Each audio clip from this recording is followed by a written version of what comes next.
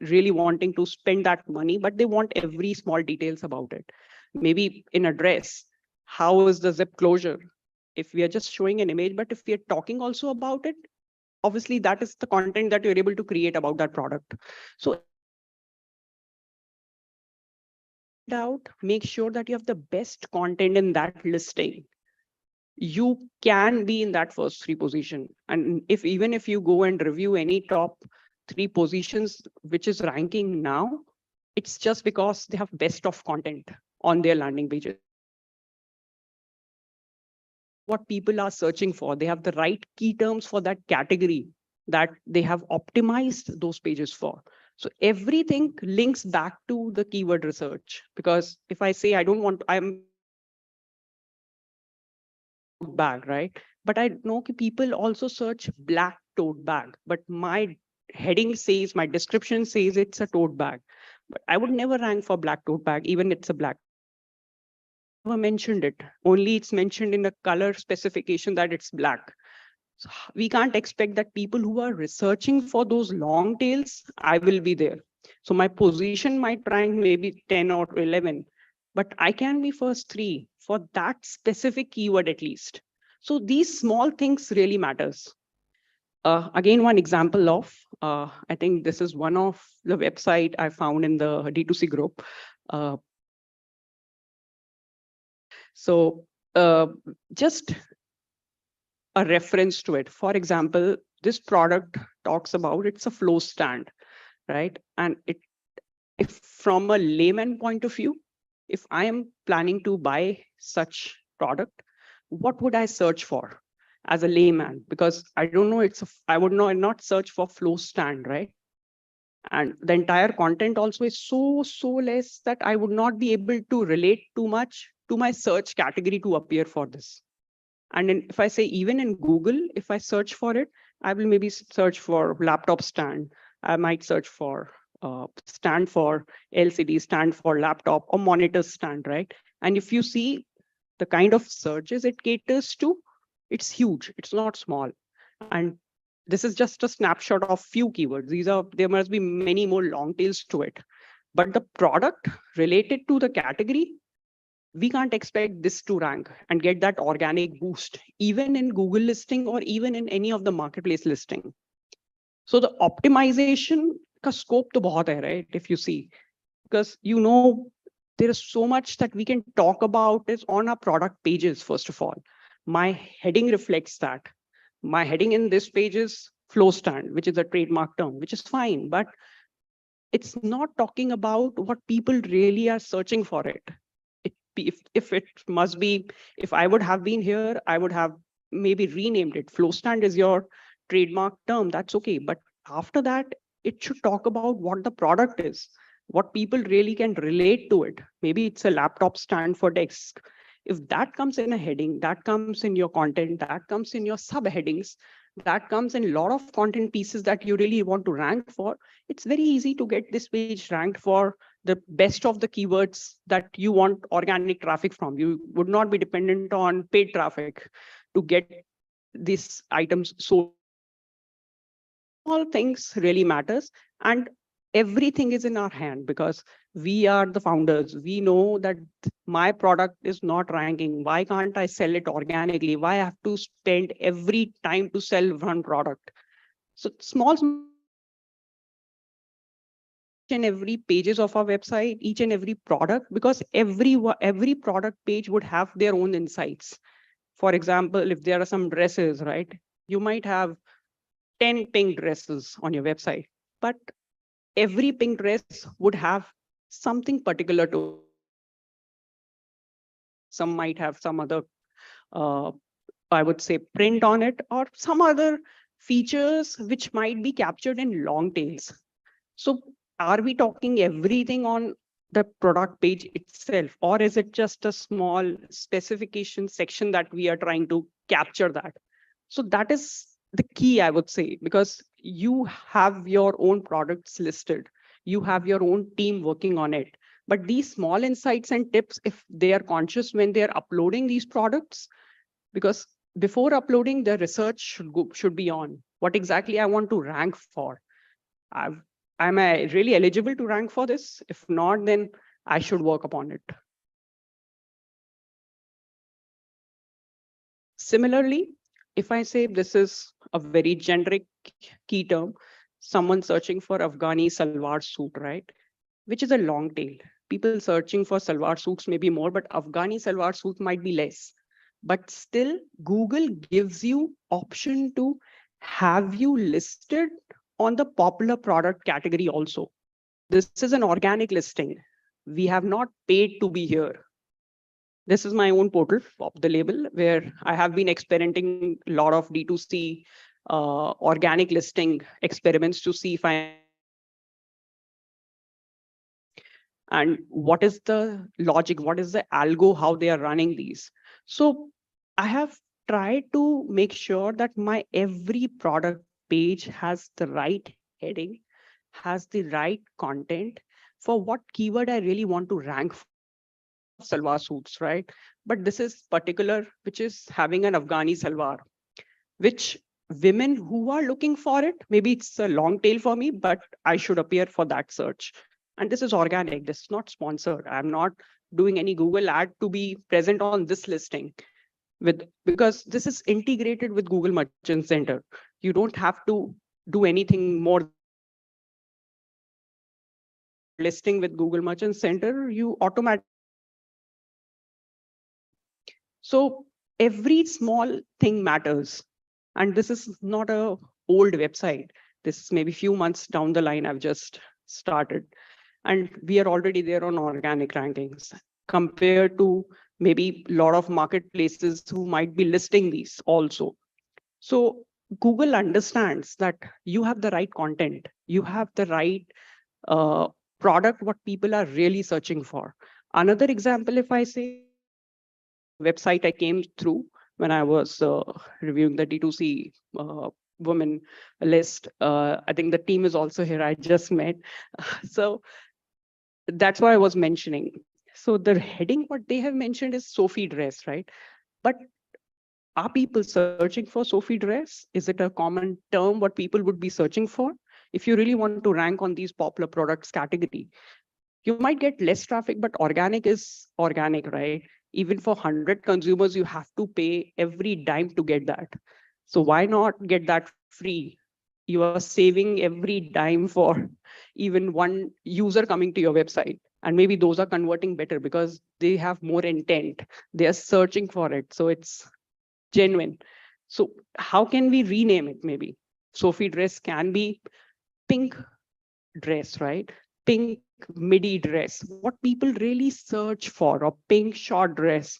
What exactly are they searching for? Go back to your research first before listing any of your product. And every product you will find big long tails that you can really cater to. Maybe it's a floral dress, right? Which can be pink floral dress, which might be one of the long tail where people are searching when in summers. So you can be in this list. You can even from market pattern applies in your marketplaces also, where people are searching first and then only your listings are appear on the top or maybe on the bottom. So everything revolves around it. And the content also matters. The description you see on the top has a lot of data talking about Afghani salwar suit repetitively and talking about its behavior, that why, what exactly is this apparel is all about. The same can be applied to any other product page. Right now, the content on the below site, you'll find just a 2 word, which is more of a, not a description, but a small item to it.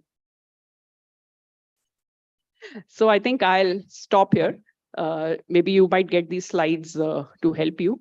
And recently, I would say we have also been started working on a few of WhatsApp marketing tools where we have been able to re-engage with our consumers and trying to see that how we can growth hack for the remarketing purpose. So that has been a summary, I would say, from us. And all the best to all of you, and hoping these tips really help you get the best of organic traffic in the country. All the best. Thank you so much.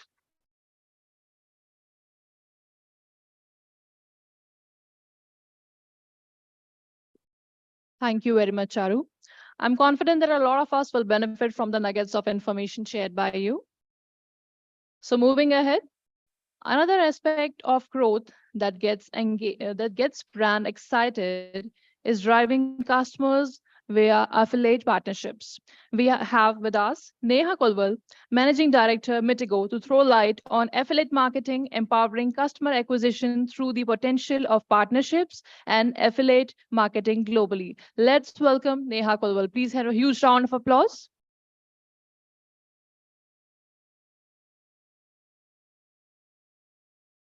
Good morning, everyone. Exciting times, and it's amazing. Thanks to Abhishek, Shruti, Kshitij, and the team who has brought this community together. It's amazing. So today I'm going to talk about a very, very crucial issue, which I see with a lot of brands acquiring customers. We see that after Facebook, Google, where your customer acquisition cost is where you can build partnership and affiliate marketing, which is now called as partner marketing, is actually help you to acquire customers, not just in India. If you're a brand which can deliver it globally, it can actually help you at a global scale at a much effective cost. So partner marketing is a multi-billion dollar global industry. If you see, brands like AliExpress, Shein, Booking, you all will see that they have an affiliate program link on the bottom of their website. And they manage these partner programs because they generate as high as 15% or 20% of their overall sales. And these brands are spending on it. It's a $13 billion industry worldwide. And about 84% of content partners, be it influencers, bloggers, they monetize through these partner programs, which you can launch for your brand. So this is a forecast of the industry. It will be available for you. Um, how exactly you can grow your business with partnership by setting up your affiliate program, where we have 100,000 publishers worldwide. We do a business of 5 billion GMV, and we work with more than 3,000 advertisers worldwide. How many people here? A publisher who sends traffic. We have a platform where you can have publisher sends traffic to an advertiser. When it transacts, when a user transacts through a publisher, you give a commission or referral commission to that particular publisher for generating sales for your brands. You can do this, take it partnership, affiliate platform like CJ, Avon, and actually take it at the global level. These are some of the trusted brands we work with. Um, Now, talking about what kind of inventory works, there are a lot of cashback, coupon sites, affiliate shops, email marketing, bloggers, influencers, loyalty channels, YouTube channels, bloggers, online and media content projects, which you can work with and partner with. So how exactly an affiliate marketing adds value? First of all, you can easily test overseas market. It's a great return on investment channel where you know from the start, for example, any fashion brand, if we decide 10 rupees for 100 rupees, only only when you get transactions. You can actually boost brand awareness because when these lot of content cashback sites, they make store pages that gives you a referral link, which helps in your SEO as well and creating brand. All you have to do is choose a partner platform and then get onboarded with publishers, no cost until unless you get transactions. And you would know what exactly, what kind of from the start. So you don't have to pay for clicks, impressions, anything.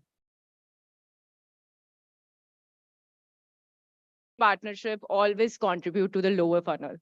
No, it actually starts from the awareness to engagement and to the conversion flow. Today, the affiliate marketing is now called as partnership because we cover all the kind of partners, all the kind of medium who can actually cover the whole customer journey. So, for example, you can set up an influencer program. I think Amazon has a beautiful influencer platform for a lot of influencers to get on board, which covers not just the middle or lower funnel, but also creating awareness about the product. Then you can partner with Take Ads, Skimlinks. There are a lot of contextual websites who, by using product feeds, you can put it across all your products there, where people are researching about and searching about red shoes or a black tie or a red coat. Then you can partner with a lot of content websites where we do feature a lot of brands in terms of their sales, their products. Like we do it for Flipkart, Myntra, and SME clients like probably Libas and many more. A lot of middle funnel as well. There are price comparison sites, there are bloggers, there are content websites. These are some of the examples which we have done for both. You do have a lot of Telegram channels as well, where you can easily put across a deal and it can reach up to million of 100 Telegram channels, which are talking about kind of products.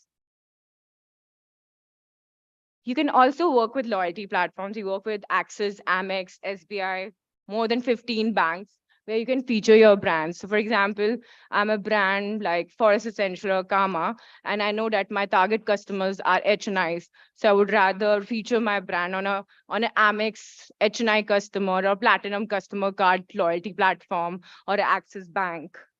And similarly, I can have partnership with Payback, Intermiles. There's so many reward and loyalty platforms which can actually feature your brands, and you can relate what kind of customers you would like to get attached to.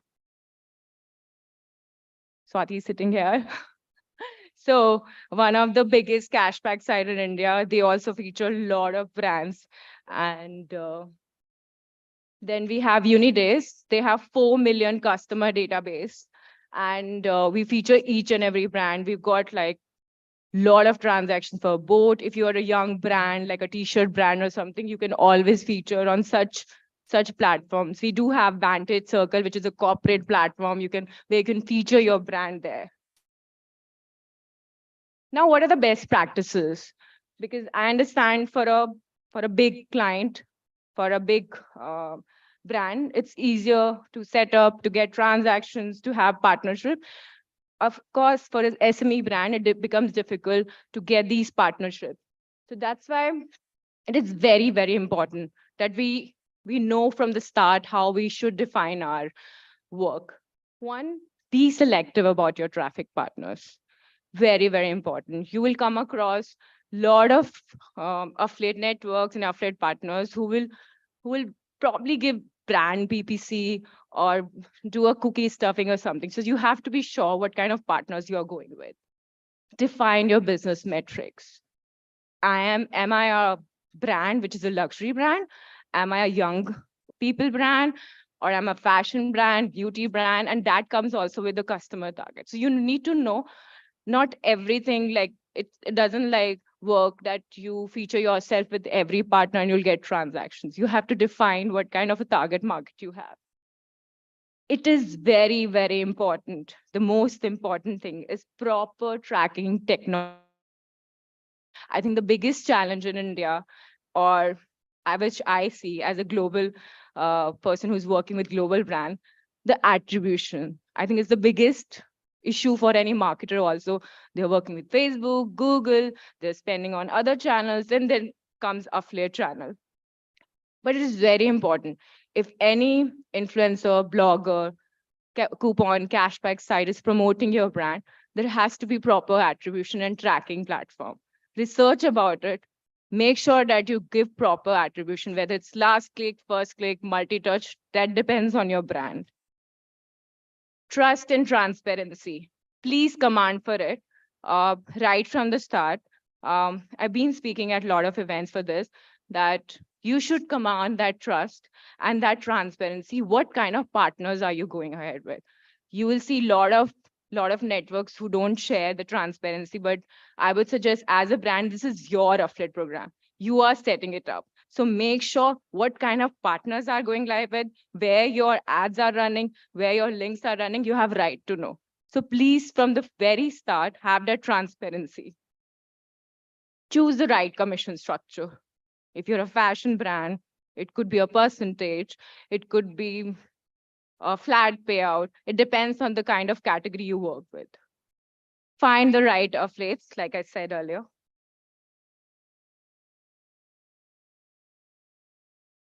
Very, very important thing we have done for multiple brands. If you see Globi also, Shein, AliExpress, Booking, you'll always see on the bottom of their website, there's a become an affiliate. Please create your own affiliate program, feature on your website, promote it, and tell what kind of traffic partners you need, what kind of referrals you need. And you can always choose a partner network who can manage this for you. There are some success stories which we have done with Libas, Boat, Intermiles. I think in span of 3 years, we have delivered more than 460,000 transactions. We have recruited more than 5,000 publishers for Boat, which includes coupon, cashback, influencers, YouTube channels, Telegram partners, WhatsApp partners. And the growth which we see, because be sure that you will not get transaction from the very first month. It happens with time. So maybe this month you're getting 50 transactions, 1,500, 200. It's a partner program which you have to develop together with your publishers. This is the growth which we have given. Intermiles is one of our publisher where we have featured a lot of brands. It's a loyalty platform.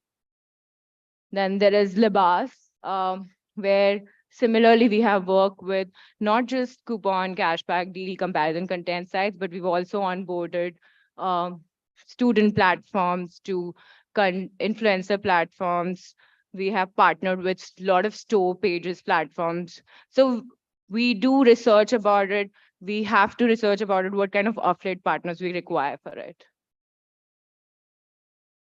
Thank you so much. Good to go. Okay, thank you.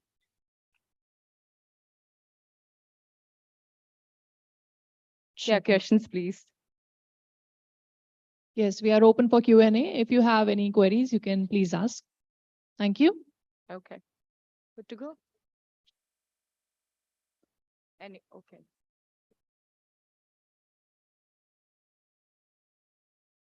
I have an apparel brand. It's sustainable apparel, a new niche market. Not many people are aware, but awareness is there, but people don't know where to go and buy. How do you think affiliate market could contribute? I believe in it, but in this particular space, what would be the first steps going ahead? Yeah, so for a SME brand like yours, which is just started, the strategy works entirely different, because when you set up your affiliate program, the best thing is that you choose an affiliate marketing agency or a network who will strategize this for you, where they will tell you the partners, they will get those store pages created, because they are working with 300 more brands with those affiliate partnerships. So maybe as a brand individual, you might not be able to get those partnerships, but if you partner with an agency, we're already working with multiple brands, they can help you with that. Yeah. Sorry, I think that's absolutely right. But keeping in mind the size of the brand, what kind of It does work for allocation? SME brands. If It you see does. globally, there has been a surge which has come for. Initially, it always used to be that we can only work with medium-sized brands or high-sized brands, but now partnership marketing does work for SME brands as well. So that's why I'm saying that if you go ahead, and choose a right tracking platform. Get this small publishers, because there's so many publishers, there's so many um, websites who will be writing content and ready to write content. Maybe sometimes it's paid for you or a barter deal with an influencer. Okay, take my product, but you will know what are kind of transactions they're driving by having that right attribution. Yeah, thank you very much.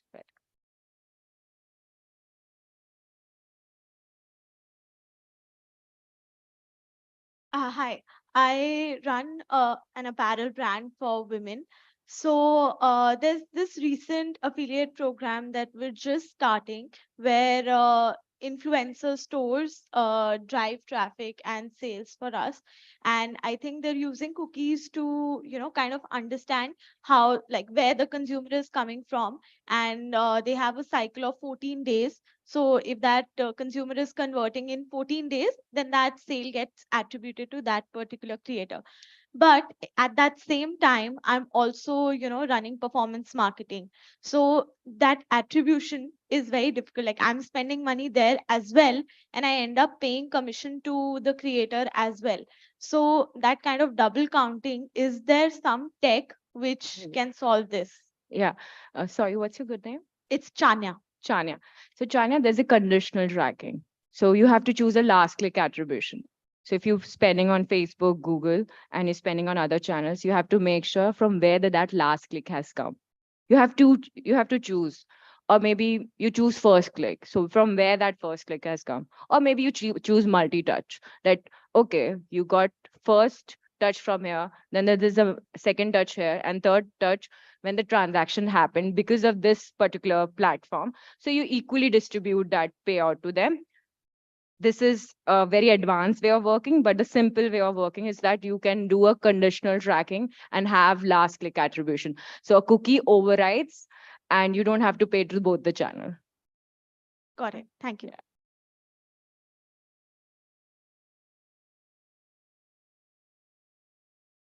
Okay. Thank you so much. We are on booth number 3. If anyone have any questions, I'm available. Thank you.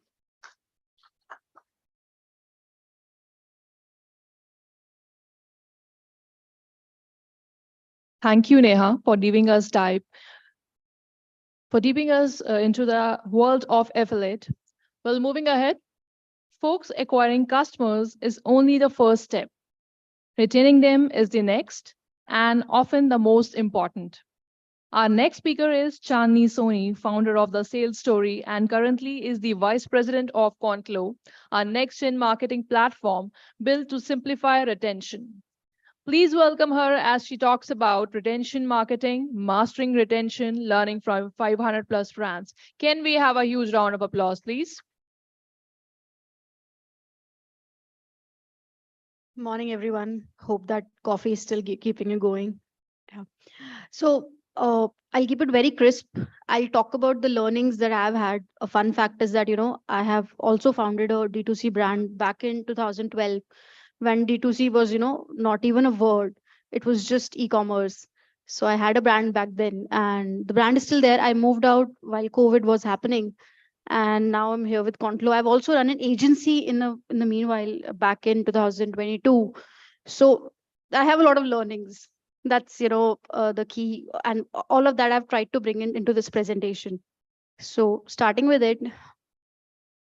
So basically, first question that still people ask: what is retention? Why should I worry about retention? So there are two ways you get people to buy from you. Either it's paid marketing where it's Facebook, Google, SEO, all of that is getting you transactions.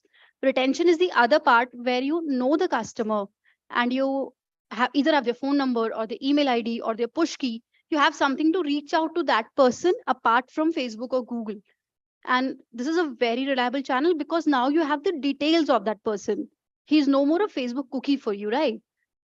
Coming to the effect of it, why is retention really important? So this is a screenshot of a typical D2C brand, a 6-month screenshot. So suppose that 1,13,000 customers have transacted in those 6 months, and the repeat rate is 30%. Data shows that the average order per customer is 1.2, which means every person is spending at least 26% extra with you. That is what retention is. How much more are you able to get from every customer? Fresh customer is obviously there, but you all know how much 300, 400, 500 bucks you are spending through Facebook to get that customer. So getting that additional revenue from every customer becomes important, and that is where retention and retention channels come into play.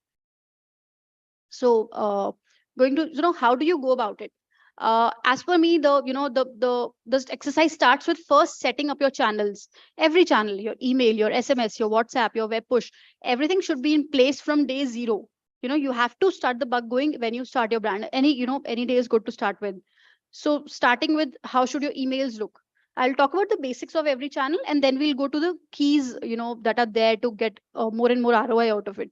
So if I talk about emails, the basics, having a legitimate sending email address, making your emails land into inbox. Now, this is a very big game. You might be sending emails to your customers, but are those emails really going into the inbox? Are they going into the spam?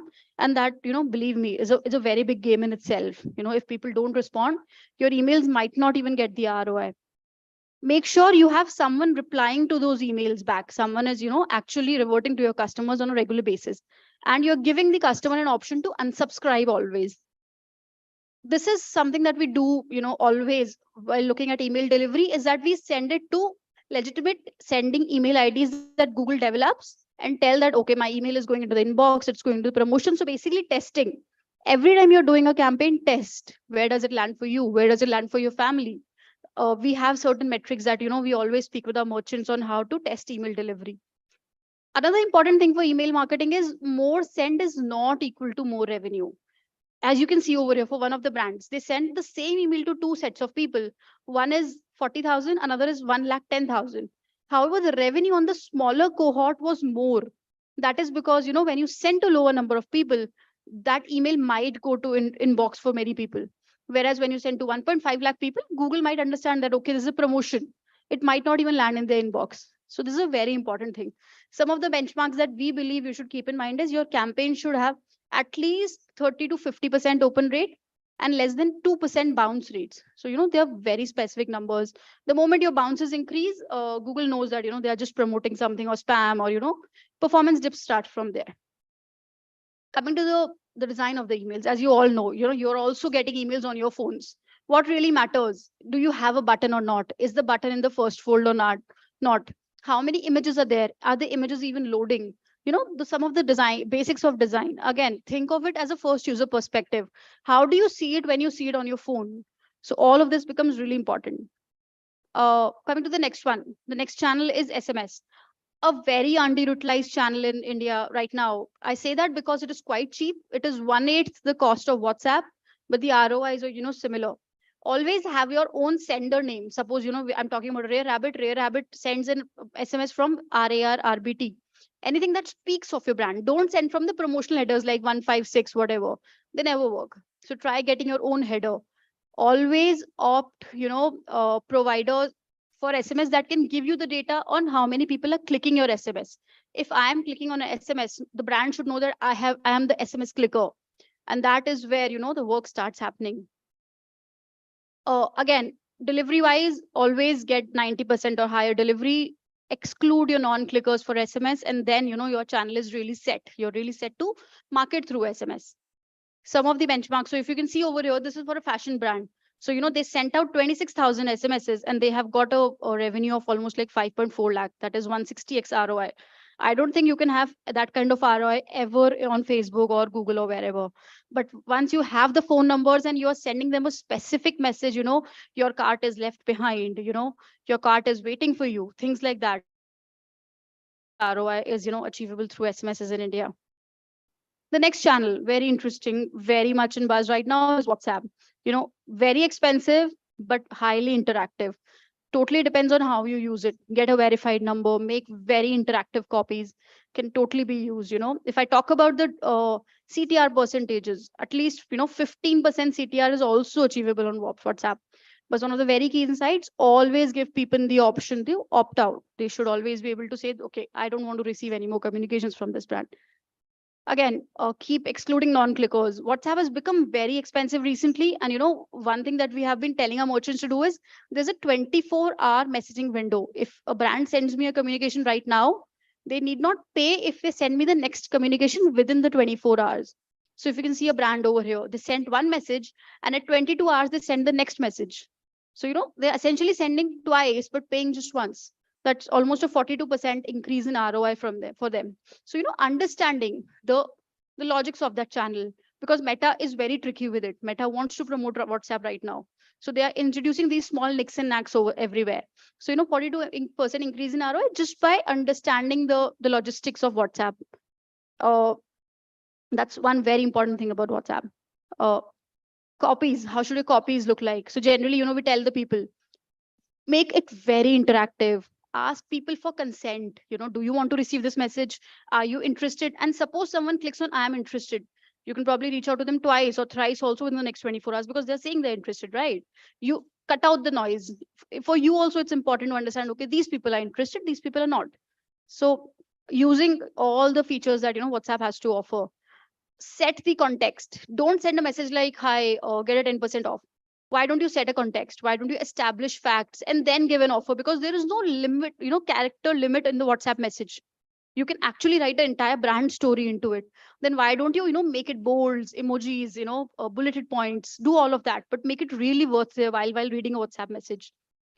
So now, once your channels are set, how do we start? So, I will just tell you the key things about retention that are not written anywhere, no one tells you about, but that really help you cut the clutter.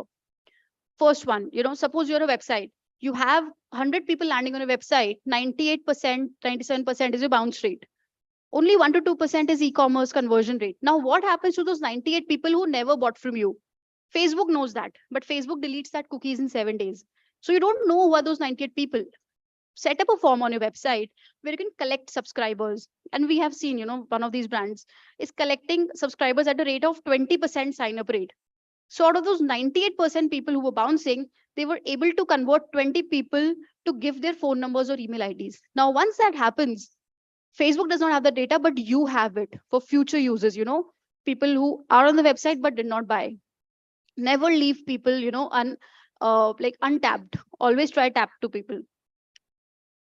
The next one is, some must have journeys. You should have people reach, should reach out to people through certain journeys, if I'm talking about pre-purchase, then what can I do to reach out to a person before they purchased? You should be knowing this person has viewed a product. You can go back to them and say, hey, you viewed and not bought. Why is that? You should also know someone who started a checkout but not purchased. There are different points on a website. Your tool should be able to tell you where has this person left. Stop the leakages at every point of the funnel. Reach out to people and make the messaging very direct, small, direct, concise. Hey, you left off. Can we talk about, why did you leave off at this point? Another very important thing that people, generally leave out is post-purchase journey. Order is placed, but what happens after that? We have seen highest open rates on messages that are sent after placing an order, because I have purchased. I'm expecting a communication from the brand, right? So at that time, you reach out to them, probably giving them shipment details, probably giving them, how to use the product.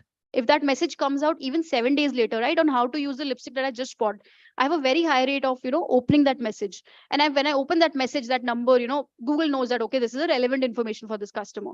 So these are very important communications.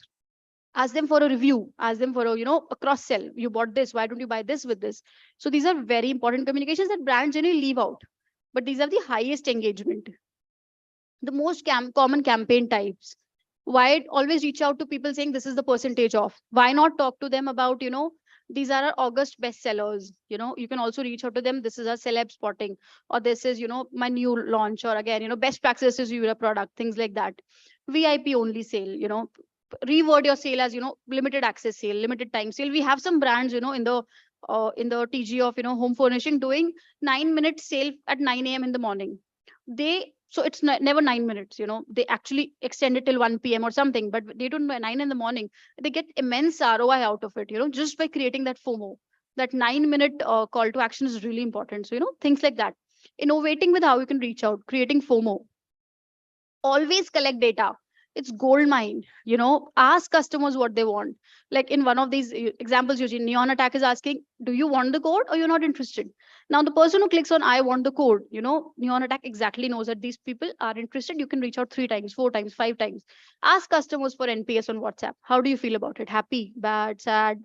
unsatisfied, neutral. Ask for that data. Context-based personalization, we have this, like Man Company does this, they ask people for their birthday on the thank you page. Now, what happens?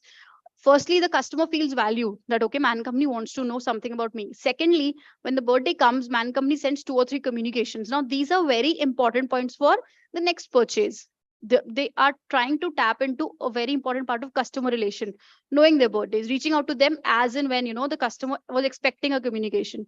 So content-based personalization should do that. The third one is data-driven communication. Just do a communication on loyalty points. This is the loyalty points you have in wallet, and we have seen like 14 to 15% more conversion on these type of communications when there is some kind of context.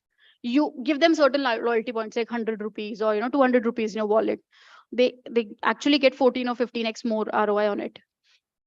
Back in stock nudges, rareism does this. A particular item is back in stock, they ask for their phone number, and the moment it comes in stock, you send them a reminder on their phone, not an email. One of the very important things is email works well, but in India, I think WhatsApp is running as the king right now. 50 to 70% revenue brands are getting from WhatsApp. So, collect phone numbers at every step, try establishing context, turn WhatsApp into a mini store, set up a catalog over there. Why just land a person on a high? Why can't there be a catalog? They can choose a product over there, add to cart, and from there they can make a payment. If everything has happened on the phone, then let's go to the channel where the customer is most interested in using it.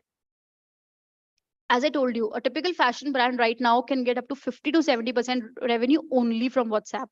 Don't end any chat on hi. You should have a bot in place, where you can answer just the basic ones. What do you want to do right now? Connect to support, shop products, or get size guide or track any order, things like that. So if you see, this is a typical revenue distribution of a brand.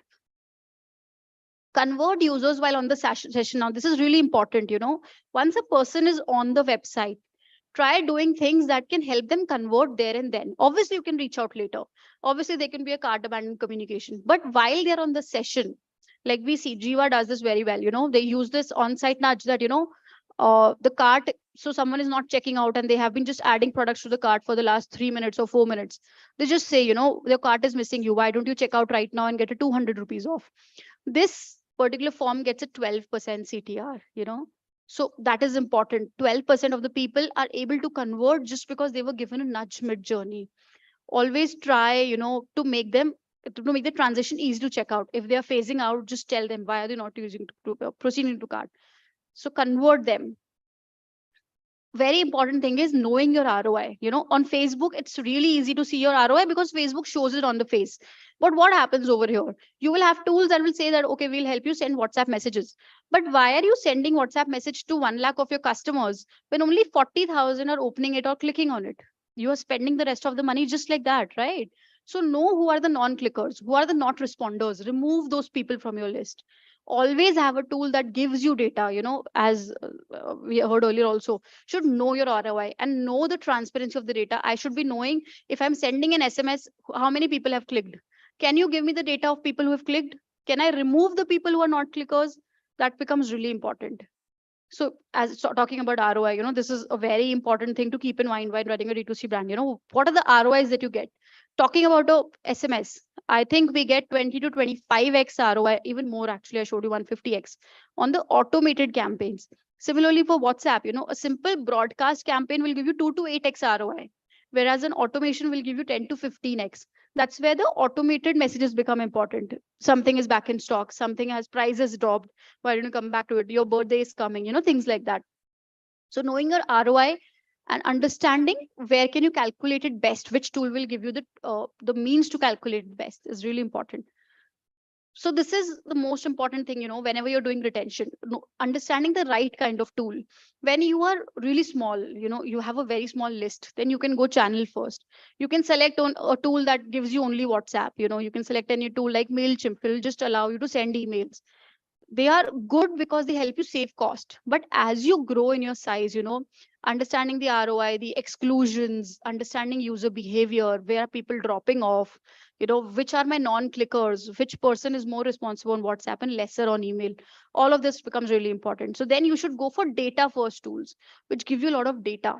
that is where, you will start making sense of your attention, and CRM tools can play a very important role in this. So, in fact, we are just here on booth number 4. So you can catch us over here, or, even ask us questions on retention. Anyone with a question?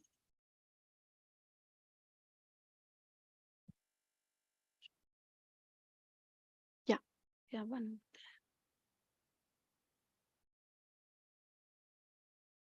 Pass the mic.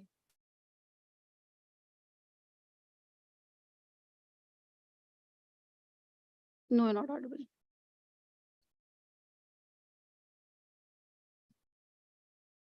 Hello. Yeah. Yeah. So in the presentation, you mentioned creating mini stores over WhatsApp. Yeah. So I have a apparel brand, basically a lingerie brand. So I do have size specific against like every product. There are sizes, and each size has a different price point. So is there an option on WhatsApp? Like, how do I create the catalog from which, in fact, a mini store from which people can directly buy size specific things? So WhatsApp, WhatsApp catalog also has an option of sets. Okay. One catalog can have multiple sets in it. So what you can do is, probably if you're running a catalog and you have 4 categories on your website, you can have 4 sets. Okay. Then you can choose your bestseller products and, put all the sizes of it as different product, because you would know which are your best selling, right? You would obviously want to show the best selling only on WhatsApp. So, but showing them as different products is what we've seen fashion brands do, and that works for them. Different set, and in every set you have like 5 sizes and 5 sizes of the same product as different products. But all of them need to have the same pricing, or different No, price you can have points anything. have? So the pricing is picked directly from your website. All You just right. need to identify the product, the price, the description, everything is picked from Shopify itself. Okay. Yeah. Thank you.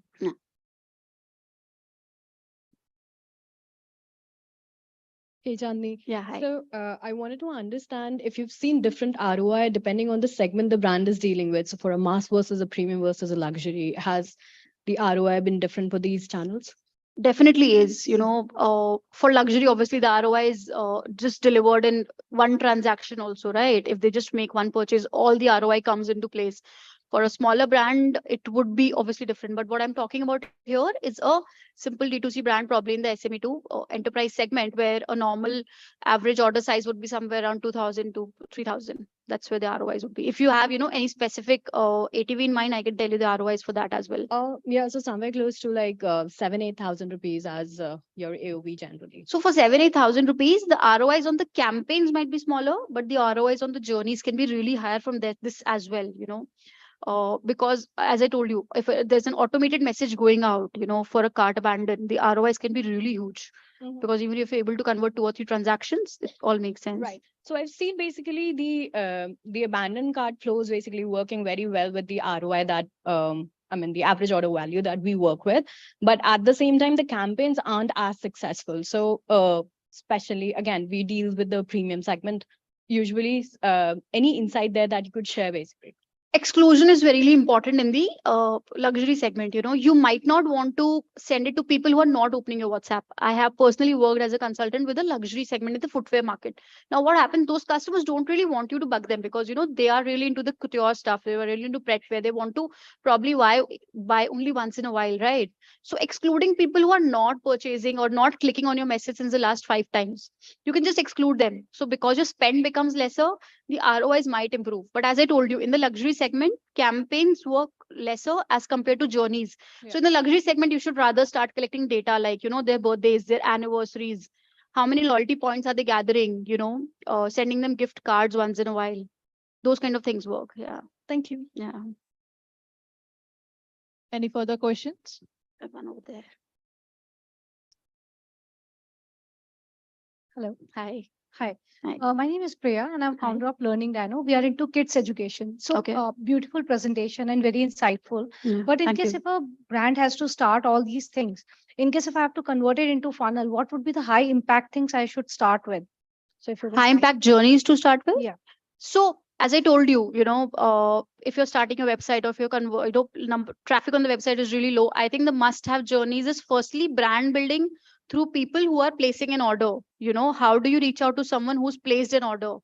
that entire 1 month of communication with the customer is really important. Second important thing is people who are filling up a form or coming on your website and giving their details, having a proper welcome journey, because sometimes people buy and don't buy because of social proof. So if you're able to send out that first email the moment they land on your website saying, this is what our brand stands for, this is what to expect from us in terms of delivery, and these are the people who have already bought from us, installing a lot of social proof into it. I think these two journeys are really important. Then obviously the basics like abandoned checkout, abandoned cart to definitely have for every D2C store. You can't leave that funnel. So I think if you have these 4-5 journeys live, you should be covered mostly. So I think this is good when a user is coming to the site, but in case a brand is dependent on the other sites like Amazon, Flipkart, and even the retail chains like offline, in that case, what a brand should do? Very important, very interesting question. So especially what I've seen toys do, people in toy segment of nowadays doing is because Amazon and Flipkart is not giving you data on the purchaser, Yes, they but do. you want that data, right? It's gold mine for you. So what do is you insert a kind of a QR code in the product saying scan this to register for a warranty of your product. Now, what happens in this case is because people will scan that QR code, they will get a WhatsApp message on your number. So that's a whole flow that we have set up on Conflow. What happens in that case? Because you get that phone number, firstly, you now have the customer detail, which you have not otherwise got. And secondly, because Amazon would have not allowed it otherwise, now that customer is also hooked to you as a brand. Otherwise, they would have always been Amazon's customer, right? So having that entire flow, and now once you have their phone number, you have got their warranty details. You can reach out to them probably 3 months, 6 months, however you want to reach out to them. So Yeah. in case if we are dependent on the other partners, then I think we should focus on this approach first and move Yeah, later taking up definitely. on that. Yeah, definitely. Matlab, we have seen this give good returns because otherwise you lose out on those customers. Yeah. Okay. Yeah. Thank you. Anyone else? I think that's it. Yeah. Thank you so much. Yeah.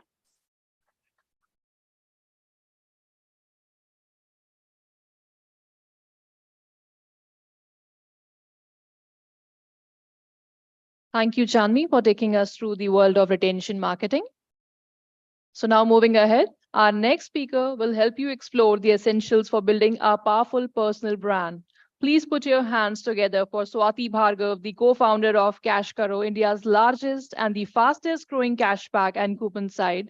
She'll take us through the art of personal branding, building trust and connections with the target audience. Can we have a huge round of applause, please?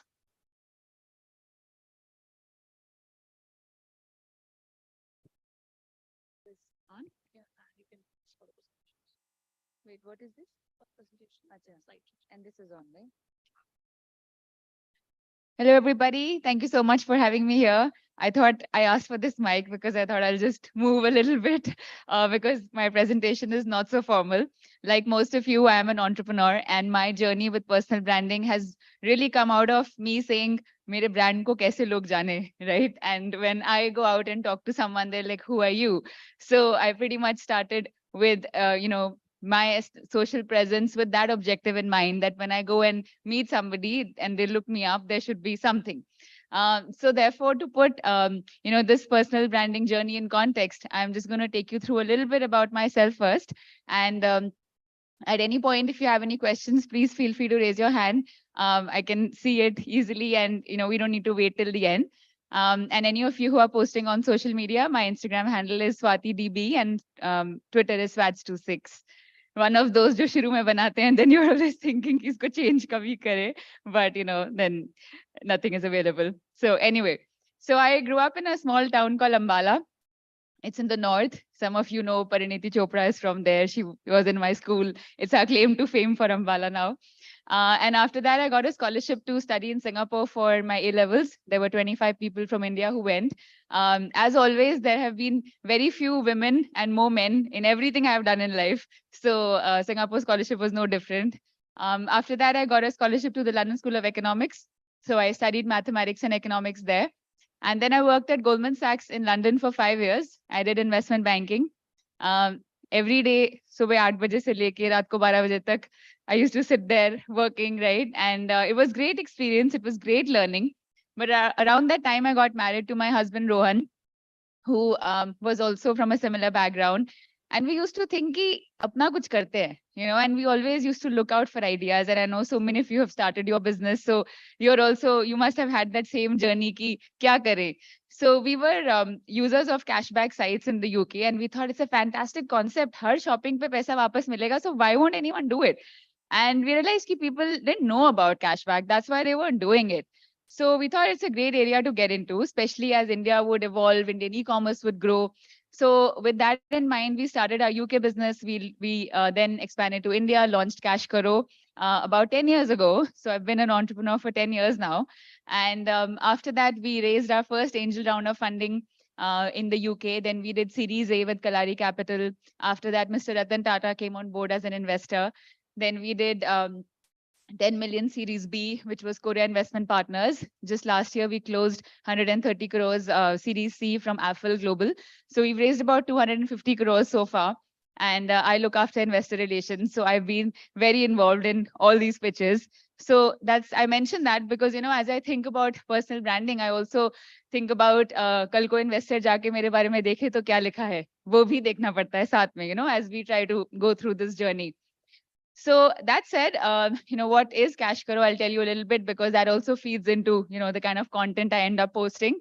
So we're a cashback app. If you're shopping online on Amazon, Myntra, Nykaa, any online site, in fact, and many D2C brands also, whether it's MCaffeine, Wow, Mamaearth, all of them. Also luxury ones, by the way, from Kiehl's, Lancome, Deepika Padukone's New 82 East. Kisi bhi site pe, if you go from Cash Karo and buy, you get extra cashback from our side. So this is basically coming from the commission that we're getting from these brands. So like Neha mentioned, we are into affiliate marketing, partner marketing. So in sub brands ke saath hamara yahi tie up hai ki, we will drive sales to you. Har sale ke liye we will get commission. Us commission mein se hum cashback dete hain. So as users, if you're shopping via Cash Karo, you keep collecting cashback on everything and you can transfer it to your bank account or you can take it UPI or Amazon gift vouchers. So you get it back as real cash, right? So when I'll come back to it, but that's where my content journey also started because I used to see such good deals and I would be like, oh, I want to tell my friends about it. So I started making videos, I started posting about it.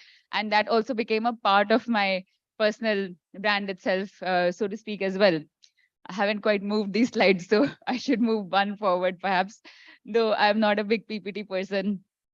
But yeah, it's here. Ek aur hi kar dete aage. Fine, we'll stop here. So so coming back to it. So we raised money, we, started growing. Then came company, team, hiring, all of that is important because when you want to hire good talent, people go look you up online, right? And they want to see what is being said about you. Who are you? Again, some kind of branding comes important. So we are a team of 400 people now. We are based in Gurgaon, Sector 44. Our headquarters are there. And in addition to all of this, I had a kidney transplant 9 months ago. So this is like, second or third maybe conference that I'm attending because, large crowds you have to avoid at the initial stage. But yeah, it's not even been a year and I'm sort of back to normal life. So I'm really grateful for that. So that also became a part of who I am. And, I had to take a call at some point, ki, do I talk about it or hide it? So that again will feed into, our personal branding conversation. Ki where do you stand with authenticity and where do you stand with how much you want to share and how much you don't? So anyways, now I think you have good context of, my life and where I come from. And so going back to, personal branding, when I was at Goldman Sachs, I did not even have a Twitter account or a LinkedIn account or anything. So when we started our business and we used to write to people, I would be like, oh, but like LinkedIn maine account hi nahi abhi tak banaya because I was at Goldman and I don't know, now there's a lot of awareness, right? 10, 12 years ago, you could very well be like, haan, abhi nahi banaya. So we started doing that anyway.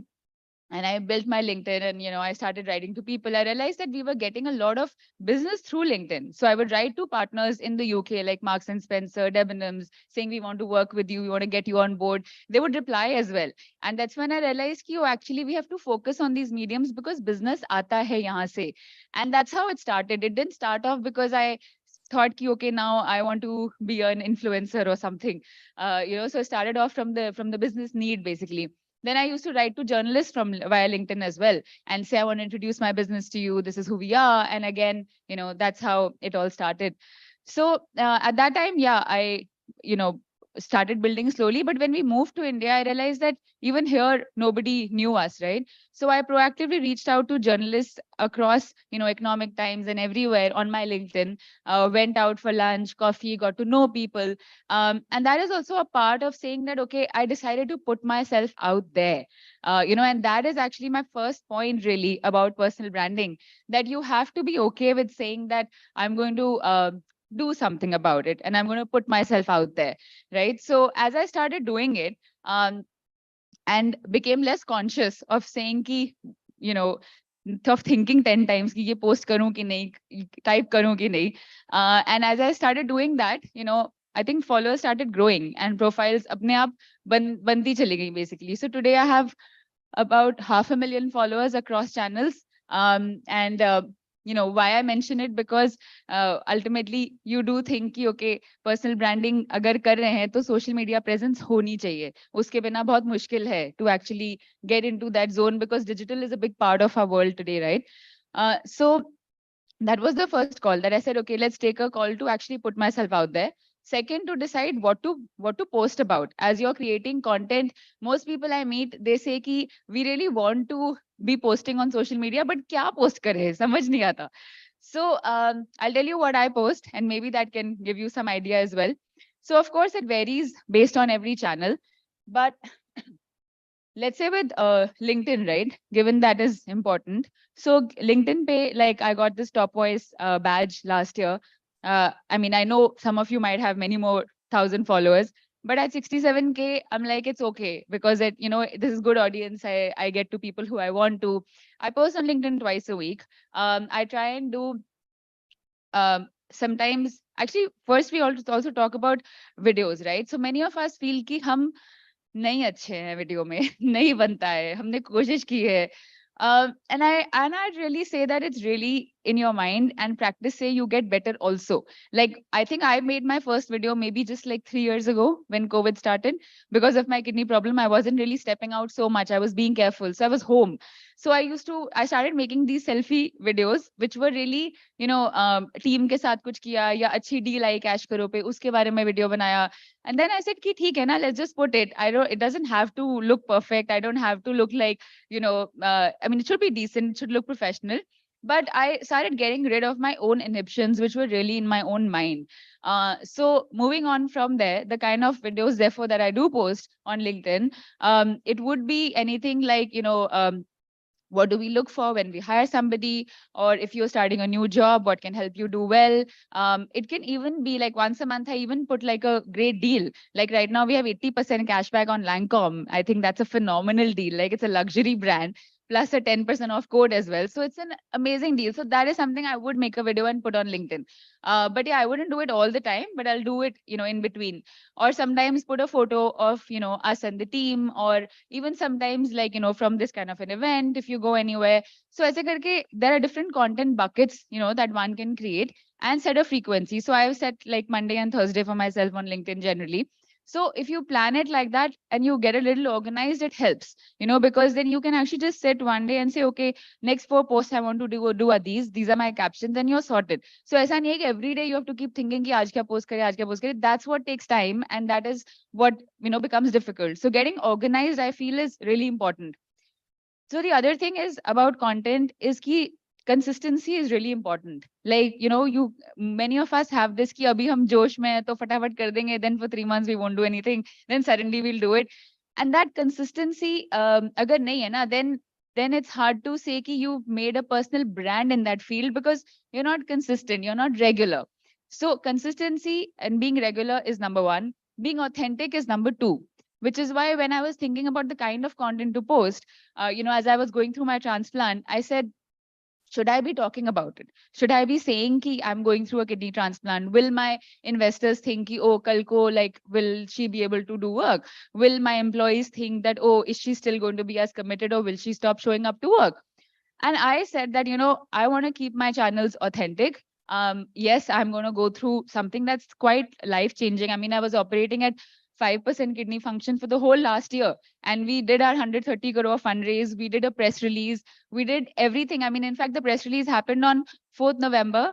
And 5th, 6th was a weekend. 7th, I went to the hospital. It was already decided ki in dates ko ye hoga, and thankfully everything worked out like that because it was all like cutting close fine.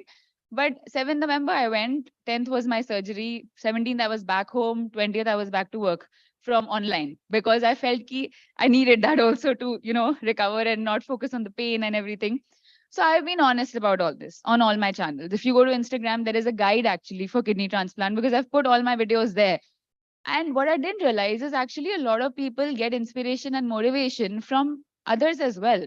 So us din se aaj, I have seen about 10 transplants on my profile where people have come to me and said that, hey, seeing you, we also got inspiration and we did this. There's a mom who said, I was really scared, but I saw your mom and I also went and donated it to my son. He needed it. And, I was hesitating, I have to be honest.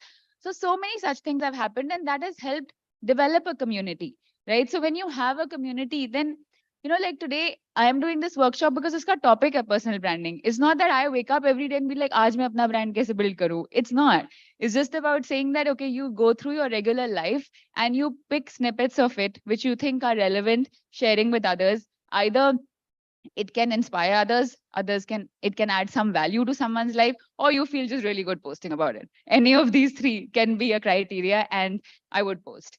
So I did that, and then LinkedIn pay, actually I posted about my transplant 6 months later because I thought that it is, one of those things that people, let's just be fine before you put it on LinkedIn. So I did that. That post got over 5 lakh views, and even today it has so many comments and it keeps coming. So I think people are there to support. People are there to help us grow. Don't be afraid to put yourself out there. And you don't always have to be perfect for things to look good. You have to take that first step and be regular with it. So I'll stop there. If you have any questions, happy to take. Otherwise, obviously, we can connect later as well. Yes, please. Yeah, you in the front. Yeah. Okay, so very nice. I really liked. I'm quite impressed by what you said and very Thank you so inspiring. much. There must be other side to it that you might get certain trolls or negative comments or anything. How do you deal with it? I mean, being a very oversensitive person and overthinker, I find it very difficult in case that happens. So how do you deal with it? See, thoda sa to, we all have to get a little thick-skinned, right? Because we know why we are doing something. And, I would say, don't let it get to you. If you see something, like, theek hai, that's your perspective. Mujhe theek lag raha tha, maine kiya. Now, there might be some who say, ki, kyun share kiya? Kai log to, I mean, people have a lot of views, right? Acha nahi lagta, ye wo. Like, ye aapka view hai. Mujhe benefit laga, maine kiya. That's it. So don't worry. Honestly, I have to say that in all my whatever few years of posting content, I don't have even one incident which I can go back and say that person really trolled me. I don't know, अभी तक ऐसा हुआ नहीं है. Maybe I'm not big enough. जब ज़्यादा बड़े हो जाते हैं तो होता है, but at least this level तक तो कुछ खास नहीं हुआ है. So it's fine. Yeah. So to your question, I would say I mean, you have to prepare yourself. You want to get out, even if somebody wants to, इतनी जल्दी कोई troll नहीं करता. I mean, कई लोग I know बहुत विले हैं, but उनको आप block कर दो. But then Yeah. people generally post, the success stories or, post the success stories. There are hardly few people, I think, they talk about their failure stories, or once you get successful, then you post how hardworking you were or what paid the efforts and all. Yeah. But generally, people don't post their failure stories because there is certain reluctance, what I feel, that what other people will think. Yeah, I mean, one has to pick, like if I post about cash flow experiments that have gone well, you're right. I typically post about stuff that's doing well. I may not post about things that don't. I mean, we did 4,000 crores in sales last year. That is what we drive to our partners. So it's a significant amount, right? It's so we would post that. But yeah, my personal thing, because what I have gone through, I wouldn't think that is failure. I think that's challenges, that everybody has challenges in their life. So that filter you'll have to apply. And by the way, when I post something, I know that my mom's reading it, probably the first one, which is good because I tell her also ki kabhi kuch off lage to bata do. My best friends will read it and my investor will also read it. So I keep these three things in mind ki haan, I'm okay agar inme se koi pad le to. That's okay. Thank you. I think we're out of time, right? Yeah, but we have one more question there. Okay, yeah. Hi, I'm Surbi, founder of Alter. It's a sustainable baby care brand. So I'm also a mom to a very young toddler, and we do organic baby diapers. Yeah. So on LinkedIn, off and on, I often post about how, I juggle between being a founder and being a mom as Yeah. well. And the thought that crosses my mind is, does this portray me as a weak person? Is she talking too much about being a mother? Or is she tapping too much into her feminine side? Because that's a worry that a lot of us moms who are founders as well, Yeah. we somewhere we feel that we're being judged, that they are not as competent or they are not as effective as a male counterpart would be, because she's always, as a mother, 50% of my brain is occupied with my baby, and Yeah. that's just how it is. But I know it doesn't make me any less effective. Yeah. But does talking about it on a public portal where, as you rightly said, your investors are there, your Yeah. business partners are there, uh, does it contribute to like a negative image? I'd say talking about it doesn't, but the frequency matters. If that's the only thing you post about, then it'll be like ज्यादा ही issue, मतलब आपकी life में ये बहुत ही important चीज है, that's why हम हर बार उसके बारे में पोस्ट कर रहे हैं. But I think if you post, let's say, on your, let's say if it's your kid's birthday and you said that, hey, today, he or she turned 2 and it makes me great to see that, I've been able to do justice to them, plus also to my business, and it's gone so well. And thank you all for your support. And I want to encourage all moms to continue doing it because it's possible and I'm doing it. So if that's what you're posting, then that's fine.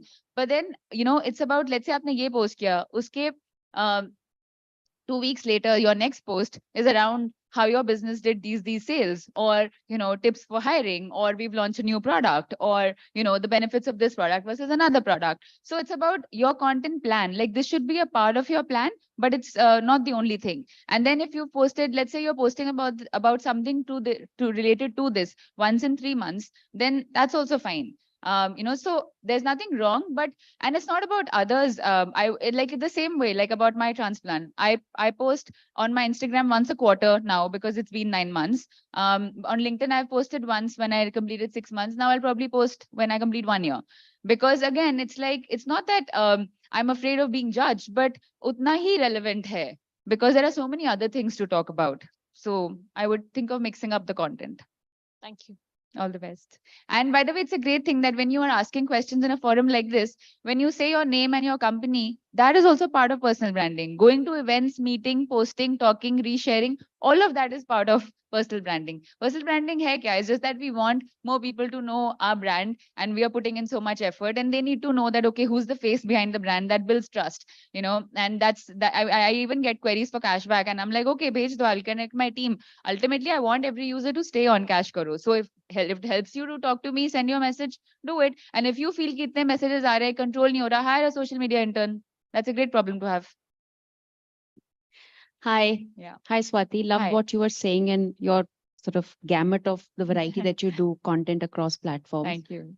My name is Tanu Ganguly. I'll take that cue from you. I run Mishri. I started getting regular on LinkedIn last year because I realized that for all of these investor pitches, you would have to put in your LinkedIn Yeah. ID, and I hadn't updated mine for the last 10 years. So that's Yeah. how it started. Yeah. So it is an effort to try and take out that 20 minutes once a week to think of something, to post it. I see that there is traction. I've sort of started enjoying it, frankly. But I also saw a post recently that someone did, which said that for early stage founders, it and not LinkedIn specifically, but just the fact that you're trying to create a brand that sort of helps your venture is not really helpful. So is there like a stage to your mind where something like this actually becomes beneficial? And what's your experience on that? So that's my question. I think there's no stage as such, because sometimes, because it's going to take time anyway. So when do we decide when to start? And at every point, there is somebody who's going to check us out before they invest or before they support us in any way. Even people do a story now on Instagram. I mean, if they do a press story, sometimes they already go check out the Instagram profile also. Sometimes when I'm talking to journalists, they say, oh, how was Goa? Because we saw you went to Goa. I'm like, yeah, I know. So, so they know everything. So that's okay. But I think it is also about, what are you projecting as? Let's say if you're an early stage founder, or even later for that matter. Now, if let's say a lot of my posts are around how, if you're posting about how you look so good and it's just a regular profile and laughing and, nice photo of like outfits, let's say, okay, which I also post on my Instagram because I need to mix up content. If I post only deals, nobody will watch.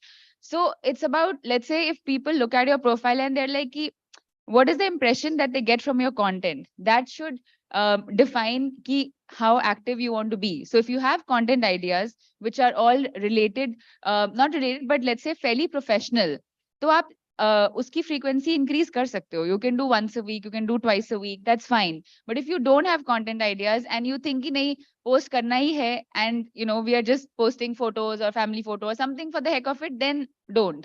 So it really is, if you have good content ideas, I think there's no right or wrong time to start. You can start ahead of your brand's growth. That's okay. Sometimes our personal brand might go faster than the brand, but the brand will catch up, and it should, because, the brand should be much larger than us, so in fact, I always tell my own social media team that if any day I have more followers than Cash Karo, you guys better look out for your jobs, because that is not the point. So isliye I mean, that's how I push them.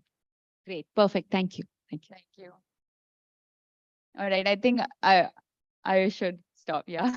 Thank you so much. Lovely meeting you all. And I'm sure we'll connect online. Thank you.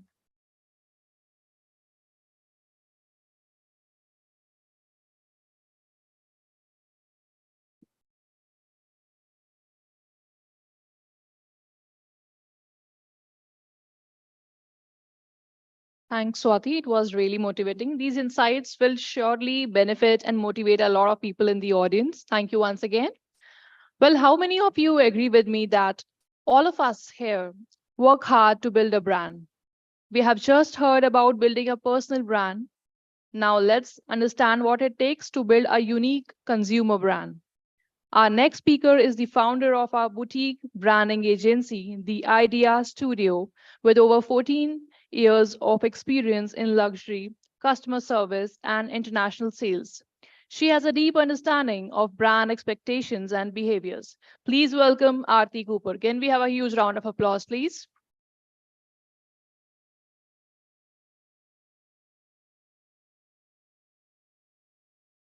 Hi, everyone. Good morning. My name is Aarti Cooper. I'm the founder of The Idea Studio, and taking from Swati, you can follow us on Instagram at theideastudio.in. So we are a branding agency that works with D2C brands. And I often get asked this question about whether branding is important. Your revenue is doing great. You have the sales that you need. Do you really need branding? So I want to ask you guys a question before we play a little game. Abhishek, are you here? No, he stepped out. He asked me to make this interactive, so I did. Imagine there's 8 billion of us on this planet. What if we didn't have a name or an identity? What would we be known by? How much revenue we earn? How fast we grow? How fast we run? Branding is kind of like that to a product or service. It's about recognition and recall. And that's what my presentation is going to be about today. I've been asked to focus on crafting a unique brand voice. So let's play a little game. Can anyone tell me what this is, which brand this is? This one? De Beers, absolutely. So this one. Yep. So you can see that crafting a unique brand voice, you just read these lines, you knew nothing about the brands, and you could recognize who they are. This is the legacy that they leave behind. So this is the branding process, and I'll run through this really quickly. It's about discovering first where you are, your marketplace. Next, understanding the market and the competitors. It's very, very important to see who you're competing against. Brand landscaping and mood boarding is also important because lots of founders start in this journey not knowing what they want. And then they only have, agencies and people working on it to realize this is what they don't want. So I think that's important. And then you have, of course, design and content strategy, your visual identity, and everything comes together. So when I'm focusing on a brand voice for the moment, I'm going to take you through all of these little things. And if you have any questions, please ask me to stop. The first thing is a brand name. It's kind of like your name. It's who you're recognized by. It's very important. You need to be able to have it for recognition and recall, like I said. This is a brand we worked with, which was a pet nutrition brand. And these are the names that we came up with. These slides are all here for you to share. A Pet Fit, Scoop Dog, Pop On, Possum Treats, Bon Appetit, and Alpha Pet. And they finally went with Alpha Pet. And the reasons of why. So in our naming process, we consider a whole lot of things. And it's about your philosophy and the brand, what you're interested to portray to your customers. I'm a huge believer in that the name should say everything about your company before your customers come to you or read about you. One of my favorite names is All Things Baby. So yeah, I mean, I think names are very, very important, sort of the opening act to the brand. A brand story is your philosophy. It's kind of like describing yourself a little bit and what your brand stands for. This is a brand that an achar brand based out of Lucknow.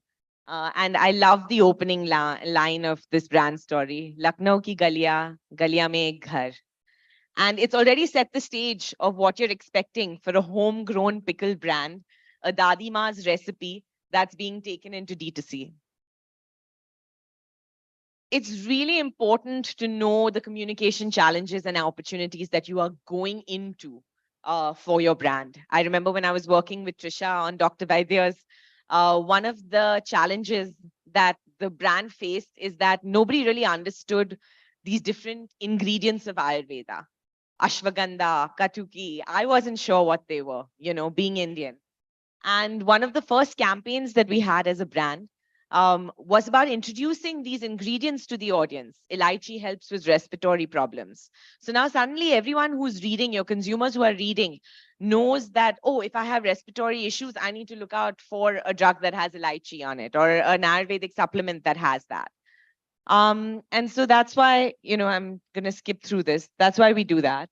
A brand's promise is the DNA of the brand.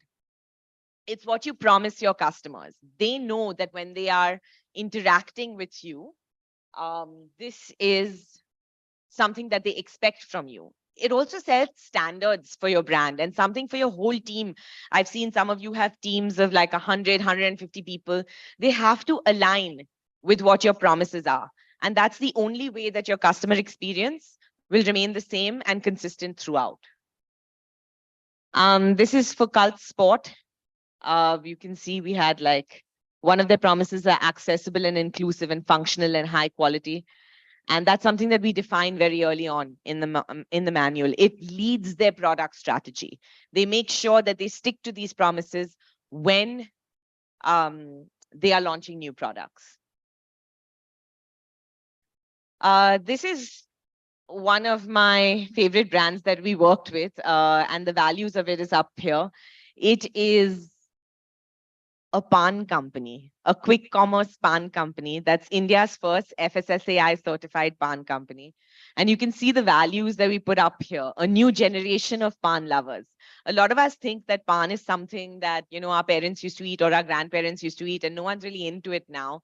But this company has kind of reinvented the humble pan to be fun, to be yum, to be a part of your celebrations.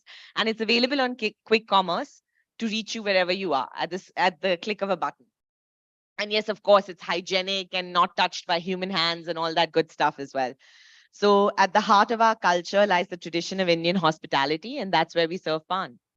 A fine blend of traditions and technology, a new generation of pan lovers, the fresh pan you love delivered to your doorstep. So these are the brand's values, and this is what it stands for. The next thing is audience profiling. Very important to know who you're talking to. We worked with a brand called Safari. It's a luggage brand. And we didn't do the traditional audience profiling. We actually broke it down into audience profiling by travelers. So you can see we have the discoverist, the explorist, and the globalist. The discoverist is that guy who saved his entire life for a holiday and taking his first ever holiday with his family or his loved one, and he's first time experiencing the joy of travel. And he's a different customer for a luggage company. The explorist is somebody who loves to travel, but is exploring his style, trying to figure out, am I a mountain person? Am I a beach person? How do I like to travel, in a backpack or a knapsack or something with a trolley? So that's a different kind of buyer for a travel luggage company. And the globalist, which is my favorite, is the guy who knows exactly what he wants. He walks into the store and says, this is what I travel with. He jumps on a plane with the exact bag that he wants every month, and he's traveling all around the world. So instead of going into ages and target audiences by ages and profiles and all that technical stuff you see, sometimes it's just easier to break it down like this. The discoverist, the explorist, and the globalist. They're three different kinds of buyers. They're three different intentions and three different reasons to buy. We also like to position the brand. Are you advanced? Are you traditional? Are you affordable? Are you luxurious? Are you premium?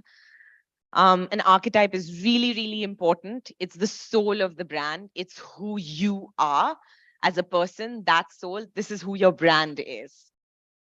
This is for one of Cult's brands as well. It's a nutraceutical brand called Azani.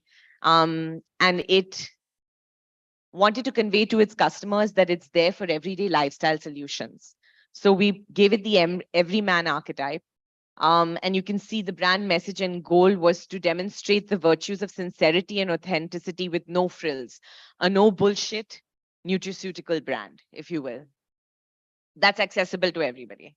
Brand attributes are keywords: health conscious, inclusive, trustworthy, thoughtful, innovative, patriotic. This is the visual identity for a healthy mithai company, that makes mithais for diabetics. So I love this, the brand word cloud and buzzwords. This is for a company called Alive now. They're no longer called ShareNest.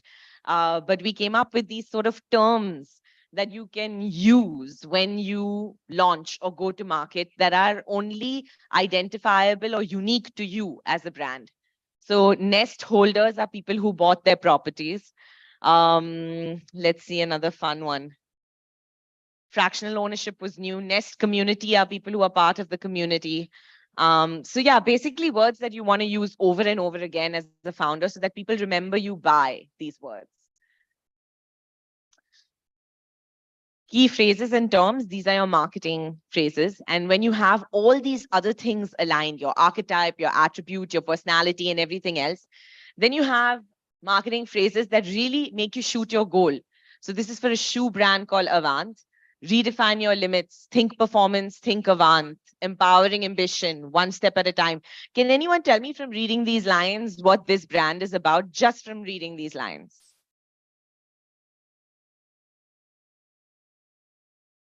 Absolutely, it's a sports shoe. Something else?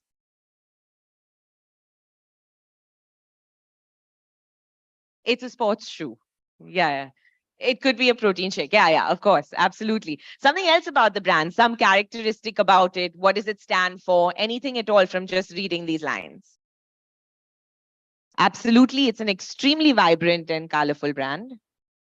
It's also about redefining your limits. It's about pushing yourself. It's for the non-sporty people who want to get into sports. And that's what it stands for. A brand voice chart basically tells you how to talk, how you should talk. You can, whether you're formal, casual, are you a happy brand? Are you a go-getter brand? Are you someone who's understated? This is a really fun brand called Shararat, which was the Indian lingerie brand that wanted to make talking about bedroom clothing sexy and okay. And it needed to portray a sense of confidence in that. So you can see it's empathetic and relatable is one of the voices we gave it to. You know, a lot of people have problems in their bedrooms that they don't necessarily talk about in India. India is a very quiet community as far as that is concerned. And Shararat was all about having that conversation. And the brand was okay to speak about those things. At the same time, not sound cheeky, but sound empathetic and relatable. Yeah, this happens. This ye hota hai. So that was the idea behind it. The tone of voice is sort of the emotional inflection. You can see this is Shararat's tone of voice. It's very modern, it's confident, it's local. It takes things in an Indian context. Have you noticed that a lot of lingerie brands have white models? The first thing we did for Shararat is make everybody have Indian bodies. Indian faces, Indian skin color. You're not supposed to be white when you buy this brand. The idea of aspiration is not important to this brand. Relatability is. And those are small nuances that you can do as a founder to make your brand really stand out. Just more writing considerations, using positive statements, emojis, things like that. That's important to define. This is a really cool brand that we worked on. It's Valma. We came up with this name, Virtual Astrology and Mandir app. It brings all, everything that you can think about in the religion sphere to your smartphone. So they had an astro guide, Purna Puja, which is like, I found this amazing. You can be sitting in Bombay and watch a puja in Tirupati, and then you can have prasad delivered to your house. So it's pretty amazing. So it's important, I guess this slide was to tell you that it's important to point out your key services and features, your kind of hook phrases, things that you want people to come and try. And then this is my favorite. It's everybody's favorite. It's a brand called Sculpt. It's Shahid Kapoor's athleisure company. And besides the imagery, which everybody is looking at right now, I think you should read the lines also. And it tells you about the athleisure philosophy. It's for your time off, for your time on. Make your move, join the Sculpt. The Sculpt man can't be stereotyped. And of course, just to end this, verbal identity is extremely important to go with visual. If I just show you a line like this, you desert it, it looks kind of empty. But if I put it in a mithai box, it looks cool. Same with this, everyday health solutions for a healthier you. Let's choose joy. Love and care is one pet stop away. So visual and verbal have to go hand in hand. And that's me. If you guys have any questions, please ask away. I'd love to answer. Thank you. Yeah. Yes, please, absolutely. I'm the founder. Okay. Hi. Hi. I loved your presentation. Thank you. In fact, Vama was introduced to me recently by a couple of friends. So I'm Konika. I'm the founder of Protein First. So what I wanted to know is at what stage of growth of the idea do you guys come in, and till what stage do you stay? To be honest with you, I get this question a lot. So, the first one was asking it. Ideally, if you ask any branding professional before you start your journey, you should get your brand sorted. But that is not the reality, I'll be honest, because a lot of people don't have budgets. A lot of people don't have a proof of concept and things like that. I would say that when you see an idea is catching on, when you see that you have some sort of definition, when you know what's working and what's not, before you start scaling and really putting yourself out there, and before you start spending money on things like performance marketing or advertising or any of that sort of things, I think that's really important to get your brand in order first. Because I've had many brands who start at performance marketing karna. We want to spend 10 lakhs a month on performance marketing. But you're working with so many agencies, so many writers, and so many internal assets that when you look at your brand online, nothing looks the same. So it's really important to have that in order, at least before you jump into that. Got it. And if I can have another question, do you also keep correcting the brand story as and when it matures and grows? Say at 3 years, there's a different twist that you want to give to it. So traditionally, textbook knowledge says not. But I just want to let you know that practically the answer is yes.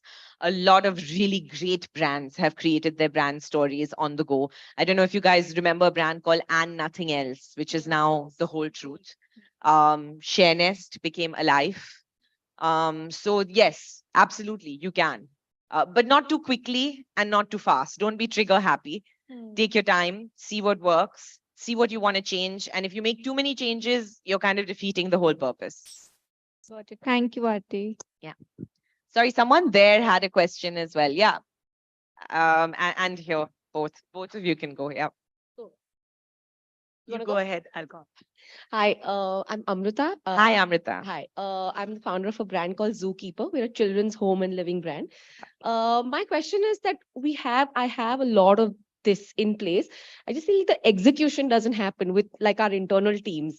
And how do we kind of ensure like that, if we've given them these guidelines, but how do you kind of make sure, and then do like consultants come in and make sure that that's translated to what's going out on social Yeah. media, etc. every day, or how does that kind of translate? Absolutely. Very, very good question. And building a manual is only the first step. So, couple of things. A, it has to be a really good manual, a really good detailed manual. It is like a blueprint. If an architect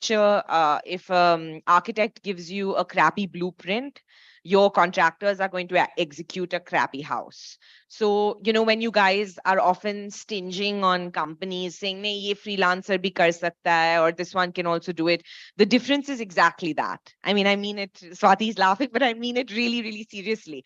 The difference is exactly that. A good branding agency should be able to give you guidelines to the T, where, there's nothing left to imagination. That's step one. Number two, absolutely very important for a consultant or a branding agency to come in, give your people a workshop, tell them how to understand things, tell them what's okay and not okay. Reading a document is very different from a discussion. So that's important. Certain brands have us come in for brand refreshers. Every 6 months, the team changes. Every 6 months, we have a session on what needs to be done, what's an absolute no-no, what you need to do. Sometimes we even get feedback from the team saying, you had said this in the manual, but it's not working for us. What's the update? What's the way that we can go around it and do something different? So yes, very important to have those things in place. I'll take one or two more questions, I think, back there, and then I should give the mic over.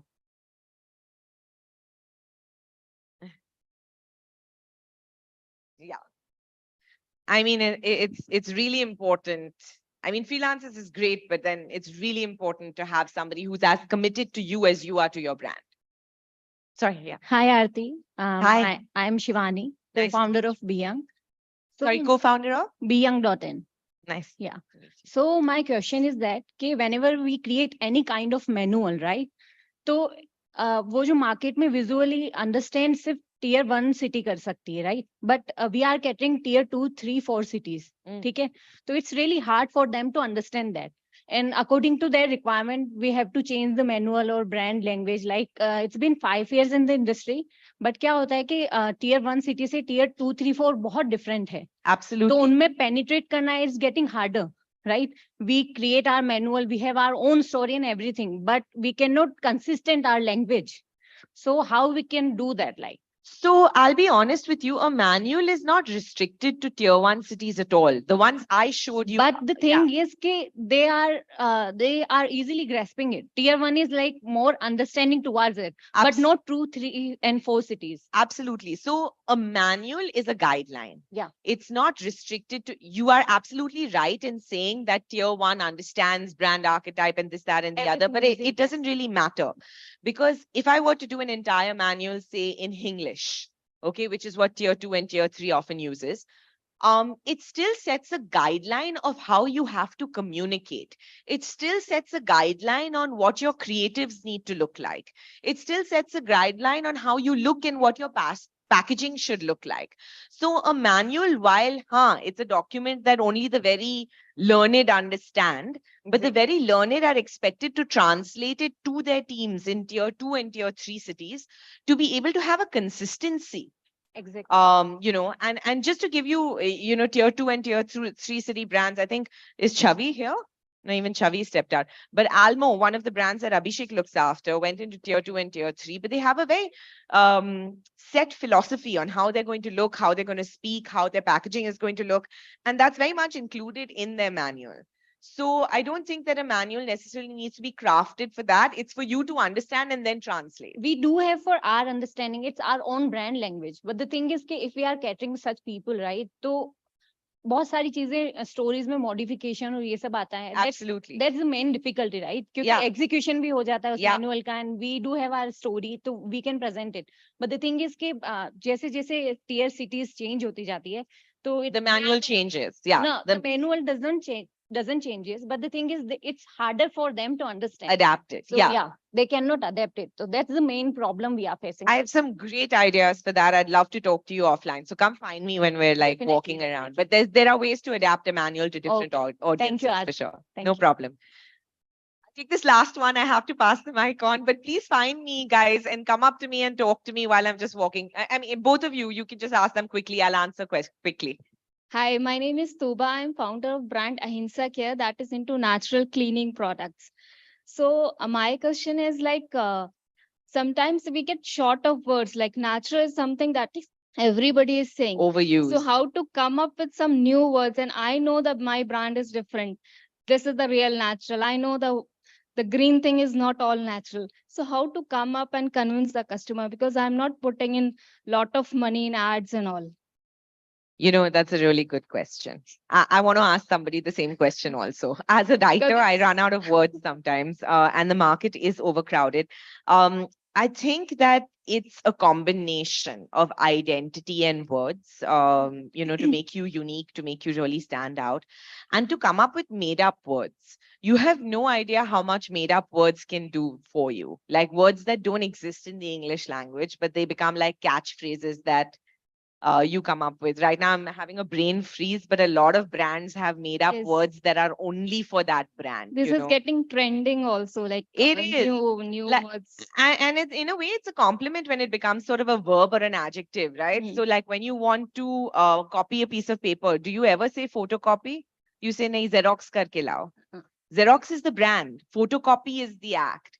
So, yeah, I think like coming up with made up words is a way to go, and also identities. There's so much you can do with design. With that word, you can connect with your brand. Everybody, Absolutely. every time you're saying your brand, and that special word should be there. Yeah, absolutely.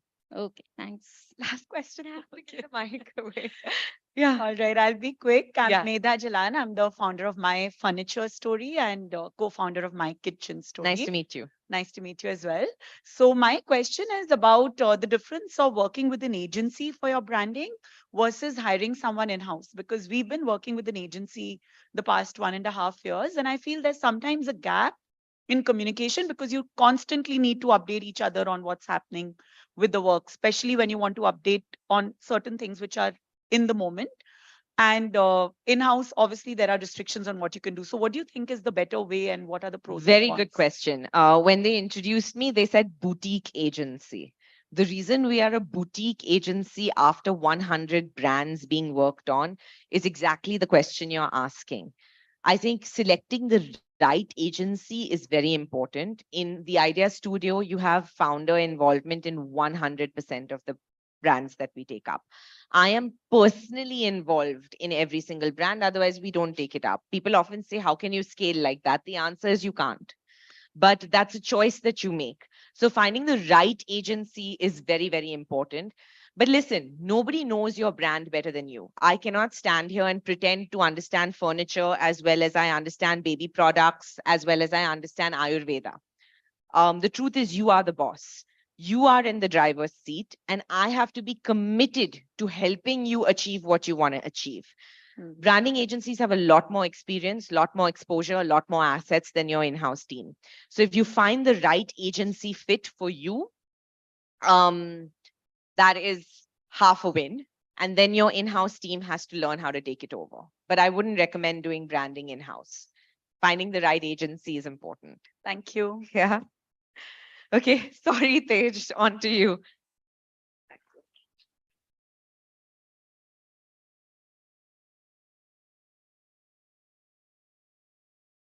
Thank you so much, Aarti. I'm sure these learnings will help us understand brand building better. Moving ahead, I believe you agree, community building is not easy. Our next speaker created a community of mothers sharing information with the like-minded mothers back in 2016. This community has grown into a network of 10,000 mothers in the city of Mumbai. She then went on to build a widely loved D2C brand. Please welcome Tejal Bajla, co-founder All Things Baby and the Mommy Network. She'll be talking about going beyond transactions, cultivating loyal communities. Can we have a huge round of applause, please?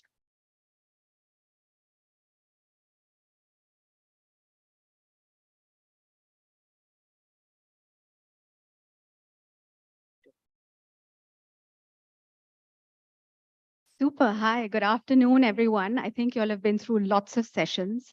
I'm a complete storyteller. So, today is going to be all about stories. I'm also very old school. So I have carried some notes to make sure I don't miss any stories. Um, but, like my topic says, beyond transactions, cultivating loyal communities. I'm here today with no agenda. I just want to share, and I want each one of you to share. And I feel like that is just so powerful. You don't know where it will lead you, right? And so my story or my journey is that of how I truly harnessed the power of a community, not just to solve problems, but to really nurture a thriving business for myself. And this was no agenda. And here I am, right? And I want to share my story. And I think along the story, you'll pick up cues of how you could go around building it. And then I'd love to hear from each one of you as to some of the things that you've done, because for me, being on this stage here is about being reciprocal. I want to hear as much from you as I kind of share, because then I will consider it a job well done.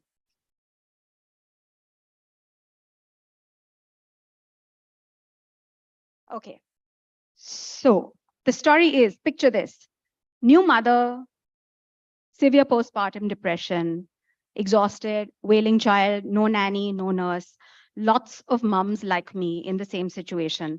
And that's when I came together with two really dear friends, again, new mums, Kiran and Shreya, and all three of us decided to solve this problem for ourselves. This led to the birth of the Mummy Network community, where we actually just added friends and friends of friends who kind of resonated with us to form a group where we could actually freely share judgment-free advice, get recommendations, and really solve for all the motherhood issues that each one of us was facing.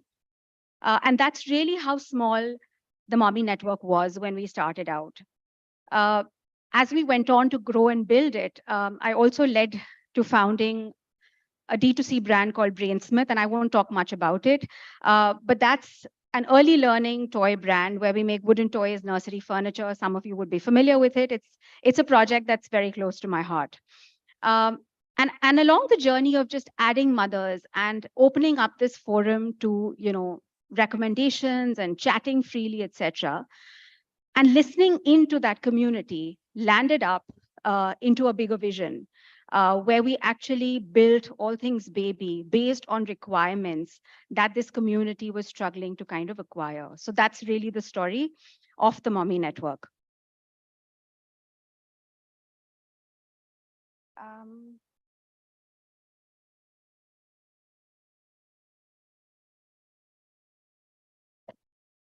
Sorry. Okay, so how do you build a community, and how did we build it? I think it was around rallying around a cause, right? You're talking to people, and you need to have a purpose around why you get together. It could be common interests, it could be pain, it could be shared ideas, but you need to have a cause that kind of combines all of this together. And in our case with the Mummy Network, it was really a safe place, a judgment-free zone of like-minded mothers who would come together and help each other selflessly. And that was really the premise. At All Things Baby, of course, the community is slightly different.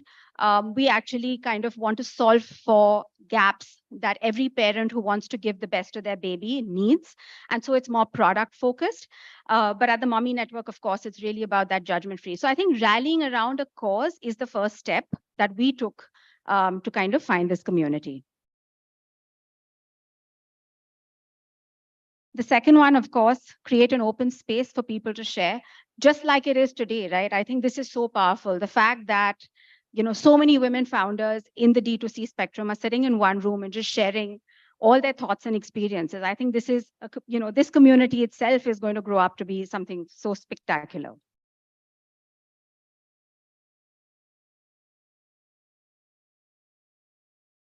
Finding the right platform for engagement. I think that's the third one. And, we're a dated community. We started in 2016. And at that time, Facebook was perhaps the way to go, where every community was being built there. And so that was the most natural transition, where we literally got people onto a Facebook group and started adding friends and friends of friends. Now, and those conversations were really, really powerful. What eventually then happened is that we took that to Instagram. And some very interesting stories started to come out. We started curating the Mommy Network most recommended nurse list, the Mommy Network most recommended stroller list. And this is all borrowed insights out of members on that community who shared, their opinions. And then we decided to kind of take it to a larger platform on Instagram and said, hey, why should the rest of the world not benefit? And so Instagram was the natural transition.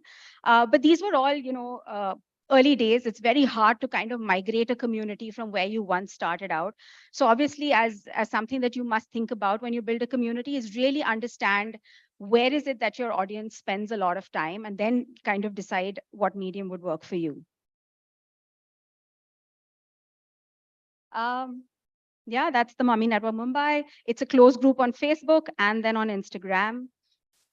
This is perhaps my most favorite, and something that truly led to the success of all the communities we built. Do you go online or offline? I think it's in this digital age when everybody is just communicating on WhatsApp and Instagram and Facebook and all of that.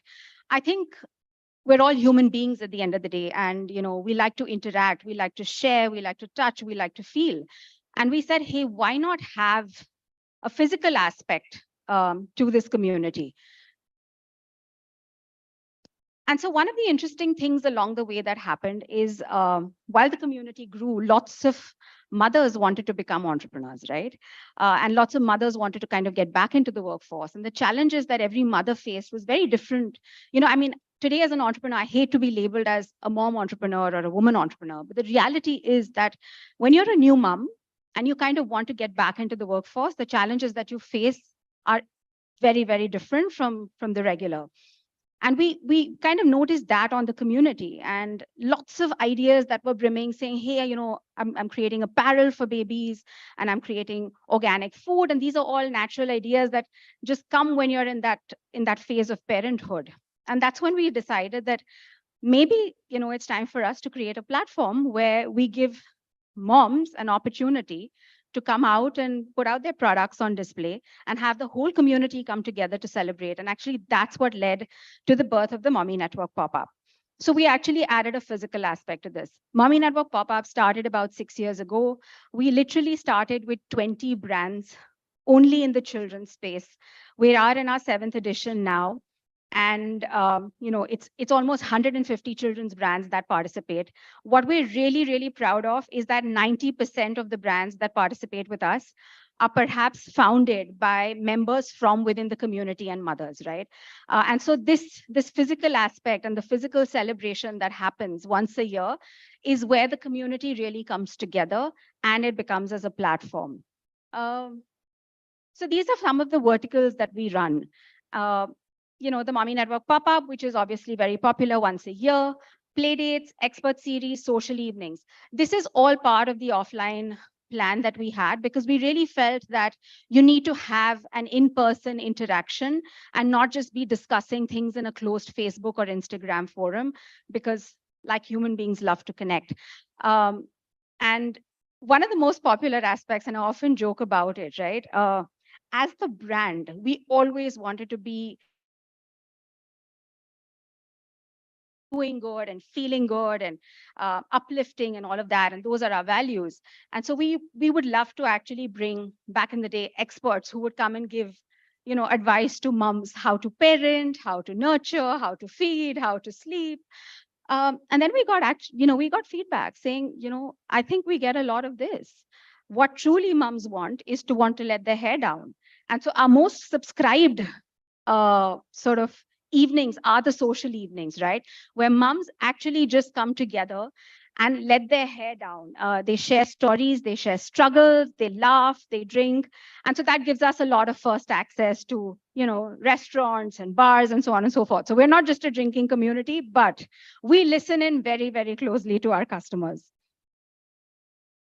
Some of the fun collaborations that we've done, Geo Wonderland, a baking workshop. I mean, this is just to kind of give you, and I think what I'm trying to tell you through this is really not what the Mommy Network does, but these are just interesting ways that you could perhaps take your brand or personify your brand into the physical space when you build a community.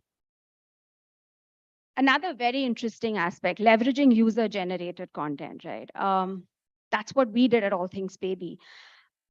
After having run this community for so long, we listened in so closely to our customers. Every day there were, members asking for, hey, who's traveling back from Dubai? Can I please get that, box of formula? Anyone landing from London? I need this particular stroller, so on and so forth. And I said, here's an opportunity. Here's an opportunity for us to dive in and baby products to this community. And and that's really how organically All Things Baby was born 3 years ago, where I leveraged what I learned from my tribe on that community, understood a gap, and decided to solve for it. And of course, I won't talk much about All Things Baby, but we've been growing 100% year on year for the last 3 years. And this is all thanks to the tribe that I never built to really sell a product. I built to really solve for a struggle that I personally faced, right? So I think being authentic and staying true to your purpose is really what gets you, and you never know how the dots will join. Another interesting aspect when I talk about leveraging user-generated content, we had a very interesting conversation with an actor. She was then a new mother, Neha Dhupia. And she actually spoke about in one of the forums saying, I was at an event and she used to carry her baby everywhere. And I was at an event and there was no place to feed my baby. And I was shoved into a washroom. I mean, what the hell? Is this acceptable? And I think that was the birth of where we collaborated. We said, this is a real problem to solve. She wanted to kind of create a here and dedicate spaces for nursing moms to have dedicated spaces to kind of go and feed their babies. And I think that led to Freedom to Feed. We were the first ones at the Mummy Network pop-up to host the Freedom to Feed booths where, nursing moms could go and feed their children. And then, it became a community in itself. She's obviously grown it really beautifully. But, just the power of a small idea and a small discussion and what it could really lead to. So that's what I mean by, generating user-generated content. Turn customers into brand ambassadors. Again, there's nothing more powerful than your very own consumers who kind of go and champion you and rally for you. And again, we've done this very, very interestingly at All Things Baby. We have a very solid loyalty program called Boss Baby Rewards. Now, I think most loyalty programs kind of give you additional coupons, discounts, more points, things like that, which is great. We do that as well. And I think most people do that as well. But where's the friendship? Where's the get to know my brand? Where's the get to know who else is shopping at All Things Baby? And we said, of course, we'll do the coupons and, price cards and, points as you go, but we will actually create a community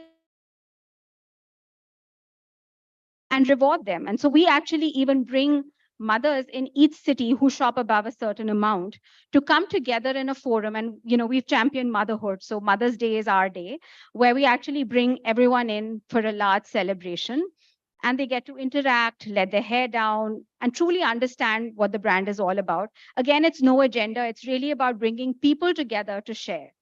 And I think that's been very, very powerful because every loyal customer who comes to the All Things Baby events will land up bringing a friend, introducing the brand to 2 or 4 more, and just that whole power of word of mouth, right? Our organic funnel today is 50% thanks to this tribe. So it's in an age where everyone's chasing the algorithm and spending heavily on Meta and trying to track all the CTAs, which of course we do as well. I think building this whole other side of a tribe has you just cannot imagine the effect. Okay, I know I have to go quicker. Be your authentic self, like I always say. If you make a mistake, apologize. On the community as well, if we have goofed up, and we have many times, we will obviously go and apologize and just share honestly, I think, because customers can see through it, right? So if your idea is to really tell them and to share what you are doing. Do it in a way that it's not very commerce heavy, because people look through it. Just a few don'ts, especially after having done it for so long. Forced community creation. I see this a lot happening, right? Because it's become this new thing that, oh, if I have a D2C brand, I have to have a community. And so, if I'm a furniture brand, I'm going to start a furniture community. If I have a diaper brand, I'm going to start a diaper community. I feel like it might just not work for you, because beyond a certain point, it's not going to really cut it. So think about the purpose. One example I want to give is that of Soundrise, right? I'm not sure how many of you are familiar with it, but they basically bring in new artists on a Sunday morning. And, it's a family event that you can go for. Now, one might think that this is a platform or a community where they want to introduce new artists. But the reality is that they're actually solving for families who are looking for interesting things to do on a Sunday morning. So it's not so much music, but it is actually family time on a Sunday morning that they're solving for. So I think when you think of a community, think slightly more deeper in terms of the pain point, and not just, translated directly. Big is never necessarily beautiful. I'm not a very big believer of numbers and big. I feel, engagement, quality of conversations, trust, empathy, loyalty, all of those are the matrices. Using community for valuation metrics, people can look through it. Linking content to commerce, right? I think everyone's tried to do it. The harder you try, the more you'll fail. If you let it remain authentic, commerce will follow. And then focusing on brand offering instead of what customers want, right? Listening in is one of the things that you have to do. Roadmap 2.0 for anyone who wants to start a community. I think identify your target really well. Choose the right platforms, especially now. And I'd love to hear from you what next, right? Because we're looking at what next after Facebook, Instagram, WhatsApp. Develop valuable content, encourage engagement, applaud, top contributor, things like that. Be very consistent and measure and adapt, right? I think this is really the roadmap. And, I think I'm going to sum up by saying that in an era of all this overwhelmingly digital, world that we actually all live in, if you are a D2C founder and you want to build a long-term sustainable brand, I think truly build your tribe, because this tribe is not dependent on algorithms, and they won't make you dance to really, get you visible. So that's what it is. Any questions?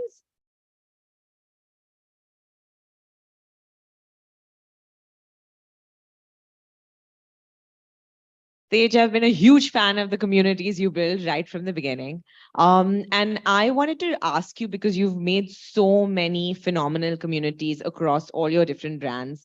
I remember being a part of Mommy Network when it started, the first very show. Founders often come to us these days and are in a terrible hurry to build a community. And if anything else, your journey with your careers has shown a testament of strong communities over time. So what do you have to say to founders like that who are like, community build karna hai, we have 6 months to do it, and that's how it works? So I think this is the dilemma, right? And I perhaps have the luxury because I'm still a bootstrap venture, not on steroids. So, and when I say steroids, I mean venture funded is what I call ventures on steroids. So of course, I understand the dilemma of founders who come with venture funds where they have, very little time to deliver, quick results, big numbers, etc. Like I said, there's no shortcut to building a tribe, right? It takes years. It's like a relationship, right? You build trust over a period of time, and no matter how much of the celebrities I'll show you, and no matter how much content I will show you, it's not like I'm going to cut it for you until you've really experienced, tasted what we have on offer. So I think it's going to be about a healthy balance. And again, I think having found a very strong purpose. So if the founder has a purpose that they can rally on very closely, which is an issue to solve for, I think the community can kind of build much quicker because you'll have a lot more takers coming together. But if it's just one of the many cookie cutter recipes, then you're dependent on the algorithm. Thank you. You're welcome. Hi, I'm Darshan. I'm a founder of Waggies Own. We were the first ones to make ice creams for dogs. Okay. Oh, wow. And like you mentioned, I'm a converted pet parent. Like I was Okay. very scared of dogs to becoming a pet parent. And that's where I started learning. And so, there were pet parents where a community got built.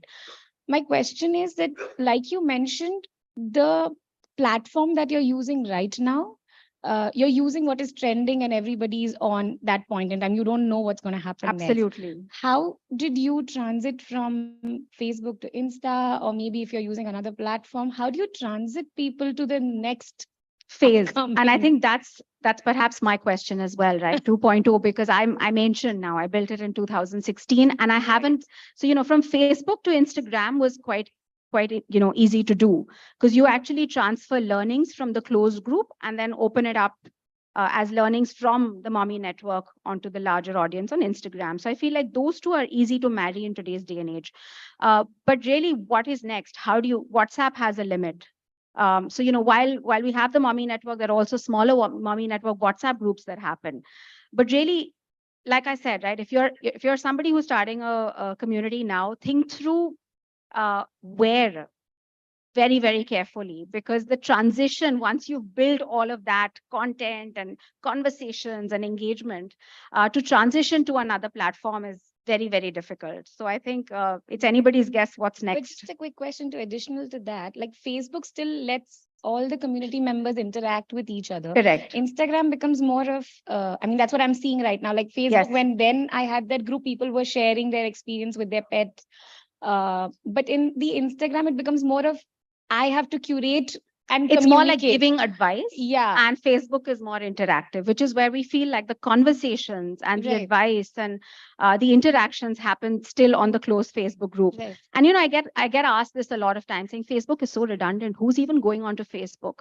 But what's really surprising about the Mommy Network, and I think that's the community and the people who are on it. It's just such an exciting audience that if you need anything beyond babies as well, you'll still go and post there, because you'll get an advice or a recommendation that'll cut it for you. So perhaps it's the curation that still keeps it going, and of course, transitioning is something we all have to think about. Any further questions? I'm from Blaze On Clothing. Hi. And we are a lingerie brand. Okay. Like a 38-year lingerie brand. Okay. So my dad and mom started this brand. Okay. Wow. And in 84. So now we're finding it difficult kind of to, scale it, in the sense that they've done their part. Now it's like offline to online. That transition is happening. How to build a community around that? Because we have loyal customers, like a lady called us recently. She's like 15-year-old customer. She's been buying Blaze On for 15 years now. So how do I build a customer community around that? No, very interesting to kind of say so again, what is it that your brand wants to stand for, right? I mean, top of mind, what really comes to me, and this could just be something that you'll get from the audience as well, is, celebrate the real you. And I think it could just be as comfort that we celebrate. It's basically our brand stands for comfort. Comfort. Yes. Right. So I think it's about real women coming together and kind of sharing, how comfortable they are in their own skin. And I think it needs to be broader than product, right? And I think it requires some deliberation in terms of understanding customer pain points and, journey. So I think you should talk to your customers very, very often. Okay. And you'll kind of really come up with some very interesting pain points or shared interests that each one of them has, which are unique to them. Okay. And then you'll find that one, solidarity and that solid answer. Right. Thank you so much. Hi, Tejal, it's Koninika here.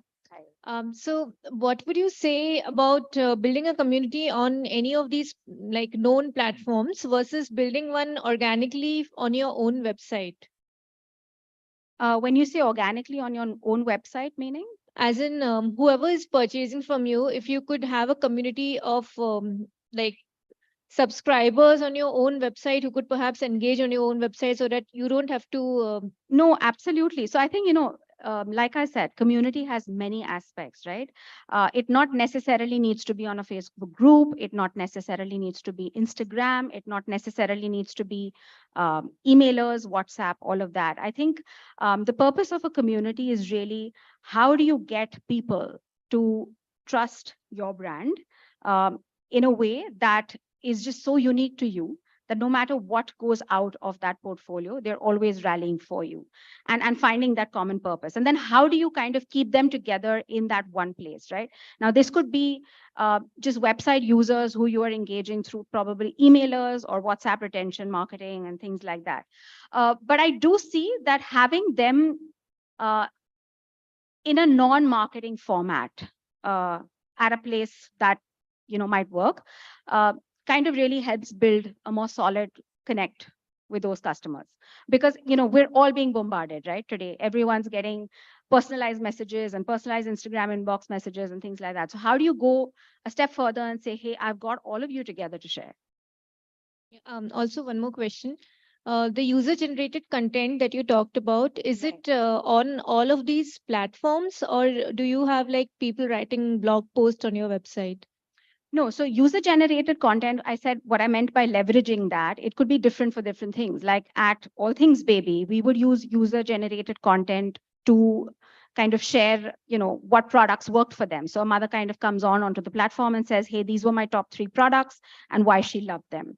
But on the Mommy Network, what I meant by generating or leveraging user-generated content is the power of discussions, right? When somebody is having a discussion or talking about a particular product, you could actually pick it up and then multi-fold it. So it, like I said, the idea of creating a feeding booth, because somebody said that public places don't have feeding booths, or somebody said I can't find this product, and then bringing it onto your platform. So I think it's about how you leverage it for each one of those verticals. Thank you, Tejal. Done. Any Super. further questions? Any others? Super. Thanks very much.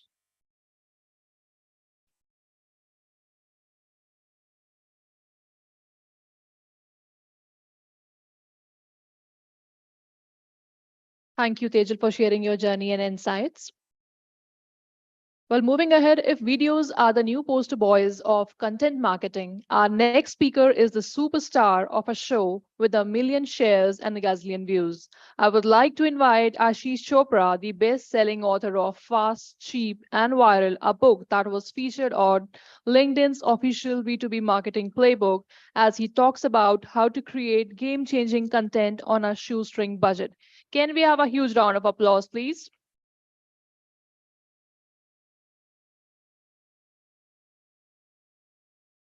Light to nahi change hogi.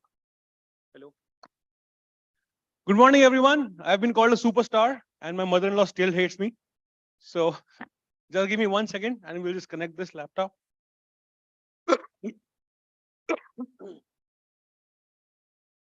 Okay, let's just see if the videos are playing. No video, no audio, sorry.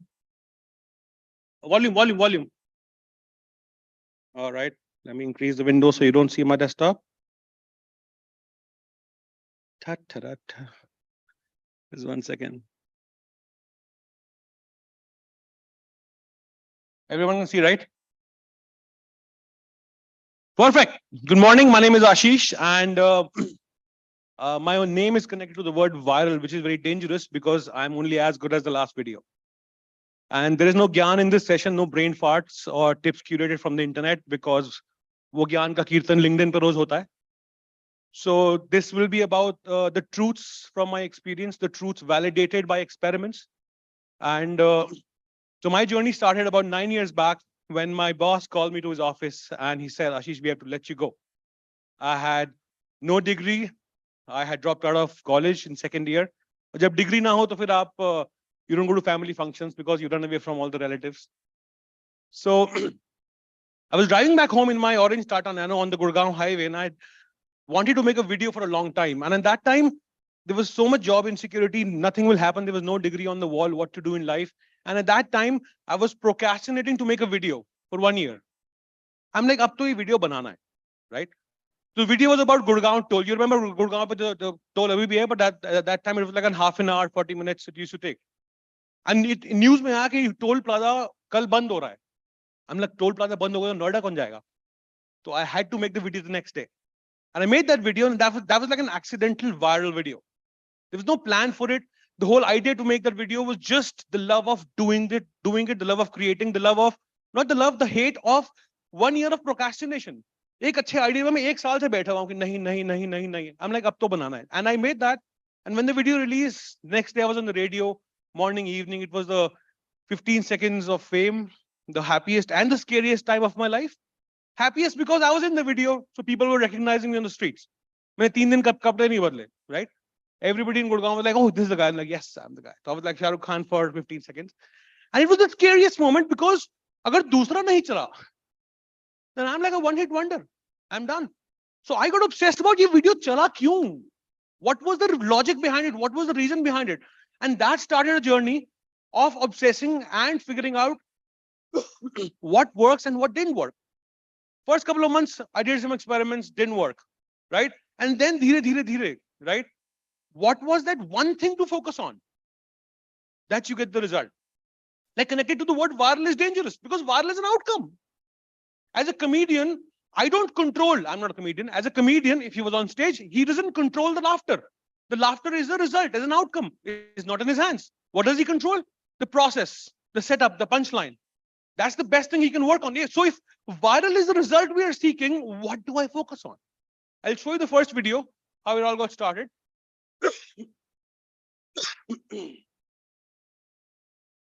Volume.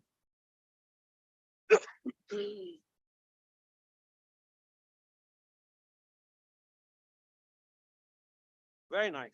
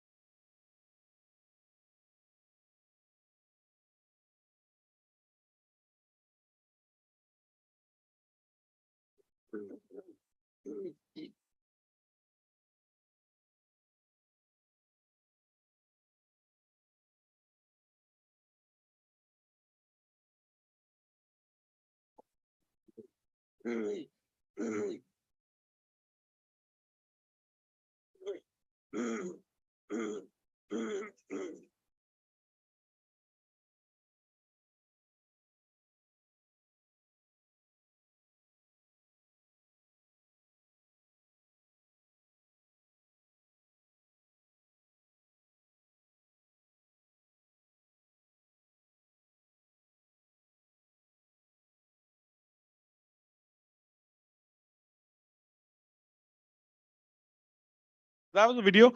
It went amazing. Everybody started paying toll for the cars behind them. It created a tiny moment of joy in everybody's life in that half an hour.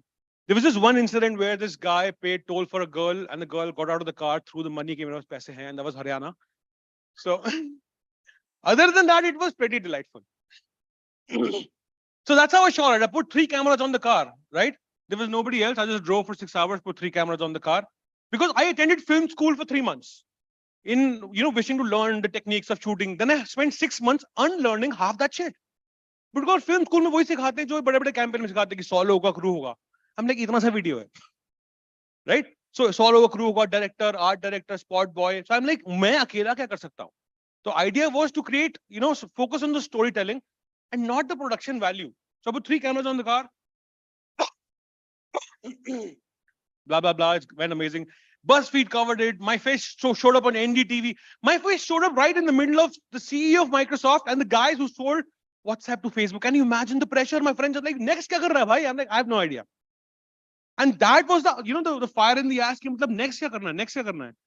But that started the journey of obsessing, which led to 81 viral videos till now. So, but why is viral marketing important? Content marketing we need, right? For example, I got many job offers, as CMO in many companies. I'm like, CMO, the job is like a haldiram. आपको SEO भी करना है, आपको content भी करना है, आपको ad भी चलानी है, performance भी करना है, ये भी करना है. I'm like, I really want to focus on one thing which really matters in all of marketing, and that is engagement. अगर आपके कंटेंट, आपकी एड, आपकी होर्डिंग, आपकी ट्वीट, आपके टेक्स्ट किसी पे भी एंगेजमेंट नहीं है तो घंटा पैसे खत्म हो गए ना सारे. आपने सेलिब्रिटी को पैसे दे दिए बहुत सारे, वेरी गुड. सेलिब्रिटी के सारे जो फैंस थे वो नाचते हुए आए, नाचते हुए चले गए. हमारे ब्रांड की वही की वही है. So the idea which causes that, which brings about the consequence of that idea, which is engagement, वो idea बहुत important है. That should be the hero and not everything else. So why is viral important? Because this is 2017 data. Indians are spending 28 hours on their mobile devices, 2 hours on print, 4 hours on TV. Yet we keep obsessing about TV ads. Because अगर यहाँ पे engagement है, because mobile is two-way street. This is one way. This is one way. This is two-way. This is where engagement will happen. This is where shit will also happen in a tweet, right? So if everybody is spending so much time on their devices, that's where we have to be and cause real engagement. Second is how platforms control reach. It's like I'm standing here. If you take my mic away, if you take the speakers away, only the first row would actually get to hear what I'm saying. That's your organic reach. अभी 4 हैं, actually में सिर्फ 2 ही होंगे, Facebook और Instagram और उस पे, right? Nobody gets to hear. They charge money to control the volume of the speakers. And then, Instagram pe boost karo, sponsor karo, and more people get to hear it. But what I'm saying is there too much echo or meko sunai de raha hai? Is it audible or okay? So what I'm saying is, if what you're saying, what you're creating, your content is so powerful that the first row is compelled to share with the row behind them, then it spreads like wildfire. And we beat platforms at their own game because nobody can stop organic sharing of content. We had a video last month. We could not control how big it went, right? It was in every WhatsApp group. When Chandrayaan went, we had a video about, how Indians would be traveling on Chand. Every family, every alumni, every marketing, every household RWA group, that video was there, right? There was no money spent, right? The whole idea was propelling itself because people were compelled to share it. So that's the importance, but there's some challenges. Challenges number 1, and I have pasted it on the wall, not to forget, this is the world we live in. Darkness. Okay. Overwhelming content density. There is so much content. बच्चा content बना रहा है. आधे platforms पे filtering है. Instagram, Facebook, all those things, they show you what's relevant. Newsfeed algorithm, great. WhatsApp पे कोई filtering नहीं है.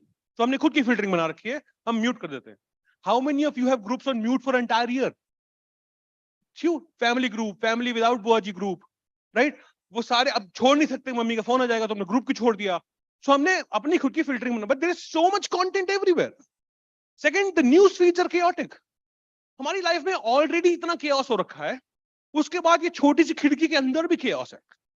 Because बच्चा content बना रहा है, right? So whatever we create has to be really remarkable. The bar is really high. नहीं तो पैसे खर्च करो, रीच आएगी, engagement नहीं आएगी, पैसे खत्म, अब क्या करना है? Next is the bullshit radars have evolved. How many of you remember the India of the 80s and 90s? We have a young crowd. There was an India of 80s and 90s. There was one TV channel. What was that? Doordarshan. Z. You said Z. So उससे पहले there was Doordarshan. So one TV channel. Imagine in India, एक TV channel, एक family, एक छोटे से TV के सामने, और TV की भी खिड़की होती थी उस time पे. Just Google it. So उस TV channel पे अगर कोई program आ रहा है और बीच में ad आ रही है, तो हमें पता ही नहीं है कि ये ad है कि program है. Because हमने कभी देखा ही नहीं. रामायण के बीच में अगर बजा जा रहा है तो जरूरी होगा. We had no idea. But then multiple channels came on the screen, right? And then remote control was born. A remote control was nothing but a bullshit detector. आप पिक्चर देख रहे हो, गाना आया, fast forward, right? Ad I, change the channel, right? वो bullshit detectors which started at that time has been so far evolved to today that आज की generation is all tab, they're gone. Ad blockers are on the rise. आप newspaper खोलते हो, 6 page के बाद शुरू करते हो. आपको पता है कि इसमें bullshit है. You see, you have ad blindness everywhere you see. You see ad blindness on your laptop. When you see ads, you have ad blindness on the phone. You ignore those things. So whatever you create has to be authentic and pierce through that bullshit. Why do you think all the ads are deceptive by nature? Because user trust है ही नहीं उसपे, right? Because ad भी content के साथ अगर आपकी ad content जैसी है, it will work, but the bar is very high for that. Because ads are like 5-10 seconds, 15 seconds, TV के लिए 30 seconds. And the last is low attention span. अगर जनता की attention span बहुत low है, we have to cater to that. A friend of mine was making a short film. कहता 15 minute की film है, release it on Instagram or Facebook or whatever, और end में एक twist है. हमने घंटे को रुकेगा नहीं twist के लिए. 3 से 6 सेकंड में, if you don't come to the point about what you're saying, right, then you're gone. The audience is gone. So I'll give you examples, and all the videos you'll see have the same framework in every video. That's why I never work with the idea of fiction in videos. Why should we become Spielberg and Sanjay Leela Bhansali? हम क्यों director बने? We know our customers really well. We obsess about that day and night. So हम अपने customers, अपने audience से अपना content निकालेंगे. It'll be non-fiction based on value they are getting. And every 3 to 6 seconds, something new should happen. So there's 7 fundamentals, core pillars, rule, best practices. And that's the last slide, which is the majority of the session. Viral, the operating word for viral is share worthy, period. अगर आपके किसी भी idea पे, that's the question, the litmus test for every idea, marketing, किसी भी perspective से, is it worthy of sharing or not? If not, अपनी mummy को दिखाओ. Your mummy likes every idea. Very good, beta, very good. तो mummy को दिखाता नहीं कुछ, right? Because if it's worthy of sharing, then it's worth spending time to create, spending money to produce, even if it's like $5,000, doesn't matter, and spending money to boost if it's required for validation. Great. So share worthy is very important, but share worthy is very subjective. Creativity is very subjective. मेरा वाला pink is different from तुम्हारा वाला pink, right? So I experimented with 5 categories, which is the IUCTC, and all the buckets in these content buckets framework were experimented at every stage. First is inspirational content. Second is useful content. Third is celebrating their life. Fourth is topical. And fifth is change the world. So inspiration, if somebody watches your content, gets heavily inspired, wants to tag their friends, great. That's the first category. Second is useful content. Useful content के लिए we deep dive and create a massive list of pain points from our audience. If you truly understand your audience, if you give a shit about their user experience, because हमारे product और business में वो obsession होता है, right? कि हमें user experience की packaging बढ़िया, product बढ़िया, quality बढ़िया, marketing तुम देख लो. अरे marketing भी बढ़िया करो ना, सब कुछ तो कर रहे हो तुम. Because if you give a shit about your audience and user experience, you deep dive and figure out the tiniest of pain points. अगर आप वो pain points समझ गए, if you creatively solve them, it's useful content, right? If you cannot solve them, then it's the next category, which is celebrate their life, right? T is for topical, anything is happening in the news. People are crazy these days for moment marketing. And C is change the world. If you attempt to make the world a better place, every video, every content becomes a vehicle for that tiny revolution. So I'll give you the first example. We had to make a video about hotels. And staying in a hotel, I was invited to some Goa fancy conference. There was very fancy property. And my wife called me. He's like, wo shower cap le aana. I'm like, shower cap? What? Shower cap? आधा घंटा हो गया. What was this? Like, mandir, what? Acha. So we made a video, and at that time, what happened was a family in Bali were caught stealing stuff from the hotel. That was an embarrassment thing for the country. So we made a video which went to US TV show, और हमने वो 7,000 रुपए में बनाया था, right? About hotel से क्या सामान ले जा सकते हैं, क्या नहीं ले जा सकते. Because nobody ever told us, right? तो इंडिया में जो भी प्रॉब्लम है हमें किसी ने बताया नहीं है. We are good people.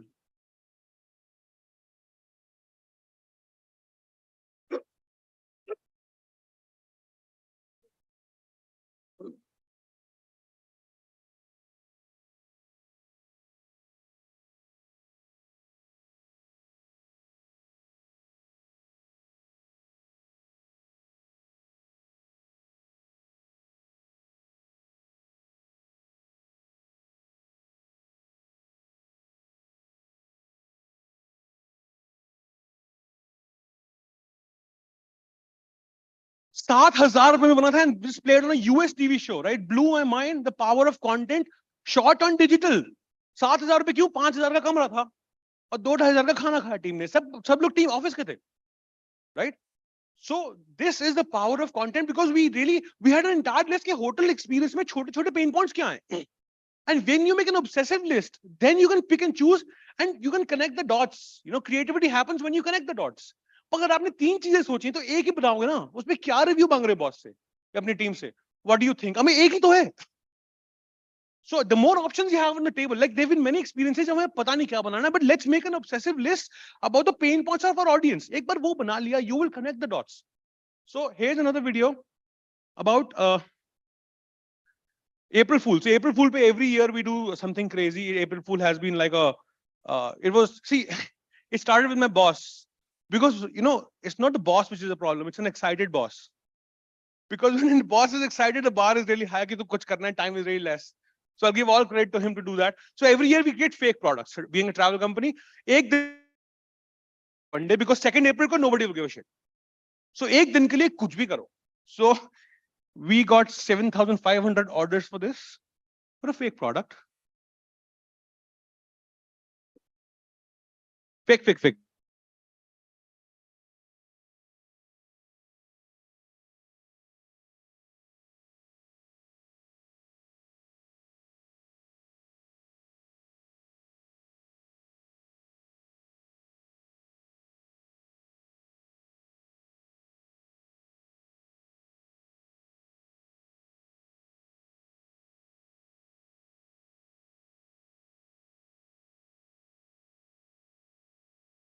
Ten minutes.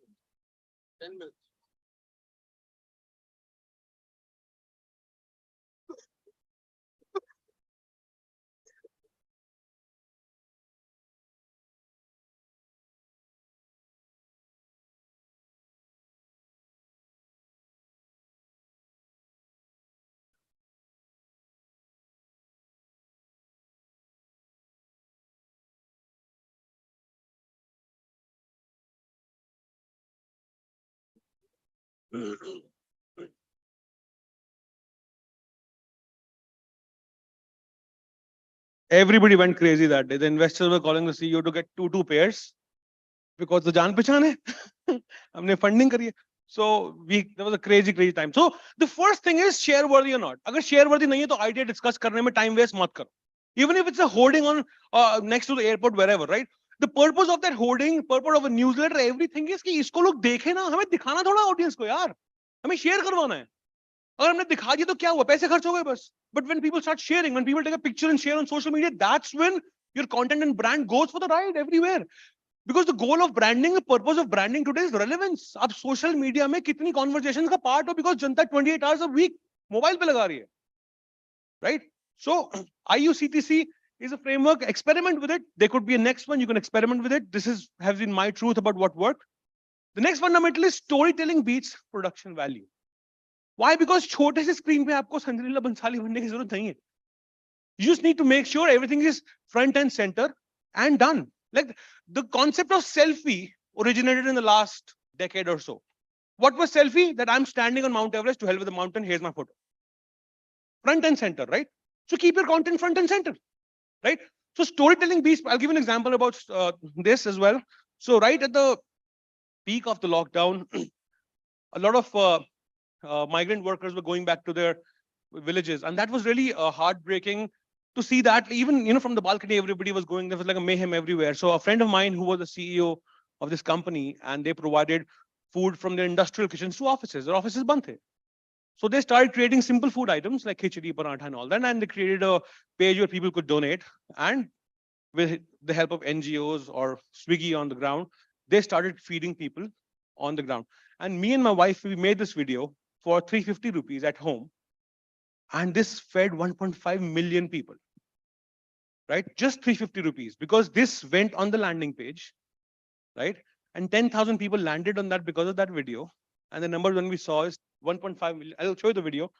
This was the craziest time of our lives.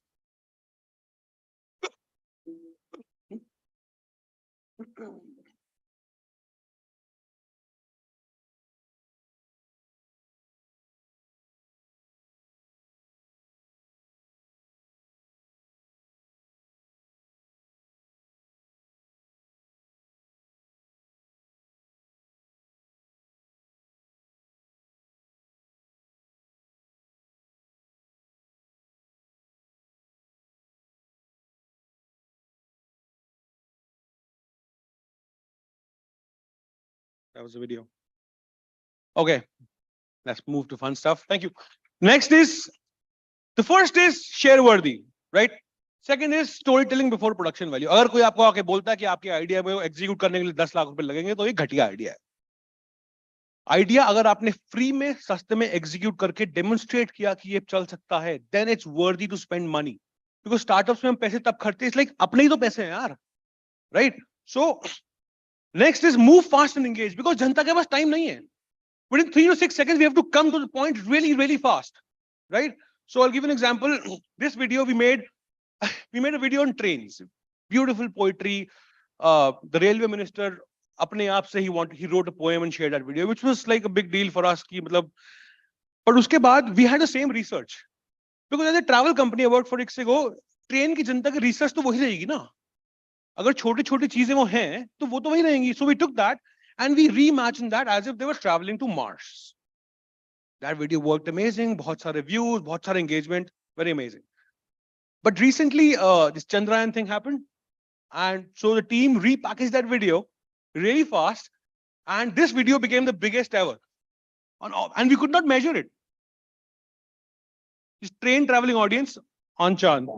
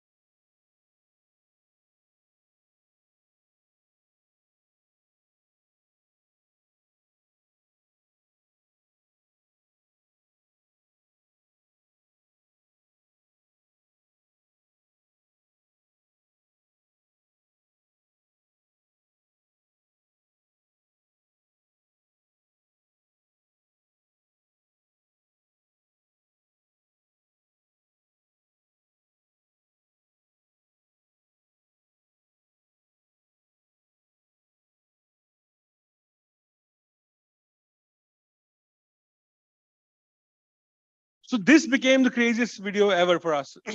Next, make for mobile. Make for mobile का मतलब ये है कि sensibility mobile वाले रखो.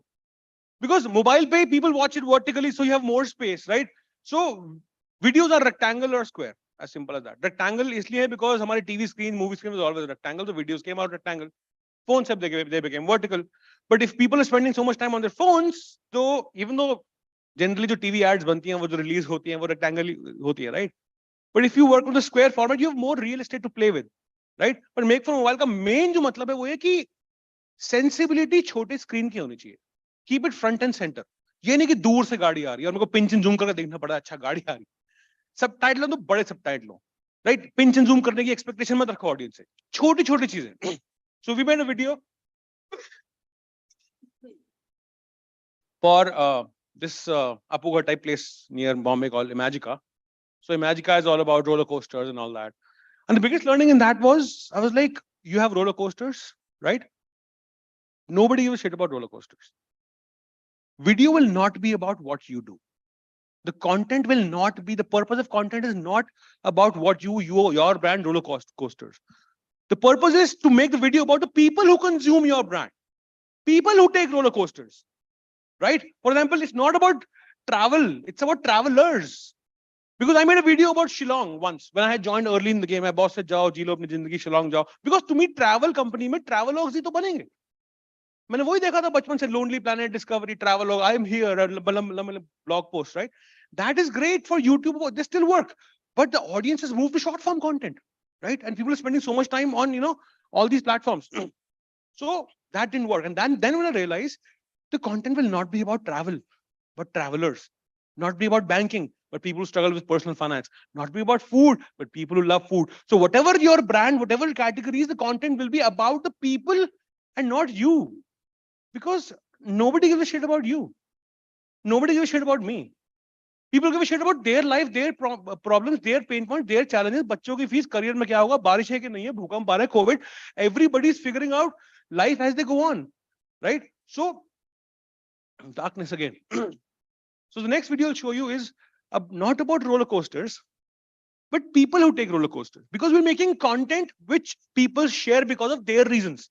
They will not share because of आपका logo बड़ा अच्छा हमने share कर दिया, ऐसा नहीं होगा, right? So I'll share the video.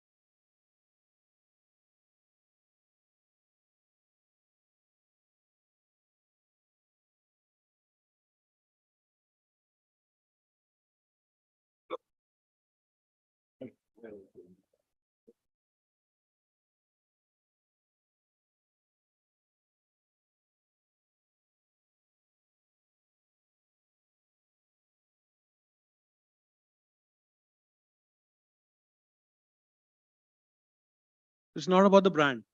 It's about the people who consume the brand. Because when people share it, it's for their reasons. People will illegally download your video from YouTube and share in their WhatsApp groups, right? Because they're so compelled to share it. Let's be in that space. That's worthy of being that space. Then being in the noise everywhere.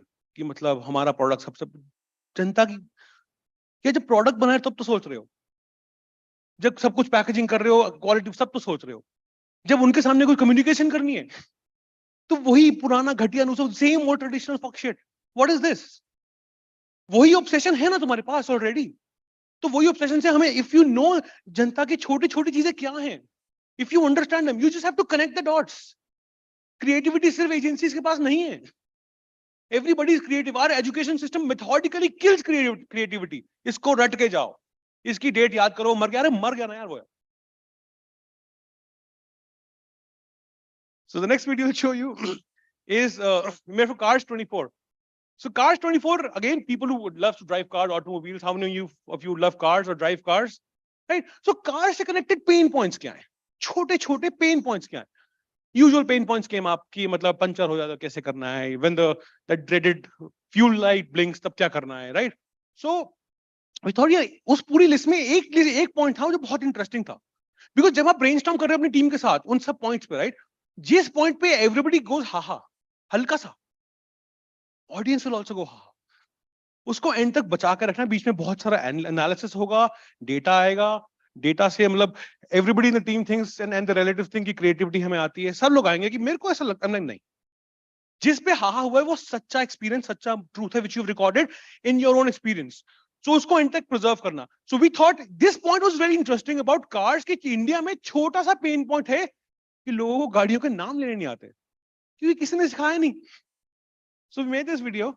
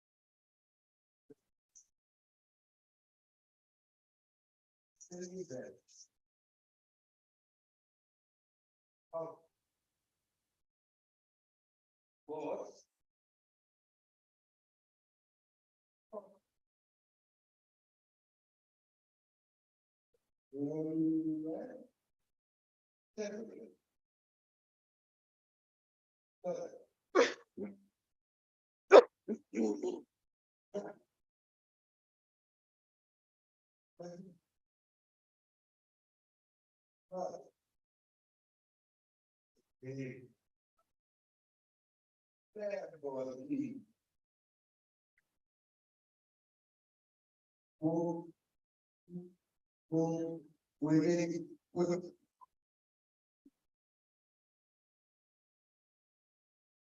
that was a video for Gash 24 about Make for Mobile. Thank you. The next is distribution strategy. If you don't have a distribution strategy, your greatest idea will die in a vault, right? So distribution strategy ke do teen simple fundamentals. The first is you release the video when your core initial group is in the best space to share that video. For example, your friends and family, people in the team. Because हमारे office के लोग ही कई बार share नहीं करते video. I went to Mumbai and there was a workshop and the CMO was very proud कि हमारे video पे 2 million views हैं. I'm like, congratulations. I'm like, कितने लोग काम करते हैं आपकी ऑफिस में? 200 लोग. I'm like, 2 shares आए इस पे. आपके खुद के ऑफिस के खुद के लोगों ने शेयर नहीं किया इसको वीडियो और आप कंप्लेन कर रहे हो अरे रीच कम हो गई है फेसबुक पे, इंस्टाग्राम पे, राइट? प्लेटफॉर्म दुनिया बदल गई. अरे नहीं, तुम्हारे लोग, तुम्हारे खुद के लोगों में वो video hasn't passed the test, the fire test. So the people who are within your company, they are the first ones to release, to share the video. But they will not share because an email has come from the CEO. वो 2-3 बार होता है, उसके बाद people start cringing. Which social is very personal space, right? So you have to do creative exercises, and we do it every video to make people interested about that idea. Because सारी game ideas, nesting of ideas, bullet point of ideas की ही है, right? So first is that initial core group, because that initial core group will kick your content as hard as it can into the universe. If it has wings, it will fly, right? Next is do the outreach. Outreach में मेहनत लगती है, पैसे नहीं लगते. Outreach मतलब there are many communities who are feeding their audiences a lot of content. Reach out to them. Some may charge money, some may not, right? But many times our videos have landed in pages, in groups, sometimes without even asking for money. We made a video about how to speak Lucknowi. Lucknowi is not a language, it's the way, it's a part of the culture, right? There was a Lucknowi page and uspe 100,000 reactions on Instagram on that page, right? So outreach is important, and when to boost. जब engagement का validation है, then you boost. Because आपकी audience, आपकी initial audience, आपके office, आपकी community, आपकी family में अगर वो everybody is going thumbs up and sharing, मतलब पैसे लगाएंगे और ज़्यादा reach आएगी, then that will also multiply. Because we need organic engagement, right? Free की reach की game हो गई खत्म काफी time से, right? So, but your content has to earn every comment, right? You can spend crores, but you cannot buy one comment which is earned. You cannot buy that. That your content and content alone has to earn. So that's the book make distribution strategies there, but that was the whole idea of it. The next thing is conversations before campaigns. Campaign मैं थक गया हूँ campaign से. Marketers are obsessed with campaigns. हमारा इस quarter का campaign, हमारा ये campaign, दिवाली हमने भाड़ में गए तुम्हारे campaign. Because campaigns जनता के, people don't give a shit about campaigns. हमारे words हैं. We have all these words created, right? Target, market, एकदम war references वाले word. अरे इस चीज में प्यार करना इस audience से, right? So social media is built on conversation. The goal of branding is relevance. आपके बारे में बात कौन कर रहा है? आपकी वजह से बात कौन कर रहा है?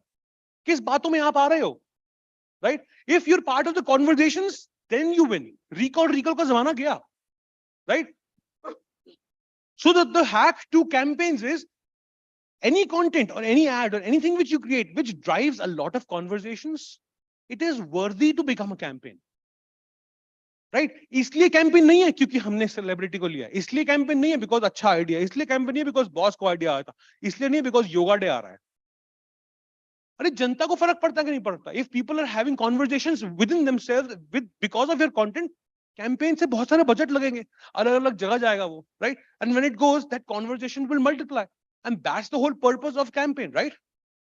Unless you're like a big company and you spend money every quarter. I'll give you an example on Women's Day. So in IUCTC, U is useful, right? So we make a list of pain points. So we had to make a video about Women's Day. I'm like, okay, women ke pain points kya when it comes to travel? So we call the guys and girls in the boardroom. I'm like, batao, guys, when women travel or you travel, kya pain points hain? Oh, hotel, bike, car milegi, party. I'm like, get out of the room. Only girls remain. I'm like, pain point kya chote chote? And then ek choti si cheez nikli ki hame to permission nahi milegi. I'm like, permission? This is what year are you living in, right? And when we asked everybody, everybody had some or the other objection. Choti si spouse से, parents से कि approval तो चाहिए, चाहे छोटा सा चाहिए, right? I'm like, ये कैसा? Because as a guy, you never lived through that, right? हमने पूछना छोड़ दिया था 10th में, हम बताते थे हम जा रहे हैं, right? I'm like, there is so much inequality here and nobody is even addressing it, and that's the truth. That's everybody's truth. I'm like, ठीक है, क्या-क्या सुनने को मिलता है? सब लोग भरे बैठे थे. ये. List बनी. That was the video. I'm like, every person will now say the same thing on the screen. And this video, when we released, every person was tagging their cousin, their sister, their friends, because that was their shared identity. Social media पे आप जो भी post देखते हो वो everybody is shouting कि ये मैं हूं, ये मेरी चीजें, right? So if people have a shared identity and that will come from shared truths. तो अगर आपने वो रिसर्च करके छोटी छोटी सच्चाइयां ढूंढ ली, truths, right, that's where the magic is. So here's video we did on women's day and every girl from the office was in it.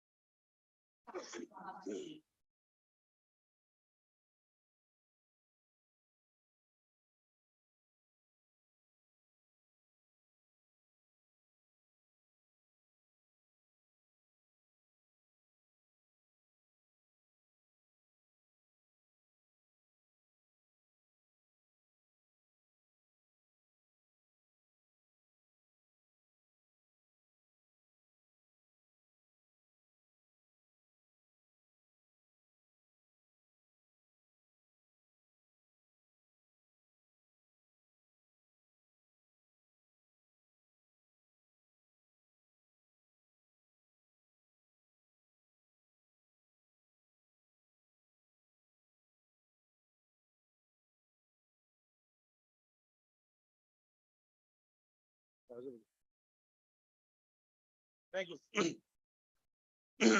And the last is authentic, no ads. Right? Ads and content are like oil and water, two sides of a coin. Content के नाम पे ad मत बनाओ यार. Because ad का purpose होता है हमारा brand कहाँ लग जाएगा, which is fine. कितनी conversion आएंगे, which is fine. Content का purpose है engagement आएगी नहीं आएगी. जनता के हित में है कि नहीं है. और ad भी तभी चलेगी जब वो जनता के हित में होगी. Right? Because ad से आपको क्या चाहिए? You want a call to action. You want people to take action. Right? Understand what you do, figure out, check out what you do. But पहले engage तो करो. आपको किसी ने अब you remember D2C buses या किसी भी event पे जाओ, मतलब no hi hello here's my card, here's what I do. अरे ये कैसा relationship है? और ads भी यही कर रही हैं. आप मैच देख रहे हो, ये देखा, ये साबुन, अरे what is this? जनता से relationship बनाओ ना, जहाँ पे जनता है, you know, like Twitter पे everybody is crazy on a match day. वहाँ relationship बनाओ, and it's a marathon, it's not a sprint. So because nobody gives a shit about you, your product, your logo, your how shiny, you know, your gym jam is. People give a shit about their life, their pain points and their problems. Because जनता की, आपकी audience की pain points की orbit पे एक pain point ऐसा है जो आप बहुत अच्छी तरह से solve करते हो. Right? I'll give you an example for travel. Flight tickets, train tickets, smooth booking process, great. But traveler की pain point की orbit पे और बहुत सारे pain point हैं जो हम solve थोड़ा करते हैं. If you land up in Chennai and you don't know how to speak Tamil, हमारी problem थोड़ा है वो. But that is the purpose, that's the brand DNA, that we stand for the traveler. वो सारा content है. एक pain point हमारा product solve करता है. बाकी सब हम celebrate या solve करते हैं through content. Because we have to champion the cause of our audience. Product तो बिक जाएंगे. अगर आपके पास आपकी audience होगी तो product, because they become the evangelist to actually take it forward. And that's the space we want to be in. Right? So I'll show you the last video, which we spent zero money on. For Mother's Day.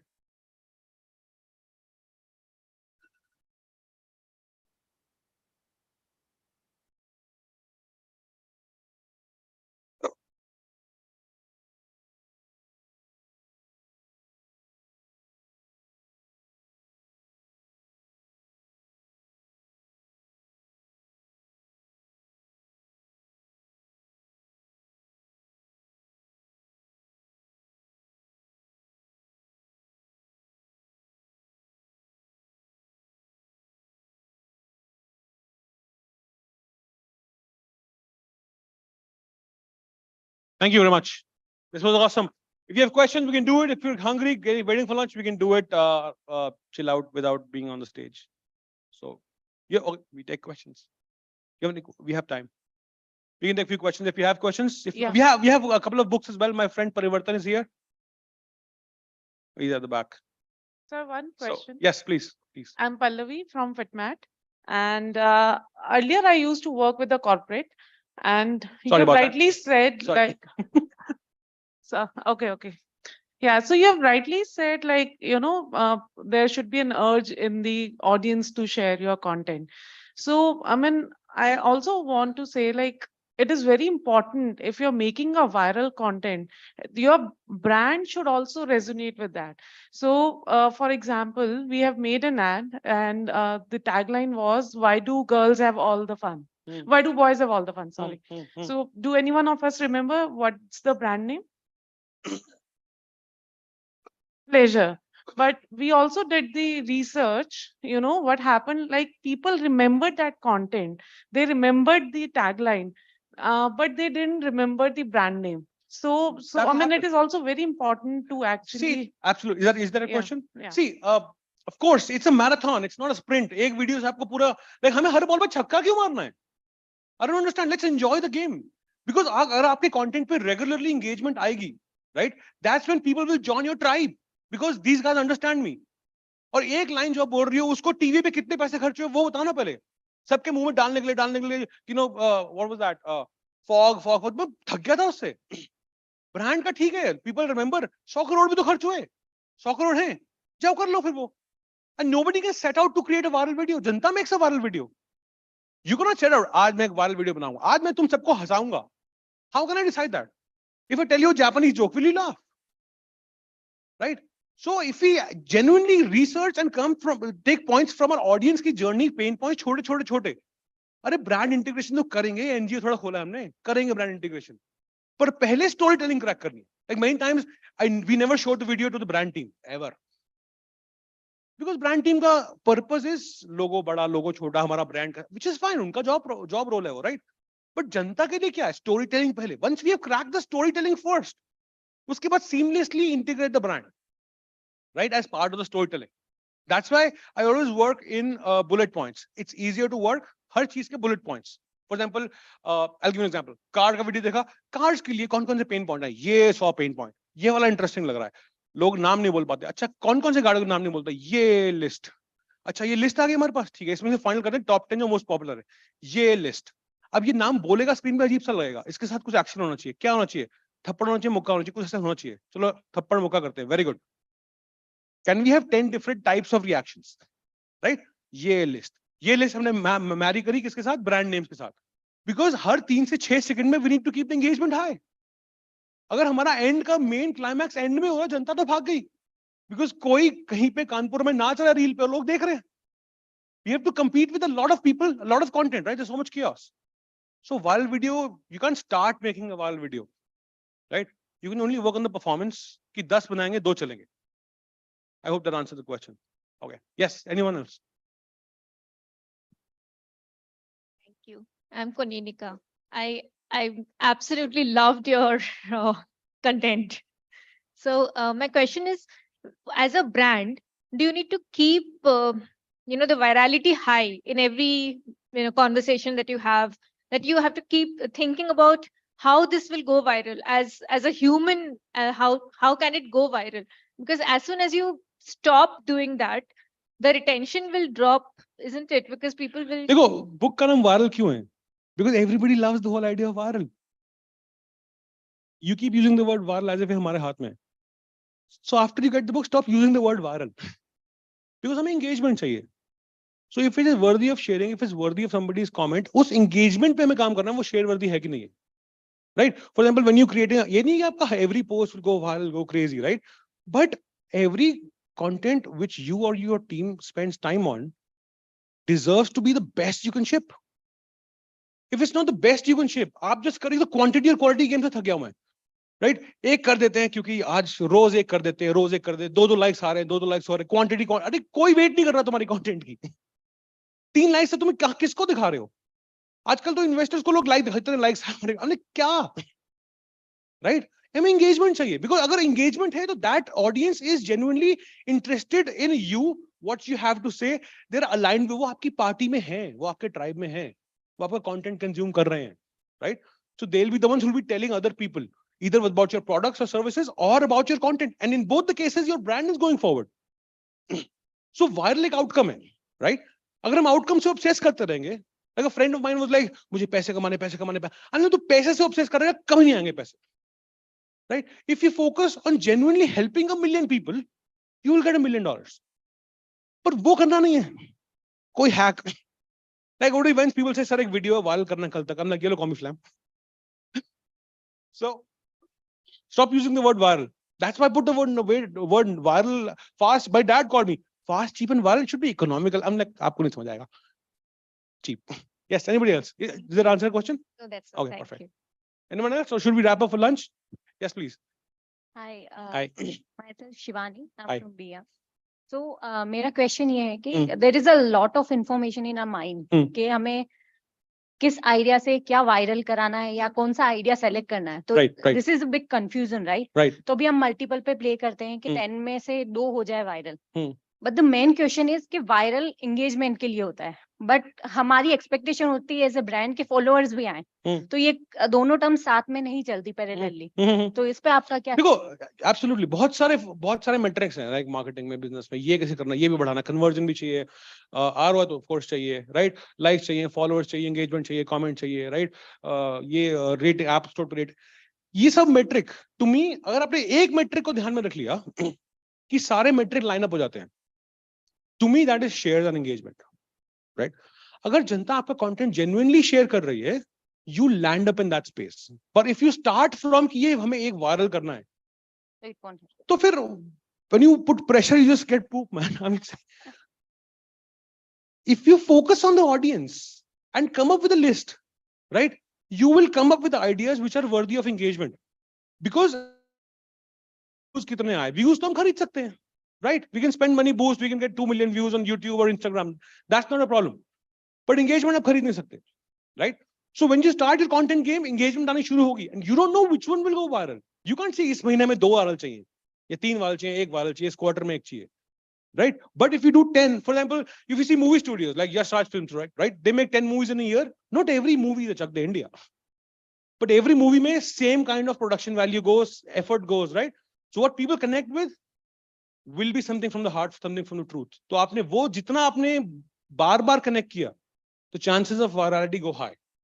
But if you start with that कि हमें तो viral ही चाहिए, that is like कि comedian को सिर्फ laughs ही चाहिए, मैं joke नहीं सुनाऊंगा. Exactly. And do you work with brands like for those such content? Yes, absolutely. Jin brands के पास पैसे हैं, hire me. नहीं है तो किताब पढ़ो. And I'll be happy to do a. What's the process like? Process? Yeah. Parivartan, my friend is here. You can talk to him. He has a couple of books as well. So, the idea is that I work with brands in terms of the master class की सोचना कैसे है. उसके बाद the next session is कि चलो idea सोचते हैं. Because अगर किस्सा everybody got inspired कि हमने करना है और फिर वो चला गया, फिर तो YouTube पे वीडियो देख लो. What's the point? Because the motivation fizzles out by Monday, right? But once you have ideas, right, from the same process, when we jam together, then you have something to execute for the next 6 months. इस पे और सब idea video नहीं है, right? किस idea से आपका कुछ भी, there can be product improvements from those ideas as well, right? So that's it. नहीं तो फिर किताब पढ़ो, and I'll be happy to do a call about answering your questions, because I want people to start executing. Exactly. Because पैसे खर्चना बड़ा आसान है. I've seen startups, I've seen big companies. 20-20 lakh के campaigns एक quarter में करना आसान है अगर पैसे like. And you won't believe we started as a bootstrap. अभी भी हम वही हैं. Amazing. हमारी जो team है वो in-house से हम फोन से और ये सब रिकॉर्ड करके वायरल वाले कंटेंट Absolutely. करते हैं. In-house team is so essential. कि फ्यूचर में भी if we create like वो कंसिस्टेंसी चाहिए, बट वायरलिटी के लिए क्या है कि फॉलोअर्स और ये सब पे, that's why I asked. वो आएंगे धीरे-धीरे, वो आएंगे, मतलब हमें सब कुछ करनी चाहिए, right? नहीं, हाँ, तो वो आएंगे. Once people see, it's like it's like a marathon, right? अगर आपको फ्रिज को गिराना तो एक जब से नहीं गिरेगा, 1 2 फिर नहीं गिरेगा, right? So you need to make sure that you're regularly engaging and you're regularly part of people's lives with the content, with the, you know, because वो शेयर करेंगे तो उनकी फैमिली में जा रहा है, लोग बार-बार देख रहे हैं, उससे सारे नंबर धीरे-धीरे लाइन अप होंगे. Of course आपको like you know, for startup it's like आपका प्लेन उड़ रहा है और इन्वेस्टर के प्रेशर से आपने परफॉर्मेंस मार्केटिंग पे लगा रहे हो बजट, नंबर्स आ रहे हैं, आपका इंजन चल रहा है. जिस दिन वो बंद होगा, आपका प्लेन फिर भी उड़ रहा है, वो आपके कंटेंट और ब्रांड की वजह से उड़ रहा है. और यही रीजन है इन्वेस्टर से हाँ, कोई टेंशन नहीं. Yeah, one thing. Sorry, one second. One thing I don't. Thank you. I hated working in in a company corporate setup was कि हम अपने boss को खुश कर रहे होते हैं, right? Boss अपने boss को खुश कर रहा होता है, वो CEO को खुश कर रहा होता है, वो investor को खुश कर रहा होता है, investor सरकार को खुश कर रही होती है. तो अगर शुरू से ही आप audience को खुश कर लो, जिससे सब खुश है. If you focus on doing the right thing by the audience in the beginning, आपका boss खुश, CEO खुश, investor खुश, because if यहाँ से अगर engagement आ रही है, यहाँ से अगर brand uplift हो रहा है, आपके products, because it's an ongoing game. That's why you need in-house teams to do that. Because आपके लिए आपका brand, आपका product, आपका services is like a baby, right? You think about it all the time. So when it comes to the marketing and branding of it, you should own it, and people in-house should also execute it instead of outsourcing it. Right? You don't give your baby away to somebody else after it's born. Take care, give it back to me in 5 years. Right? So yes, sorry. Hey Ashish, lovely presentation. Thank you. Loved some of the videos. I think a lot of them very heartwarming. Just had one question, right? When you talk to a particular audience and you understand their pain points, you'll also land up isolating a large bunch. It's something we've tried and done as well, right? So I want to hear of an example where there perhaps is a video that you've created where you obviously cut it for a particular audience, but you landed up pissing off or disappointing another bunch. It's happened to us when we kind of did it with dads, where all the moms started forwarding it to their husbands saying, oh, what an amazing dad, what an amazing dad. And we landed up pissing off a lot of the fathers. Cut it for the mothers, right? So I want to hear of how would you mitigate something like that? See, absolutely. And that's the truth. These things can happen, right? कुछ भी हो सकता है, right? Because we're not prepared. आपने एक tweet किया, उस पे एक घटिया सा गाली आ गया, and एक somebody in brand camp running video रोको. क्योंकि एक नेगेटिव कमेंट आया, राइट? या फिर हम like we made a video on trains, right? And train हमने वीडियो रिलीज किया, वी लाइक शिट मैन, इसमें एक भी there is no woman in this video. So it was a video about train travellers, and उस पूरे process में हम ये सोचना भूल ही गए कि is it inclusive of everybody. We were inclusive of religions, everything, right? But जो पूरी टीम थी, they were guys, right? And I end we saw there's no, there was no woman in that. So we got some flag on, some Twitter comments.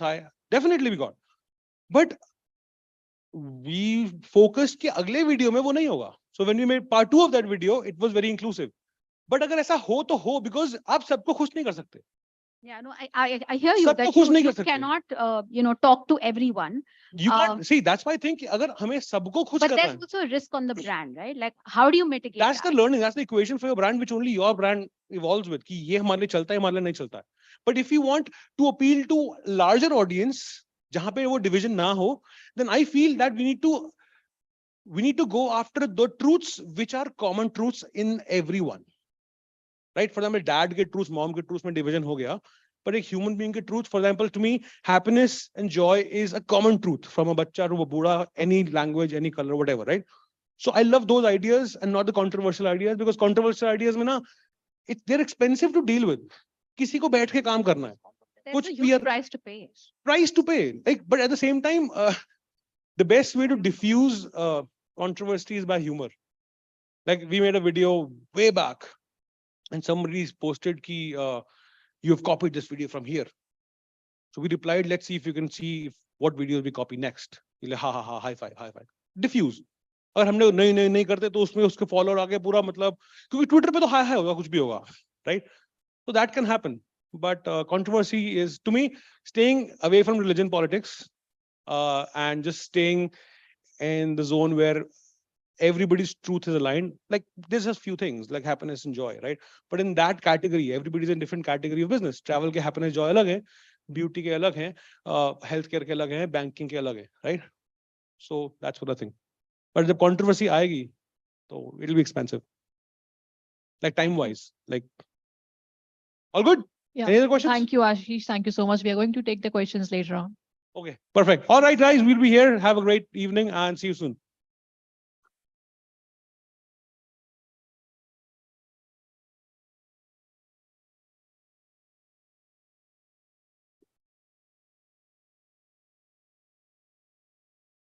Now I would request the speakers to kindly join us on the stage. We are going to have the goodie bags from D2C Insider. First of all, I would like to request Charu Kisnani to please join us on the stage. Can we have a huge round of applause, please? Thanks a lot to Charu. And guys, we have worked together in Kardeko earlier and requested her to, because Kardeko has been like amazing at SEO. So thought her experience in SEO would be great for all of you. So I'm sure you guys can connect to her post the session. Kardeko really cracks SEO in an amazing way. And I think for D2C, SEO is still a subject which we need to explore a lot more. So thanks a lot, Charu, for coming for Jaipur and spending time with us. Yeah, that's for you. A small goodie bag. Yeah, we'll send it back. Yeah. Charu, I request you to please be on the stage for a group photograph. Next, moving ahead, I would like to call upon Neha Kolwal from Mitigo. Can we have a huge round of applause, please? Neha is again a friend, batchmate, and been a very early supporter of the community. So good to have you. And she's been expecting, but she still made it here. And yeah, I think affiliate marketing, everything about affiliate marketing is Neha. So I think she's part of the community since long. And thanks a lot, Neha, for sharing your time and effort. Yeah.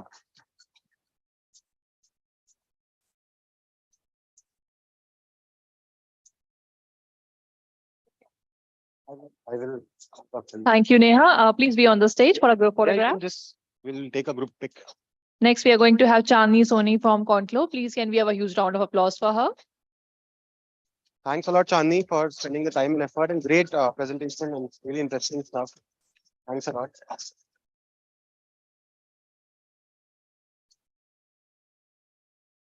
These are special goodie bags created by our brand for our speakers. A lot of good stuff here. Thank you, Chandni. Next, we are going to have Swati Bhargav from Cash Karu to please join us on the stage. Guys, thanks to Swati. I think I've been trying to get her for some time and she was not very well earlier. And thanks a lot for finally making it.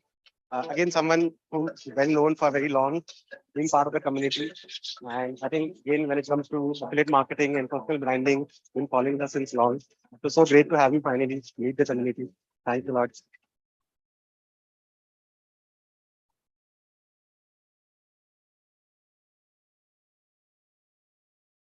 Thank you, Swati. Next, we are going to have Aarti Cooper from the Idea Studio. Can we have a huge round of applause for her? Right, cheers to Aarti for coming from Bombay and taking the session on the branding. Someone very close in our circles, me and Arjun Vaidya and all of us, and also worked with Almo. And yeah, thanks a lot for coming so far and doing the session. I hope all of you enjoyed it. And yeah.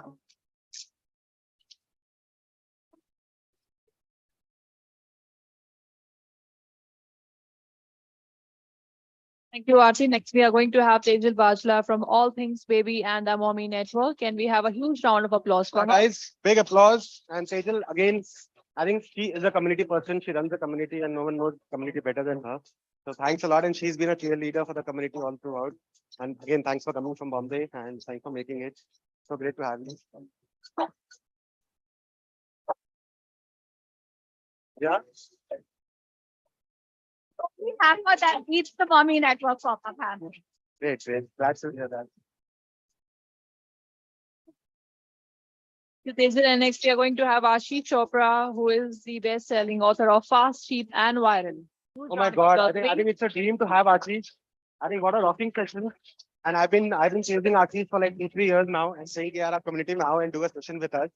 And I was just waiting for his session because I know that his sessions are like really, hatke. And I think all of you enjoyed it. And we would invite him to our community also because we have a huge marketing group. I know you don't like CMOs, but we have a lot of CMOs. Yeah, but thanks a lot and amazing session. Yeah. That's for you, Ashish. I hope you enjoy the products. And we'll also hope that you can make some viral parts for our clients in the yeah, we want it fast. Thank you. Thank you. Thank you so much. Now, I request everyone to please kindly come forward for a group photograph.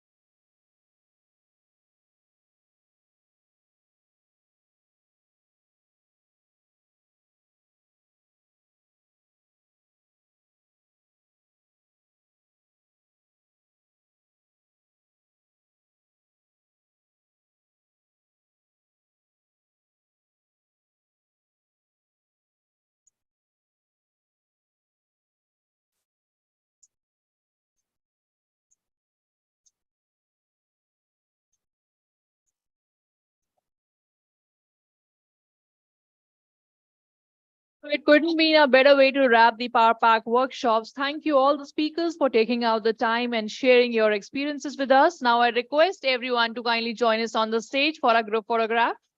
Everybody kindly join us on the stage.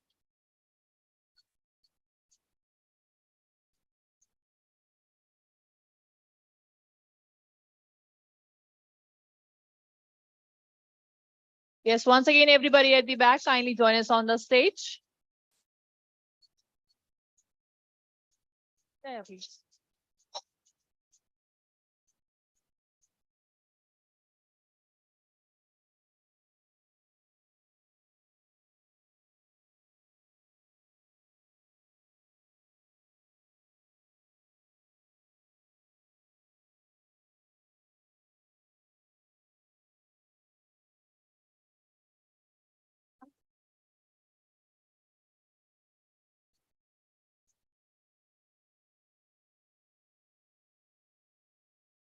Guys, everyone can come for a group pic.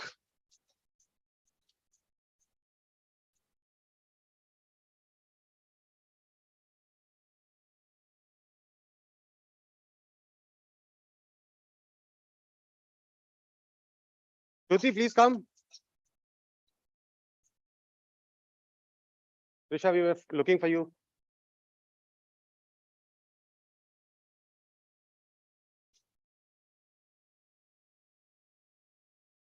Thanks a lot, all of you, for coming so early morning and making this workshop successful.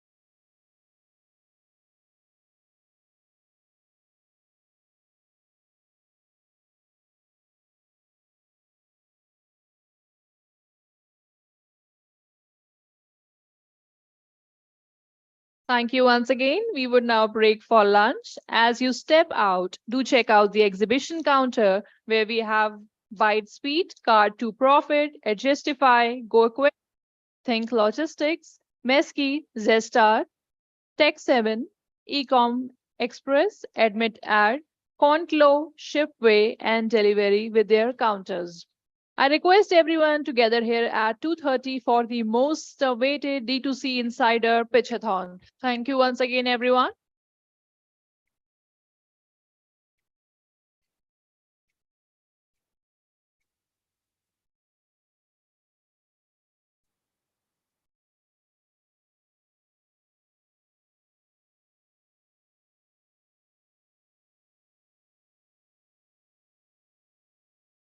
to Bangalore to meet here.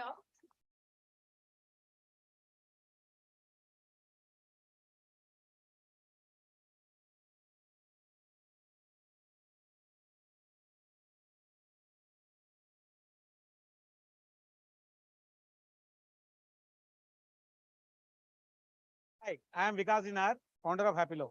Fantastic being here at the D2C Intelligent event. Great brands, great enablers, great partners, and fantastic food.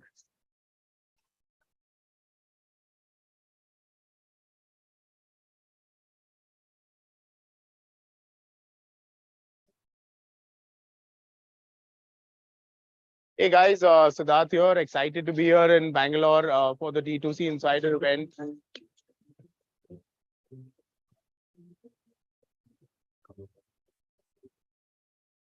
First time ever coming to a D2C Insider Mixer event. The community is electrifying. I think there's a strong movement here. We're at the heart of it. World take notice. D2C Insider is here.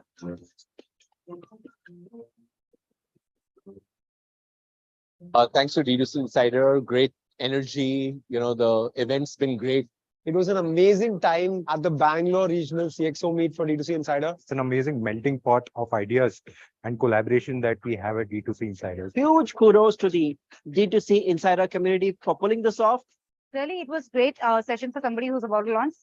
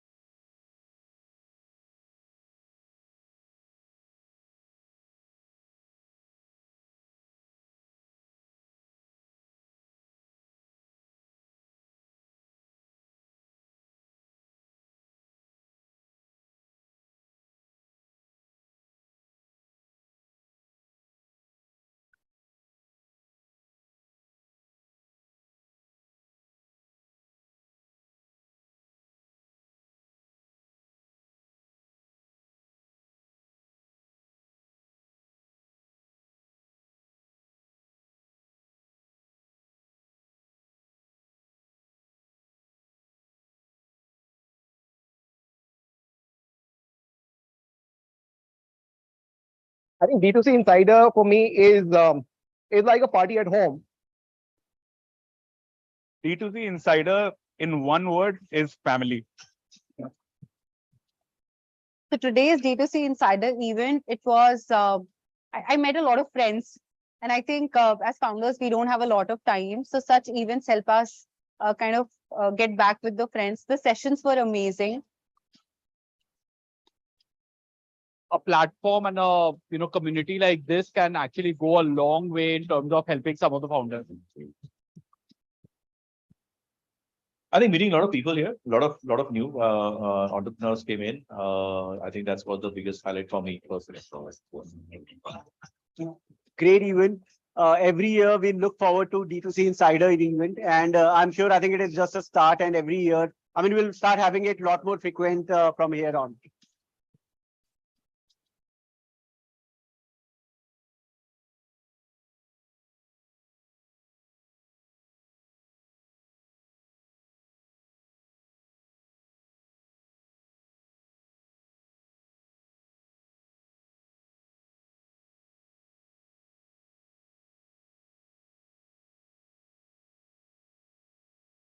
So if this D2C meetup got 3 times bigger, then we'd have 1,000 people.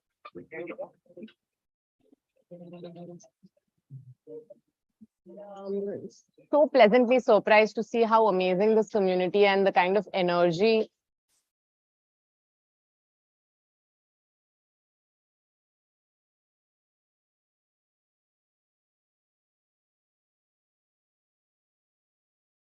Hi, my name is Kapil Makhija. I'm the CEO of Unicommerce. In addition to the D2C Insider community, but it's very heartening to see such a vibrant community. This is the first time we are associated for the event.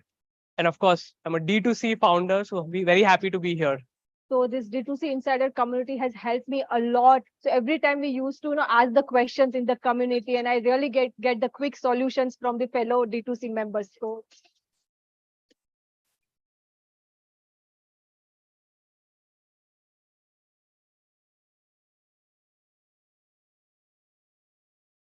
Hi, I'm Rishabh Mariwala. I'm an investor. We run Sharp Ventures. Today is fantastic. I think I love the energy. I think I've met some top quartile entrepreneurs. I would like to invite Kshitish Ladia, who's the founding member of D2C Insider, and Arjun Vaidya from One Invest.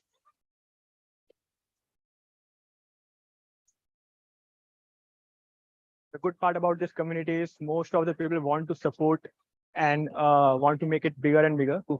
Positively surprised with so many people who've shown up today. I think it's vibrant, it's fun, and look forward to spending the rest of the evening with the other founders.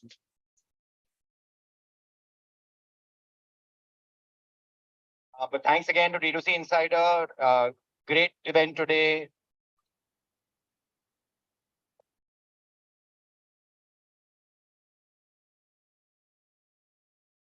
D2C as a community blossom and D2C Insider absolutely lead this revolution.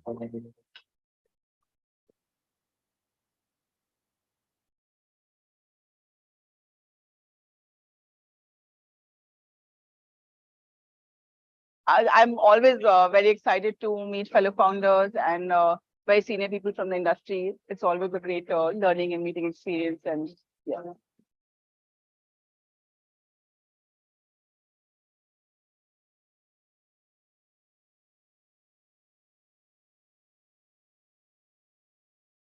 it's been great. Everything has been so energetic, so great.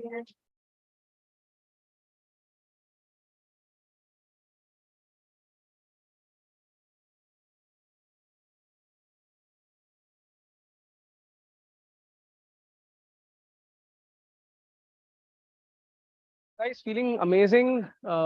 Didn't know that Bombay event could be so successful. But who thought that we will have 280 phenomenal founders to be a part of this amazing evening?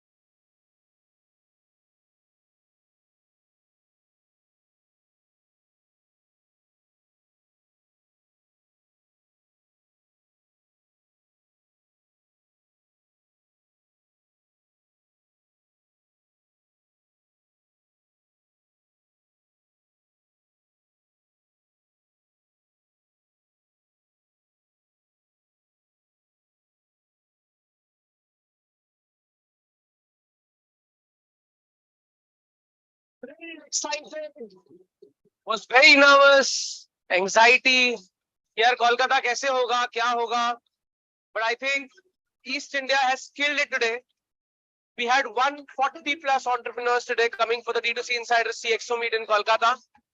People say there is no sort of energy in Calcutta, but they're totally wrong. This is a city that's buzzing. I hope the next time I come here, the event is going to be 5x.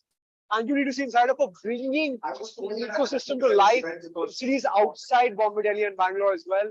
I wish it doesn't get over. I wish there was another event somewhere else. But it's been incredible. It's literally looks like a big family wedding.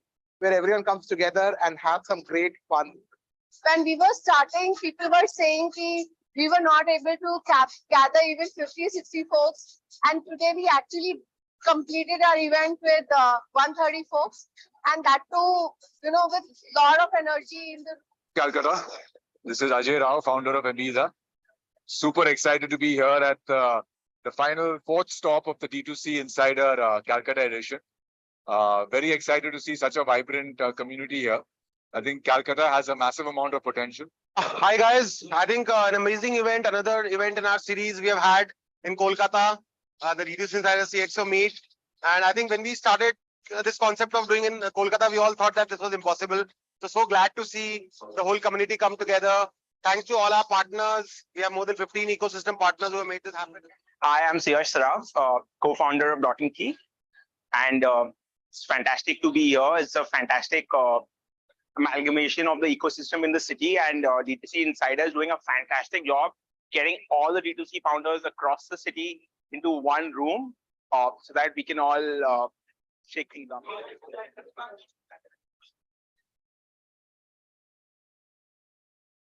Anyone who's running a brand or role or brand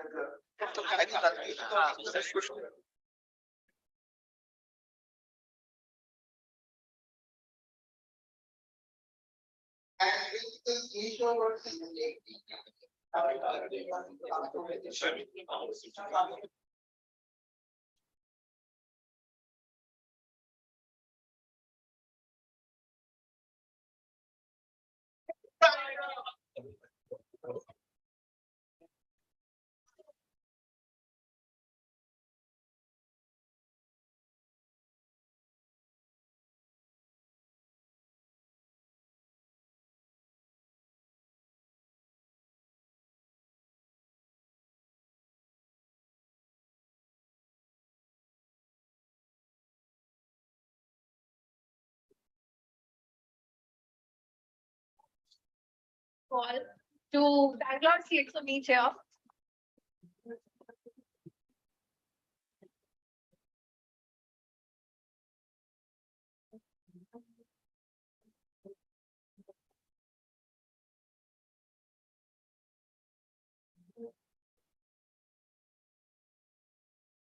Hi, I am Vikas Dinar, founder of Happilo. Fantastic being here at the D2C Intelligent event. Great brands, great enablers, great partners, and fantastic food.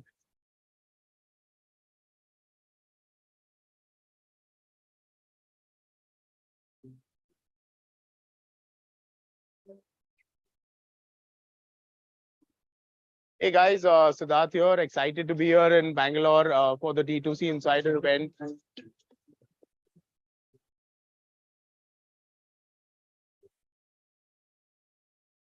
First time ever coming to a D2C Insider Mixer event. The community is electrifying. I think there's a strong movement here. We're at the heart of it. World take notice. D2C Insider is here.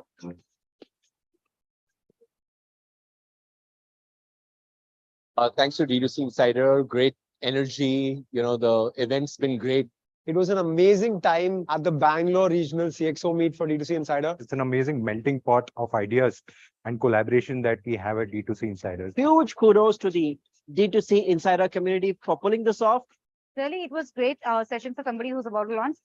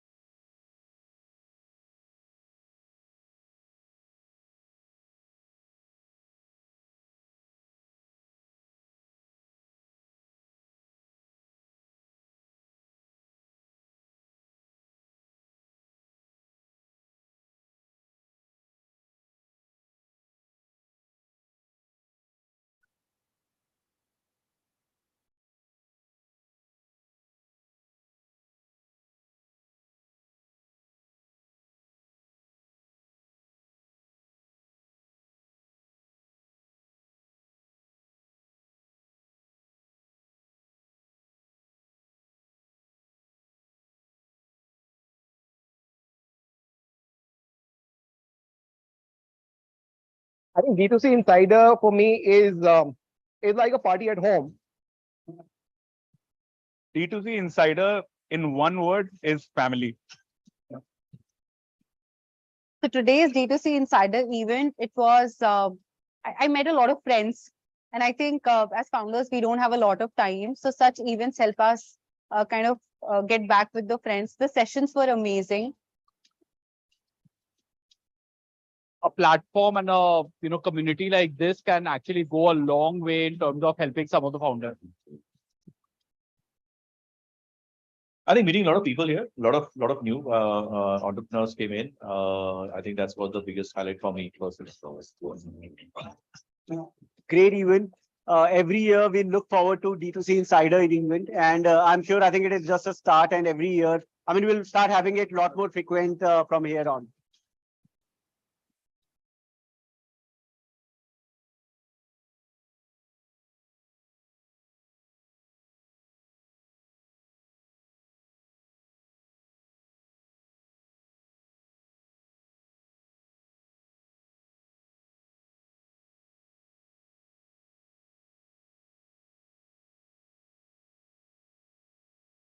If this D2C meetup got 3 times bigger, then we'd have 1,000 people.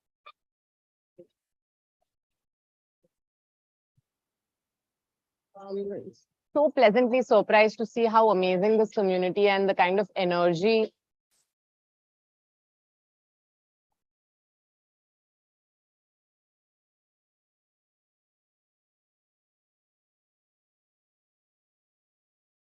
Hi, my name is Kapil Makhija. I'm the CEO of Unicommerce. In addition to the D2C Insider community, but it's very heartening to see such a vibrant community. This is the first time we are associated for the event. And of course, I'm a D2C founder, so we're very happy to be here. So this D2C Insider community has helped me a lot. So every time we used to ask the questions in the community, and I really get the quick solutions from the fellow D2C members. So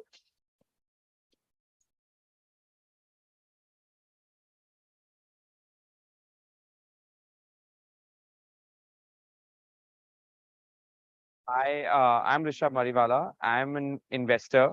We run Sharp Ventures. Today is fantastic. I think I love the energy. I think I've met some top quartile entrepreneurs.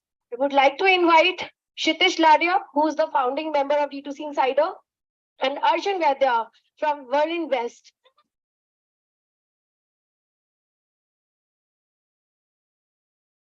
The good part about this community is most of the people want to support and want to make it bigger and bigger.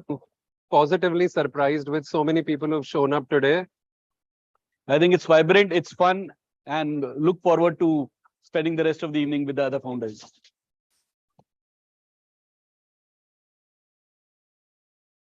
But thanks again to D2C Insider. Great event today.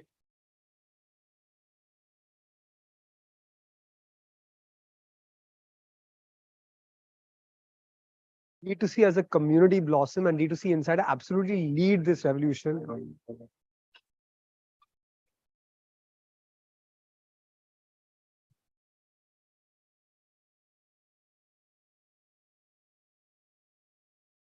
I'm always very excited to meet fellow founders and very senior people from the industry. It's always a great learning and meeting experience. And yeah.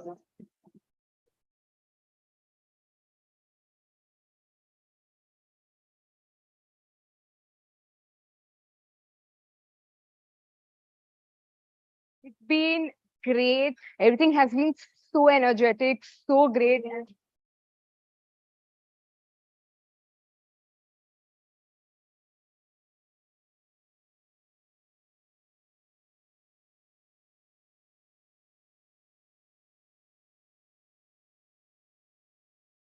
Guys, feeling amazing. Didn't know that Bombay event could be so successful.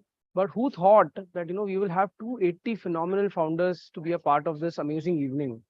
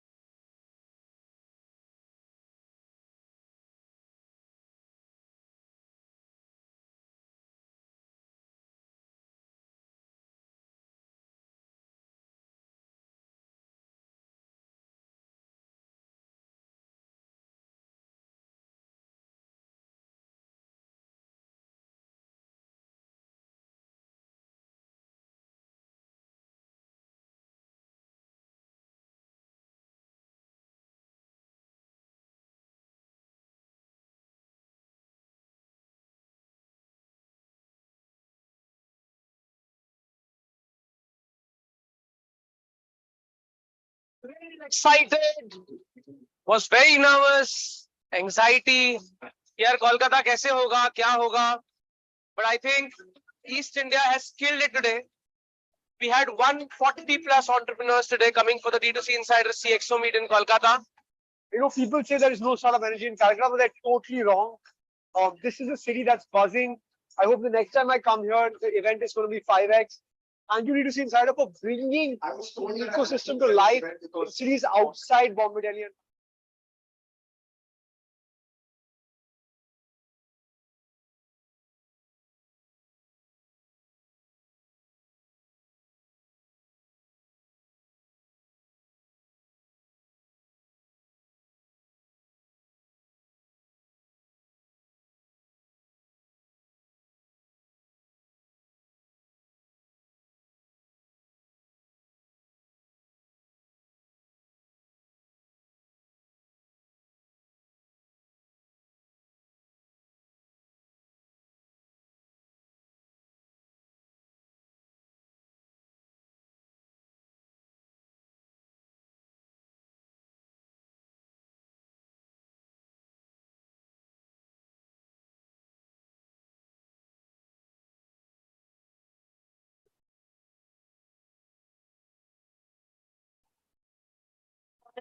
To Bangalore CXO meet here.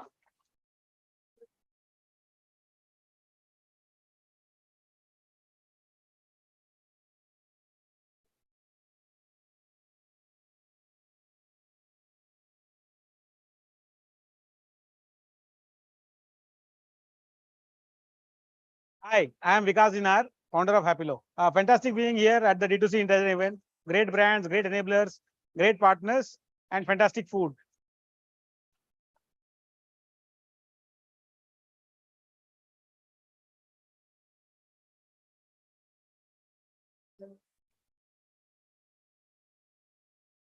Hey guys, Siddharth here. Excited to be here in Bangalore for the D2C Insider event.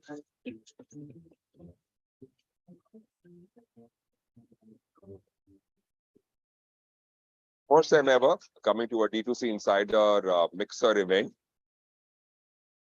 The community is electrifying. I think there's a strong movement here. We're at the heart of it.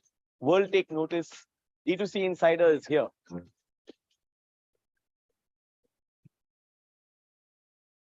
Thanks to D2C Insider, great energy. The event's been great. It was an amazing time at the Bangalore Regional CXO meet for D2C Insider. It's an amazing melting pot of ideas and collaboration that we have at D2C Insiders. Huge kudos to the D2C Insider community for pulling this off. Really, it was great session for somebody who's about to launch.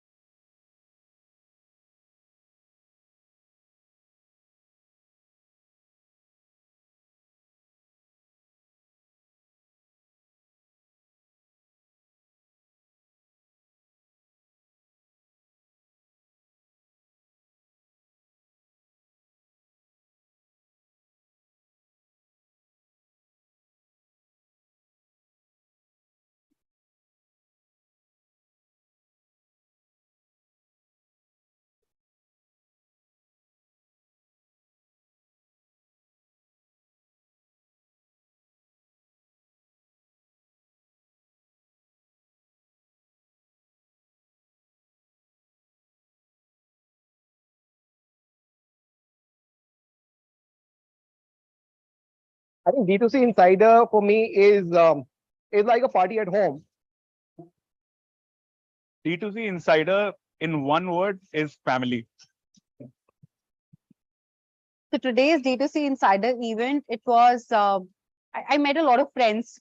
And I think as founders, we don't have a lot of time. So such events help us get back with the friends. The sessions were amazing.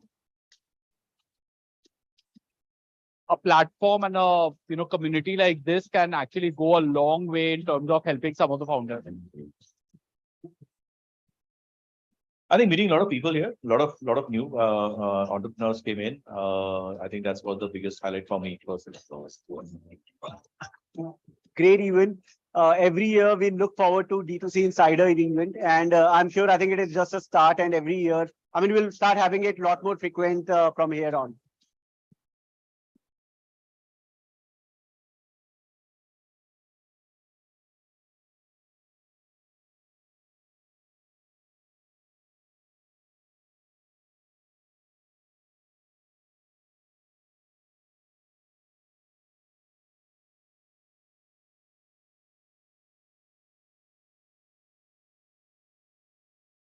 So if this D2C meetup got 3 times bigger, then we'd have 1,000 people.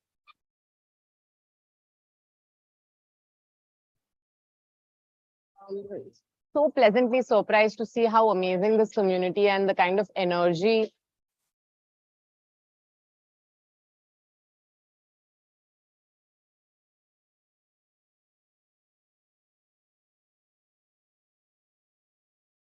Hi, my name is Kapil Makhija. I'm the CEO of Unicommerce. In addition to the D2C Insider community, but it's very heartening to see such a vibrant community. This is the first time we are associated for the event. And of course, I'm a D2C founder, so I'm very happy to be here. So this D2C Insider community has helped me a lot. So every time we used to ask the questions in the community, and I really get the quick solutions from the fellow D2C members. So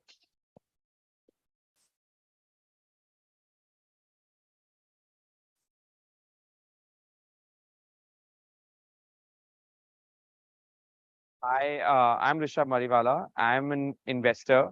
We run Sharp Ventures. Today is fantastic. I think I love the energy. I think I've met some top quartile entrepreneurs.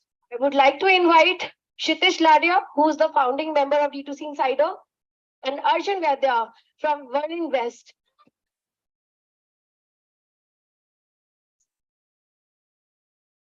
The good part about this community is most of the people want to support and want to make it bigger and bigger. Positively surprised with so many people who've shown up today.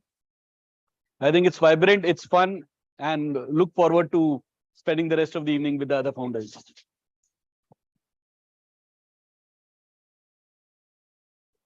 But thanks again to D2C Insider. Great event today.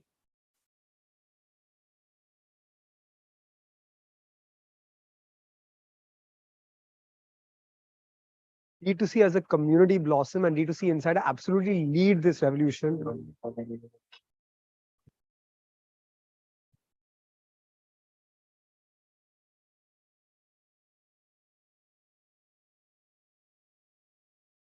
I'm always very excited to meet fellow founders and very senior people from the industry. It's always a great learning and meeting experience. And yeah.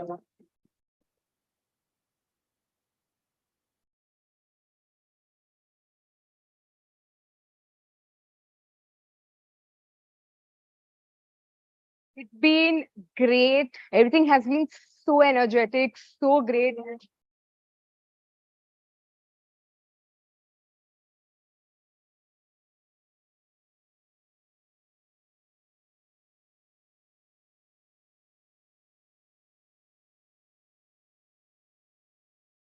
Guys, feeling amazing. Didn't know that Bombay event could be so successful. But who thought that we will have 280 phenomenal founders to be a part of this amazing evening?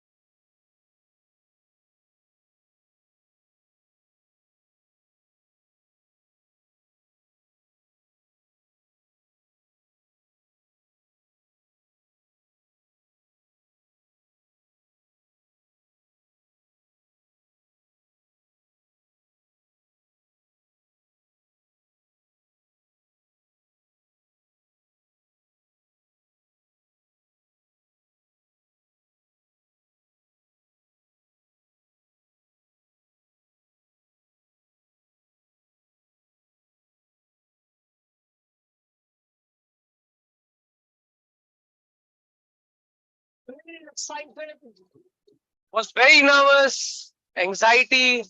Here, Kolkata, kaise hoga, kya hoga? But I think East India has killed it today. We had 140 plus entrepreneurs today coming for the D2C Insider CXO meet in Kolkata. You know, people say there is no startup energy in Calcutta, but they're totally wrong. This is a city that's buzzing. I hope the next time I come here, the event is going to be 5x. And you need to see Insider for bringing the ecosystem to life in cities outside Bombay, Delhi, and Bangalore as well. I wish it doesn't get over. I wish there were another event somewhere else. But it's been incredible. It's literally looks like a big family wedding where everyone comes together and have some great fun. When we were starting, people were saying we were not able to gather even 50, 60 folks. And today we actually completed our event with 130 folks. And that too, with a lot of energy in the room. Calcutta. This is Ajay Rao, founder of Amiza. Super excited to be here at the final fourth stop of the D2C Insider Calcutta edition. Very excited to see such a vibrant community here. I think Calcutta has a massive amount of potential. Hi guys, I think an amazing event, another event in our series we have had in Kolkata, the D2C Insider CXO meet. And I think when we started this concept of doing in Kolkata, we all thought that this was impossible.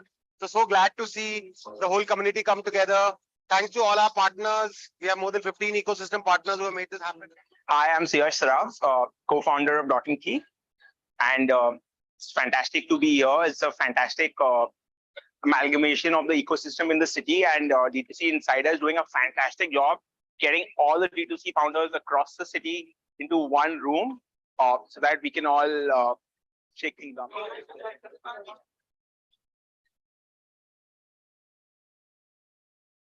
Anyone who's running a brand or a brand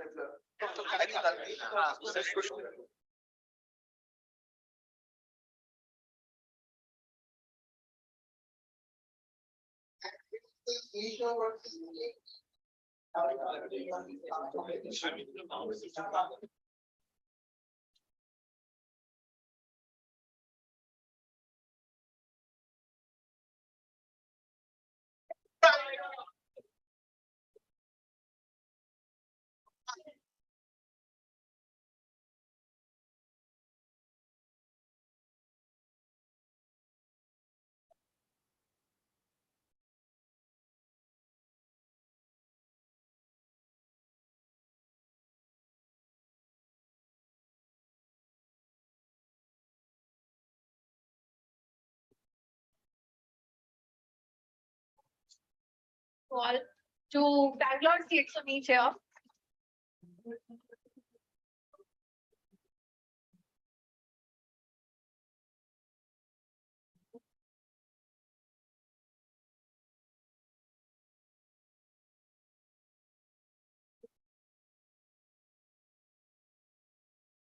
Hi, I am Vikas Dinar, founder of Happilo. Fantastic being here at the D2C Intelligent event. Great brands, great enablers, great partners, and fantastic food.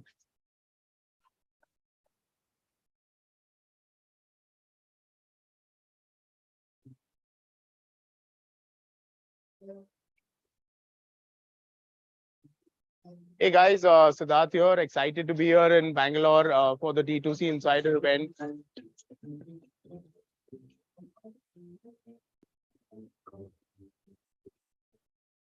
First time ever coming to a D2C Insider Mixer event. The community is electrifying. I think there's a strong movement here. We're at the heart of it. World take notice. D2C Insider is here.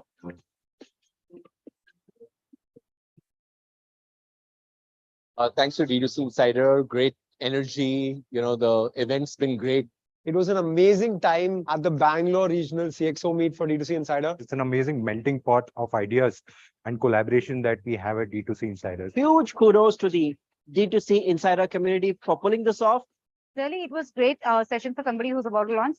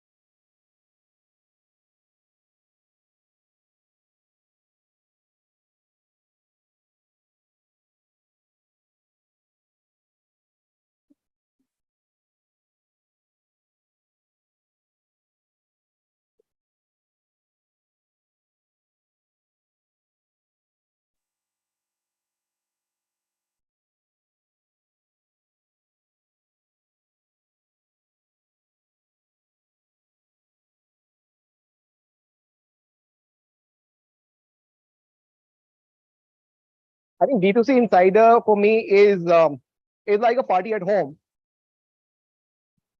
D2C Insider in one word is family. So today's D2C Insider event, it was, I met a lot of friends. And I think as founders, we don't have a lot of time. So such events help us get back with the friends. The sessions were amazing. A platform and a community like this can actually go a long way in terms of helping some of the founders. I think meeting a lot of people here, a lot of new entrepreneurs came in. I think that's was the biggest highlight for me personally. Great event. Every year we look forward to D2C Insider event, and I'm sure I think it is just a start. And every year, I mean, we'll start having it a lot more frequent from here on.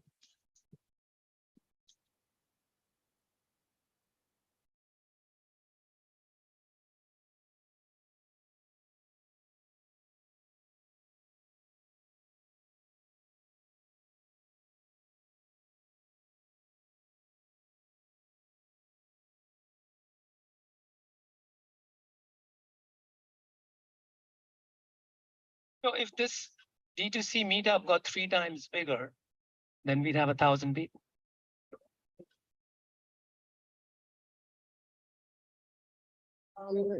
So pleasantly surprised to see how amazing this community and the kind of energy.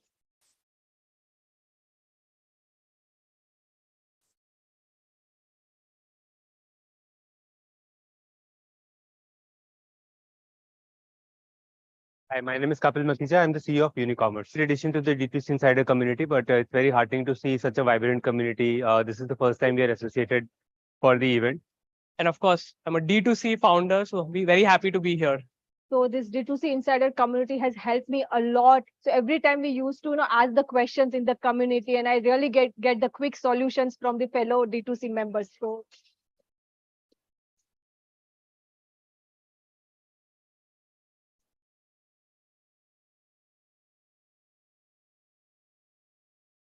I'm Rishabh Mariwala. I'm an investor. We run Sharp Ventures. Today is fantastic. I think I love the energy. I think I've met some top quartile entrepreneurs. I would like to invite Kshitish Ladia, who's the founding member of D2C Insider, and Arjun Vaidya from World Invest.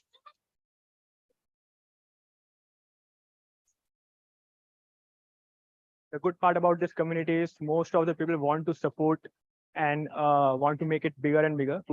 Positively surprised with so many people who've shown up today. I think it's vibrant, it's fun, and look forward to spending the rest of the evening with the other founders.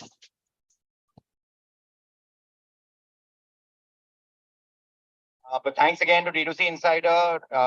Great event today.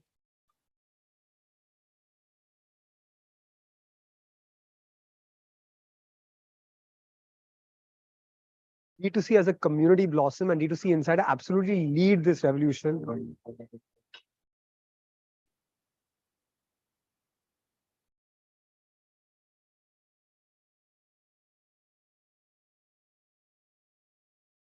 I'm always very excited to meet fellow founders and very senior people from the industry. It's always a great learning and meeting experience. And yeah.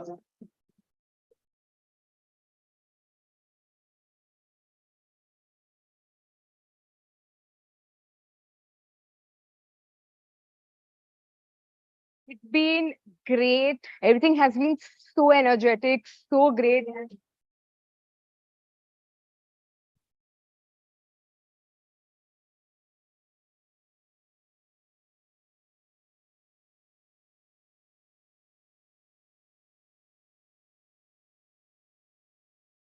Guys, feeling amazing. Didn't know that Bombay event could be so successful. But who thought that we will have 280 phenomenal founders to be a part of this amazing evening?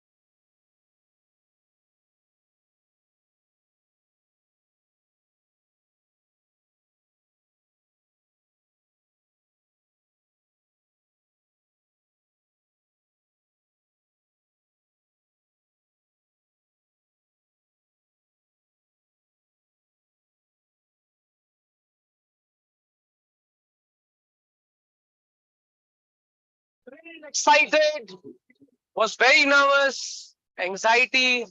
Here, Kolkata, kaise hoga, kya hoga? But I think East India has killed it today. We had 140 plus entrepreneurs today coming for the D2C Insider CXO meet in Kolkata. You know, people say there is no startup energy in Calcutta, but they're totally wrong. This is a city that's buzzing. I hope the next time I come here, the event is going to be 5x. And you need to see Insider for bringing ecosystem to life in cities outside Bombay, Delhi, and Bangalore as well. I wish it doesn't get over. I wish there were another event somewhere else. But it's been incredible. It's literally looks like a big family wedding where everyone comes together and have some great fun. When we were starting, people were saying we were not able to gather even 50, 60 folks. And today we actually completed our event with 130 folks. And that too, you know, with a lot of energy in the room. Calcutta. This is Ajay Rao, founder of Amiza. Super excited to be here at the final fourth stop of the D2C Insider Calcutta edition. Very excited to see such a vibrant community here. I think Calcutta has a massive amount of potential. Hi guys, I think an amazing event, another event in our series we have had in Kolkata, the D2C Insider CXO meet. And I think when we started this concept of doing in Kolkata, we all thought that this was impossible. So glad to see the whole community come together. Thanks to all our partners. We have more than 15 ecosystem partners who have made this happen. I am Siyash Saraf, co-founder of Dot & Key. And it's fantastic to be here. It's a fantastic amalgamation of the ecosystem in the city, and D2C Insider is doing a fantastic job getting all the D2C founders across the city into one room so that we can all shake things up.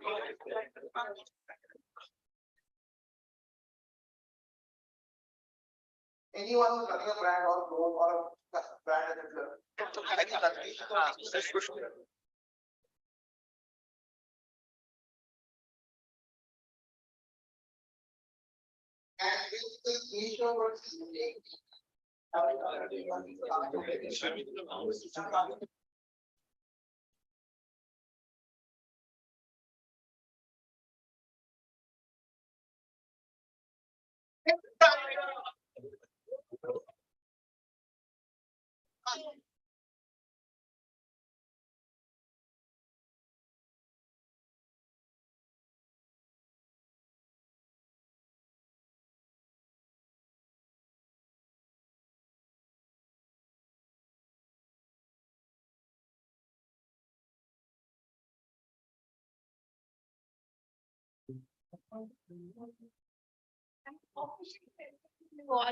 To Bangalore CXO meet here.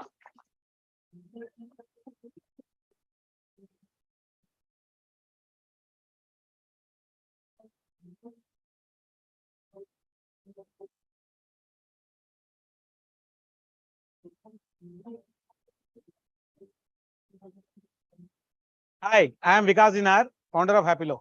Fantastic being here at the D2C Intelligent event. Great brands, great enablers, great partners, and fantastic food.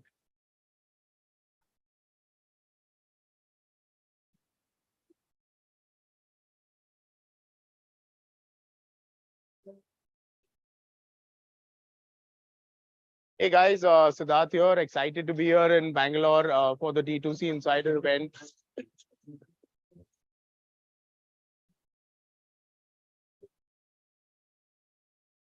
First time ever coming to a D2C Insider Mixer event.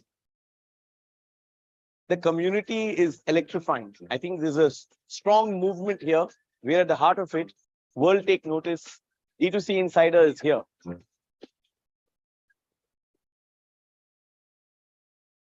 Thanks to D2C Insider, great energy. You know, the event's been great. It was an amazing time at the Bangalore Regional CXO meet for D2C Insider. It's an amazing melting pot of ideas and collaboration that we have at D2C Insiders. Huge kudos to the D2C Insider community for pulling this off. Really, it was great session for somebody who's about to launch.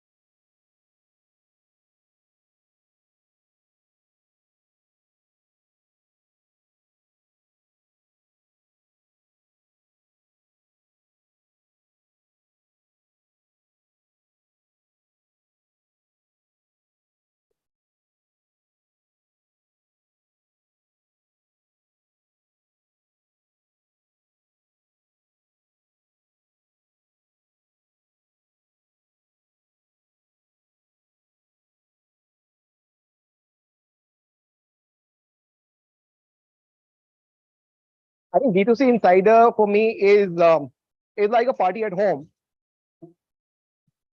D2C Insider, in one word, is family. So today's D2C Insider event, it was, I met a lot of friends. And I think as founders, we don't have a lot of time. So such events help us kind of get back with the friends. The sessions were amazing. A platform and a community like this can actually go a long way in terms of helping some of the founders. I think meeting a lot of people here, a lot of new entrepreneurs came in. I think that's was the biggest highlight for me personally. Great event. Every year we look forward to D2C Insider event, and I'm sure I think it is just a start. And every year, I mean, we'll start having it a lot more frequent from here on.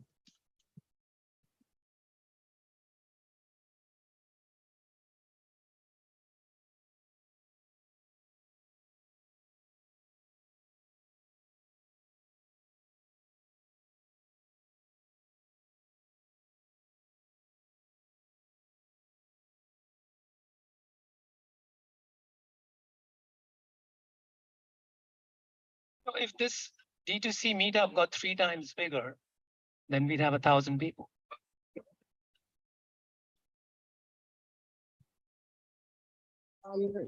So pleasantly surprised to see how amazing this community and the kind of energy.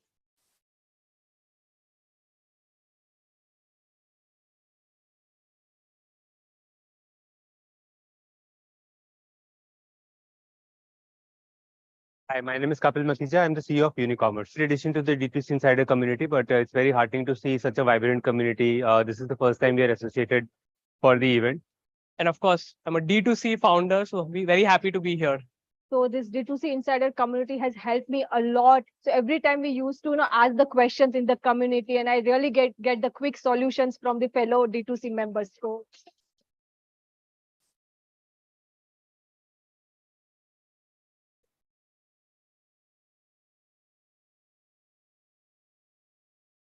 I'm Rishabh Mariwala. I'm an investor.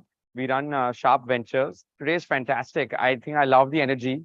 I think I've met some top quartile entrepreneurs. I would like to invite Kshitish Ladia, who's the founding member of D2C Insider, and Arjun Vaidya from One Invest.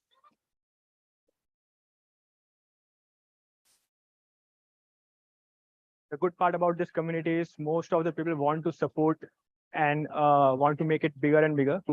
Positively surprised with so many people who've shown up today. I think it's vibrant, it's fun, and look forward to spending the rest of the evening with the other founders.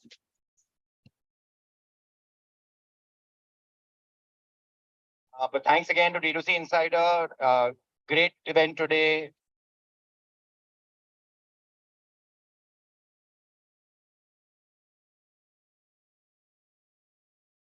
D2C as a community blossom and D2C Insider absolutely lead this revolution.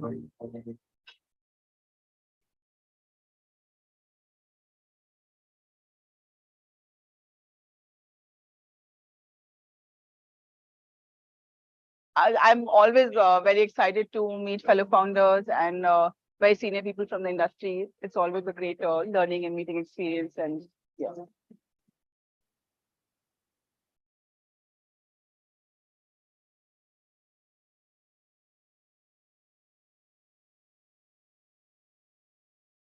It's been great. Everything has been so energetic, so great.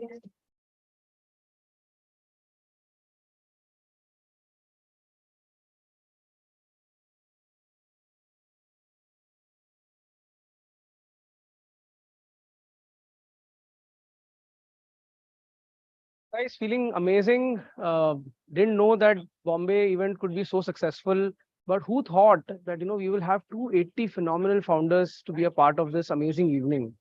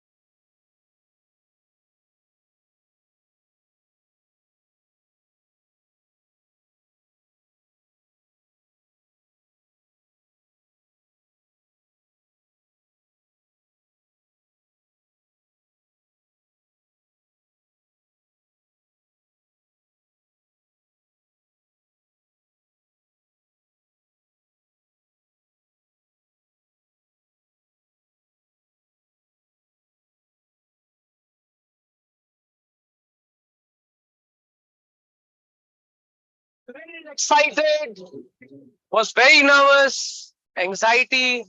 Yaar, Kolkata kaise hoga, kya hoga? But I think East India has killed it today. We had 140 plus entrepreneurs today coming for the D2C Insider CXO meet in Kolkata. People say there is no sort of energy in Calcutta, but they're totally wrong. This is a city that's buzzing. I hope the next time I come here, the event is going to be 5x. And you need to see Insider for bringing the ecosystem to life in cities outside Bombay, Delhi, and Bangalore as well. I wish it doesn't get over. I wish there was another event somewhere else. But it's been incredible. It's literally looks like a big family wedding where everyone comes together and have some great fun. When we were starting, people were saying we were not able to gather even 50, 60 folks. And today we actually completed our event with 130 folks. And that too, with a lot of energy in the room. Calcutta. This is Ajay Rao, founder of Amiza. Super excited to be here at the final fourth stop of the D2C Insider Calcutta edition. Very excited to see such a vibrant community here. I think Calcutta has a massive amount of potential. Hi guys, I think an amazing event, another event in our series we have had in Kolkata, the D2C Insider CXO meet. And I think when we started this concept of doing in Kolkata, we all thought that this was impossible. So glad to see the whole community come together. Thanks to all our partners. We have more than 15 ecosystem partners who have made this happen. I am Siyash Saraf, co-founder of Dot & Key. And it's fantastic to be here. It's a fantastic amalgamation of the ecosystem in the city, and D2C Insider is doing a fantastic job getting all the D2C founders across the city into one room so that we can all shake things up.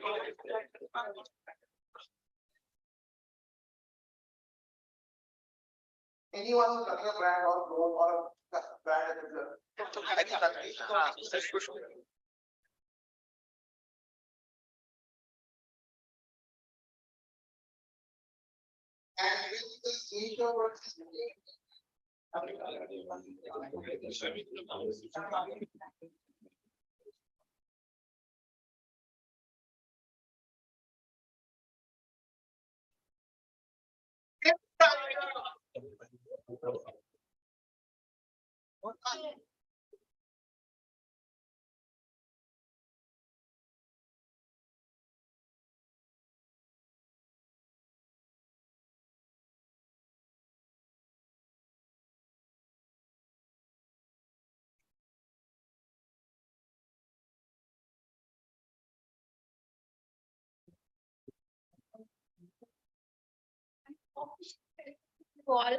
To Bangalore CXO meet here.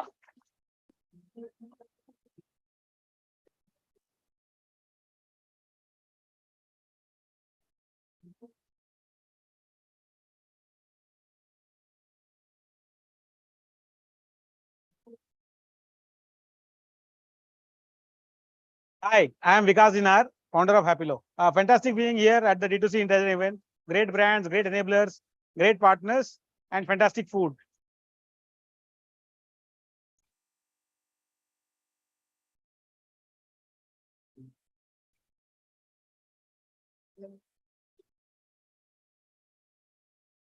Hey guys, Siddharth here. Excited to be here in Bangalore for the D2C Insider event.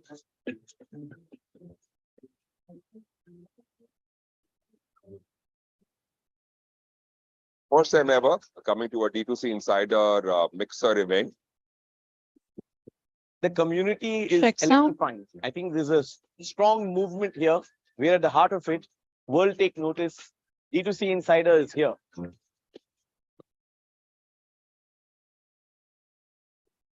Thanks to D2C Insider. Welcome Great back, to everyone, see, to the D2C Insider Women Summit. I request everyone to kindly come back and get settled down so that we can resume. melting pot of ideas and collaboration that we have at D2C Insiders. Huge kudos to the D2C Insider community for pulling this off. Really, it was great session for somebody who's about to launch.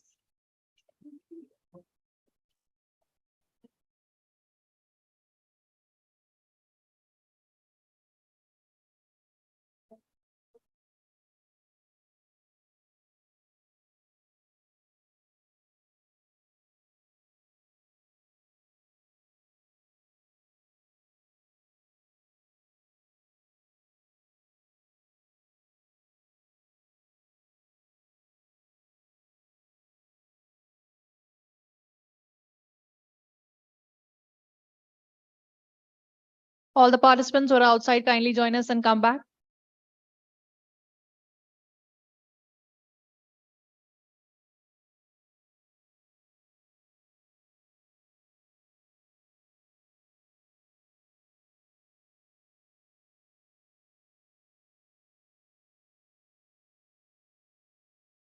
So once again, welcome back everyone to the D2C Insider Women's Summit. And I am excited to unravel the most exciting part of the summit, the D2C Insider Pitchathon.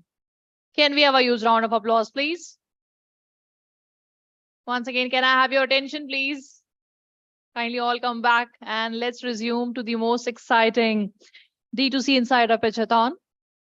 For elaborating on the D2C Insider's visionary approach behind the Pitchathon, I would like to invite Raghav Sood, co-founder of Skin Elements and a fractional CFO for many D2C brands, onto the stage. He's the member of the core team at D2C Insider and is leading the capital side. Can we have a huge round of applause for Mr. Raghav Sood? Thank you, everyone.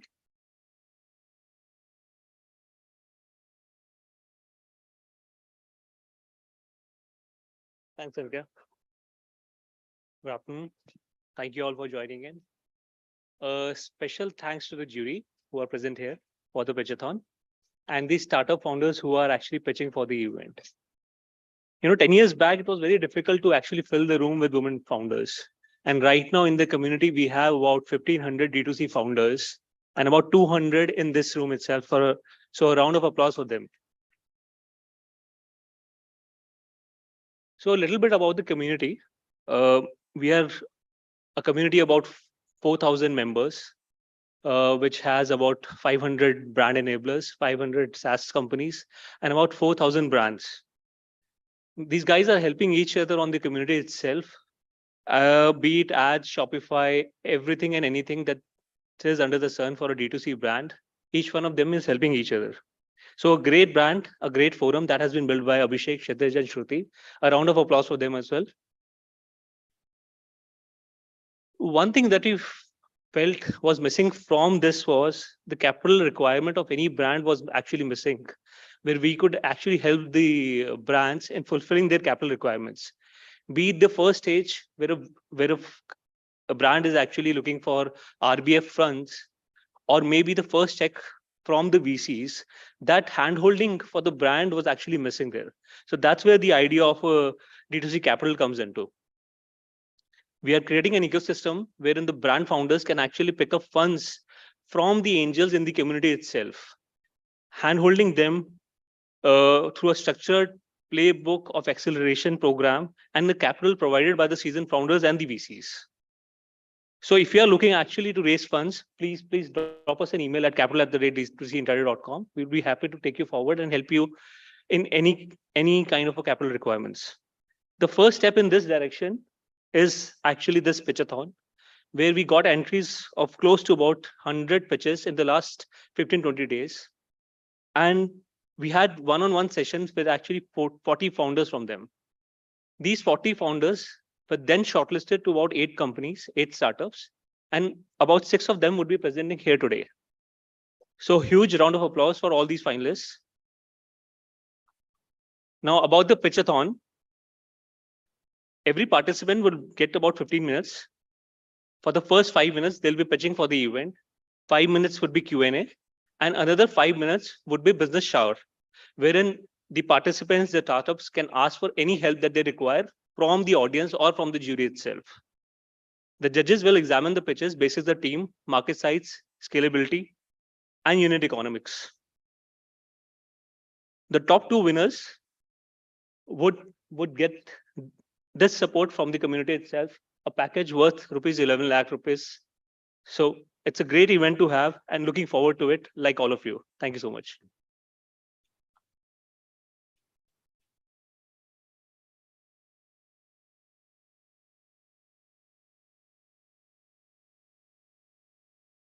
Thank you, Raghav. So here's a heartfelt welcome to the stage of innovation and ambition, the D2C Insider Pitchathon.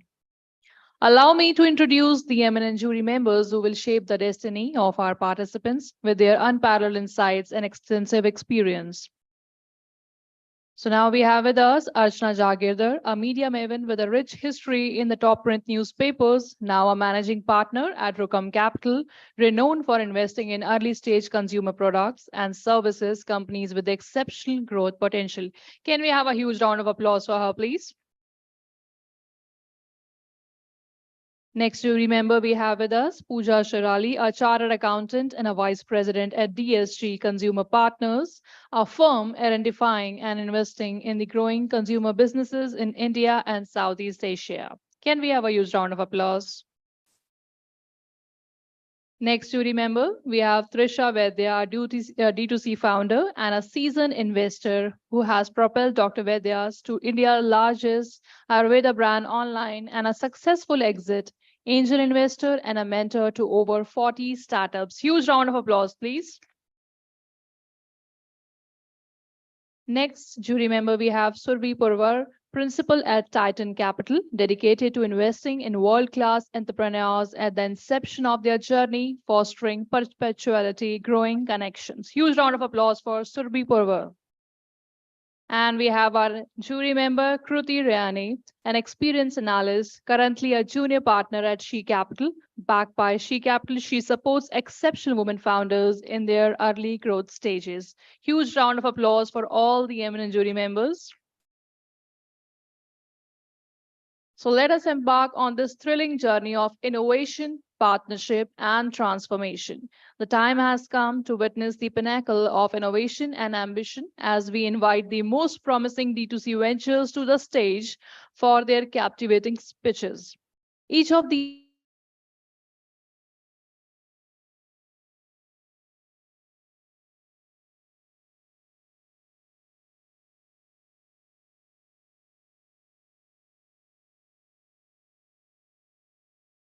as premier refreshing alternative to beer, wine, and cocktails. This zero sugar, low calorie alcoholic beverage has been meticulously crafted with premium elements promising a luxury 7-star experience. Let's give a warm round of applause to Bar Brew Beverages.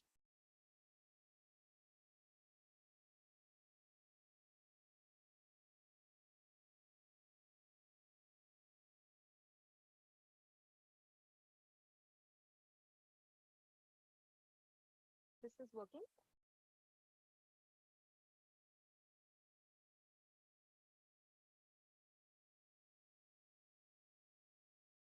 A warm welcome to one and all. I'm Ruchi Gupta, co-founder of Barney's Hard Seltzer, here to present the story behind Barney's. Like you can see, Barney's is inspired by a very popular sitcom, How I Met Your Mother, with an iconic element of the yellow umbrella. I'm sure most of us can relate to it. It's a story of two teetotalers who entered the alcobev space with zero knowledge, with a pure strategy to try and fail. And since then, we've been able to create this for you.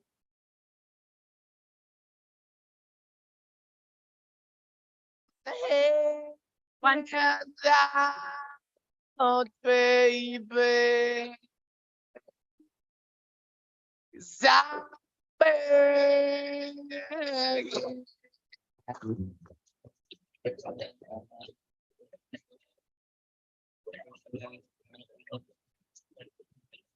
I'm begging you to put your love in a hand down the doctor.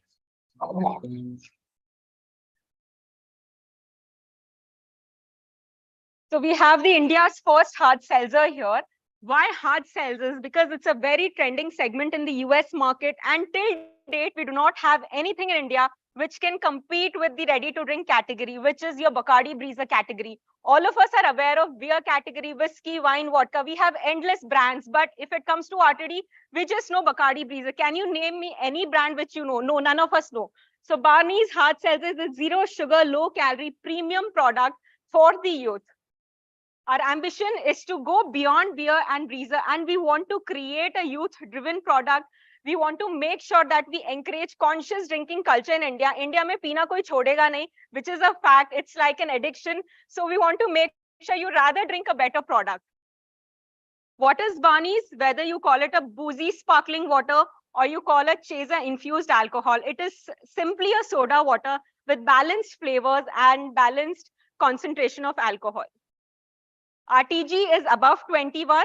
And if I talk about the Indian market, India sells close to 20 billion bottles of alcohol every year, which makes it the third largest consumer of alcohol in the world. And even for hard seltzer, it is the third largest consumer.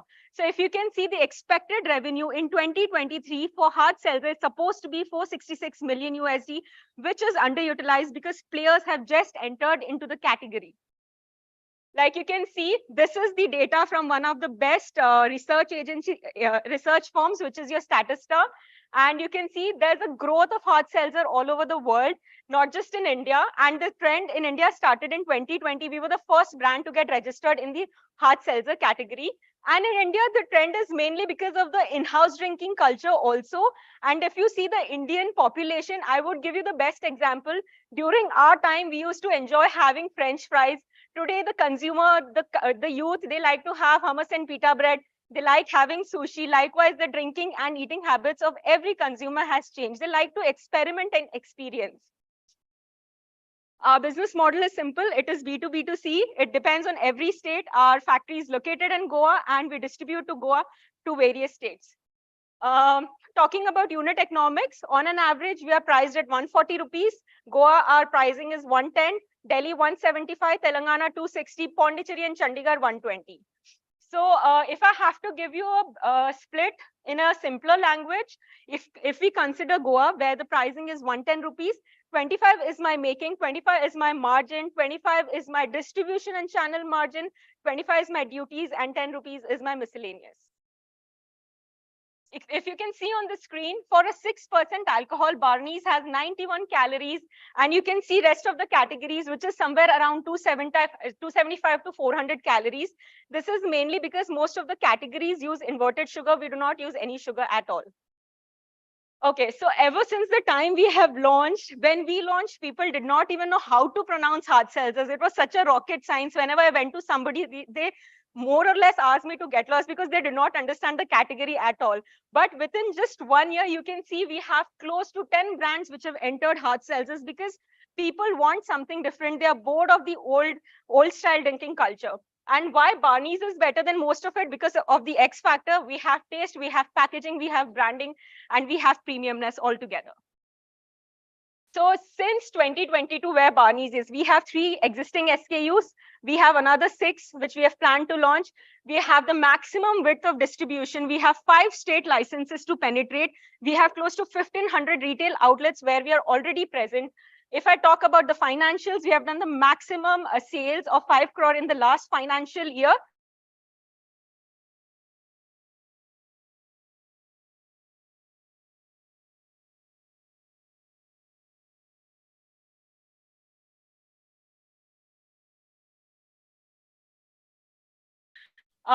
If I have to highlight one important mentor, it is Mr. Balbir Singh, who's in this trade for more than 40 years.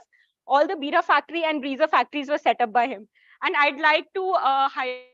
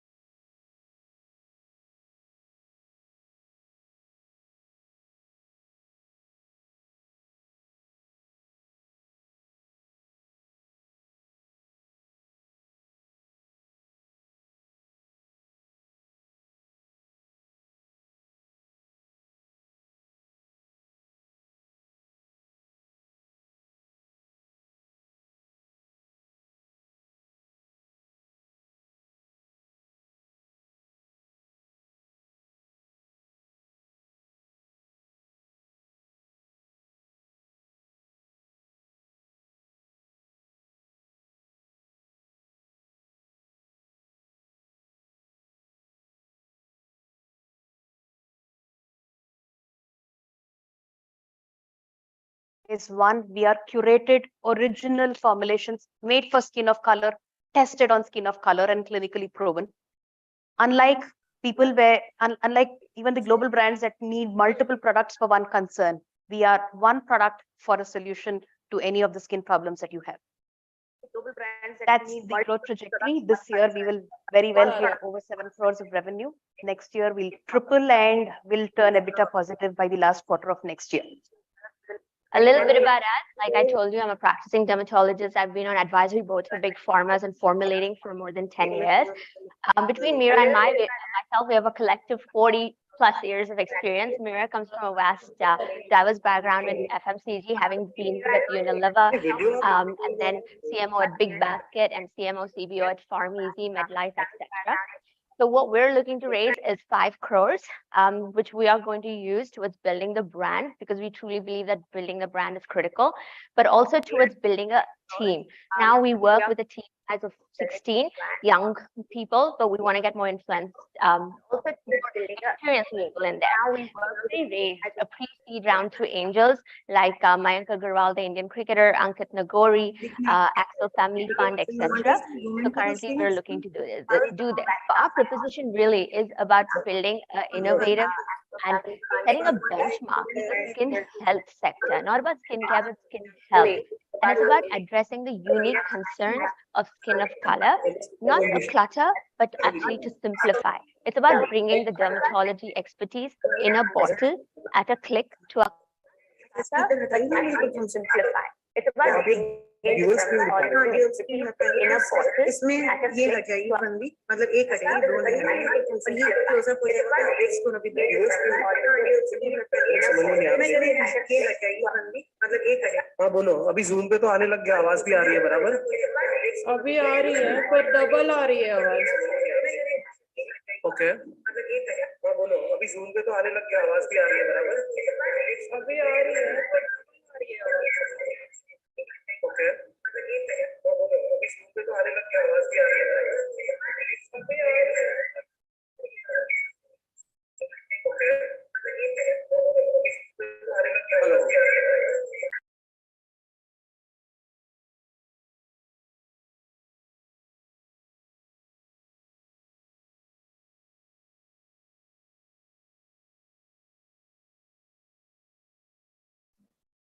अरे आप वो D2C को mute मत करो नहीं अब नहीं है म्यूटेड अरे आप वो D2C अभी आ रही है ना आवाज म्यूट मत करो नहीं म्यूट अभी नहीं आ रही है आवाज अब नहीं है म्यूटेड अरे वो D2C अभी आ रही है ना आवाज म्यूट मत करो नहीं म्यूट अभी नहीं आ रही है आवाज अभी कैसे नहीं आ रही आवाज अब नहीं है म्यूटेड अरे वो D2C अभी आ रही है ना आवाज म्यूट मत करो नहीं म्यूट अभी नहीं आ रही है आपके फिंगर्स नहीं करूंगी मैं that will be a little difficult but hey put them two together okay so anybody can see the difference you see the difference in color them two because I can't write अभी देखो yeah I get see something can we see hey how does the hand feel softer for sure. It's a pack, right? So it feels gentle. Yeah. So thank you so much. Thank you. Thank you. Yes. Any questions from the jury?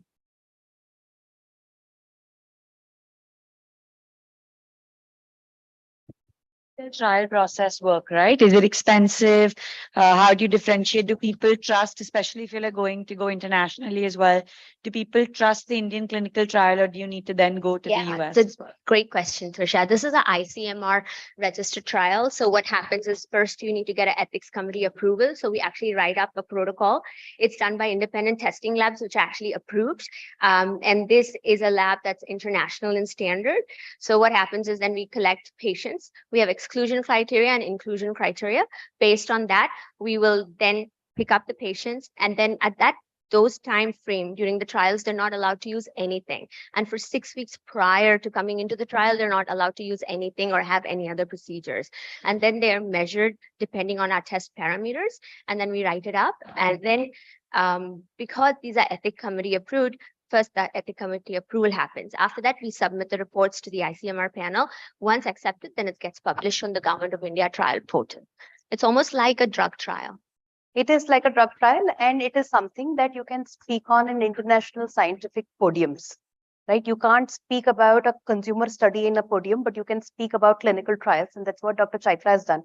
And the reason why we are expanding overseas is because of that, because doctors internationally, given that she sits and is a massive figure internationally in dermatology, sits on the International Society for Skin of Color as well as the World Anti-Aging Congress. She sampled products along with the clinical trials. People have loved it so much.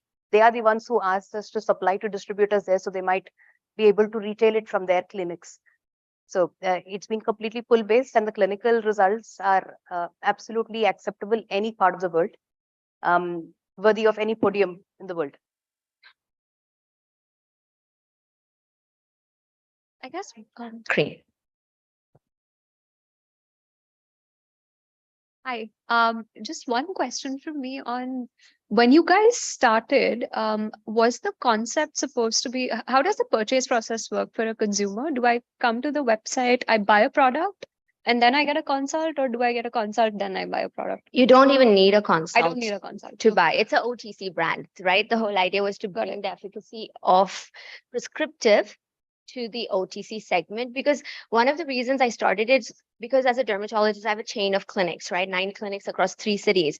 I'm never the first touch point. I'm actually tertiary care. People will try everything. They'll actually go to a salon. They'll speak to their friend, neighbor. Today, an influencer has more influence than a dermatologist does in many ways. They'll try all the hacks and like somebody else talked about, right? Onions and garlic and potato, everything. And then they come to us when there's reactions.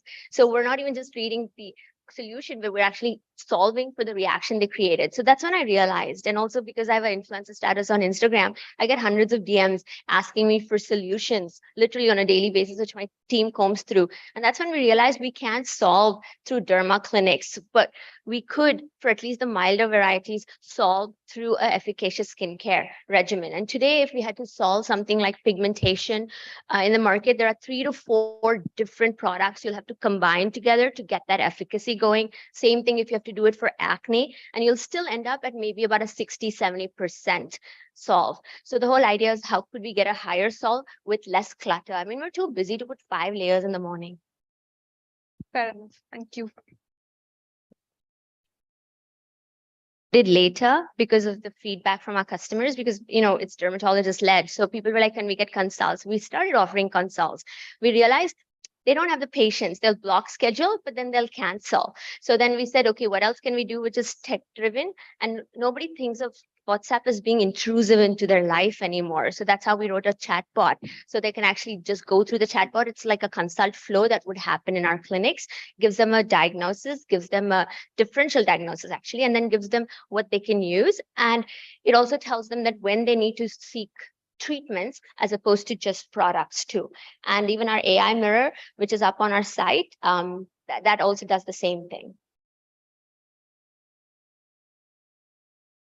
Great. So any questions for the jury or any help that you need from the audience? Yeah, I actually want to use this more as a consumer study. How many of you knew that skin of color, or what forms traditionally Indian skin, African skin, Latino skin, is different in terms of how it behaves when there are issues and how treatment should be? How many of you over here knew that?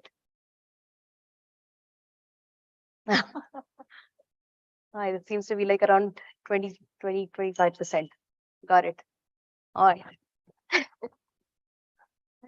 Thank you so much.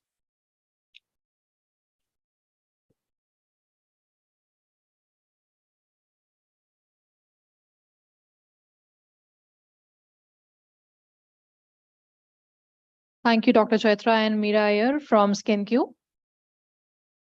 Next, let's welcome EasyFix. EasyFix is one of the participating company who made it to top 8 pitches out of 100 applications.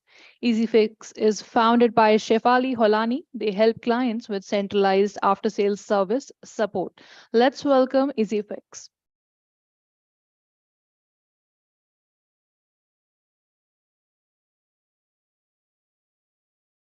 Thank you and the jury for adjusting the sixth participant. Maybe we can grab a coffee together afterwards once you like what we do and the problem we solve, more importantly. So let's get started with just talking about the reach that we have created so far. Running with multiple global brands across the country. It did not start like this though. It started with Delhi NCR. And then it was brands who pushed us like, just Delhi NCR, we're not going to work with you, right? So we had to expand. And today we expanded to about 420 odd cities from where we would cover multiple more cities and provide plumbers, electricians, carpenters, civil workers, glass workers, mason, tile workers, and primarily work with brands because it makes it easy for us to control the rate card, control the processes, control the SOPs, and control the financials.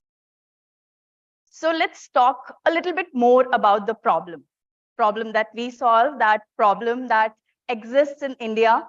And the good news is for us that not a lot of people want to solve it. And one question to all of you, you have a notepad, you can probably tell us your feeling. When you think of an electrician, what is the first feeling that comes to you? And we'll circle back on that feeling at the end.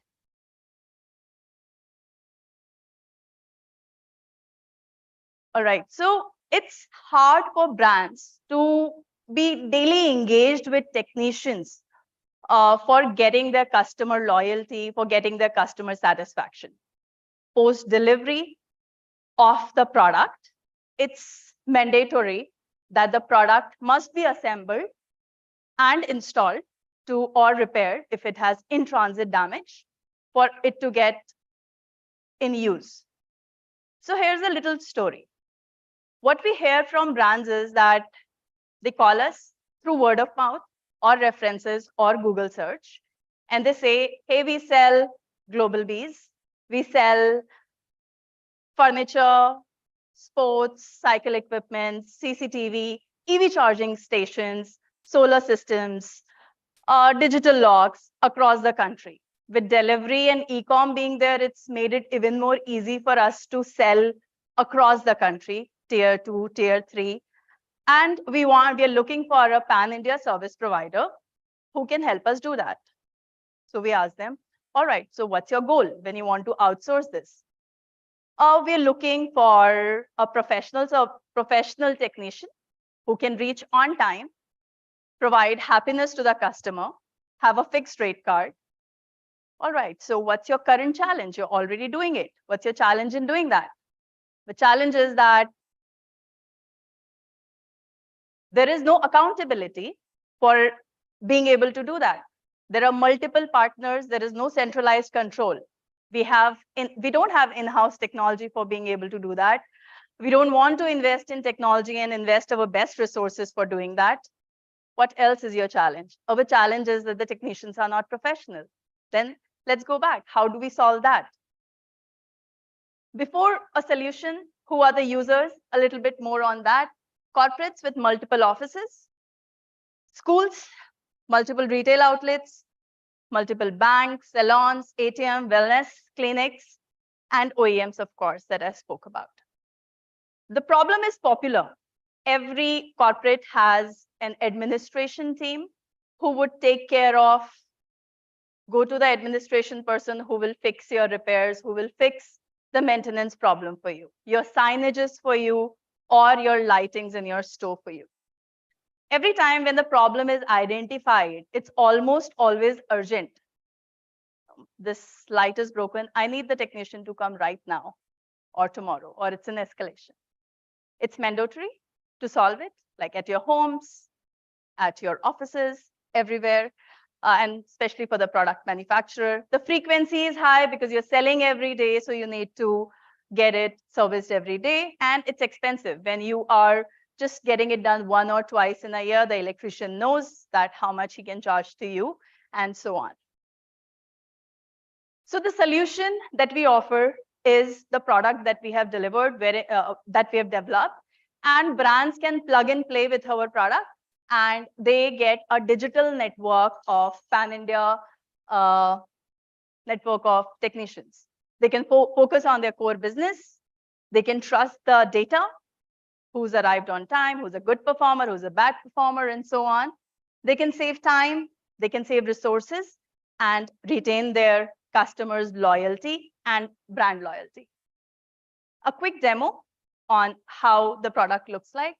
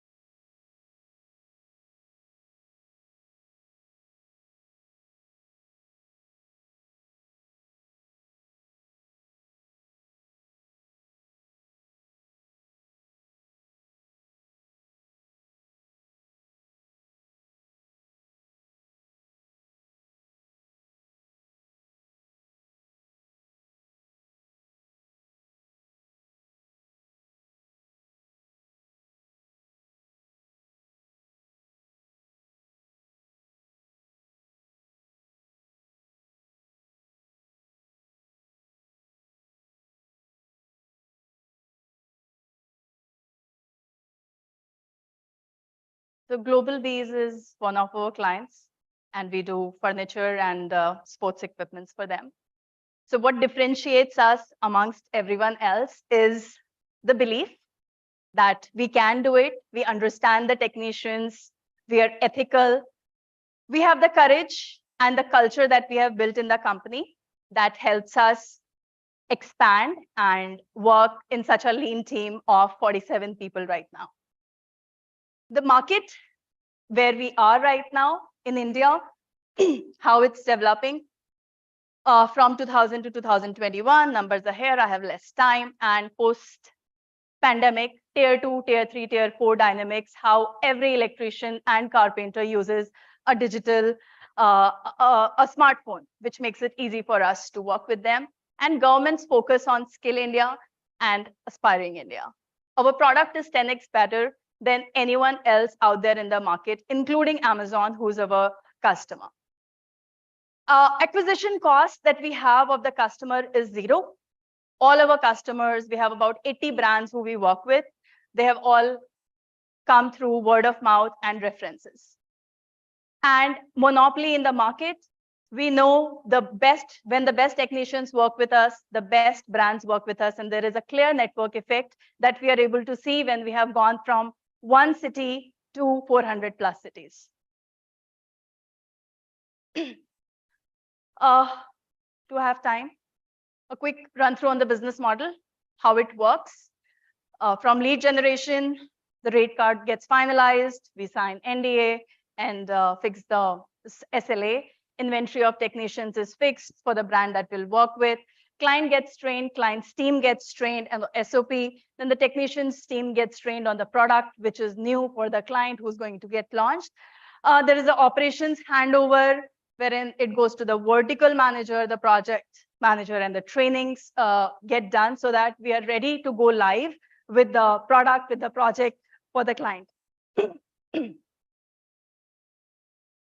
All we have to do is meet SOPs and meet our commitments, which we review at a weekly basis, on a monthly basis.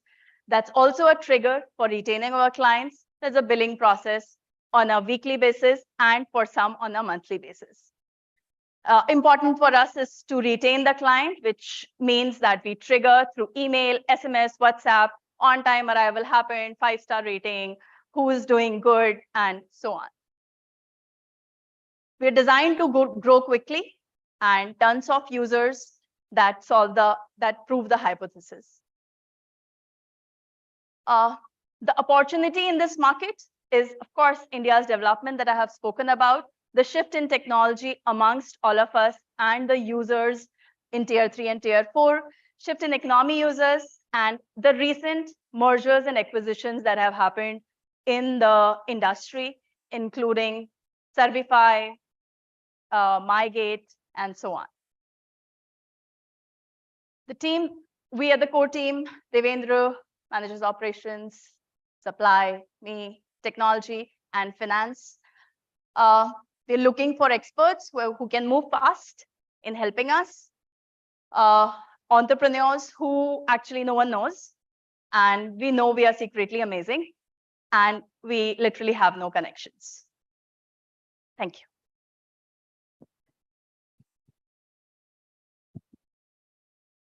Yeah.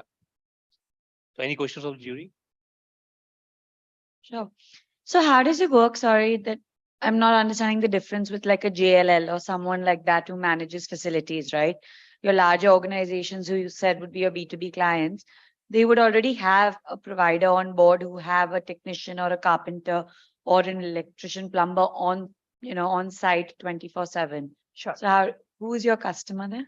So their core, like the JLL example that you gave, their core business is dealing with technicians. So they will not be our client. Like we have never really in last 10 years approached to them, but a product manufacturer whose core business is not in dealing with technicians, rather R&D of manufacturing the product of a solar panel or ceiling light, or the schools or the salons who have multiple chains, and they want to expand their business and focus on the product rather than having to worry about the maintenance on a recurring basis.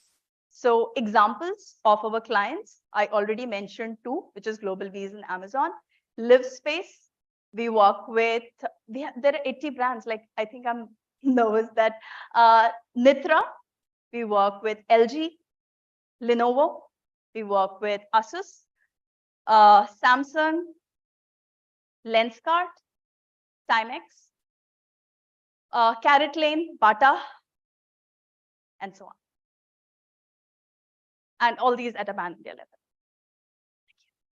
We work with their regional teams, area sales manager, who were earlier coordinating for like whenever there's a problem in a store, the area manager would be like, Abhi is technician ko call. And then now they log into our portal and then they book a request and then they come in a weekly review and we talk it out.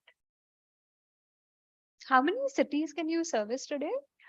There are close to 420 cities where we have local presence. Like we have a fitter who's on our application, has a certificate in his shop, but he will also cover a up-country location for which there are additional charges that the client will pay us on a per kilometer basis, depending on where he has sold the product. Understood. And how do typically people get in touch with you for the first time that they're starting to work with you, right? Because this is like crisis breakdown kind of situations sometimes. So yes. So a lot of times through word of mouth, companies, one person knows service department. Google search, we have invested not on a lot of marketing tools, but on SEO. Then one person moves to another company and then another company. So those brands also come into the portfolio. These 3 are the primary sources.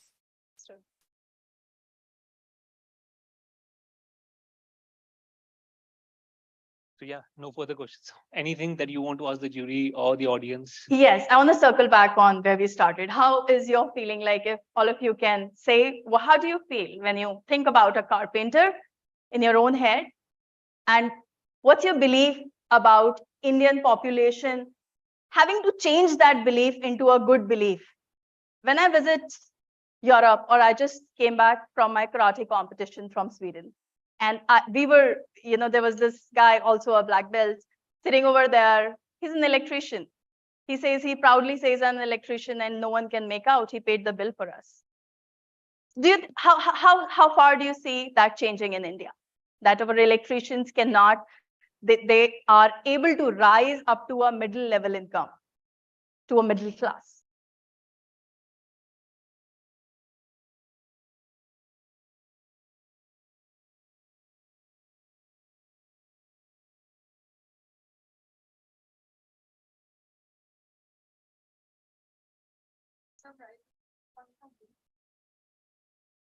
And what was your feeling? My feelings are very happy about all. I have mostly good feelings because I have not faced too many problems, because I think in a lot of areas, at least in metropolitan areas, these are a little bit of solved problems today, because you probably have somebody who you've been using for several years. So there's always trust, and you know the quality of work that you're going to get. So I think the problem is probably pretty critical for large companies, as well as if you move to a new city. I think that becomes a very, very difficult problem to solve. Thank you. I think I share the feeling completely, but I'll tell you, the one difference is you have to schedule these things, right? And that's draining. The thought process of saying somebody needs to come fix it, because of which my schedule gets whatever, right? I think that part's draining. So yeah. Yes, I agree. Thank you.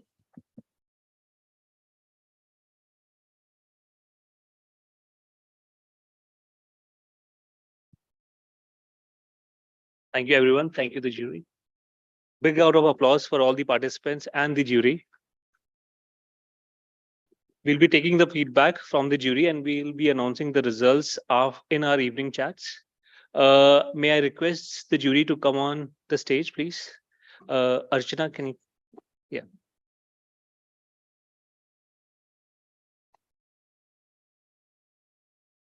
I remember. Yeah.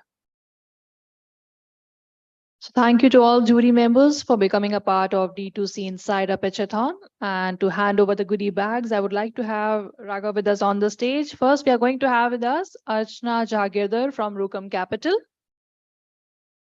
Can we have a huge round of applause, please?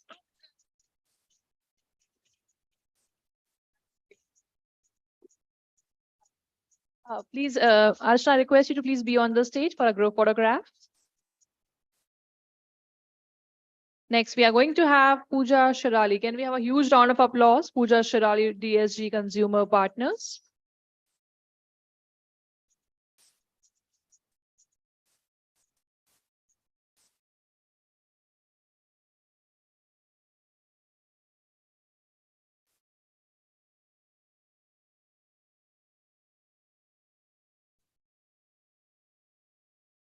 Thank you, Pooja. Next, we have with us Trisha Vaidya. Can we have a huge round of applause for Trisha Vaidya?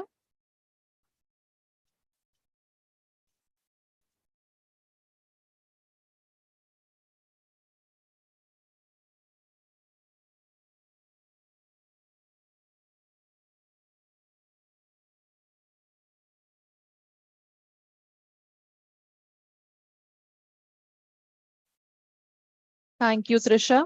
Next, we have Surbhi Purvar from Titan Capital. Can we have a huge round of applause for our next jury member?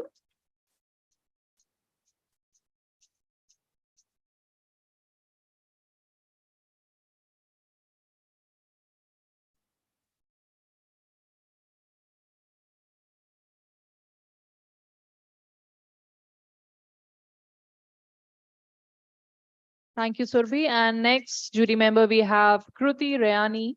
Can we have a huge round of applause for her?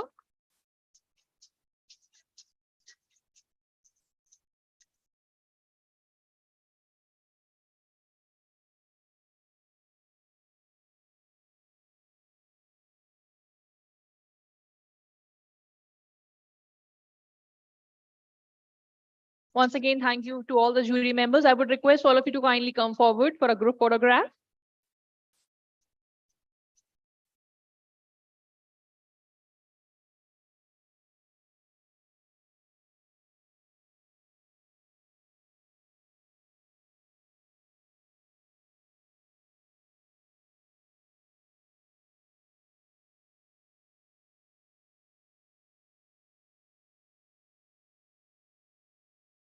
It's more than just a feeling, like a heartbeat. Thank you to all the jury members. So, ladies and gentlemen, what an enthralling showcase of innovation and ambition we have witnessed today. I extend my heartfelt gratitude to each of the participating companies, Barbue Beverages, Cost IQ, Uptowny, SkinQ, Fleck, and EasyFix for gracing this stage with their exceptional pitches. I would request all the participants to please grace the stage once again for a quick photograph.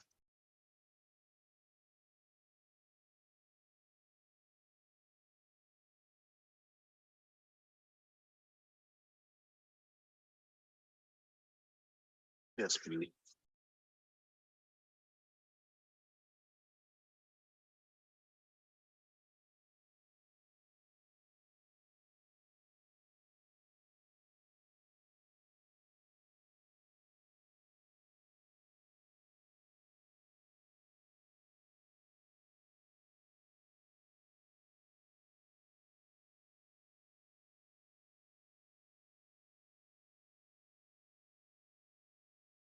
Yes, please. All of you, please come forward.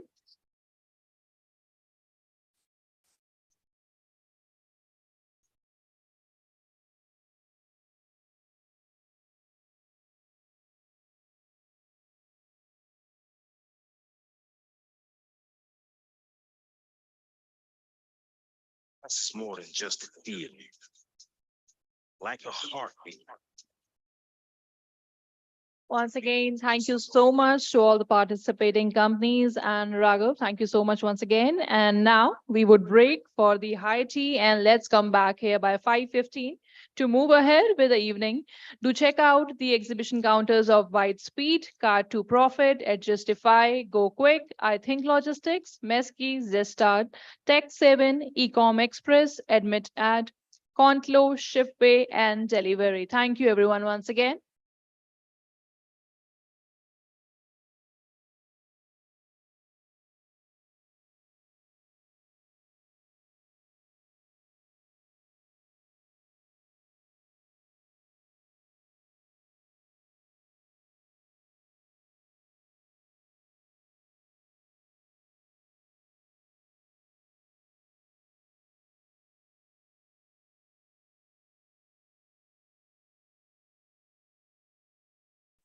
To Bangalore CXO meet here.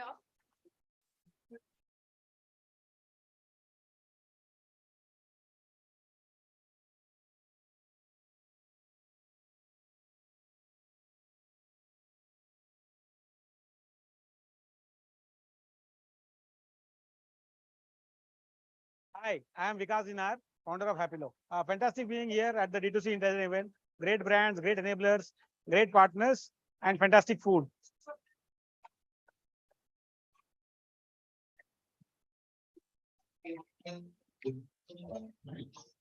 Mic तो है लेकिन clicker नहीं होता. Hey guys, Siddharth here. Excited to be here in Bangalore for the D2C Insider event.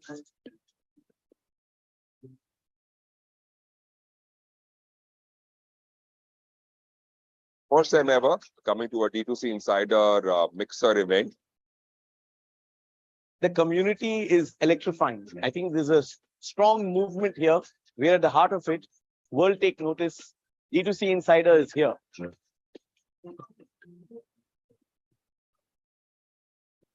Thanks to D2C Insider, great energy. The event's been great. It was an amazing time at the Bangalore Regional CXO meet for D2C Insider. It's an amazing melting pot of ideas and collaboration that we have at D2C Insider. Huge kudos to the D2C Insider community for pulling this off. Really, it was great session for somebody who's about to launch.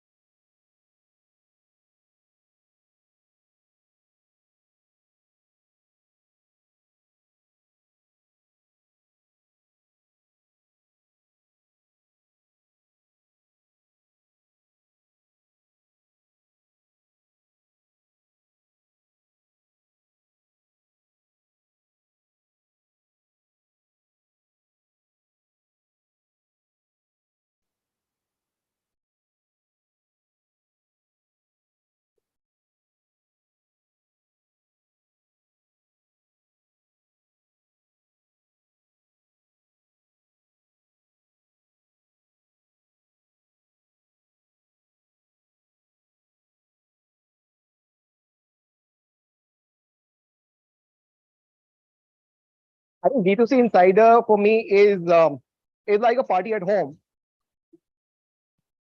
D2C Insider, in one word, is family. So today's D2C Insider event, it was, I met a lot of friends. And I think as founders, we don't have a lot of time. So such events help us get back with the friends. The sessions were amazing. A platform and a community like this can actually go a long way in terms of helping some of the founders. I think meeting a lot of people here, a lot of new entrepreneurs came in. I think that's what the biggest highlight for me personally. Great event. Every year we look forward to D2C Insider event, and I'm sure I think it is just a start. And every year, I mean, we'll start having it a lot more frequent from here on.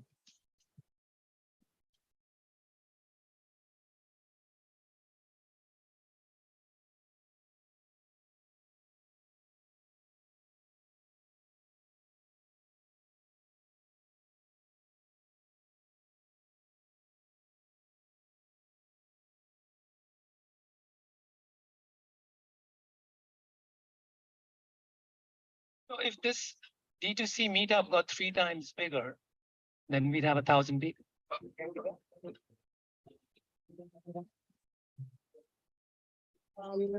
So pleasantly surprised to see how amazing this community and the kind of energy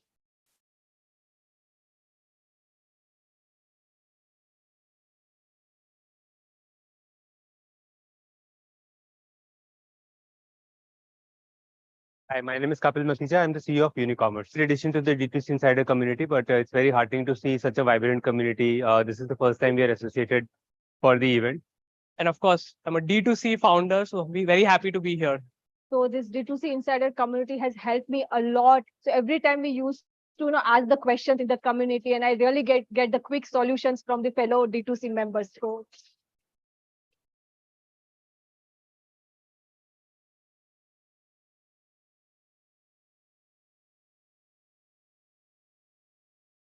Hi, I'm Rishabh Mariwala. I'm an investor. We run Sharp Ventures. Today is fantastic. I think I love the energy. I think I've met some top quartile entrepreneurs. I would like to invite Kshitish Ladia, who's the founding member of D2C Insider, and Arjun Gadya from World Invest.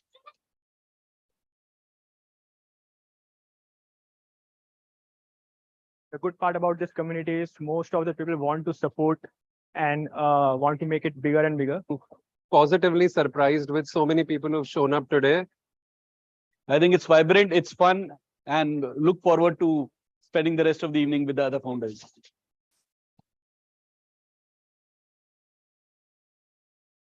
But thanks again to D2C Insider. Great event today.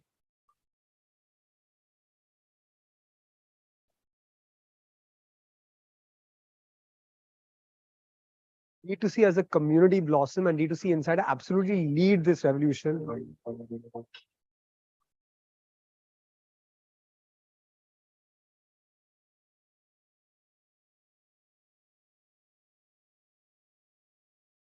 I'm always very excited to meet fellow founders and very senior people from the industry. It's always a great learning and meeting experience. And yeah.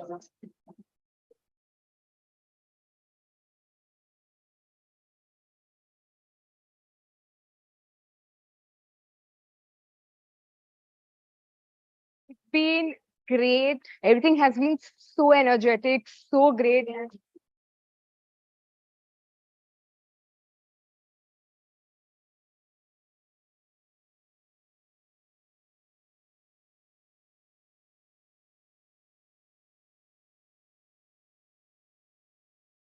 Guys, feeling amazing. Didn't know that Bombay event could be so successful. But who thought that we will have 280 phenomenal founders to be a part of this amazing evening?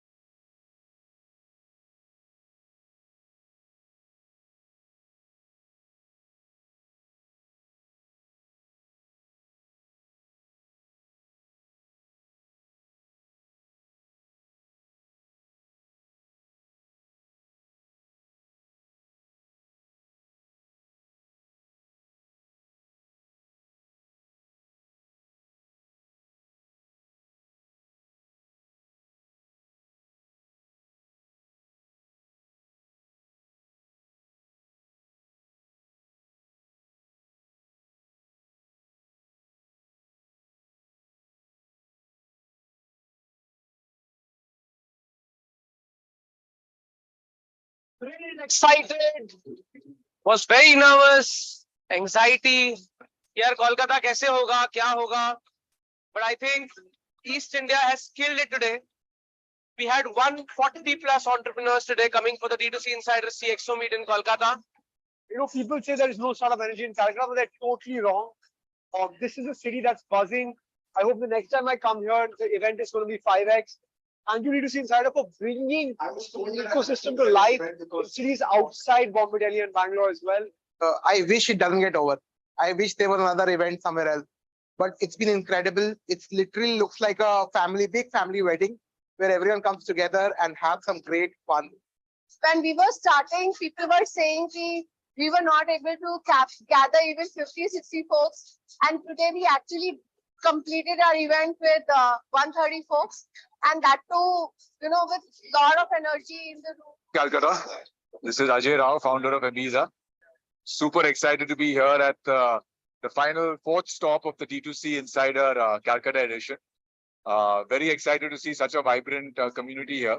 I think Calcutta has a massive amount of potential. Hi guys, I think an amazing event, another event in our series we have had in Kolkata, the D2C Insider CXO meet.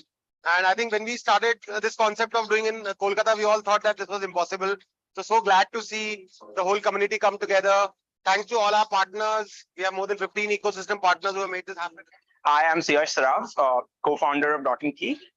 And it's fantastic to be here. It's a fantastic amalgamation of the ecosystem in the city, and D2C Insider is doing a fantastic job getting all the D2C founders across the city into one room so that we can all shake things up.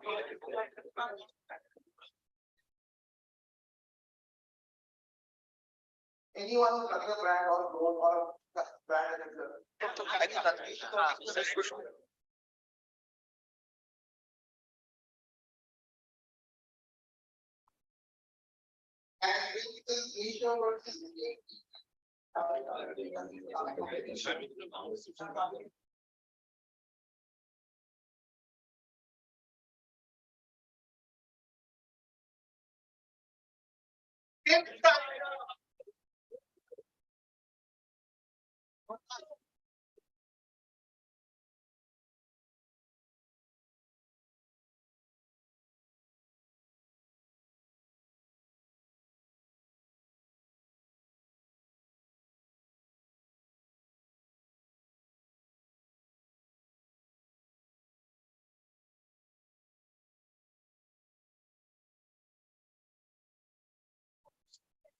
Call to Bangalore CXO meet here.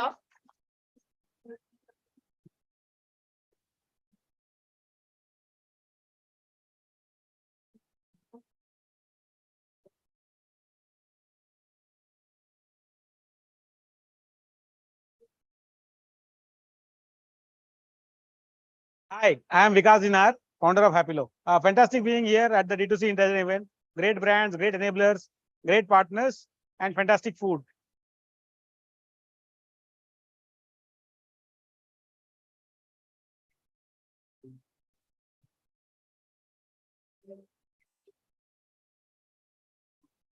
Hey guys, Siddharth here. Excited to be here in Bangalore for the D2C Insider event.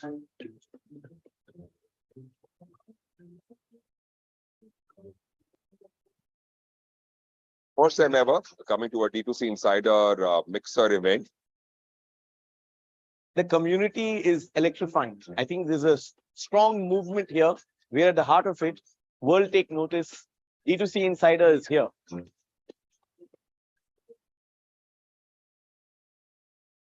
Thanks to D2C Insider, great energy. You know, the event's been great. It was an amazing time at the Bangalore Regional CXO meet for D2C Insider. It's an amazing melting pot of ideas and collaboration that we have at D2C Insiders. Huge kudos to the D2C Insider community for pulling this off. Really, it was great session for somebody who's about to launch.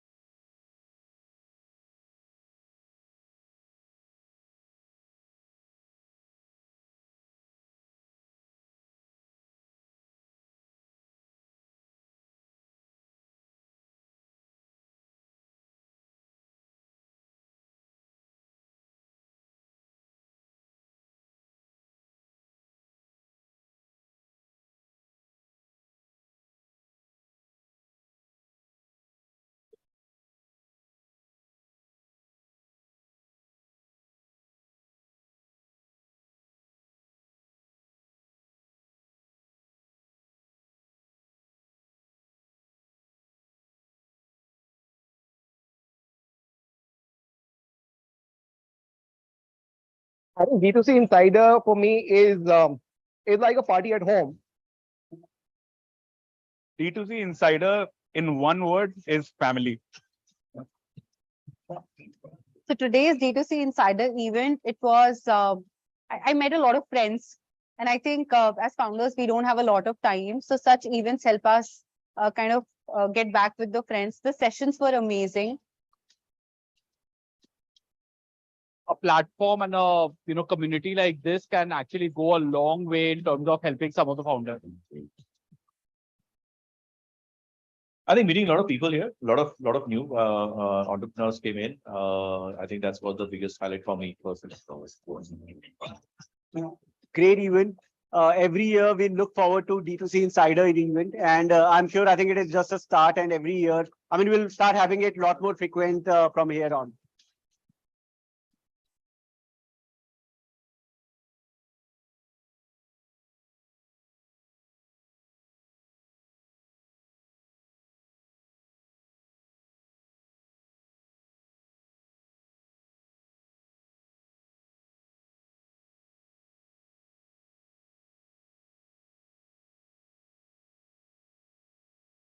So if this D2C meetup got 3 times bigger, then we'd have 1,000 people.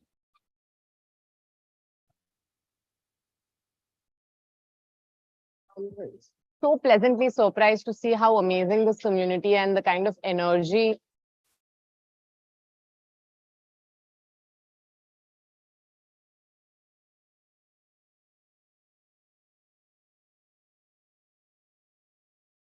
Hi, my name is Kapil Makhija. I'm the CEO of Unicommerce. In addition to the D2C Insider community, but it's very heartening to see such a vibrant community. This is the first time we are associated for the event. And of course, I'm a D2C founder, so we're very happy to be here. So this D2C Insider community has helped me a lot. So every time we used to ask the questions in the community, and I really get the quick solutions from the fellow D2C members. So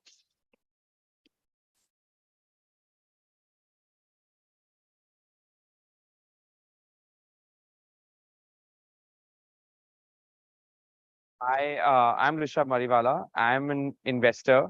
We run Sharp Ventures. Today is fantastic. I think I love the energy.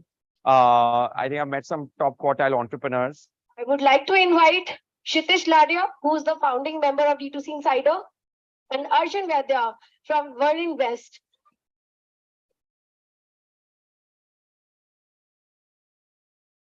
The good part about this community is most of the people want to support and want to make it bigger and bigger. Positively surprised with so many people who've shown up today. I think it's vibrant, it's fun, and look forward to spending the rest of the evening with the other founders.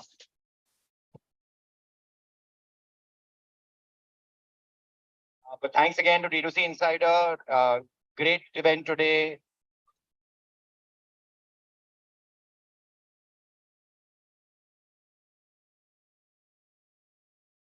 D2C as a community blossom and D2C Insider absolutely lead this revolution.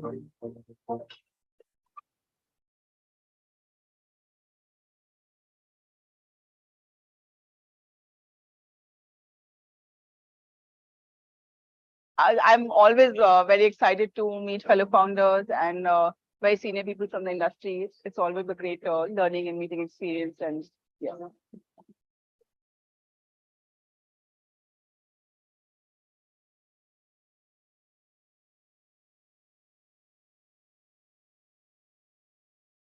it's been great. Everything has been so energetic, so great.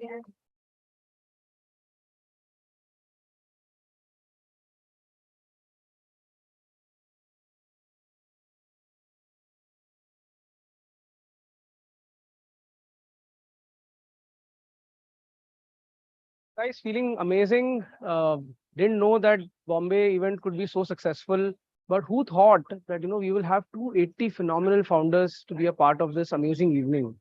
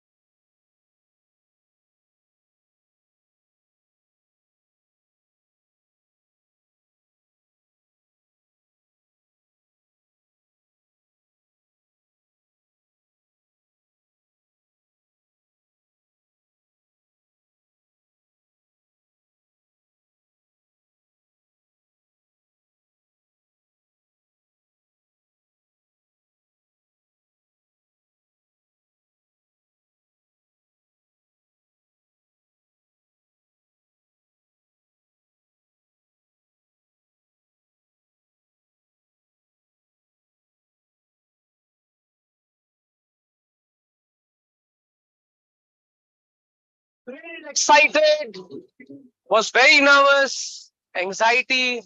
Here, Kolkata, kaise hoga, kya hoga? But I think East India has killed it today. We had 140 plus entrepreneurs today coming for the D2C Insider CXO meet in Kolkata. People say there is no startup energy in Calcutta, but they're totally wrong. This is a city that's buzzing. I hope the next time I come here, the event is going to be 5x. And you need to see Insider for bringing the ecosystem to life in cities outside Bombay, Delhi, and Bangalore as well. I wish it doesn't get over. I wish there were another event somewhere else. But it's been incredible. It's literally looks like a big family wedding where everyone comes together and have some great fun. When we were starting, people were saying we were not able to gather even 50, 60 folks. And today we actually completed our event with 130 folks. And that too, with a lot of energy in the room. Calcutta. This is Ajay Rao, founder of Amiza. Super excited to be here at the final fourth stop of the D2C Insider Calcutta edition. Very excited to see such a vibrant community here. I think Calcutta has a massive amount of potential. Hi guys, I think an amazing event, another event in our series we have had in Kolkata, the D2C Insider CXO meet. And I think when we started this concept of doing in Kolkata, we all thought that this was impossible. So glad to see the whole community come together. Thanks to all our partners. We have more than 15 ecosystem partners who have made this happen. I am Siyash Saraf, co-founder of Dot & Key. And it's fantastic to be here. It's a fantastic amalgamation of the ecosystem in the city, and D2C Insider is doing a fantastic job getting all the D2C founders across the city into one room so that we can all shake things up.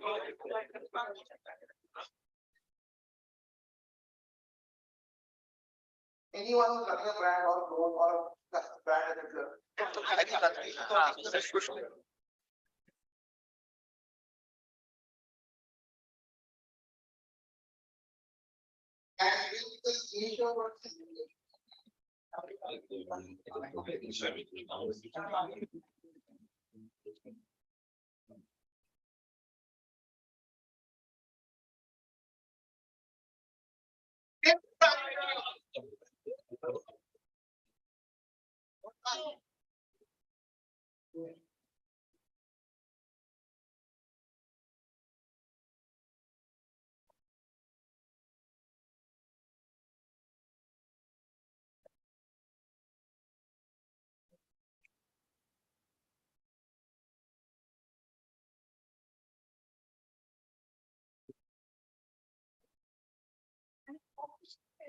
All to Bangalore CXO meet here.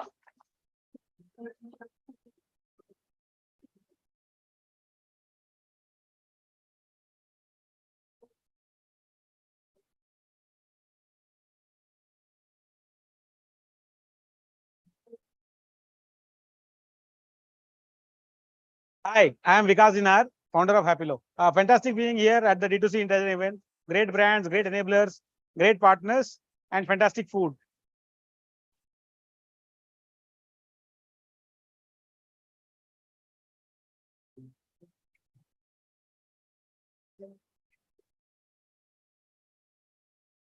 Hey guys, Siddharth here. Excited to be here in Bangalore for the D2C Insider event.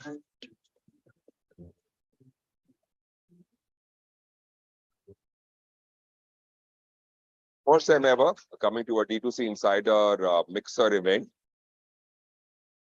The community is electrifying. I think there's a strong movement here. We're at the heart of it. World take notice. D2C Insider is here.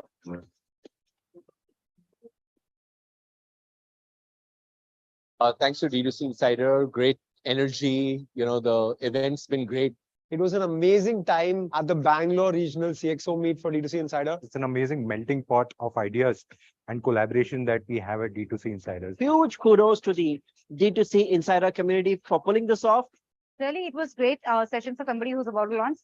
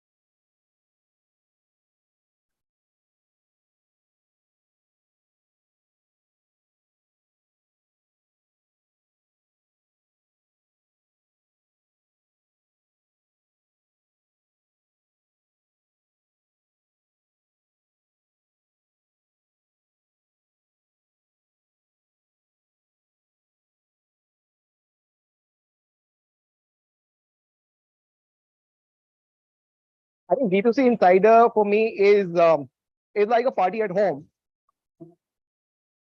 D2C Insider in one word is family. So today's D2C Insider event, it was, I met a lot of friends. And I think as founders, we don't have a lot of time. So such events help us get back with the friends. The sessions were amazing. A platform and a community like this can actually go a long way in terms of helping some of the founders.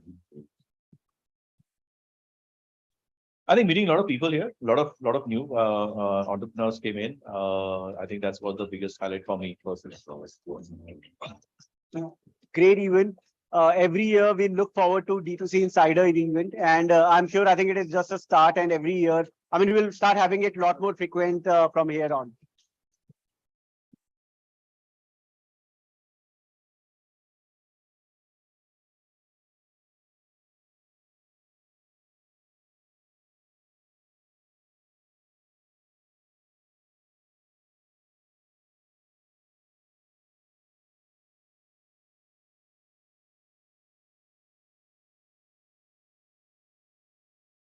So if this D2C meetup got 3 times bigger, then we'd have 1,000 people.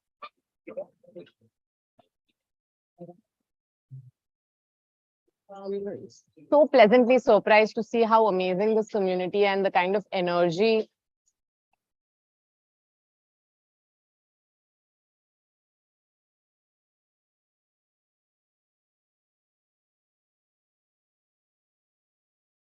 Hi, my name is Kapil Makija. I'm the CEO of Unicommerce. In addition to the D2C Insider community, but it's very heartening to see such a vibrant community. This is the first time we are associated for the event. And of course, I'm a D2C founder, so we're very happy to be here. So this D2C Insider community has helped me a lot. So every time we used to ask the questions in the community, and I really get the quick solutions from the fellow D2C members. So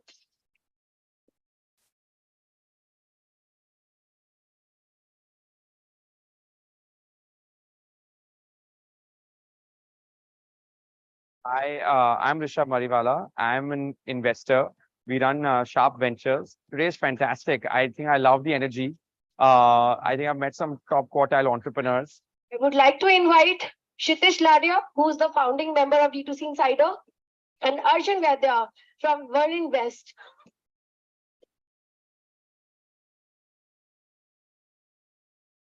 The good part about this community is most of the people want to support and want to make it bigger and bigger.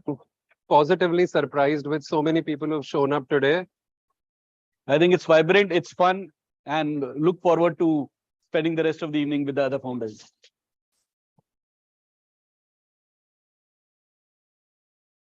But thanks again to D2C Insider. Great event today.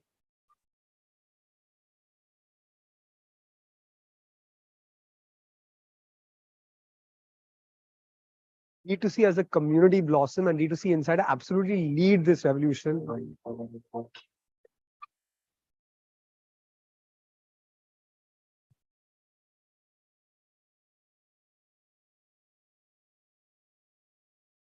I'm always very excited to meet fellow founders and very senior people from the industry. It's always a great learning and meeting experience. And yes.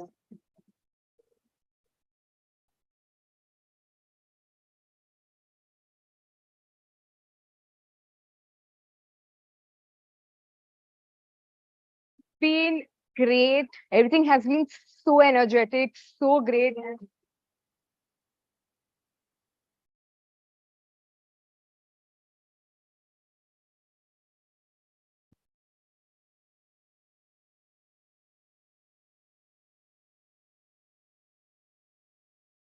Guys, feeling amazing. Didn't know that Bombay event could be so successful.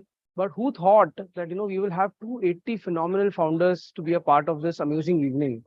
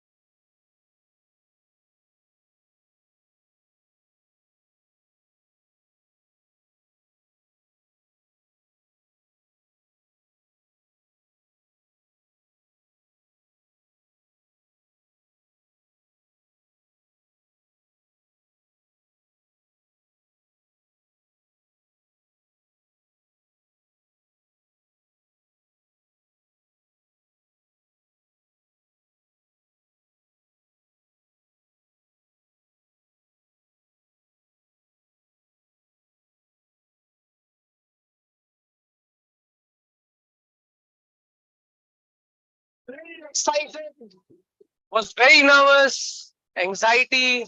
Here, Kolkata, kaise hoga, kya hoga? But I think East India has killed it today. We had 140 plus entrepreneurs today coming for the D2C Insider CXO meet in Kolkata. You know, people say there is no sort of energy in Calcutta, but they're totally wrong. This is a city that's buzzing. I hope the next time I come here, the event is going to be 5x. And you need to see Insider for bringing the ecosystem to life in cities outside Bombay, Delhi, and Bangalore as well. I wish it doesn't get over. I wish there were another event somewhere else.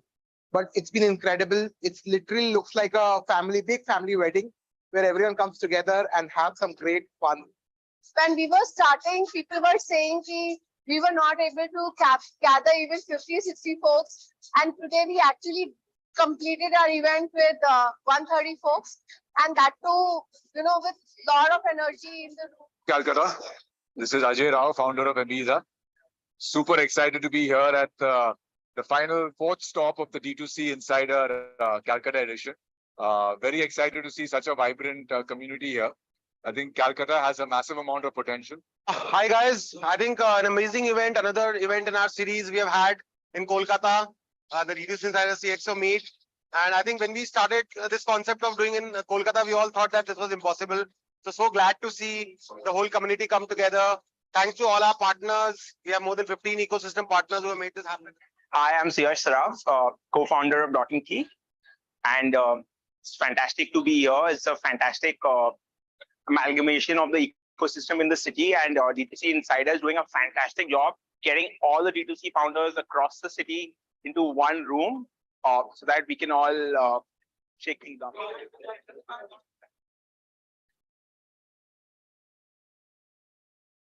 Anyone who's running a brand or role or a brand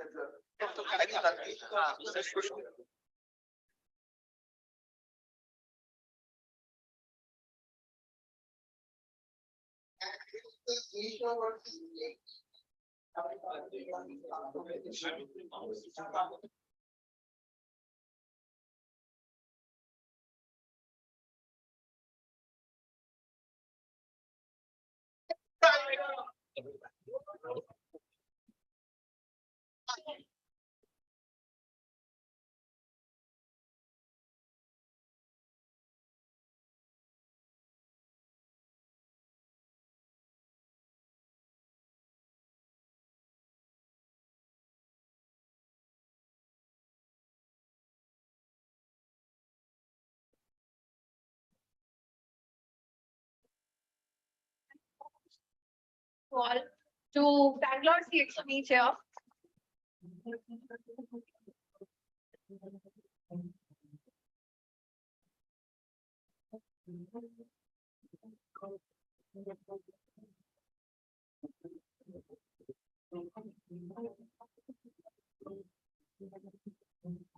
Hi, I am Vikas Dinar, founder of Happilo. Fantastic being here at the D2C Intelligent event. Great brands, great enablers, great partners, and fantastic food.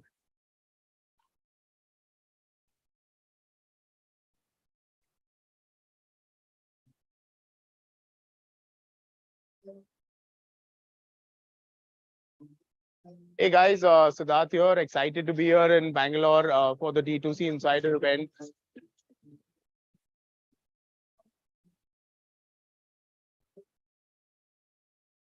First time ever coming to a D2C Insider Mixer event.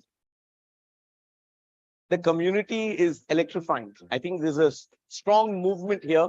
We're at the heart of it. World take notice. D2C Insider is here.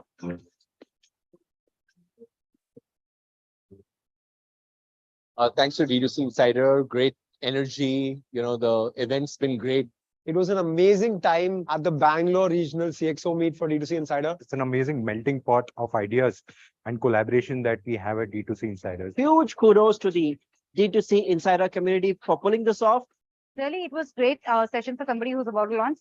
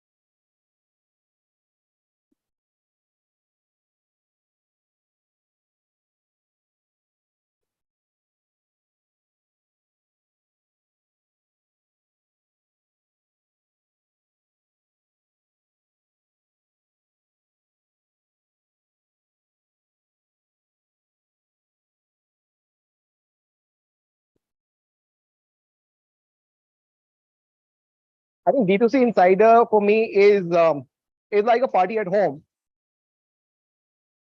D2C Insider in one word is family. So today's D2C Insider event, it was, I met a lot of friends. And I think as founders, we don't have a lot of time. So such events help us kind of get back with the friends. The sessions were amazing.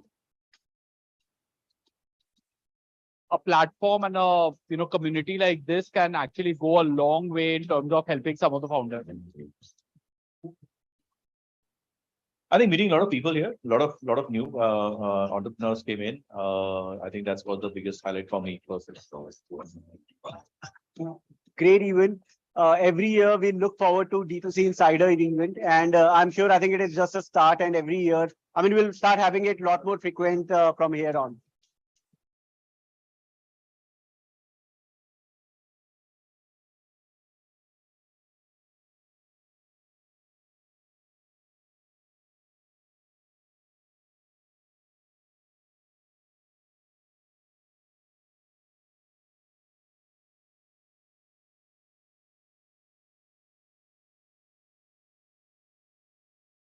So if this D2C meetup got 3 times bigger, then we'd have 1,000 people.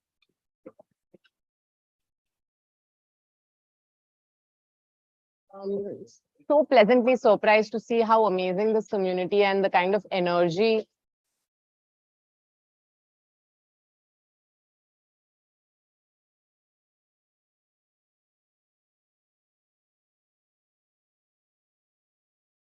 Hi, my name is Kapil Makija. I'm the CEO of Unicommerce. In addition to the D2C Insider community, but it's very heartening to see such a vibrant community. This is the first time we are associated for the event.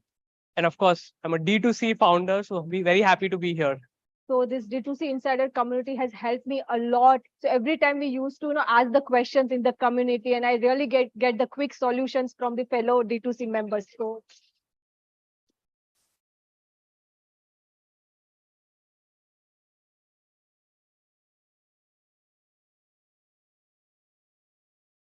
Hi, I'm Rishabh Mariwala. I'm an investor. We run Sharp Ventures. Today is fantastic. I think I love the energy. I think I've met some top quartile entrepreneurs. I would like to invite Kshitish Ladia, who's the founding member of D2C Insider, and Arjun Vaidya from One Invest.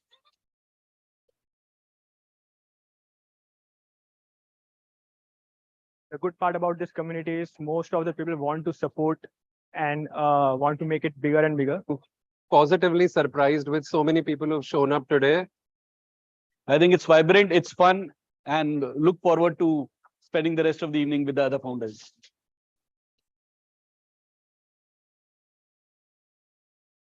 But thanks again to D2C Insider. Great event today.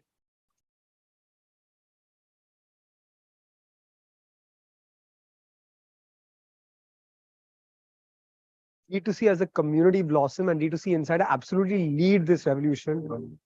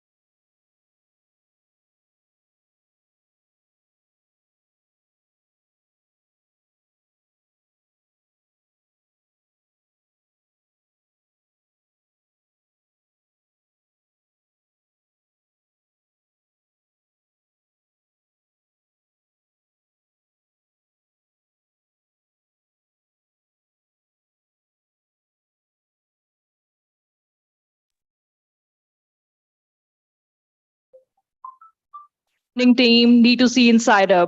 Ladies and gentlemen, let's give a warm round of applause for Shruti Agarwal as she joins us to give a keynote and walk us through the D2C Insider journey. Ladies and gentlemen, let's give a warm round. Have a huge round of applause, please. As she joins us to give a keynote and walk us through the D2C Insider journey. Ladies and gentlemen, let's give Hi a warm round everyone. of applause, please. I'm definitely nervous. So, hi everyone. Shruti Agrawal. I'm one of the founding member of D2C Insider.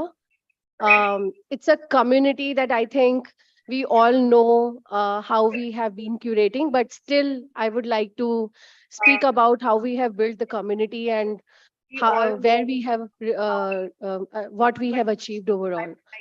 Today, I think the entire subject is all about Women's Summit. And I would like to address how we have actually created this women chapter. And it's a kind of a proud moment for us. And we also realize that there's a lot of things to do. And we still have a lot of work to do around.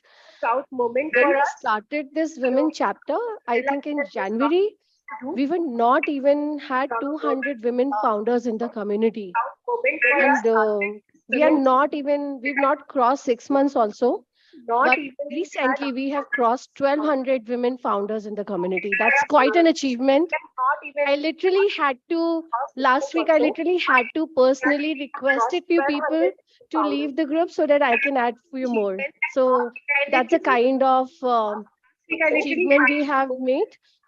However, I still feel that 1200 is not something that we have achieved. Something I think 20,000 is something we are willing to achieve. And we need your help in order to build that strong community where anything and everything related to D2C space, people can come to the community and seek for any sort of help. I will also like to talk about a little background, how the entire community got started.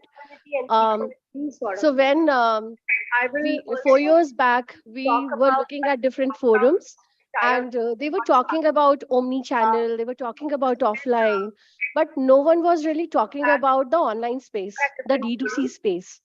And people were not really talking about how to grow business in online space because that was an untouched space and brands founders were really struggling to see how they can grow online. And of omni-channel dur ki baat thi unke liye. So we thought, let's build this platform where we've come with our own experience and the founders who are really struggling, they can get a platform from where they can seek all sort of help. That's how the group, as in WhatsApp, got started. We added few 10, 20 founders which we knew, and those 10 founders actually added another 10 founders, and by some time we were 256 founders in the community. I think we have always known for us being houseful in WhatsApp group. I think इतना बाज होता है कि WhatsApp भी हमारा load नहीं ले पाता है. So whatever, no matter whatever maximum numbers WhatsApp keep, we are always houseful. Even at a community level today, we are houseful. So we are actually running 3 different communities so that all people can be catered there. Are always houseful. Even at a community level. The thing which happened last year, which made us to make sure that there's a team we're working and there's something we're doing and growing D2C Insider is when COVID happened, everyone was helping each other. And after COVID, we realized that people have helped each other, but they have never interacted with each other. So let's create let's do an event where, you know, we can have a get together of 100 people or 150 folks, and which turned out to, like, we circulated the registration form and we got 1,000 registrations where we were not even expecting 500 registrations. We've got some marquee names who were willing to come, because after COVID, everyone wanted to meet physically, face to face with everyone. We had to up our game and make sure that the overall event that we are planning has to be good. And it turned out the memorable one because the entire community was involved, right from planning to execution. In fact, we got a lot of volunteers to help there. a lot of founders gave the idea that, I want to keep my products for everyone to use. So the goodie bag, overall goodie bag thing came from there, which now has become a legendary goodie bag. And people were so happy meeting with each other after so many years due to lockdown, and they were happy even while going home as well, because they got 10 kg ka goodie bag, and they were posting, it got viral. After that we realized that, now it's not about us, it's also a social responsibility that we have to take this to a next level. In that event, we've got, it was only a brand's community, but in that event we also realized that we need to create an entire ecosystem where everyone is growing. So that's where we created different groups for investors, enablers, and they got added in the community. I think after Shark Tank, the realization was that there are so many brands in the community, but they still seek lot of marketing and lot of visibility. So why not D2C Insider being that one channel where people can seek all sort of help? That's where we said, let's start with women chapter, because that's anyway a weak chapter overall, and let's create the strongest one, which even, men will die to come into that group. And I think we've made that one. The group is buzzing more than any of the other groups, and lot of interesting conversation happens there. Brands help each other, enablers help each other, all the community members help each other, irrespective what brand, what position, and what competition they are at.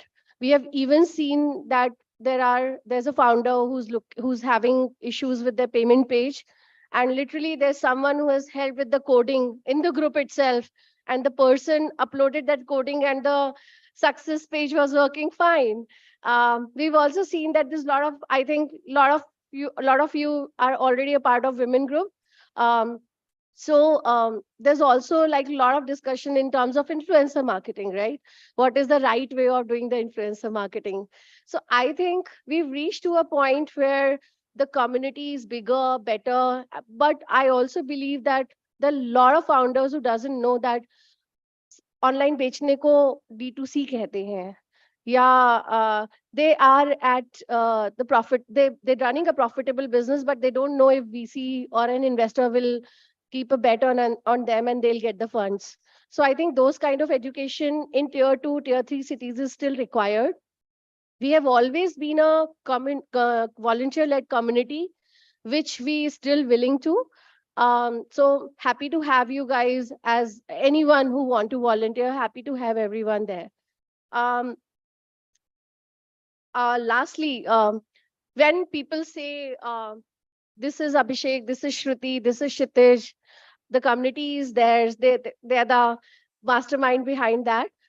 I would like to urge that it's not only our community, it's our community. So I want everyone to feel that this is your own community where you can actually ask for any help that you need in order to grow your business. And you can help in every format. Like if you think you do not have time as become a volunteer, but once in a year, maybe you can help. That will also work as a volunteer. The idea is for you to feel that this is your internal family or a community where you can seek all sort of help that you need in order to grow your business. So we'll be happy if we'll not hear that it's not only our community, but it's our community overall. Lastly, I would like to thank our founding members who were the pillars while building this community overall and were the early members also. Aman, Ghazal, Hitesh, Varun, Aditya, Deep, Trisha, Arjun, Abhishek Agarwal, who's also known as Aji, and 100 plus volunteers running 35 plus chapters today. Recently, we've also did almost 10 chapters, city chapters, including Surat, Ahmedabad, Chandigarh, Jaipur, Chennai, Kochi, Hyderabad, Pune, to make sure that these events or these kind of get together is not only stay in tier 1 cities, but we also reach out to people who can't reach us. And we've literally seen that there's so many founders who were not aware of the community that's there. And they were so glad because they didn't had these kind of visibilities. They didn't know how the angel works, how investor money works, how marketing works, how they can actually hack different kind of logistics, or how to grow in Amazon. Maybe they're just struggling in their own whatever little understanding they have. They're struggling juggling with their own.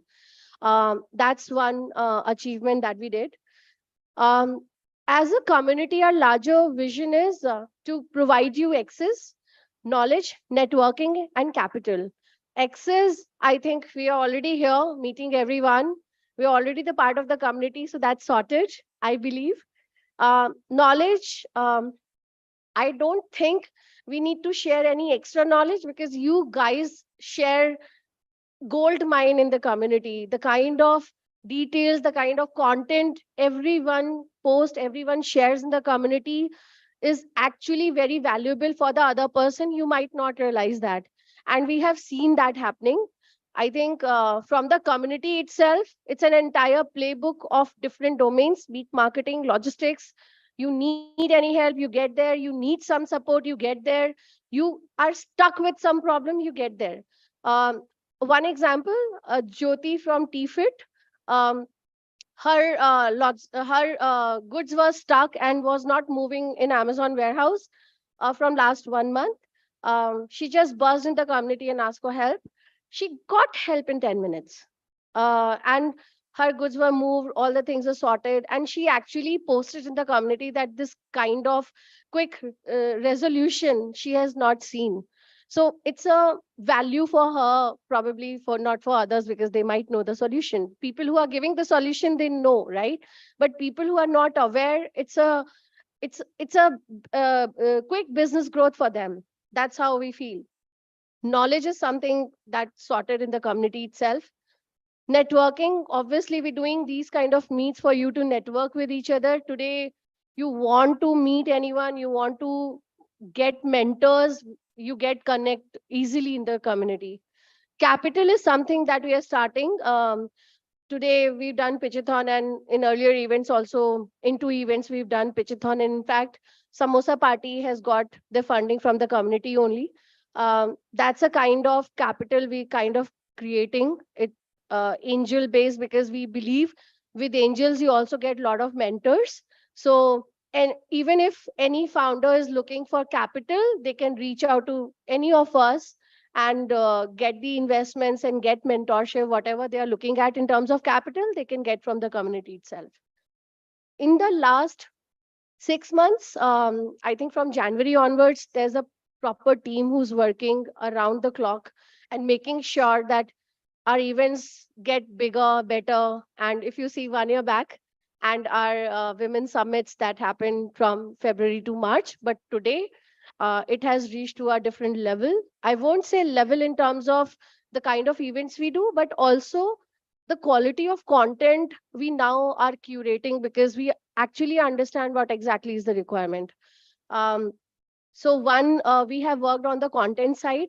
We believe we as a community member, we are not the creator. It's you guys who are the creator. You create, we could see a lot of LinkedIn content you guys actually share with your own experience. And we are happy with that because we want to be the curator. We want to curate those content and create the playbook for anyone who's looking their business to grow. Jobs that we have recently started. And I believe when you go to any other portal, you get a lot of different, it's not even it's actually non-relevant folks also. But I believe when there is a job in D2C Insider portal, you actually get relevant folks around. And even for job seekers, it's a relevant opportunity for them.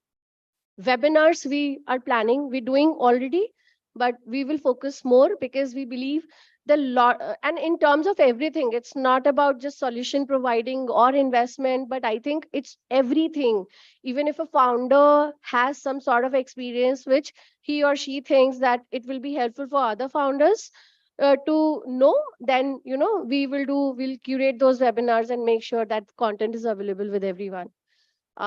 We have recently, I think in last meet, which was the CXO series, many of you have experienced the bot.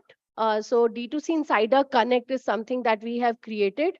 So today, when you go to the groups and you ask, can I connect with this guy, that guy, you can simply go to the bot and ask for connections. And you can select the category and you will get the right person to contact. Because today you are bombarded with so many numbers, so many messages. It's a heavy task for you. But the bot will make sure that you're connecting with the right person to take the right job. Events we are anyway doing, we'll keep doing it. Be it tier 2, be it tier 1. We are also curating some yearly IPs so that we make sure that these things are happening. And Women Summit is one thing that is always in our head, in our brain, in our heart. And we'll make sure that this summit is happening every year. We'll at least try. I can't guarantee, but we'll try to make sure that this summit is happening every year. Capital, I think we've started with Pitchathon and we'll go more deeper. And Raghav, he's one of the co-founder of Skin Elements, who's also leading the capital side for us. So he's looking at the capital side overall. Lastly, I believe that it's not only us who can do this individually. A lot of help we have got from the by doing the community partnerships. And whatever events we are doing, thankfully, these community partners are always happy to help us. Would like to extend my thanks to them. The Builders Club, eChai, T-Hub, Thai Delhi, Kerala Startup Mission, Head Start, Her Entrepreneur Network. Some of our volunteers, our heroes are Mrityunjay, Pallavi, Amit, Tejas, Milind, Devanshi, and Kanishka. Our core team, of course, they are the pillars, and they will make sure that whatever we have started should not die and will continue and will grow more. The pillars are Raghav, Ashutosh, Madhuri, Akshay, Arun, Khushbu, Aman, Abhishek, Kshitij, and I'm anyway there.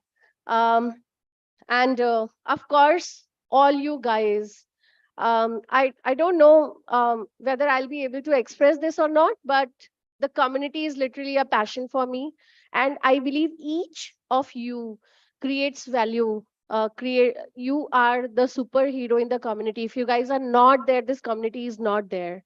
So please, guys, thank you for being the part of such a wonderful community and making this community so wonderful, actually. Rather than making community wonderful, you guys are wonderful, who's making this community so amazing that it always buzzes. And I'm thanking God and requesting God also that it keep buzzing and should not stop. Thank you. Thank you.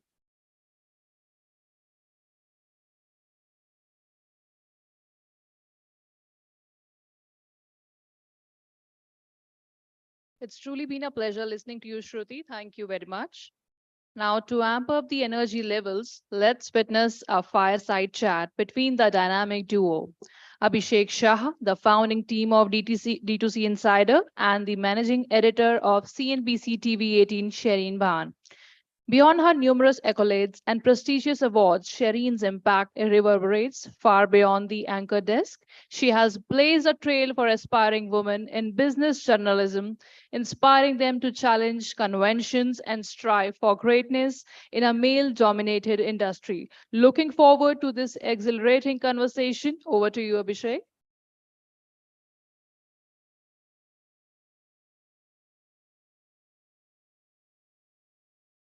Thank you. Hi, everyone. Good evening. And thanks a lot to all of you here.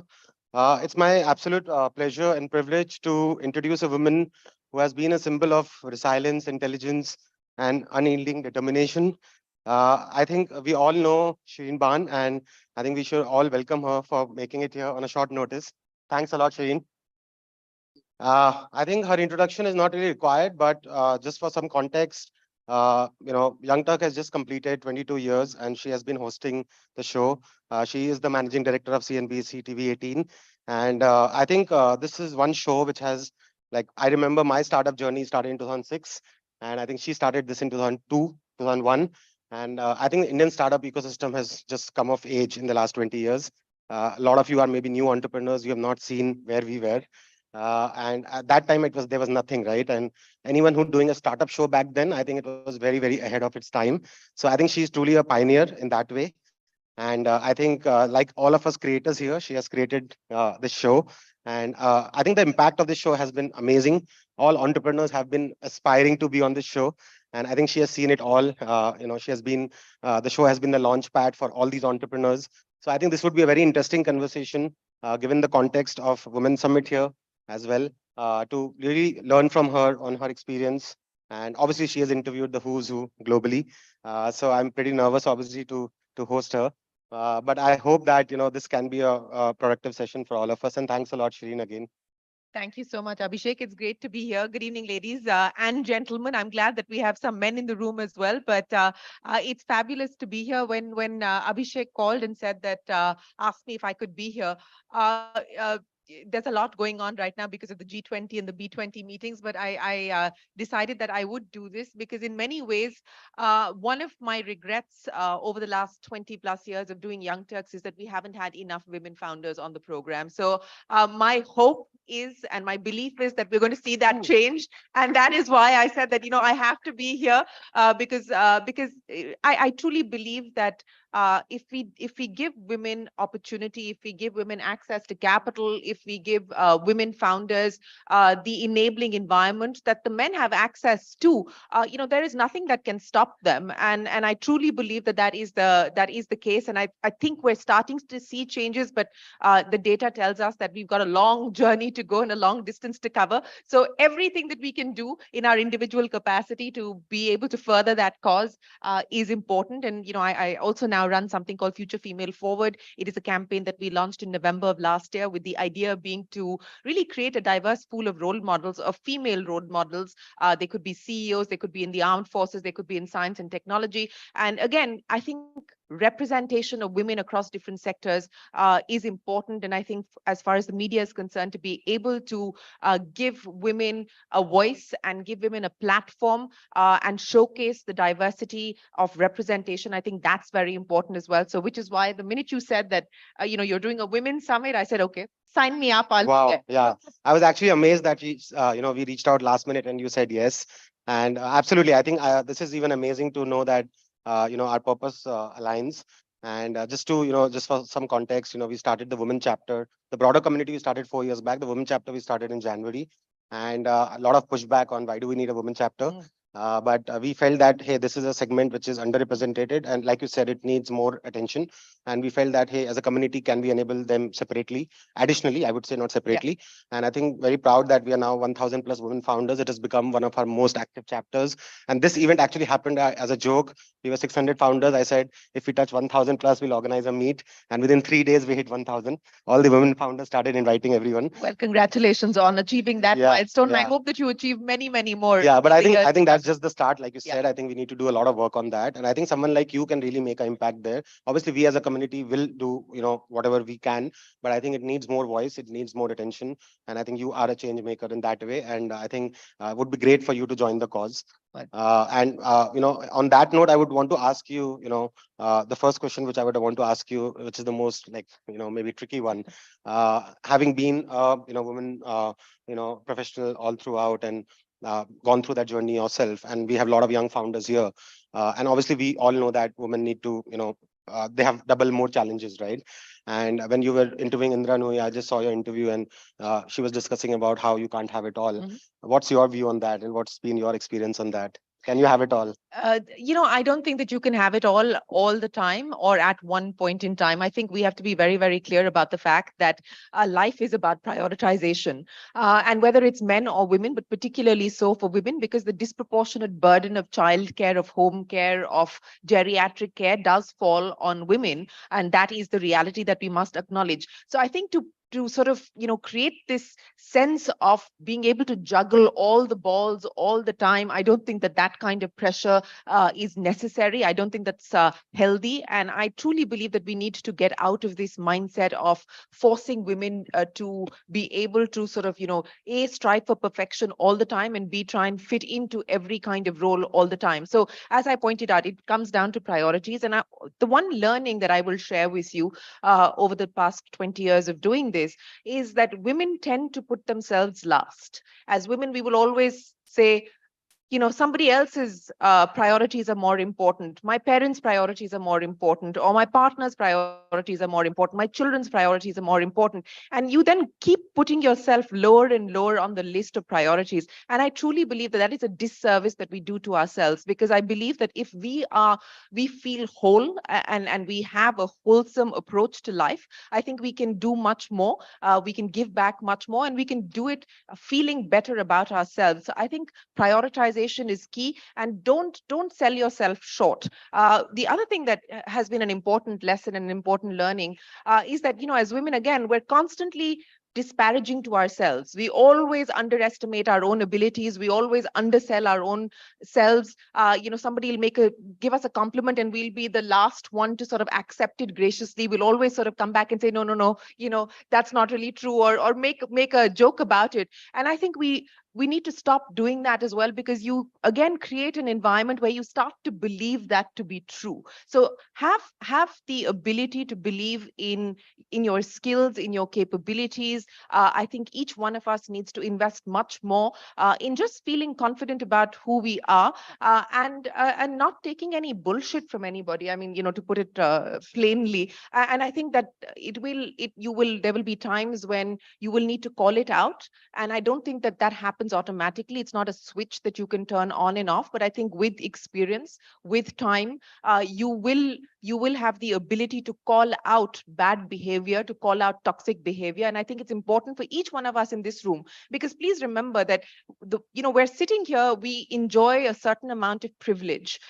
which is not something that many women in this country enjoy. So I think we need to use our voice and our privilege to ensure that we call out bad behavior, we call out toxic behavior as well. And I think if you start to do that, and you sort of, you create a much more enabling environment for other women. And, I think it just makes an organization much more balanced in its approach to things. So those are some of the lessons that I've learned over the past 20 odd years of sort of, running an organization, creating a team, creating Young Turks, which is one of the world's longest running show on startups and entrepreneurship. And I truly believe in the power of community. When we started Young Turks 21 years ago, I thought that this would run for like maybe 13 weeks and that would be the end of that. It took on a life of its own, because there were first generation entrepreneurs who felt like they for the very first time, there was someone interested in their story. There was a platform that allowed them access to similar kinds of stories. So it really built out over the last 20 years, the largest community of young entrepreneurs, first generation entrepreneurs, more men than women, but nevertheless. That has been a passion. And I'm glad that, we've seen the evolution of the Indian startup ecosystem, and so much has changed for the better. But I think there's, again, a lot more work that needs to be done on that front as well. But community and the power of community, I'm a big believer in that. Right. So Srini, you just mentioned that you've seen the evolution. Would be very interesting, both from a overall startup ecosystem point of view, as well as from a woman founder point of view. I think what overall startup founders went through 20 years back, I think those challenges would still be there for women founders. So how have you seen that evolution, that maturity, that growth of that ecosystem? And in the context of the women founders today, obviously they are much more privileged than they were 20 years back, but as you said, the challenges still remain. So where do you see, the women founders today? A lot of them are just, early members, just starting out. And in context of the overall ecosystem growth, where do you see, young women founders today starting out? I won't focus specifically on women alone, but I think what has changed over the last 20 years of chronicling the changes in the Indian startup ecosystem. One, I think we've now got depth and breadth. When we started Young Turks, there was not so much depth. There was breadth, but now what we start to see is that there is depth and breadth of the kinds of businesses. You're also now seeing less cookie cutter businesses. You're also seeing businesses that are more relevant for India, for the Indian consumer, for Indian problems, for Indian challenges. You're also seeing an aspiration of scale. That has changed significantly. Now you're talking about being able to do things at population scale, so people have the aspiration of doing that. People have the aspiration of creating in India and creating for the world. So I think many of those aspects have changed. The kind of capital that's coming in and has started to come in over the last 10 odd years has been significant. I think the power of networks, specifically for women, I think just access to a community like this or community of investors, etc., that has certainly made the journey easier. And of course, the internet and social media, I think that's just brought down the barriers of entry significantly for anybody who wants to start a business today. And of course, the digital public infrastructure. So whether it's Aadhaar or, it's all of that, you can actually build on top of that. So I think in many ways, there have been structural shifts that have enabled the ecosystem to do more. On the downside, I think this is something that the community is grappling with today, is that we've had an era of easy money. We've had virtually free money for the last, 15 odd years, with VCs throwing money at any and every startup. And I think one of the challenges of the easy money has been not really valuing that appropriately and not focusing on actually building a business. And I think sustainability has to be something that everyone in this room focuses on, because at the end of the day, you're hopefully building something not just to scale, but something to last as well. So I think that needs to be the focus. And I think the easy money perhaps inculcated certain bad habits within the ecosystem. And you go through these boom and bust cycles, and we've gone through plenty of them here as well over the last 2 decades. So I think we are starting to see a reset and a correction on that front, and in many ways it's healthier for the ecosystem as well. So I think those are again some of the changes that I've noticed specifically in the past 10 odd years of tracking the startup ecosystem. No, absolutely. I think you're completely right. I think it's a great correction, and I think we have seen multiple cycles. And in that context, talking about D2C specifically, I think the last 3-4 years we have seen a boom post-pandemic, and I think we are seeing that correction in D2C also right now. It's a broader ecosystem. So where do you see the D2C ecosystem as an observer, having seen multiple cycles across multiple industries? Obviously, this whole new age consumer economy. Where do you see this going?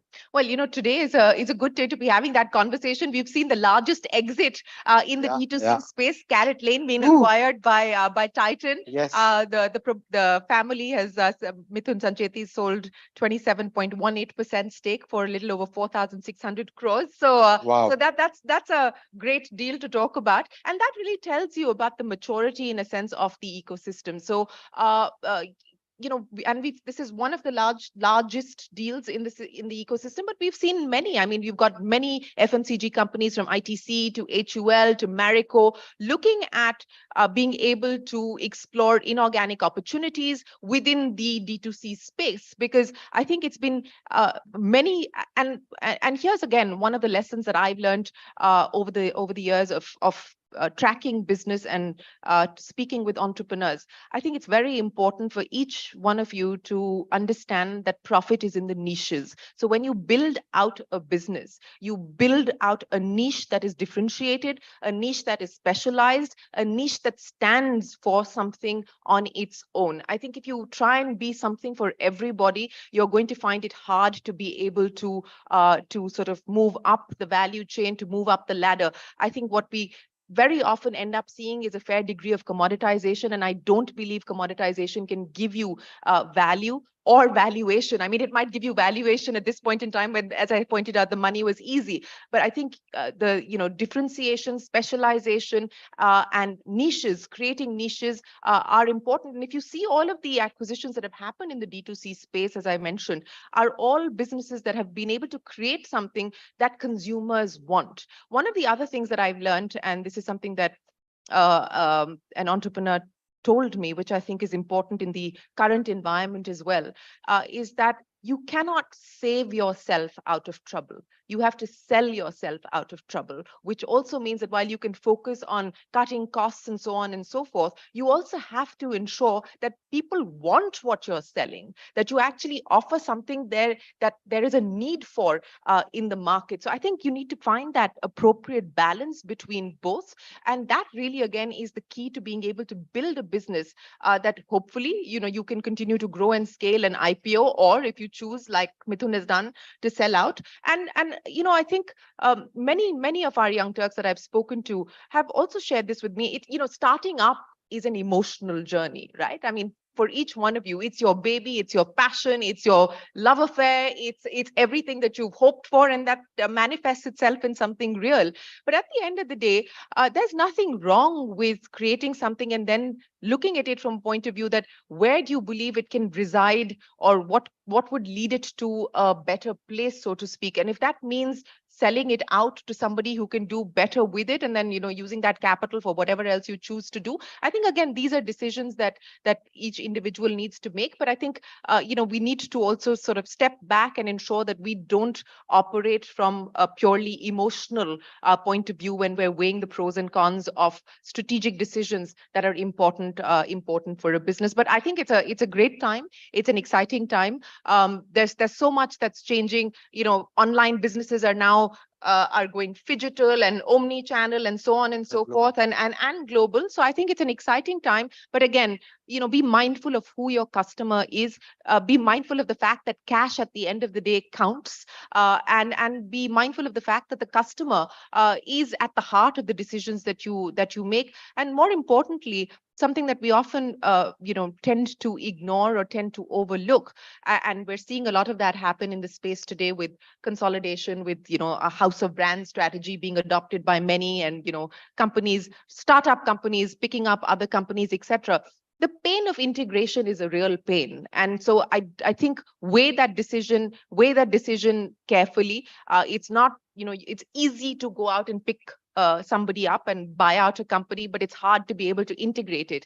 And the successful stories of integration are the ones that have been able to synergize at the back end. So, whatever you need to fix in terms of efficiency, optimization, and so on and so forth, that happens in the kitchen. That's the back end. But at the front end, you're very, very sharp and focused in being able to create something that's very distinct as far as the consumer is concerned. So again, that is something that you need to be mindful of as we look at this house of brand strategy that seems to be one of the big things in the D2C space today. So those are some of the trends that I'm observing, and some of the lessons that I'm sharing that I've learned over the course of the years. Wow. So now we all know why she's so good at what she does. I think she knows as much as all of us founders and what's happening. She knows everything from house of brand to what are the challenges. So I think you have like summarized everything we've been discussing in the community. But it's interesting you mentioned niches.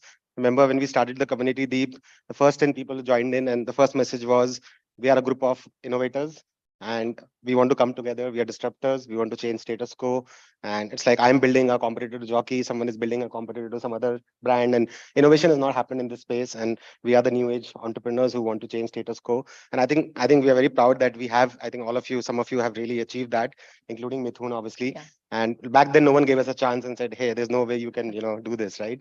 And in 3, 4, 5 years, we can see the impact. And I think Deep is like one example of that, like a category creator, right? Absolutely. So I think definitely, I think everyone in this room is actually pioneers. And that's the best thing about this community. Everyone is trying to help each other because they all know that they are disruptors, and they're not fighting each other. They are fighting against the incumbent. Because I think the headroom for growth is significant. This is still a very small market that we're tapping into. I mean, I've been looking at numbers and they vary, but everyone's talking about the possibility of $100 billion by 2025 and so on and so forth. It's still a very small market, relatively small market for the size of population that we have.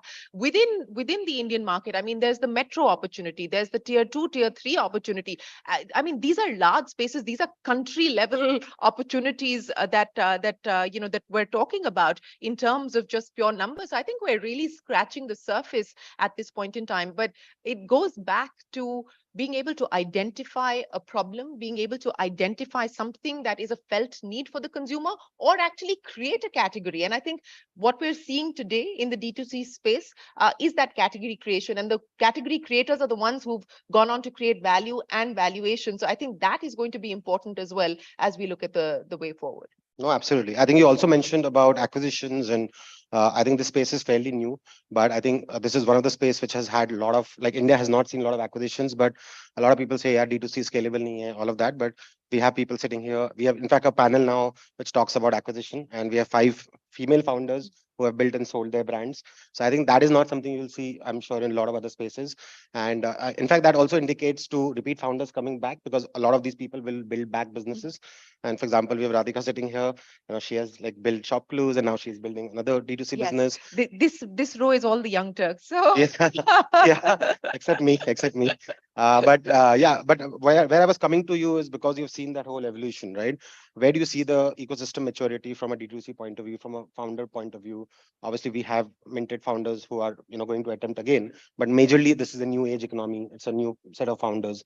So have you seen, that cycle happening in other sectors from 2002 to how founders have matured and how second, third time founders are coming in? And what do you see here in terms of D2C?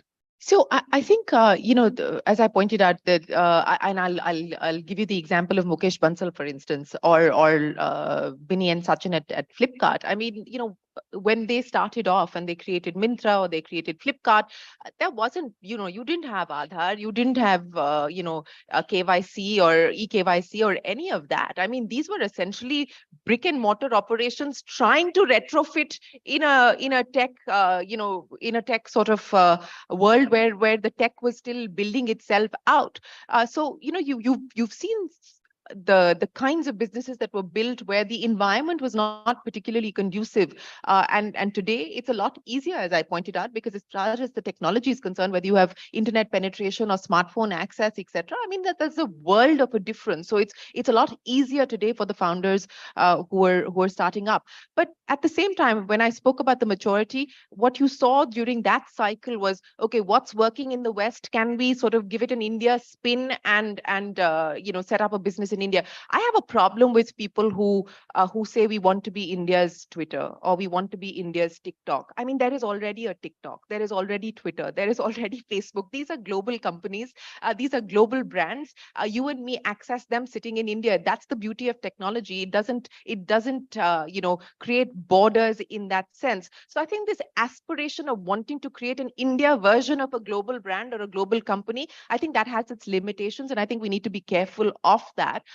So you're starting to see that maturity. I mean, I'm particularly excited. It may not necessarily fall into the D2C space as we popularly sort of have come to know the D2C space, but the stuff that's happening in agriculture, the stuff that's happening in science and technology, on the drone side, these are new spaces. Nobody was talking about any of this. The stuff that's happening on the logistics side, for instance, I mean, with delivery and all of these companies, I mean, it's given founders the opportunity to create businesses, because now you have that that back end that helps you deliver to customers and so on and so forth. So I think these are all new nascent spaces. So you are seeing a maturing of the ecosystem and much more relevant businesses that are relevant for the Indian consumer, to the Indian market at scale. I think that's been one of the biggest positive changes that I've noticed. Great, great. So I think overall net positive for D2C. I think the last question I would like to ask you before we open it up to the audience for Q&A is, like, personally, your journey over the last 23 years and, building, and staying put for 23 years. That's a very long period. And obviously you've done very well, but how has been your journey, and what do you think has been like the top 3 things you have got it right, or, what do you think has worked for you and what people can take away from your journey? Well, I feel old to start with, but yeah, I mean, it's been a fabulous 23 years. I never thought that as a literally I got into this business right after my master's, and I was 22, and with the same organization. With the same organization, yes. And I think there's value to that. I mean, I think that for me, I mean, even though this was not a company that I founded, but it was, I joined the company on the day that it turned one. So I joined CNBC literally the day that it turned one. And and there is I think for each one of us, and you would identify with this. There has to be a sense of ownership. There has to be a deep commitment to wanting to build something out, whether you're an employee or you're a founder. I think if you create an organization where employees have a founder's mindset, you will actually be able to deliver much more. And so I've been very fortunate, and my mother jokes about this, saying that your erstwhile promoters have also moved on, but you're still there. But that's the truth. I still love large parts of what I do. I love this brand. I think we've created a brand that has stood the test of time. I think it's a brand that continues to be relevant, and that really is what brand building is about. You're not just selling a product or a service. You're selling a story. You're creating a story, and I think that is what we've attempted to do. And I mean, I firmly believe that that the power of storytelling lies in creating communities around content, and that's what we've tried to do with CNBC. So it's been a fabulous learning for me personally of doing this. It's a great opportunity because in 24 hours I can go from having a startup conversation to having a conversation on the telecom sector to having a conversation on the pharma sector to talking about the GST woes that SMEs are dealing with. So in many ways it gives you a completely sort of different world view, because I mean it's hard as well, because you've got to sort of compartmentalize. My mind is like a filing cabinet but it also gives you the opportunity to learn so much more. And that's one of the other things that I will share with you, is that create organizations and teams that are learning organizations and learning teams. And as leaders and as founders, create an environment which is a listening environment. And I hope to do both. And I think that that's been the balance as well. So creating a learning as well as a listening organization has been something that I've sort of been passionate about. And I hope that we've been able to do that. And things that I've learned from people that I have interacted with, I remember, and that might be something of use and value to the women here in this room.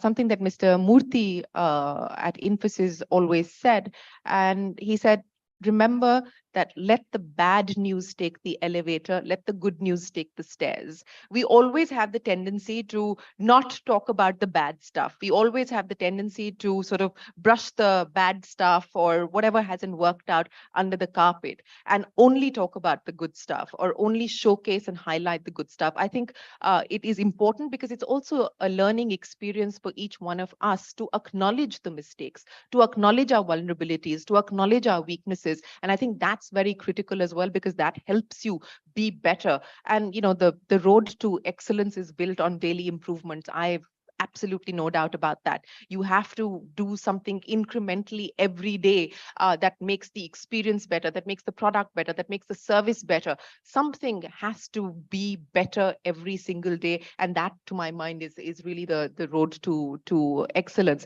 And again, at the end of the day, I think a large reason why I have stayed with the organization for the last 23 years is because you have to enjoy what you do with the people that you do it with. And I think that makes a big difference. And I think to have a sense of collaboration, to have a sense of partnership, to have a sense of co-ownership, I think that is critical. I don't believe in hierarchies. I believe in a open, accessible workplace. I'm on call 24/7. I'm accessible 24/7. And I think that, but that doesn't mean that, I don't delegate or I don't empower. You also have to empower people to make their decisions. You have to empower people to, to go out there and take a call on things.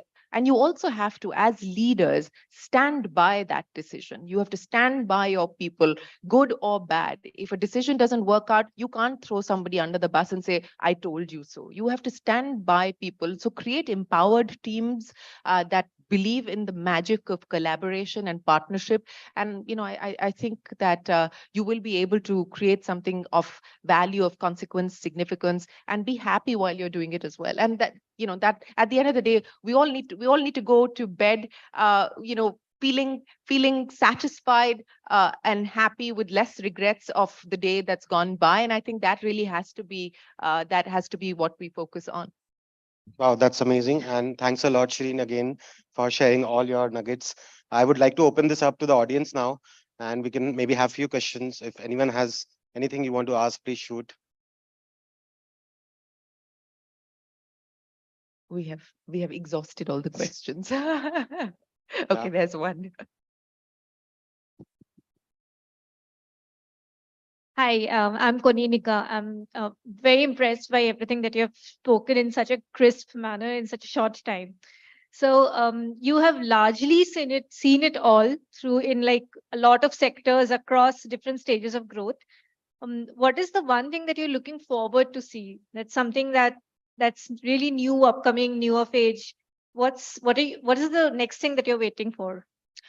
I would say that the next thing that I'm really hoping to see is some of these businesses that have now been built over the last 5 to 10 years. We've seen some IPO, but really create value. That is what I'm hoping to see. I mean, do we create the next HDFC Bank? Do we create the next Infosys? Do we create the next TCS?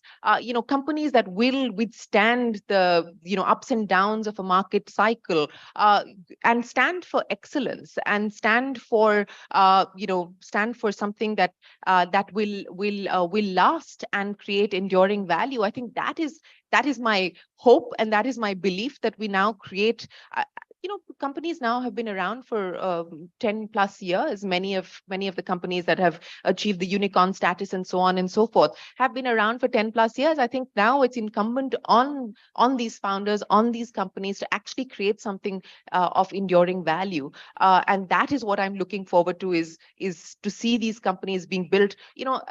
Top line growth is great, but at the end of the day, you cannot be running businesses on somebody else's money forever. I mean, there is no free lunch at the end of the day. So I think, equal sort of emphasis on the bottom line and creating healthy companies. I think that is my hope, and that's what I'm looking forward to seeing, because I think that we're at an interesting point and an interesting inflection point today. And I think many of the decisions that people make over the next few years will determine whether we actually create enduring companies, or companies that sort of don't withstand the tests of time.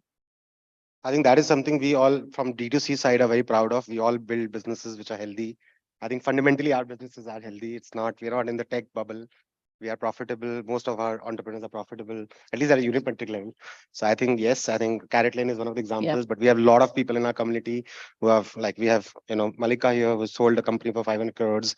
And we have so many people here who have built like great businesses, Clovia, right? These are all profitable, sensible companies. So I think we're not part of the startup bubble overall. But yeah, I think there has been some correction in D2C also, because last few years there has been a lot of fraud. And that's just a cycle which happens. Absolutely, right? that is. So yeah, I think you can expect that from the group here for sure. We will definitely build businesses. Well, I'm looking forward to that. Yeah. Anyone else? Any other questions?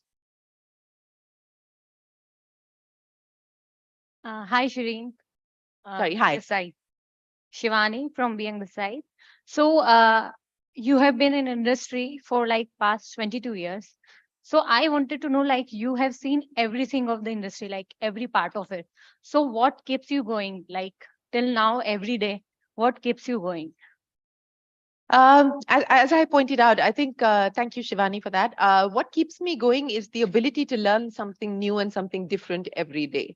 And the ability to then be able to incorporate that in some form or fashion. I'll give you an example, for instance. When CNBC TV18 started, 23 years ago, it was largely a channel that focused only on the stock markets. Over the last 15 years, it's a channel that has gotten into so many new spaces, from policy to politics, from startups to healthcare to education. And so many people still walk up to me and say, but why? You're a business news channel. Why should you be in, in these spaces? And my point is that I want to be relevant to our consumer. I want to be relevant to the consumer and provide them actionable, credible information that they can use to make smart decisions. And why should they only be able to use us to make smart decisions when it comes to the stock markets? We've established that leadership. So it's not as if we are spreading ourselves thin. We established that leadership for 15 plus years and then decided to get into newer spaces and build out communities around different kinds of content. And I also firmly believe that as a news organization, as a media organization, I think it is incumbent on us, as especially as market leaders, we have 97% of market share, is that we are ahead of the curve. When we started Young Turks 21 years ago, nobody was talking startups. Startups were not a thing. Startups were not recognized as a class of people. But we took that bet. We took that bet very early on. So I think as leaders, it's also incumbent on us, and for many of you in this room, to make those bets. But of course, bets have to be rooted in your DNA. You can't, one of the ills that we saw through the 2008 financial crisis was that people diversified into all kinds of things that were not relevant or related to their own businesses. So while you diversify, while you make new bets, you have to also root that into what is relevant to your consumer and to your DNA and your purpose. So I think one of the things that keeps me going and growing is to really look at ways of being able to keep this brand fresh, keep this brand relevant, keep this brand alive to a Gen Z audience now, so that's exciting and a new learning for me as well. So sometimes in this process, it's hectic. Yeah. It's draining. We don't feel ourselves, and we feel something like it's not happening. So what's your suggestion for that? Like it's 5 years or 10 years. It's about years only, but sometimes it doesn't feel good.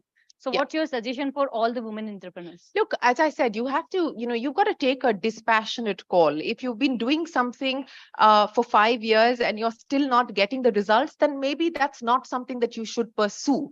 So analyze what's going wrong. And at the end of the day, what is that Einstein saying? If you're doing the same thing over and over again and expecting a different result, it's not going to happen. So I think you need to be clear about the reasons why something is working or something is not working. And if something is not working, walk away. Walk away and try something different. But to keep I think many of us get fixated, whether it's in our professional lives or in our personal lives, on patterns, because patterns are comfortable, right? And we get used to them. But it's important for us to break out of those patterns, whether it's in our professional life or in our personal lives. And if something's not working, walk away and take a dispassionate call on that. Thank you so much. Thank That's you very amazing. much. That's amazing. I think we'll have the last question. Please go ahead. Hi, I'm Anmol from Noosh. I just wanted to know, how do you balance your professional? There is so much that happens, obviously, in your professional life and your personal life. And how do you differentiate the two? Where do you draw the line? Is there a mantra that you follow? I wish I could say that there's a mantra that I follow, but I think it comes with time. It comes with experience. I think at the start of my career, one, of course, because you're starting off, and one of the key things that I've always practiced is versatility. And I believe that that's helped me in my career, because I did politics, I did policy, I did markets, so I've changed over the years into different spaces. So the versatility helped me become a much more sort of well-rounded individual and professional.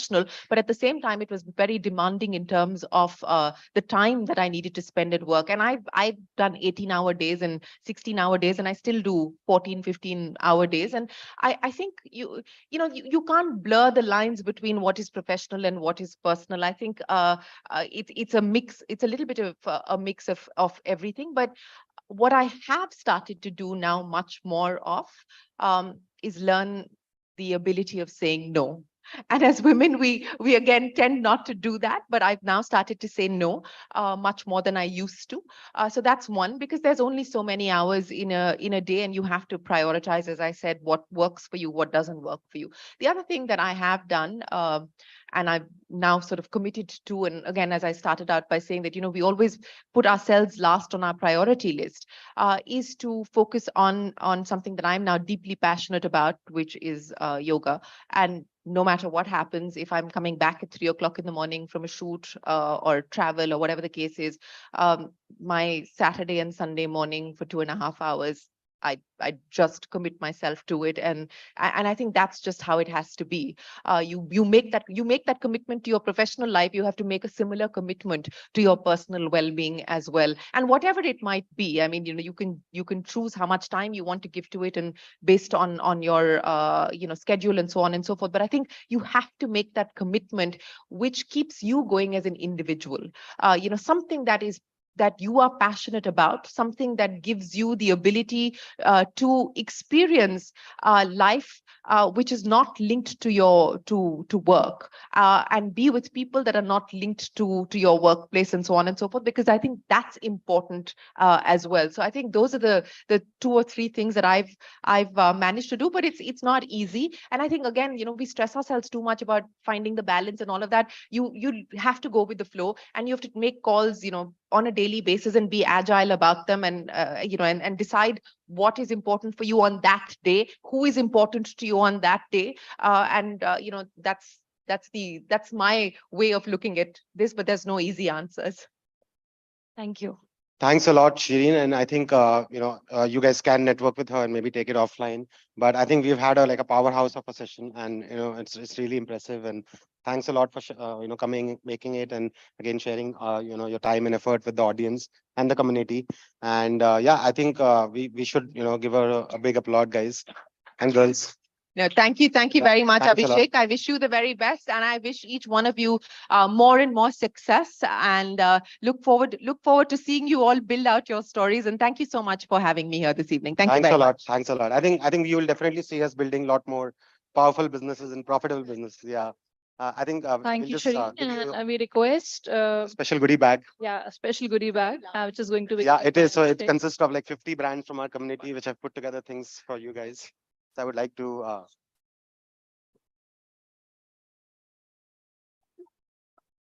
Training for today. Thank you. Thank you. Thank you.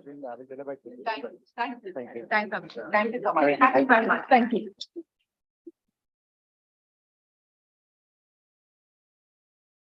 Wow, that was a power-packed session. Thank you, Shireen and Abhishek. Before we move ahead with the panel discussion, the one of the most awaited moment of the evening, the results of the Pitchathon. I would like to invite Raghav Sood to come on the stage and announce the Pitchathon results, and also Shireen Bhan to please present the checks to the winners.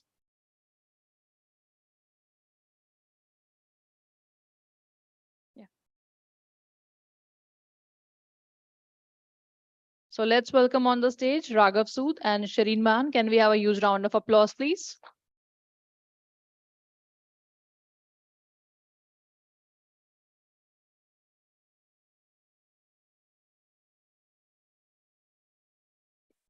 Thank you all for joining for the Pitchathon. We had about 100 applications from D2C founders founded by women. We shortlisted that to about 8 pitches today. We have 2 winners. Our winners for the evening would be Uptowny, Shivani and Priyanka.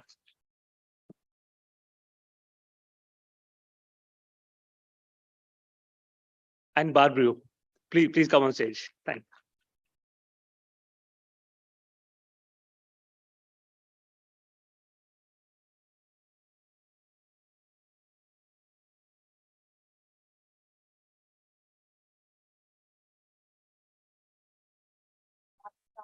Radha, large.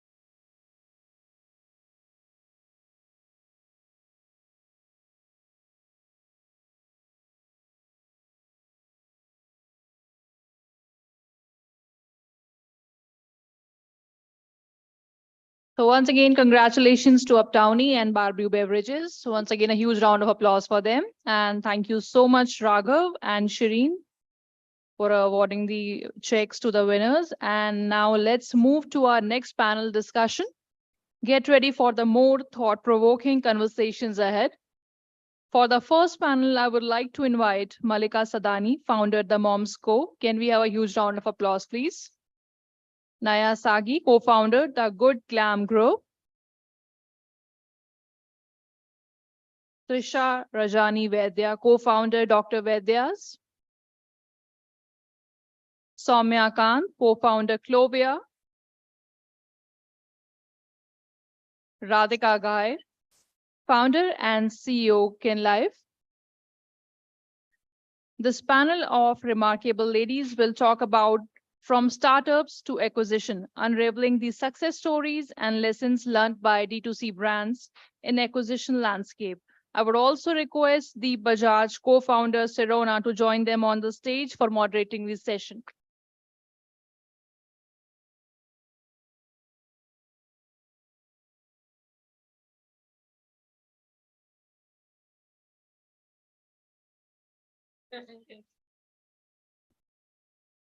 Good evening, everyone.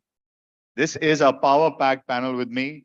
There is one of the biggest D2C exits, 500 crores, Malika, by the way. There's a Harvard scholar, and she created one of the largest communities for parents in the country, Naya, a unicorn founder, and now second-time founder. We have one of the fastest brands to hit 100 crores. And obviously, Korea, who doesn't know? 1,000 crores you took from Reliance. How many zeros are there in that? Oh, 950.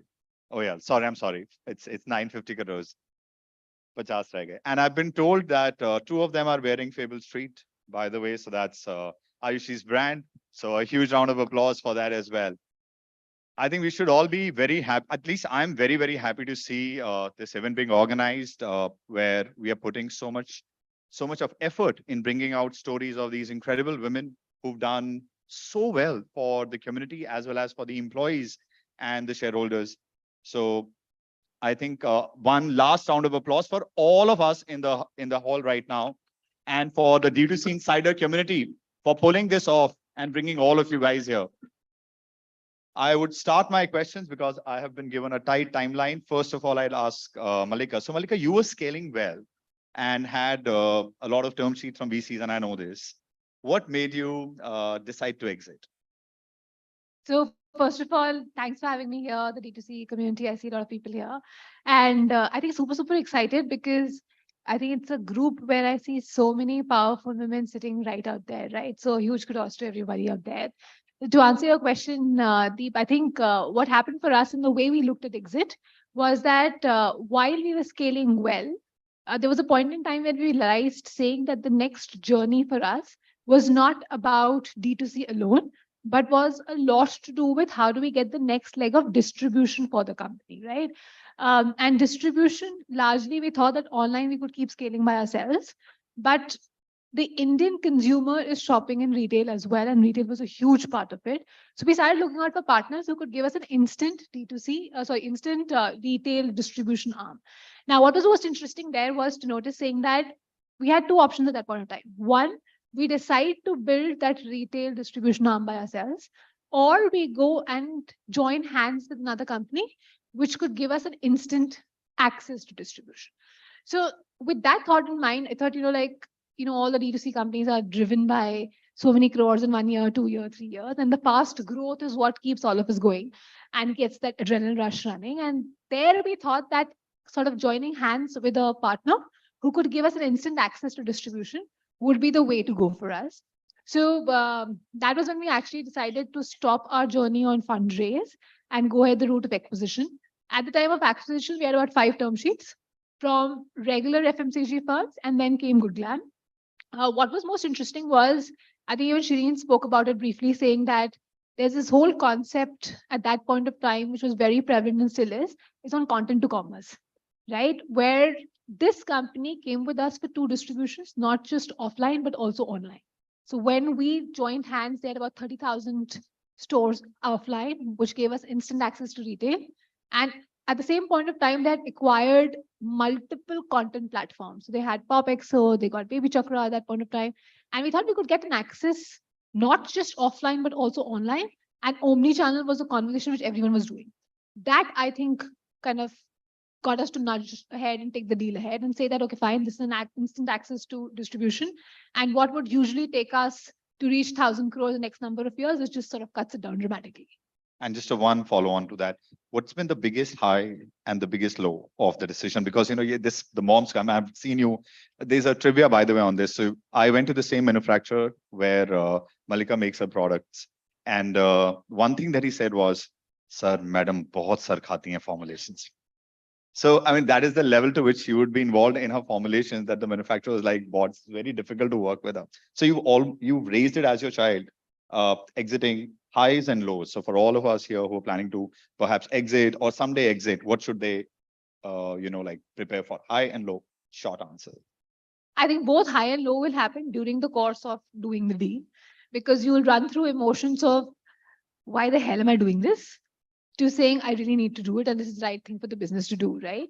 And eventually when you finally sign the paper, I remember the day we did the deal, there was massive coverage across. Like I think it was the biggest news of the day, largest D2C exit, everyone talking about it. And Mohit and I were numb. We had zero reaction. We were just overwhelmed with everything that was happening and all the wishes that were pouring in, but we had zero reactions, right? Like we didn't know how to react on that particular day. So I think, as Shireen also spoke about it, that it's a baby that you raise by yourself. And eventually when that day comes when you're giving it, of course, it's an emotional day. But at the end of the day, we all need to realize that there is a point in time when that baby becomes a full-fledged business and has not just your personal motives and goals attached to it, but it is also a large set of employees attached to it, a lot of sort of suppliers attached to it, right? And there is this goal which just doesn't restrict to your own personal goal, but a whole community's goal at large. And you decide to do what's the best for everyone at that point of time. So, we were very fortunate. We had employees who made large amount of significant money. People who went on, we had 3 people who started their own startups. We had 4 people who bought homes, ones who never had home in their lives. There were people who bought cars and whose generations has never seen a car, right? So it was all the way from like designers to top team making shitloads of money. So yeah, that's what you kind of decide and move on. Brilliant. Congratulations. Trisha, I'll come to you. So again, a very successful exit. By the way, you guys almost started the trend of exits, you're amongst the first ones to exit.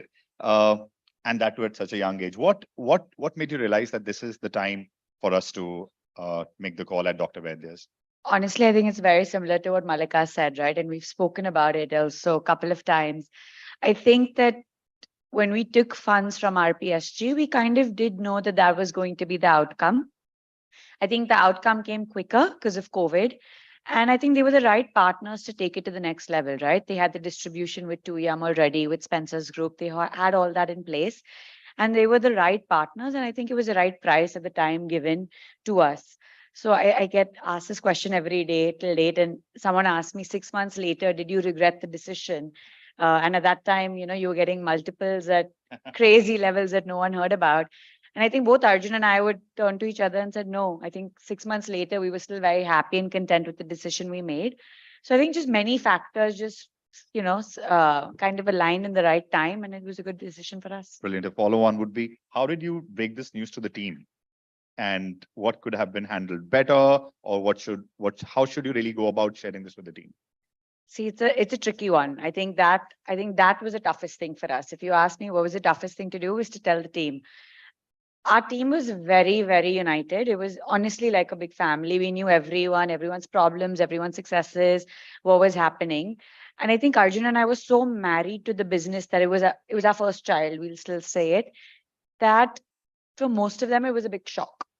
I remember both Arjun and I cried when we told them our team, because we couldn't actually, come to say it to them. It felt the most real when we told them, not when we discussed it with our families, but when we actually told our team. It felt really real. I think for us, it was a month or two post that of counseling. to make them realize what were the opportunities for them. Why did we do it? And we were very honest about it. We would get calls at 1 a.m. 2 years later, I've sold the business. I still get calls from the team, right? To say, what do we do now? We've got this opportunity. Should we take it? So I think that was the toughest thing. Honestly, I don't think we could have done it in any other way. In such a decision, you can't give them, it's a process that once it's done, only then can you announce it. So you could not have given them a heads up before. I think that just being there for them and trying to make them understand the decision and giving them the security that your job is safe. This is an opportunity for you to take. And if you don't want to take it, there are other ways to come about it. That's all we could do. Oh, brilliant. Yeah, again, a great job. Naya. So question to you. You decided to continue with the group and, take us through the transition and what is the new Naya like, from calling all the shots, because the startup, the Good Glam Group, for you again, one of the co-founders now, is a different beast, scaling at a different pace. How did you fit in the entire scheme of things? Like, as a founder, what did you go through, and how has that journey been for you? So first of all, it's such a pleasure to be on a panel where three of us are pretty much associated with Good Glam, right? And the journey with Good Glam started when there was no Good Glam. It was basically Popexo, My Glam, and then Darpan talked to me about coming on as co-founder. And I came on because I really believed, and we had another term sheet as well, internal, external term sheet. And I remember thinking that here's an opportunity. We've kind of seen a journey play out. Shireen again talked about the power of building communities around content and the power of niches, right? That's exactly what Baby Chakra was all about, if you really think about it. So when I had a chat with Darpan, and that chat was supposed to be for 1 hour, it went on for 6. We talked about how powerful it would be if we could replicate what we were all learning together, the 3 founders, and build something across multiple niches, across beauty, across personal care, across intimate hygiene, across Nutra, across men's health, right? And I think that really is what drew me in. So I literally joined when there was no Good Glam. And after that is when I think this entire construct started taking shape, right? And, we've been so lucky. I mean, over the last 24 months, we've partnered with amazing, amazing founders, amazing teams, amazing brands. We've been part of their journey in multiple ways, right? Seeing them grow, seeing them scale, have the plugins that I think Malika alluded to very clearly. So of course, it's a content plugin that is very, very strong. I think it's been the hallmark for what we stand for as a group. There's a retail offline plugin. There's a tech plugin, by the way. We have our own D2C stack. We have our own sort of personalization, relevance platform that really ensures upsells, cross-sells, repeat ratios, replenishment ratios at unprecedented rates that you won't get from an off-the-shelf, product. Then, of course, you have the community stack, which is something I've been building out. My team's been building out from the group. And, it's the first, and I'm so proud of it because we're probably the largest, most ambitious bet on communities to commerce globally. We've done strategic partnerships with WhatsApp, now recently with Naso.io, and there's a lot more coming up. So overall, I think it's a very exciting time. We're also poised to go global. So, imagine, from my perspective, you asked me about Naya, and I say this very clearly, there's an entrepreneur 1.0 Naya, there's an entrepreneur 2.0 Naya. And what I see today is an entrepreneur 2.0 Naya, where I think, we dream of being that Indian company that goes global. We dream of global ambitions. And I think that's the power that I think today we have the fortune and the audacity to dream together as a community, as a D2C community. So I think that's what I look for. Awesome. Yeah, very good. I think you've answered it beautifully. Come to you, Soumya. You also decided to continue now with a large group, like the biggest daddy of them all. How do you keep yourself motivated now? Exit, obviously all the money's been made. So how do you now keep yourself motivated about showing up to work? Like, what's keeping you excited? I think when we started Clovia, it was more about changing how women thought of lingerie as a product. And that still keeps me going. So every time a customer still walks up to me and says, I found the right fit for you, with you, and that just makes my day. Somebody today was telling me that their mother-in-law bought lingerie from Clovia and it was a blessing in disguise. She's been struggling and so on. That just makes my day. So, when we started out, the passion that we started out with still continues, and the opportunity that lies within Reliance for the brand to grow and to go places is just unparalleled. So I think the motivation just, and our own team. So they have continued with the brand, seeing their passion, their vigor for the brand, for the product, helps us keep going.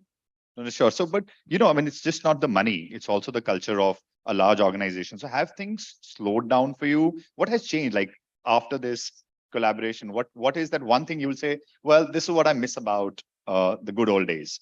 Honestly, nothing. Great. It's been so exciting So that everybody there's who wants to now nothing that I merge. would want to point out that I miss the older days. The control is still with us. We continue to run the brand. We continue to grow it at a much faster pace than we were growing earlier, and it's only exciting times ahead. Brilliant. No, very, very happy to hear it. I'll go to Radhika and then we'll open it to audience for questions. So, ma'am, you've been there, done that unicorn, built a unicorn, and now you're back to your second gig. Uh, are you looking to acquire businesses? Are you looking to exit this one? What is the game plan with the Kind Life? So first and foremost, I really have to say it is amazing to see so many women entrepreneurs, guys. Big hand to all of you. Really, really, really amazing. And a lot of the brands that are sitting here and a lot of ladies here, I've seen them build out, had conversations, and this is a true community in every sense. Ayushi and I have chatted about businesses for a while. Malika, my walking partner, and karna chahiye, nahi karna chahiye, kya karna chahiye, fir se karna chahiye, nahi karna chahiye. So many, many conversations, and it's amazing to see so many women here, and more power to all of us. Your question to me, what am I building and why am I doing what I'm doing? I think I get that question a lot, that building something out a second time around. And it's not been an easy journey. It never is. You always see an exit and you see 500 crores and you see 950 crores, and 50 crores missing. But I can tell you that there's a lot of kisna that goes behind it, right? It all sounds easy at the end and it sounds fun, but there's a lot of work that goes behind building anything. My goal this time around is to, I'm doing exactly what I know, building out a platform, which is what we built out with Shop Clues. The agenda was very different at that time because India was coming online in droves. Now India is online on droves. Now India is online and buying Clovia. India is buying Dr. Vedya's. India is buying and at Baby Chakra and Good Glam, of course. India is buying Monsko, Sirona also. And so this India, we are building a platform to bring all of these wellness brands together on the same platform. We are a first party and third party platform. I also think it's a great time at this time to be able to bring brands together, because bring together the content community in a different form, not depend on just the performance story, and bring these brands together for the consumer who's ready to consume Indian brands across things. So yes, you may hear some news from us soon. Oh, nice. So So brands who are looking to raise, here is one looking to acquire or invest. Do we take that as invest? Yes, on a personal capacity for sure. I'm a big believer in pretty much everything that happens in this ecosystem. So this, because it's a second time round, when you started, was this also started with an objective to, like, what was the end game? Did you say I'll exit this one, or this I'm building to last? Well, I don't know if I'm necessarily building it with an end game. I think the biggest difference is, and Shireen kind of pointed that out as well very beautifully. The first time around, it was a game of scale. How big can we get? Also because it was a different time. This time around, we're building a margin accretive business. We're very focused on the bottom line from day zero. I'm building a company or a business that lasts. Whether it lasts while I'm at the helm, whether it lasts with somebody else at the helm, it doesn't matter. This is a business that's going to last forever. brilliant. A huge round of applause for the panel. And I would open this now to the audience to ask questions. You guys have come from so far. Please make the most out of this opportunity. If there's any question you want to ask these wonderful ladies, please raise your hand and you can ask. Yeah, okay, there's one.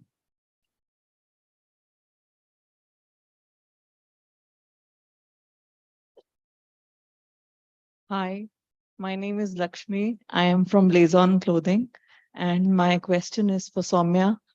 We are also a lingerie brand, so I want Welcome to the club. so I want to know your D2C journey.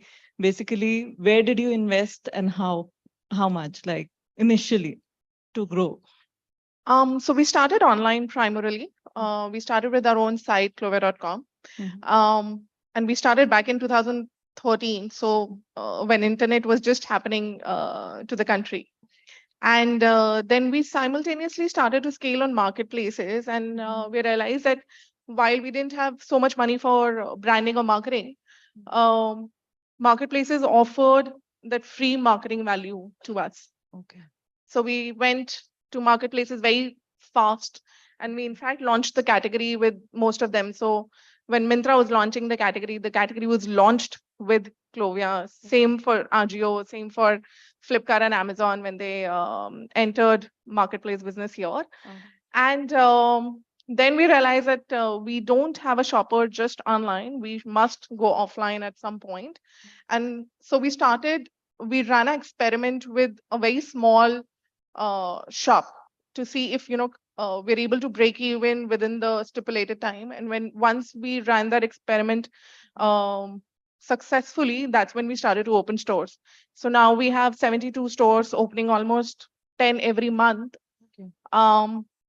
So that's the journey that you can have. Thank you so much for the insight. Thank you. Any other question? Okay.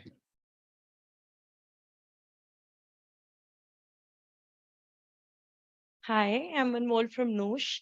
I just wanted to know. So, I launched my brand a year ago, and right now it's just me, like, doing most of the work. Initially you want to, sorry, do everything on your own, as much as you can. When do you know it's the right time to get somebody on board, like to help you out with your work? I do hear like a lot of people telling me, hire, get people on board because you can't do everything.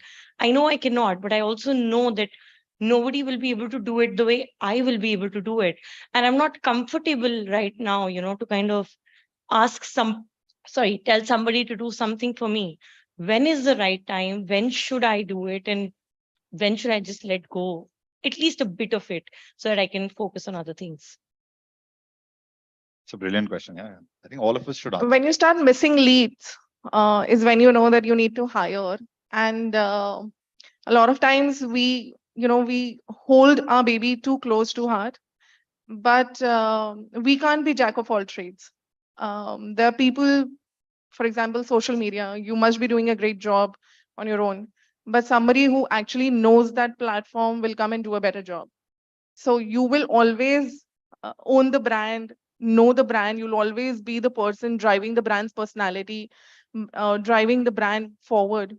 But let people come and help you build that up.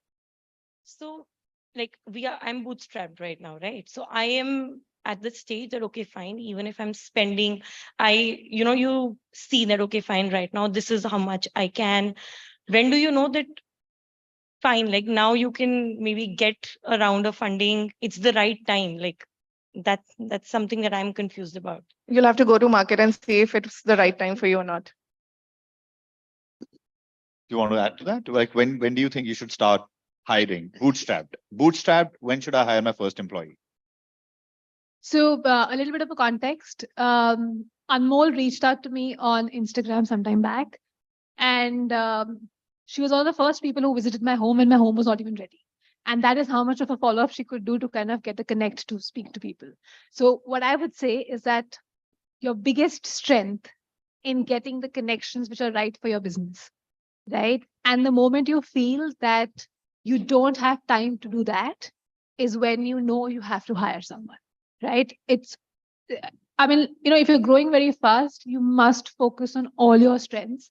And wherever you think you're kind of spending too much time to get to an answer is where it's time for you to hire someone to do that for you, right? Bootstrap versus non-bootstrap, there are two aspects of it. One, when you are ready, because raising funds is not just about getting the money in, but a lot of commitment in turn of reporting numbers, hiring a proper team, building a proper structured company, and all of that. So whenever you're ready to do that, And second, of course, is what Soumya also mentioned, saying go to the market, see if the market is ready to take your product. I think it's a great process to be in at any given point of time, because you have to understand one thing, that investors are very open to having conversations, right? And especially the ones who are doing angel investments will always be open to speaking to new brands, new people to have conversations. And there is this whole set of founders who have exited and have money right now to invest and are doing very heavy angel investments. What happens is they give you a perspective of both sides. When you speak to an investor, the investor tells you saying that, if you do 1, 2, 3, you become a viable business for me to enter. Or if you don't do this, then I'm wary of investing. Either ways, through every conversation, you will have a learning. And either you will pick on that learning and say, okay, if I need to raise funds, I need to make these alterations and go ahead. Or on the other hand, you will realize saying, okay, the route that the investor is taking me on is not a journey which I want to personally undertake, right? And both ways, it's a huge learning. So there's never a wrong time to have conversations. Whether it is raising funds or not is, of course, secondary and comes in later. Yeah, and hiring a team, yeah, as I said, whenever you're ready, whenever you have the funds and whosoever is the right person, if you get a right person and that right person decides to join you, please hire. Please hire. Because at the initial stage of your business, hiring is the hardest. So the moment you find the right person, just make the hire. Naya. I think we're all familiar with the concept of the time value of money, right? I think as a founder, what we all start relearning on that is the money value of time. As an entrepreneur, it's actually the most important and the most precious commodity you have is your time. And I think the faster we all learn that, the more empowered we all become. So I think, of course, every context is different. I don't know enough about your context yet. I think two things you might want to consider is what are you doing with your time today? And how could you better leverage it to get the goals you want to get to with your business, right? And then if you think back from there, and of course, it's all like medium term, long term goals, right? Work back from there and say, what are the building blocks you need? And is one of the building blocks people? That's when you reframe that decision about, oh, mujhe paisa chahiye to do it. Nahin, it's your time, right? So just thoda reframing, I think helped me a lot. And Trisha, what do you think? How should you go about raising funding? I'm bootstrapped founder. I just have a product. How should I go about my fundraising process? So, I mean, fundraising, everyone won't talk about it as openly, but before we actually took money from RPSG, I think Arjun, I didn't do the pitching, to be honest. Arjun did all the pitching. I think he spoke to about 75 to 80 different angels, funds, strategic, right?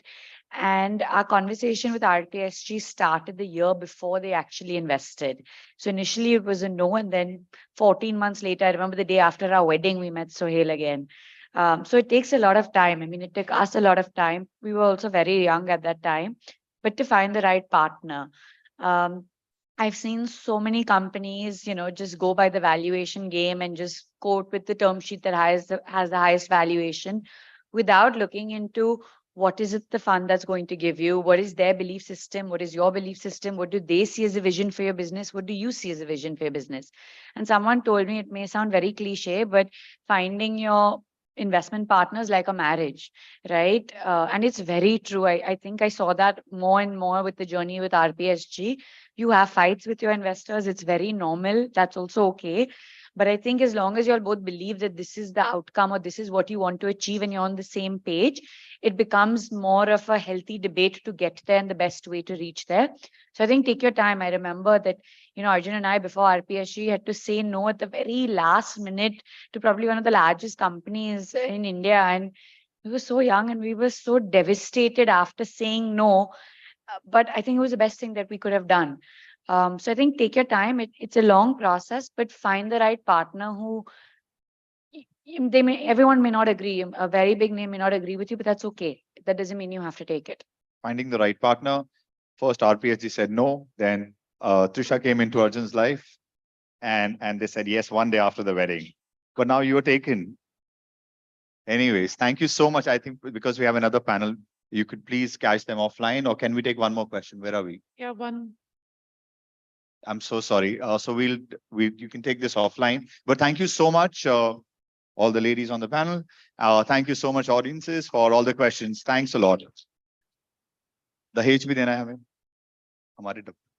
Thank you, Malika, Naya, Trisha, Soumya, and Radhika for sharing your journeys with us. I would request Shruti to kindly come over the stage. Okay. To hand over the goodies from D2C Insider. मैं गाड़ियों में रखवा देता हूँ. Yeah, okay, but you have to. Okay, we'll pick it on the way. Thank you.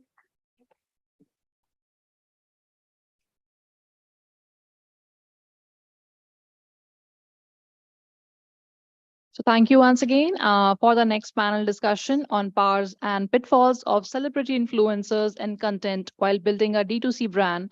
I would like to invite Pallavi Utgi, founder and CEO, Super Bottoms. Can we have a huge round of applause, please?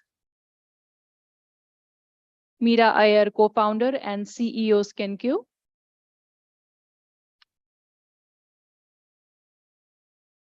Priyanka Gill, group co-founder.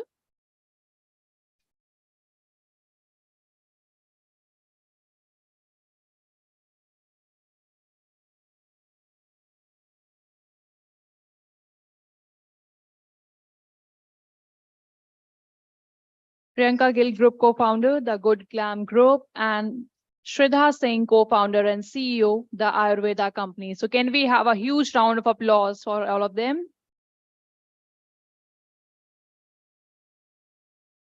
Once again, I would like to request the Bajaj co-founder Sirona to join them on the stage for moderating the session.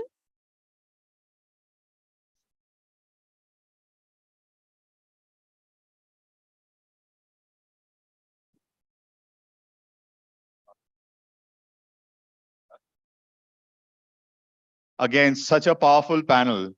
How do I start asking questions to these ladies here? There is Super Bottoms. Jack is also making so much noise, and PG, the queen of all the content that is to be created out there today. I'll start with you, Pallavi. So, you were anyway solving a very it's an amazing problem to solve, with reusable baby diapers. And audience or the customers were anyways loving you, right, for the problem that you were solving. How did having a A+ celebrity like Alia help? Did it help, like, honestly? And how did it help for a brand that was already being appreciated so much by the customers? Oh, you can take this one. Hello, yeah. So first of all, we just signed earlier, so we haven't really used her completely. But this is a question that we asked ourselves, investors asked us, and also I chewed brains of a lot of founders, including Malika. On karna chahiye, nahi karna chahiye, it's a lot of money and all of that. But see, first of all, we are creating not just a brand at Super Bottoms, but also a category, and a category that is very high involvement about babies, and there are giants sitting over there, or there are very generational traditional practices on diapering. So what we had to really do was break into the category creation, and for that we needed someone that people relate to and understand. So what we did was we actually tried some regional celebrities in some of our very popular markets, and we saw two things. One, we could shorten the entire cycle of consideration to trial to recommendation, and people were trusting and believing the category faster. Two, all the customers who were already loyal to us loved it, and they were very, very proud of associating with a brand that was being endorsed by a celebrity also that they love. So we thought, okay, we can do this. But of course, it was very important that we have a face that people trusted with and related to. And yeah, so that's actually how Alia happened. So what is that one thing that you would say worked exceptionally well, and one thing that didn't work at all, as what you had anticipated at the time of making this decision? So as I said, we haven't really done a campaign. And at what stage, I'm sorry, also, because there must be some early stage D2C brands also. At what stage should you start looking into that decision of saying now, because influencers we are using to have a brand ambassador, like at what stage would you say you thought that you were ready, that now I should have a face? See, honestly, I don't think there is a particular stage per se. I think it is a lot of factors, including Is there an opportunity? Is there someone who is keen? And do you have the monies, the bandwidth? Do you really need one? Yeah, you may be ready, but probably your category doesn't need it. Your brand doesn't need it. In our case, honestly, every time a celebrity got pregnant, we used to think, "Acha, chalo, baat karte." But then there was Pampers and there's Huggies and there's everybody who would swoop in, and we honestly did not really stand a chance. In our case, it was Alia who was very keen on endorsing a brand which matched her values, right? And that is why it happened. So I wouldn't say that there is a particular right time, but if you feel the need, if you feel that there's a celebrity who can really add value, it can serve your objective or your purpose or your strategy, and if you have the bandwidth in terms of money, resources, etc., I think, yeah, why not? Brilliant. Okay, thank you. Sridhar, congratulations on the last 100 crore raise. Question to you. So TAC is scaling at a time when, influencer marketing isn't as affordable as it was 5 years ago. How are you at the brand level measuring the typical ROI when it comes to influencer marketing? So first of all, thank you so much for having me. Amazing work, D2C Insider community. Thank you, Deep. Uh, I will tell a secret that is not out in the market, which is we did not. So when we raised our first, the seed round from Wipro, we made a conscious choice that we'll scale our offline. We'll at least seed our offline. I mean, we had stopped our influencer marketing to bare minimum uh, for about 1.5 years. It was only after our recent fundraise that we wanted to go back into influencer marketing because we wanted to scale our online business also. It was simply a matter of left pocket, right pocket, and limited resources. You can only do so much. And as a startup, you're supposed to be doing everything with almost no money, no time, no people. And that's a journey that we were also on.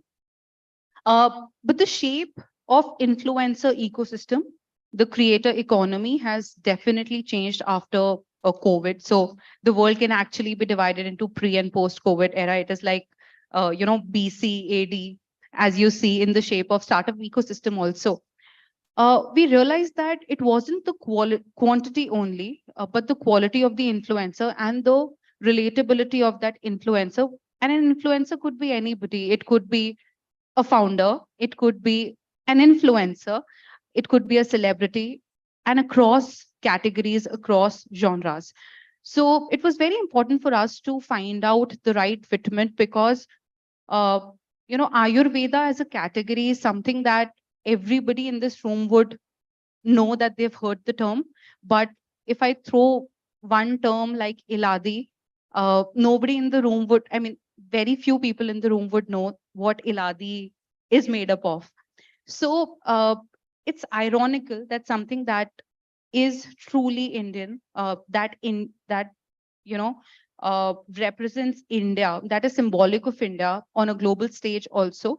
It is like ghar ki murgi dal barabar. So we needed somebody that could match with the ethos. And also we kind of divided the pockets because maybe for categories, a national level celebrity works, but we realized that South as a market will have more acceptance towards Ayurveda as opposed to probably a West or a Northern region or a Northeast region. So it was a very carefully chosen choice for us to take Kajal Agarwal, for example, who's treated like a goddess in the southern part of the country. And also then eventually that relationship gets built when both the parties see value in each other and in that association. And eventually we came up with an exclusive product line, which is Kajal by Kajal, which bears her face also on the product packaging. So what is very important is the fitment. And as a founder, uh, we tend to get swayed at times कि ये नाम बहुत बड़ा है, ये बहुत अच्छा कर रहा है, and somebody XYZ is doing it. But at the end of the day, what do you want to be known for? And does that celebrity / influencer truly stand for that or not is at most important. Coming to the ROI part, I think that's a chicken and egg game. But then I think after a lot of hits and trials, uh, the first and the easiest and the most direct form of ROI is sales. So whether you get it from Instagram or YouTube or any other channel that you're active on, that's the first and the biggest ROI metric that we look at. After that, you start looking at more intangible and probably metrics that could be measured over a long period of time. For example, engagement, the quality of engagement, because you also see a lot of people who have millions of followers or millions of subscribers, but they're pumped, they're seeded, they're fake. So the quality of engagement is extremely important. The third thing that we would look at is the brand awareness. So if you're doing a particular campaign with any celebrity or any influencer, any creator, and if it, you would want to see, is there a direct impact in the sales over a period of 3 months, 6 months or not? Because ek din mein to kuch bhi nahi hoga, ek hafte mein bhi kuch bhi nahi hoga. And also very important for you to know that just getting a video shot is not the end of the game. So, as founders, we tend to get very excited ki, oh my God, ye celebrity aa gaya, video bana li. And the cost of production itself is very high when you, get married to an elephant. But the thing is that the cost of dissemination of that content piece, ideally, you should have enough monies in your bank, in your pocket to disseminate that content, because you didn't get that content made only to sit on your Google Drives or OneDrives or wherever on your laptop. So it needs to be planned such that, not more than 20% of your overall, 100 rupees if you have, goes on production, and remaining 80% ideally or more should go on dissemination. And I think the last metric that we would look at is the LTV. So for example, it is an already existing product and you're not doing a specific launch of that product or a category with a certain creator, then after all of these checkpoints are met, is the LTV increasing because consumers have now started to believe in that product more? And through that credible association that you've made with the influencer / creator, are people willing to invest more and they're not getting influenced by other brands or other products that exist on the shelf? So the last thing that we look at is LTV. Brilliant. Yeah, here's How the many cheat of sheet. us have taken notes of this?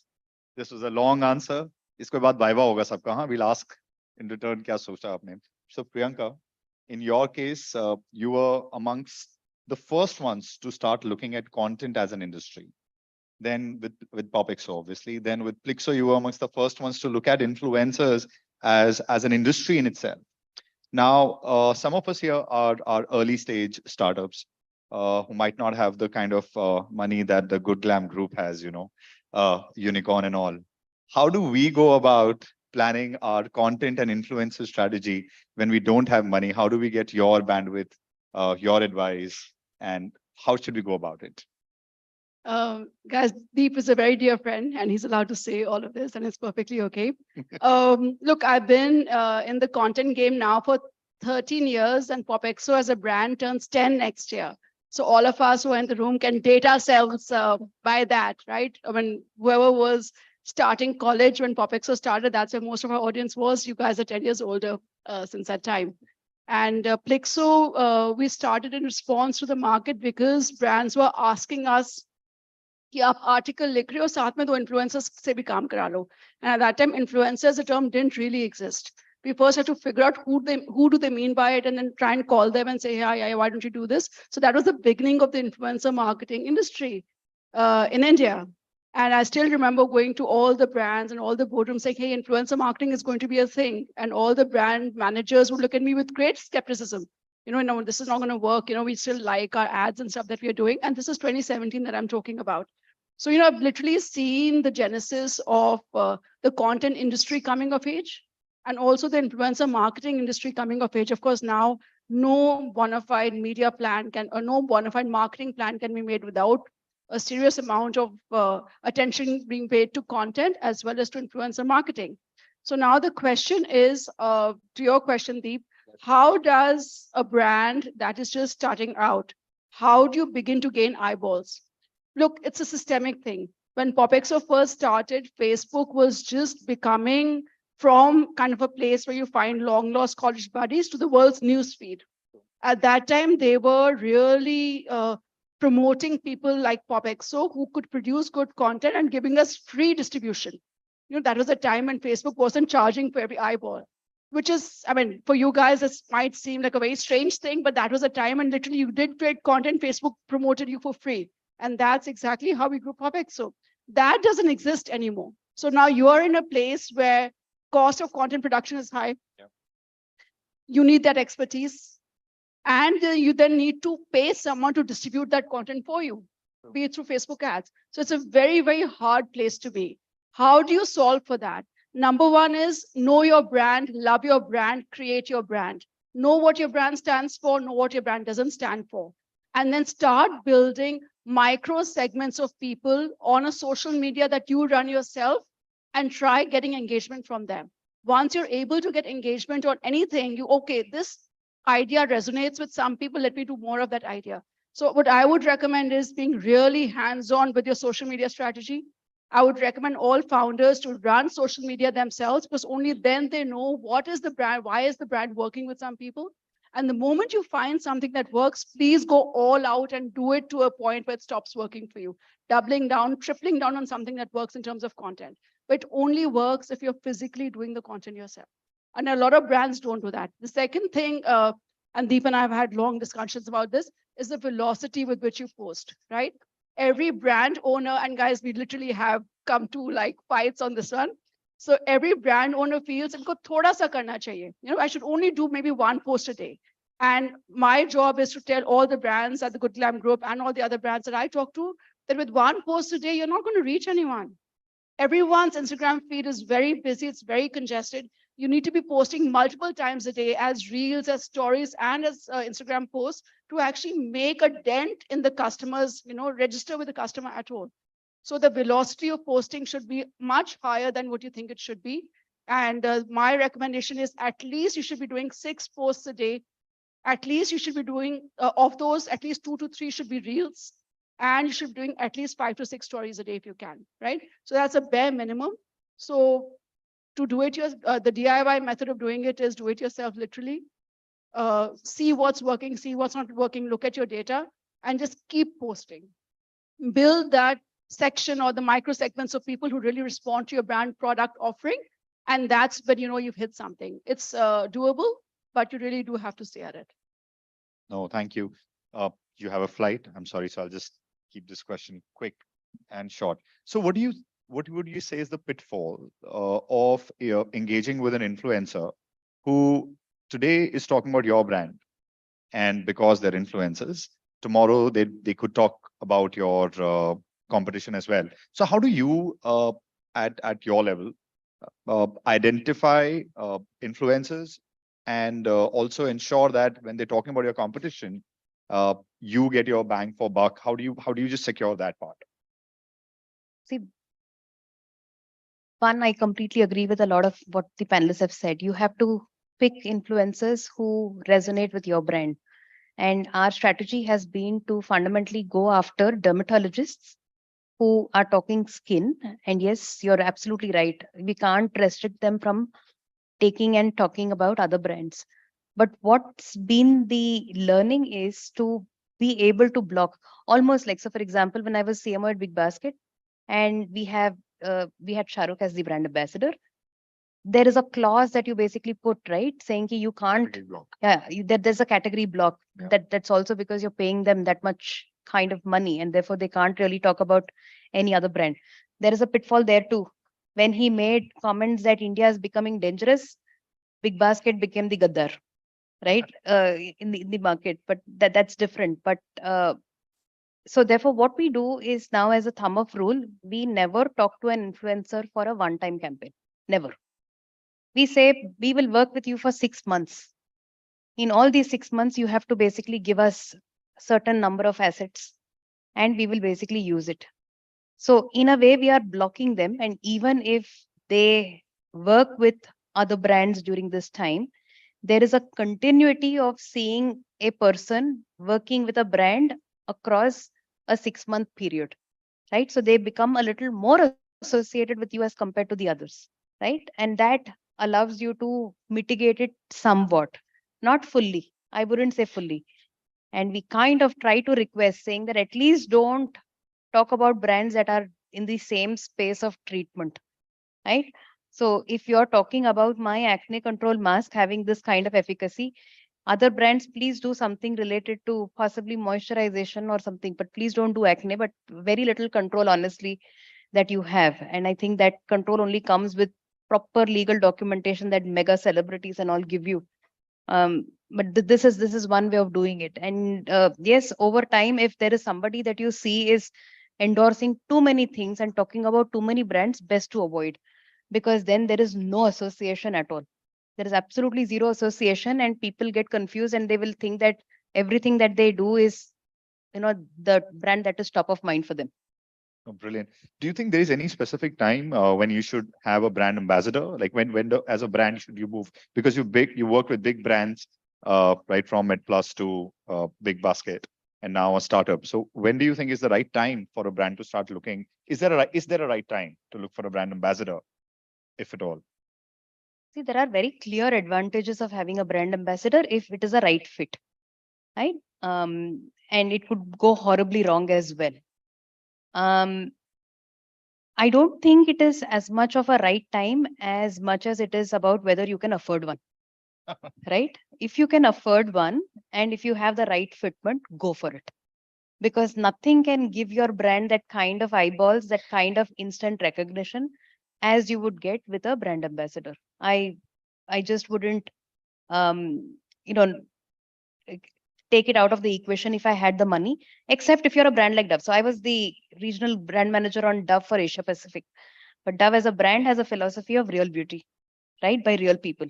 So as a policy, the brand would never ever take a celebrity. But you can't compare Dove, which has like millions of euros of budgets, with a startup. So if you're a startup and if you have the opportunity to even get into an equity deal with a celebrity who is the right fit for your brand, more than anything, right fit for your brand, right?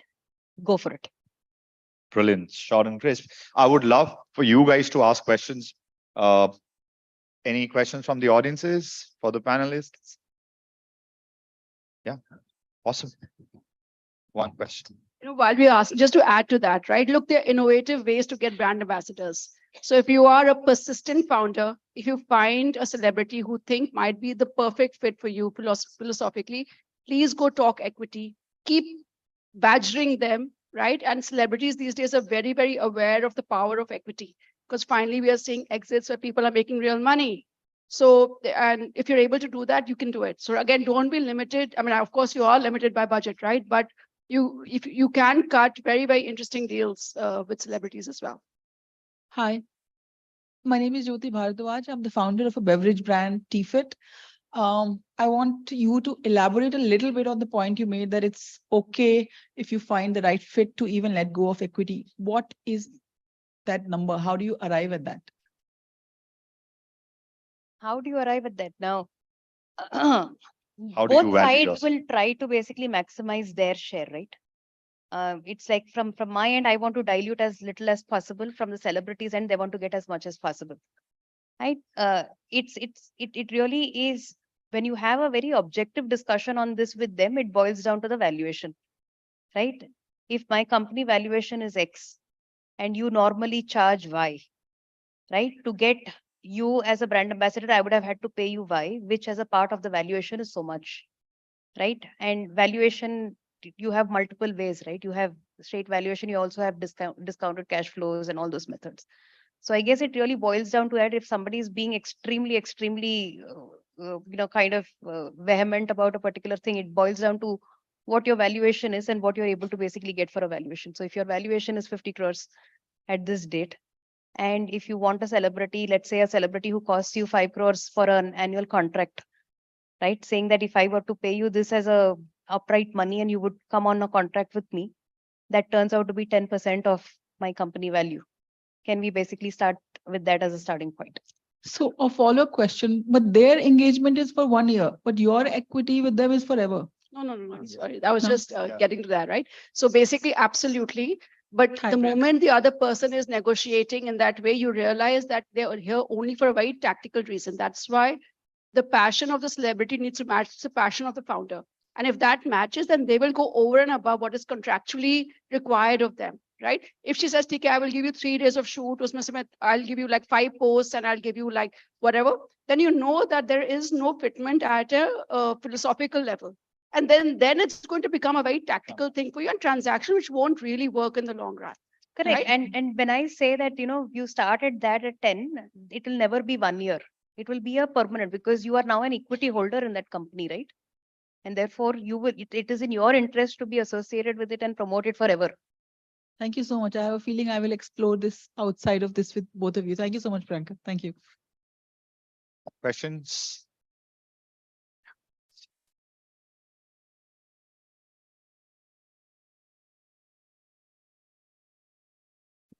Hi, my name is Astha and I'm from Ayurveda Ayurveda.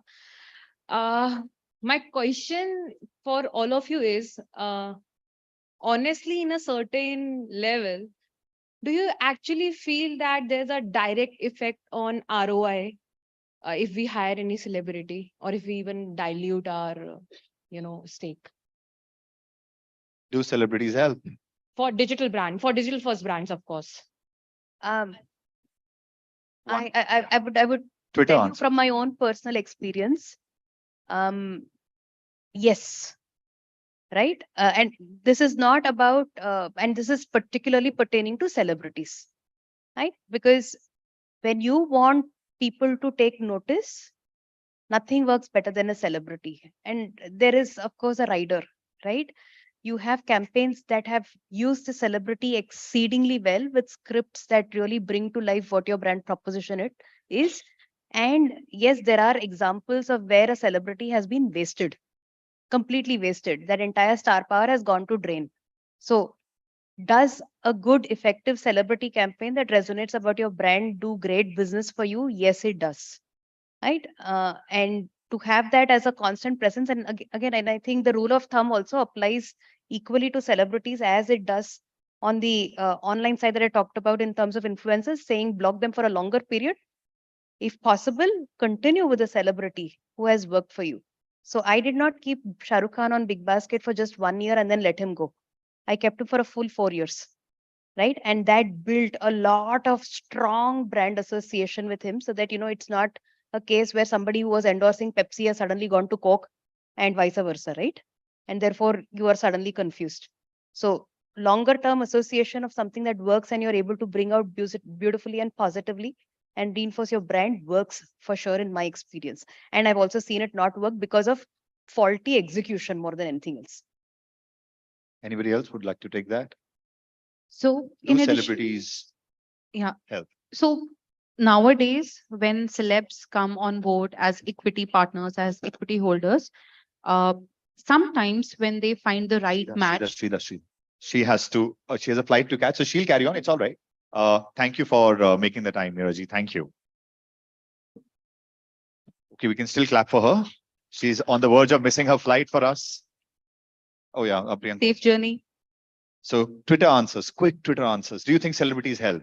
Twitter. Of course, because the kind of reach it would take for you to go via a normal influencer route or a customer word of mouth route or a founder trying to convince the customers route, the reach, the scale is unmatchable, number one. Number two, these days, if you find the right match with the right celebrity, celebrities are investing hard cash in brands. So it's not only about free services anymore. It's about bringing them on board. Of course, it has to be discounted because they come as, they hold a brand of their own. They are individuals who are a brand in themselves.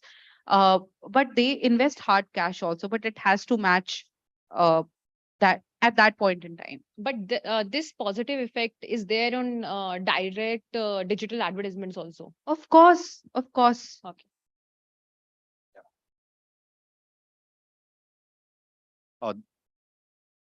Yes.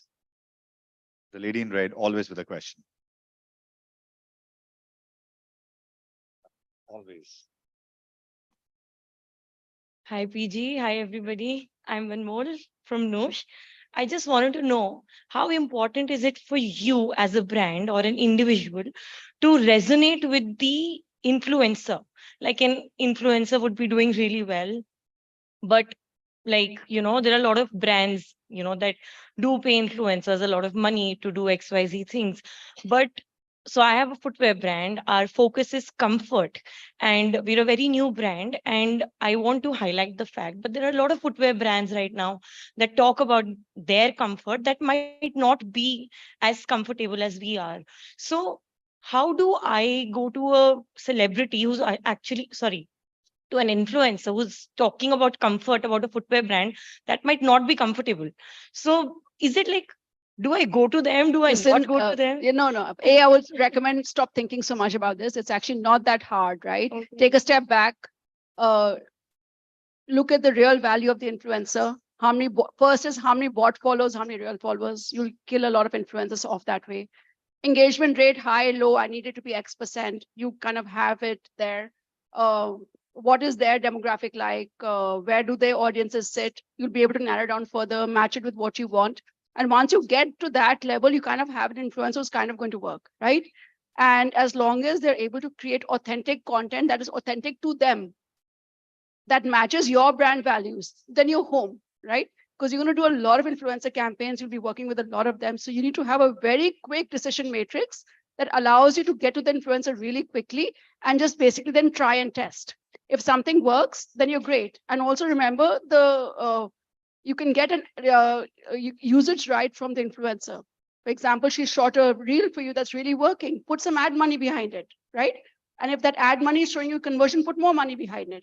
Your job as a founder is to get as many assets that convert as possible and find ways of creating those assets, right? So I would really recommend a strong decision-making matrix, a really quick turnaround, finding assets that work, and then converting them into ads as soon as you can to convert them into revenue. So it's kind of literally, it's a mathematical thing. There's no emotion involved in that. And should we like always expect conversions from influencers? Because obviously as a brand, you want conversions, and end of the day, there are a lot of times there are no conversions. So yeah, I mean, of course, that is the gold standard of what you'd like from influencers. But there's where you kind of exercise some judgment and see, okay, this is working, not working, conversion. I mean, you've got to kind of try and test it out. But of course, at some level, if you are not seeing conversion from influencers, then probably your strategy is not really working right now. Thank you, PG. Thank you, everyone. Just one last request. How many of you, by a show of hands, believe in karma? Paying it forward? All the panelists who are here have come here on a Saturday evening to share the golden nuggets with you. Now, while Priyanka might not need followers, all the other brands and the influencers and need followers, please follow the brands. Please follow the influencers. They are influencers, actually. And thank you so much for your time. Time for panel number 3. Thank you. Deep.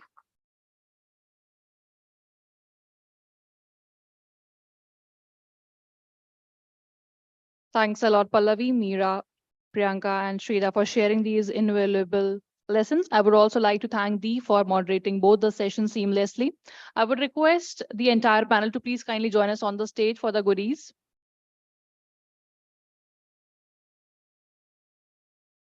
Or later? Okay. Yeah, I will do it later. The next panel discussion is about breaking the glass ceiling and creating a parallel universe of women D2C founders. I would like to invite on the stage Namrata Lal, founding team TMRW. Can we have a huge round of applause, please? Vanshika Mehta, co-founder TFL Brand and Marcom Strategy. Once again, can we have a huge round of applause? Jyoti Bharadwaj, co-founder TFit. Are you all tired? Seems. Ainara Kaur, co-founder Bellora Cosmetics. I would also request Ayushi Gudwani, co-founder, founder and CEO FS Live, to join on stage for moderating the session.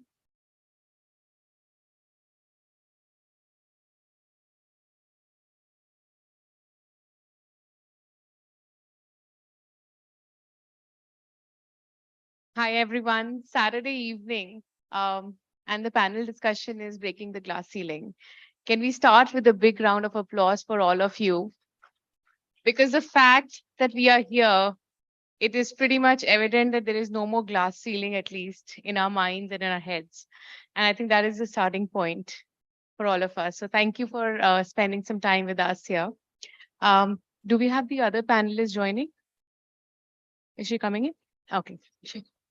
So we'll quickly get started on the panel, and then let me start with you, Jyoti.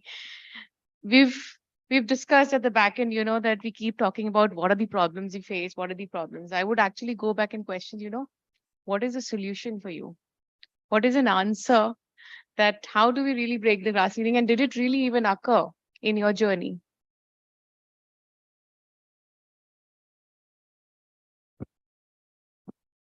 Am I audible? Hi. Hi, everybody. Thank you for inviting me. And I feel most of the women here, in fact, almost all of us who have reached at whatever place they have reached in their journeys, they have broken more glass ceilings than most people know exist. I will speak for myself. Manufacturing is what we do. We make beverages, we make them in large bottling plants. So initially, when I was negotiating, I was searching for manufacturing plants. Once the formulation is in place, you want a good contract manufacturer. Earlier, Deep was like teasing, I think, Malika about how fussy she is. That's more the norm than exception. If you're a woman, most people in manufacturing, they don't look at you when they talk to you. They come from, like at the plant level, almost 90% staff is male. There are few women who are resorted to packaging and those low-hanging, work that they'll do. But in almost all the cases, people will not look you in the eye. They'll talk to like the really junior quality person who took with you. So they will assume that they are the decision makers, and all the conversation, you're sitting here mute while all the conversation with the owner of the plant is happening with your quality guy. So at the end of the day, that's the reality.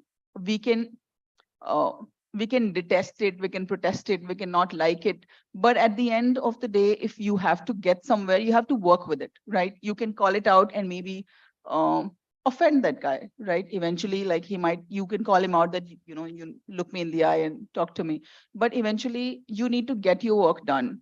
So your number one responsibility as a founder is not to prove who's right, who's wrong, but to get the job done, whatever it takes, right? So in these situations, few situations I've called people out, but mostly I ignore it. Eventually they come, they come around. I don't call out on it. But like that, you will face all sorts of biases. A lot of this is because of the upbringing people have had, the kind of society we live in. But once you've decided, all of these things feel like small hurdles that you will either cross or they will come around or whatever, but you keep moving forward. Like these are things that you'll have to get across once you want to get somewhere. So yeah. Thank you. Thank you very much. I'd quickly move on to Namrata, to you. And I think there's a lot of conversation that we spoke about, it's a man's world. So do you want to behave as a man in that world? Or talk about a little bit on what is the leadership style that you suggest, or what do we need to be doing? And do we really need to change in this journey to be up there? Sure. I think for me, all of us have had multiple discussions. We even had, discussions today of what does it mean to be a woman founder. Of course, the journeys will be different as a woman leader. Sometimes everyone goes through different sets of challenges. But I personally do not like the term woman leader. I would like to be called just a leader. And while we strive for a world which is more equal and, all things to be perfect, I think how you behave also plays a big part of it, right? On how you're perceived. Do you want to be perceived as a woman leader? And I, at least personally, make an effort to make sure that that is not the case. Secondly, that said, of course, I think, let me come to your question first, and then there's a point I would like to make on this. Is I think when I started my career and I looked at, what does it mean to be a leader, it was very different because I didn't have enough women role models, if you may, to know what are the different leadership styles that work. And I think over time, a lot of people, when you think about leadership, you start replicating or you try to imitate what you see in a leader. However, after a few years, when you get a bit more maturity, you realize that imitating someone else's style doesn't work and you have to be true to who you are. And therefore, you have to find what comes naturally to you as a leadership style. For me, for example, I like to bond with my team. Like, I like to spend with my team. I'm friends with my team. So that whenever, and sometimes I have got, I hear from some of my other colleagues that, oh, you need to maintain a certain distance with the team so that they're taken seriously. And I don't think uh, respect comes by, you know, being aggressive or so on and so forth. You can be friendly, you can be nice to someone and still command the kind of respect that comes. The other thing where I think respect comes and confidence comes as a leader is with competence. The minute you are able to build that and show that competence, I think you do command that respect, whether or not you're a male or a female part. But just coming back to the overall point on women leaders, I think as all of us mature and grow in our journeys, and as we can play, become role models to different people, take the time to kind of coach and mentor different people, I think over time that need to justify what it means to be a women leader will disappear, because then all leadership styles will be fine, whatever it might be. Thank you very much. And I actually completely agree with this point. In my head, there's no concept of leadership which is demarcated by gender. And so is the case, and so should be the corporate world, so should be this world. I think, as she's saying, probably a couple of years down the line, we should not be hosting any women D2C insider summits. It should be just a set of summits where, strong entrepreneurs are coming together and having a chat. And that's where it should move to. But quickly coming to, do you want to add something? I think it's a very interesting point that she made. And, having worked for last 15, 20 years, at one point you didn't have enough women mentors and used to struggle. And over the years, I've realized, especially where women are concerned, you have to be slotted. Either if she's aggressive, she's a bitch. If she's not, she's a bechari. There is a lot of shades that come between the bitches and the becharis, and we have it all. We don't have 5 shades, 10 shades. We have 50, 100, 200 shades of gray, and it's okay. I don't think there is a particular leadership style. You are not so, if you're a man, you're not put under a microscope. Nobody asks you what is your leadership style. So I don't think there should be a leadership style for a woman, whatever works for whoever. And I think if we can create that freedom within our organizations, our job would be half done. Absolutely. I'll come to you, Vanshika. Would love to, we've spoken a lot about, eventually if we want this space to be equal from a gender perspective, it is going to be a lot of mindset shifts that we need. And it is both men and women, and there were some instances in the story conversations you've had. So would love to hear that what is it that needs change and what are potential ideas that we could do and think about. Yeah, I mean, funny story that I tell everybody is that I never wanted to be an entrepreneur because I saw my dad and I saw my family. We were all, business family, and I was like, "Ye nahi karna hai." But somehow it just happened in 2019, 2020. And I couldn't be more grateful because I think this journey is so rewarding if you take every day as a day to make it, a better day for yourself and the world. I think, being an entrepreneur really changes the way that you think. It changes the way that you look at the world. I mean, you're here to serve, but at the same time, you're here to do so much more. So I think as a woman, as an entrepreneur, I think, there are so many ways, to get better every day. And one of my biggest hacks, I mean, I don't know how many of you know about the story, but I moved here in 2018 with zero friends, zero connections, zero business. I've never lived in India before that. And one of my biggest hacks to getting the confidence to even do this thing called entrepreneurship was networking, meeting the right kind of people, meeting people who open your mind to new ideas. I think that's what's really important, because I think the more similar people you meet, you're not really doing anything for yourself. Go out and meet that person who's from a very different industry, ask them about their struggles, ask them about their achievements, and everybody is so open to sharing. I think the problem is we don't ask, and because we don't ask, we don't get. So that also means that you have to be assertive. I mean, there are so many times where I have been cold pitching to clients, and obviously, I mean, cold pitching is one where you get ignored a lot, but by being assertive is the way that I got my way through. So I think, just building up that inner strength to make yourself a better entrepreneur, to grow your business, to make your idea turn into everything you dreamed of. I think that requires a certain mindset and the willingness to, get at it every day and make every day count. And I mean, I'm sure all of us sitting here are all going through different struggles, but I'm sure there are at least two people in this room who are going through something similar. Start talking, start sharing, start networking, start meeting the right kind of people. Because I mean, at the end of the day, you never know who knows somebody, and that somebody might change your life. Apart from that, I think it's also very important to constantly keep learning, whatever way you do it. Like, I am not much of a book reader. I listen to a lot of podcasts and audiobooks. That's completely okay. Like, when I have downtime and not cooking time, because a lot of people think cooking time is a great time to listen to a podcast, but I would tell you that is not, because your mind is distracted. Instead, when you're like about to go to bed, use that 1 hour to listen to something that excites you, that teaches you, that again opens your mind. I think just these small changes in our everyday can make us better entrepreneurs and help us build better businesses, because there's no guidebook to knowing it all, and none of us know it all. We're all figuring it out, and if in that process we can help each other, why not? Great, wonderful. Thank you so much. And I'll move back to you, Ainara. Um, and a little bit again, picking up the same question that I asked. If we believe and we know that at some level the glass ceiling exists, right? That is the reality. What can we do? And what are the mindset shifts men need and also women or all of us need at some level to ensure that this doesn't exist 10 years from now? Yeah, a very nice question, Ayushi.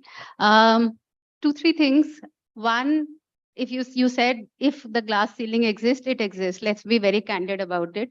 If we're not candid about certain issues, I don't think we can go ahead. It does exist for women. There are different rules. That's how the way world works. The second thing is, what can we do about it? I think to begin with, it's important for us to step back and understand where are these issues arising from. To my mind, they can be segregated into two aspects. Some of them are external issues and some of them are inherently internal issues that we also carry. And both external and internal issues, again, can be segregated into functional issues and cultural issues.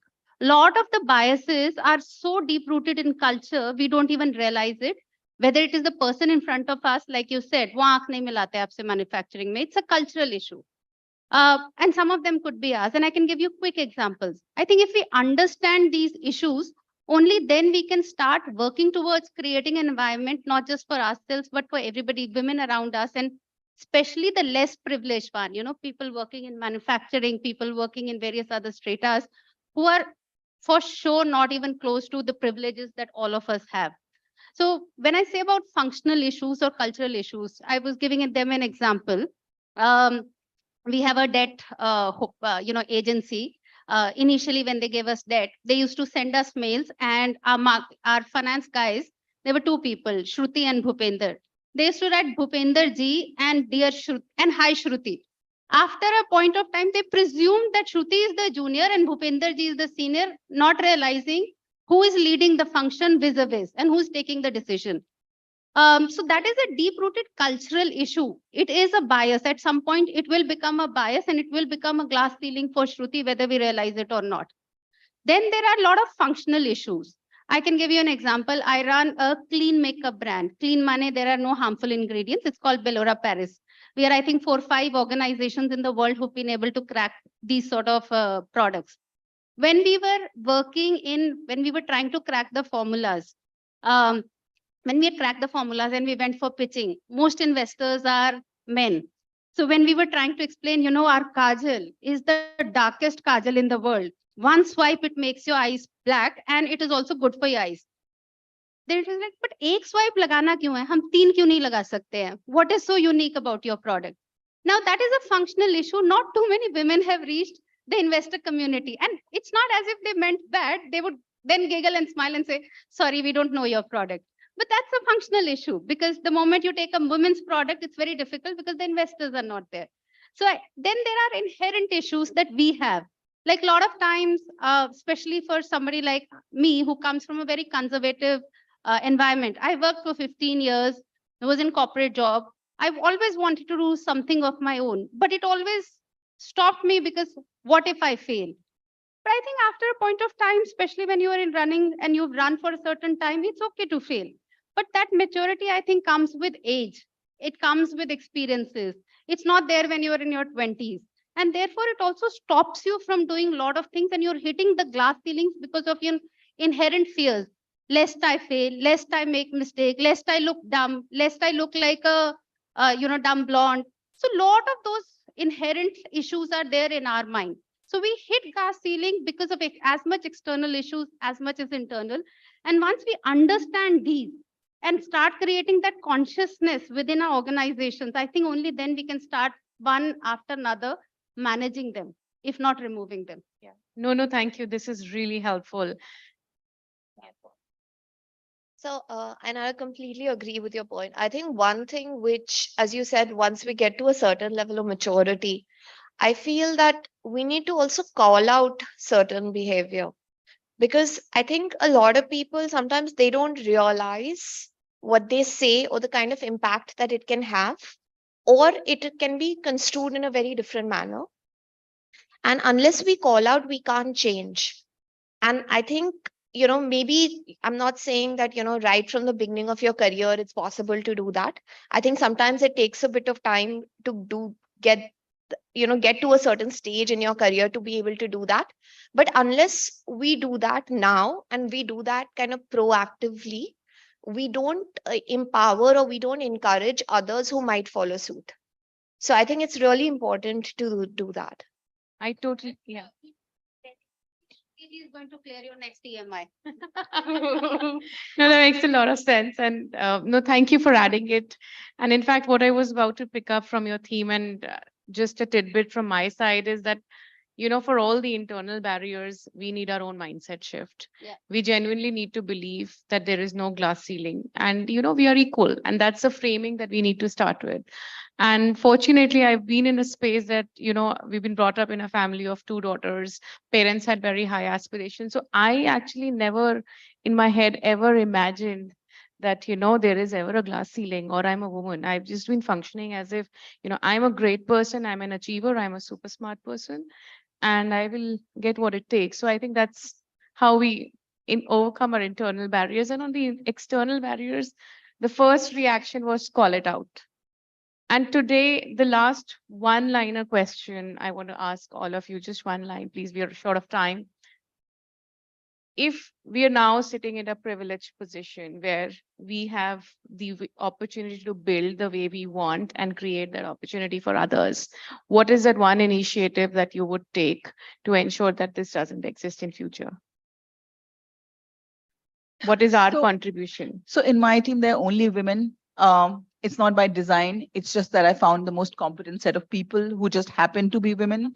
Second, like you said, the glass ceiling exists in the mind to all of you starting out. There are only 2 things. One is there is no template to doing this right. We think, it should be that you start out, you get traction, you raise fund. It doesn't matter. The age doesn't matter. I started with 2 kids. People would think you're crazy. How you're doing it? But when it comes, it just comes, and there is no template to be followed at that time. You eventually figure out the process. The glass ceiling doesn't exist. And second is your job is to get stuff done, right? A lot of times we think somebody will come help us out. How will I do this? If that is your mantra, that like get shit done, you will get it done. Whatever glass ceiling you face, you'll find the door is not open. You'll find a window. The window is not open. You'll find a crevice somewhere. I'm going to cut you short. Yeah, Move on. Correct. You'll find one liner for you. Yes. Sorry, I'm Oh, going to cut you sorry. short. Yeah. One line. So yeah. What can we do? I think for me, mentorship. plays a critical role. And sometimes you may not think that you are a mentor, whatever, but just having different conversations where you can share your life journey, you can learn from other people's life journey. I think that itself plays a bigger role, because I think different when you the minute you talk, ideas come about, and when ideas come about, great things happen. Thank you. Vanshika. As I was just listening, I mean, honestly, the two things I would do is first get somebody who's a mindset coach and then get a therapist because you need both. Honestly, after doing this entrepreneurship thing for about 3 years, I think I need both. I found the first, looking for the second. I genuinely have a therapist since last 6 months of fundraising. But honestly, it's something that I would take a leap out of Mintra. I used to work there. Before that, I worked with very conservative organizations. In Mintra, we were pushed to do different things, unique things, extraordinary things. You failed, you failed. You should learn from it. You should not repeat it. And you should then figure out a better way to do it. And that's the only way to create magic, yeah. And that's the kind of environment we want to create, and hopefully at some Building the point, right culture. huh? Building the right culture. Building the right culture. Wonderful. Thank you. And then my last commitment, I keep saying that hopefully if FS Life exists, then the next 100 women leaders in the country will come from there. Absolutely, Thank you. definitely. If our organization exists, then the next 100 women leaders, we will sponsor that journey. Yes, absolutely. Okay, wonderful. Thank you. If there are any quick questions, we will take one or two. Otherwise, we will let and move on to the next. Yes.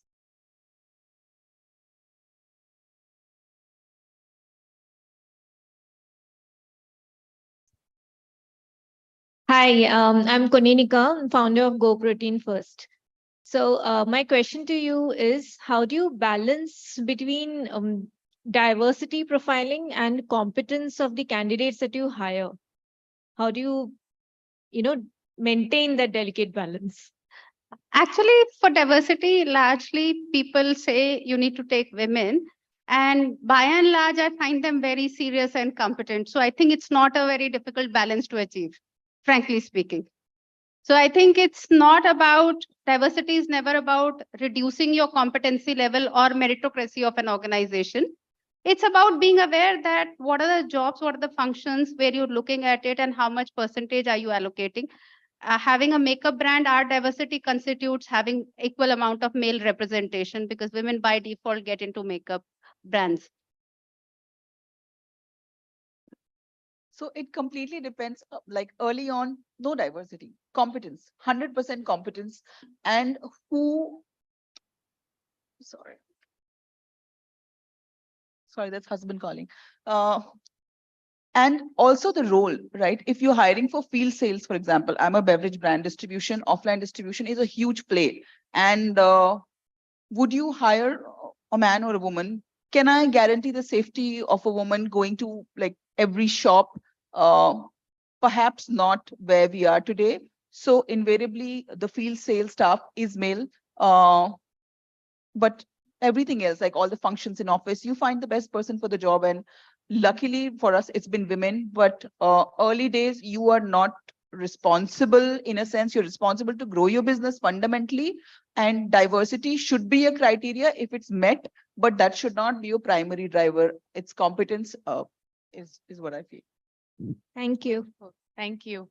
We're going to wind up this panel and then take all the questions offline. Thank you so much for having us, and thank you all of you for spending such a Thank you so much, Ayushi. Thanks, Ayushi. Thank you. Thank you, Namrata, Vanshika, Jyoti, and Nara for your nuggets of wisdom. And thank you, Ayushi, for moderating the session. As the evening's curtain draw close, we step into our final fireside chat. Get ready for an enlightening conversation ahead between Priyanka Raina, co-founder of Mate, a baby care brand built in the lap of nature, and Kshitij Ladia, the founding team of D2C Insider. Can we have a huge round of applause for both of them? So now over to you, Kshitij.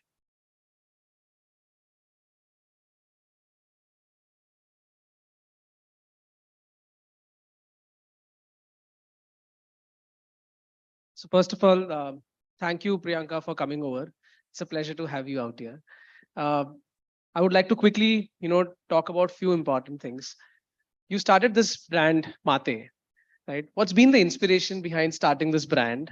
And, what did you think when you were, thinking about this particular product line and the category? Thank you so much, Shatish, for having me here. It's been a wonderful experience, to be honest. And, I must congratulate you what you have pulled off. This is my first time at D2C Insiders, and it's a beautiful, beautiful community. So congratulations. For Mate, I think for any brand, most of the times it's led by a personal need. So was mine.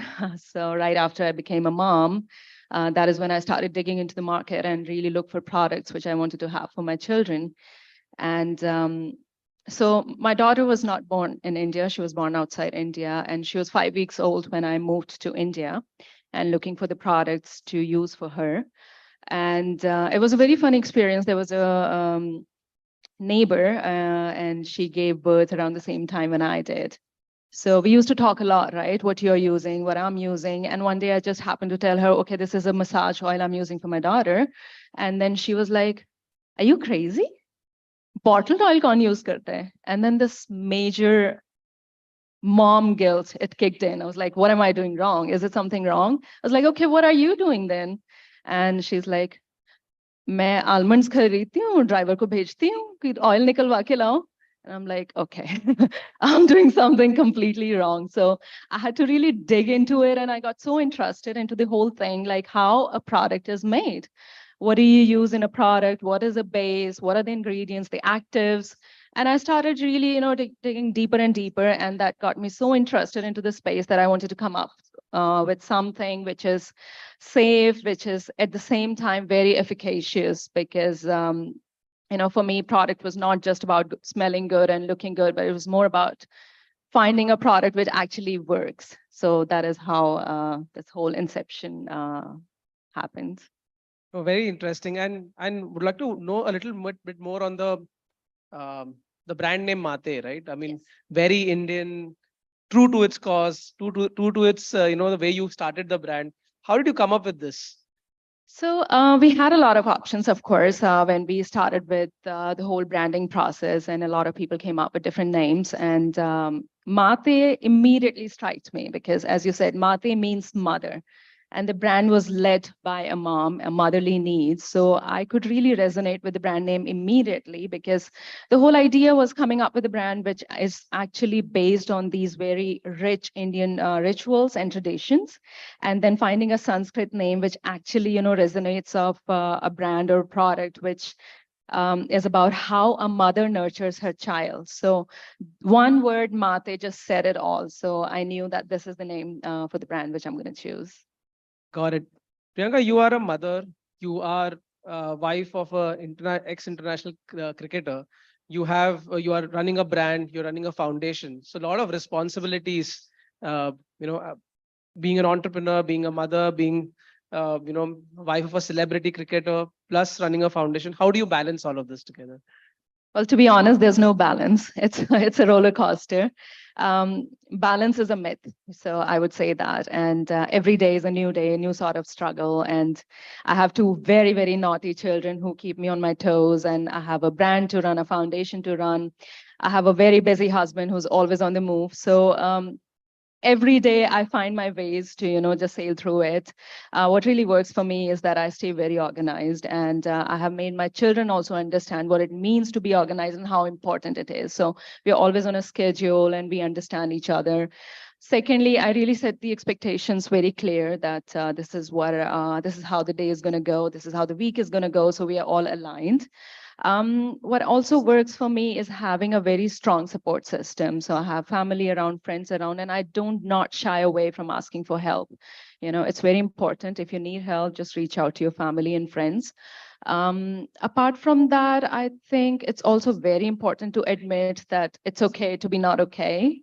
Some days are very, very hard, and trust me, being a mom and having so much on your plate, you have hard times. Sometimes you literally hide and cry, so it happens. But that doesn't mean you have fails, because the next day is a new day and you have to get up and keep going, stay focused, and just look for your target. And that's how I just keep hustling, keep, juggling and make it happen. Got it. And I'll ask the last question. I want to know a little bit about the foundation that you run. What's the vision behind the foundation? What are the kind of initiatives that you're doing on that? So the foundation, I named it after my daughter, Gracia Reina Foundation. The whole idea of the foundation is to actually help underprivileged moms.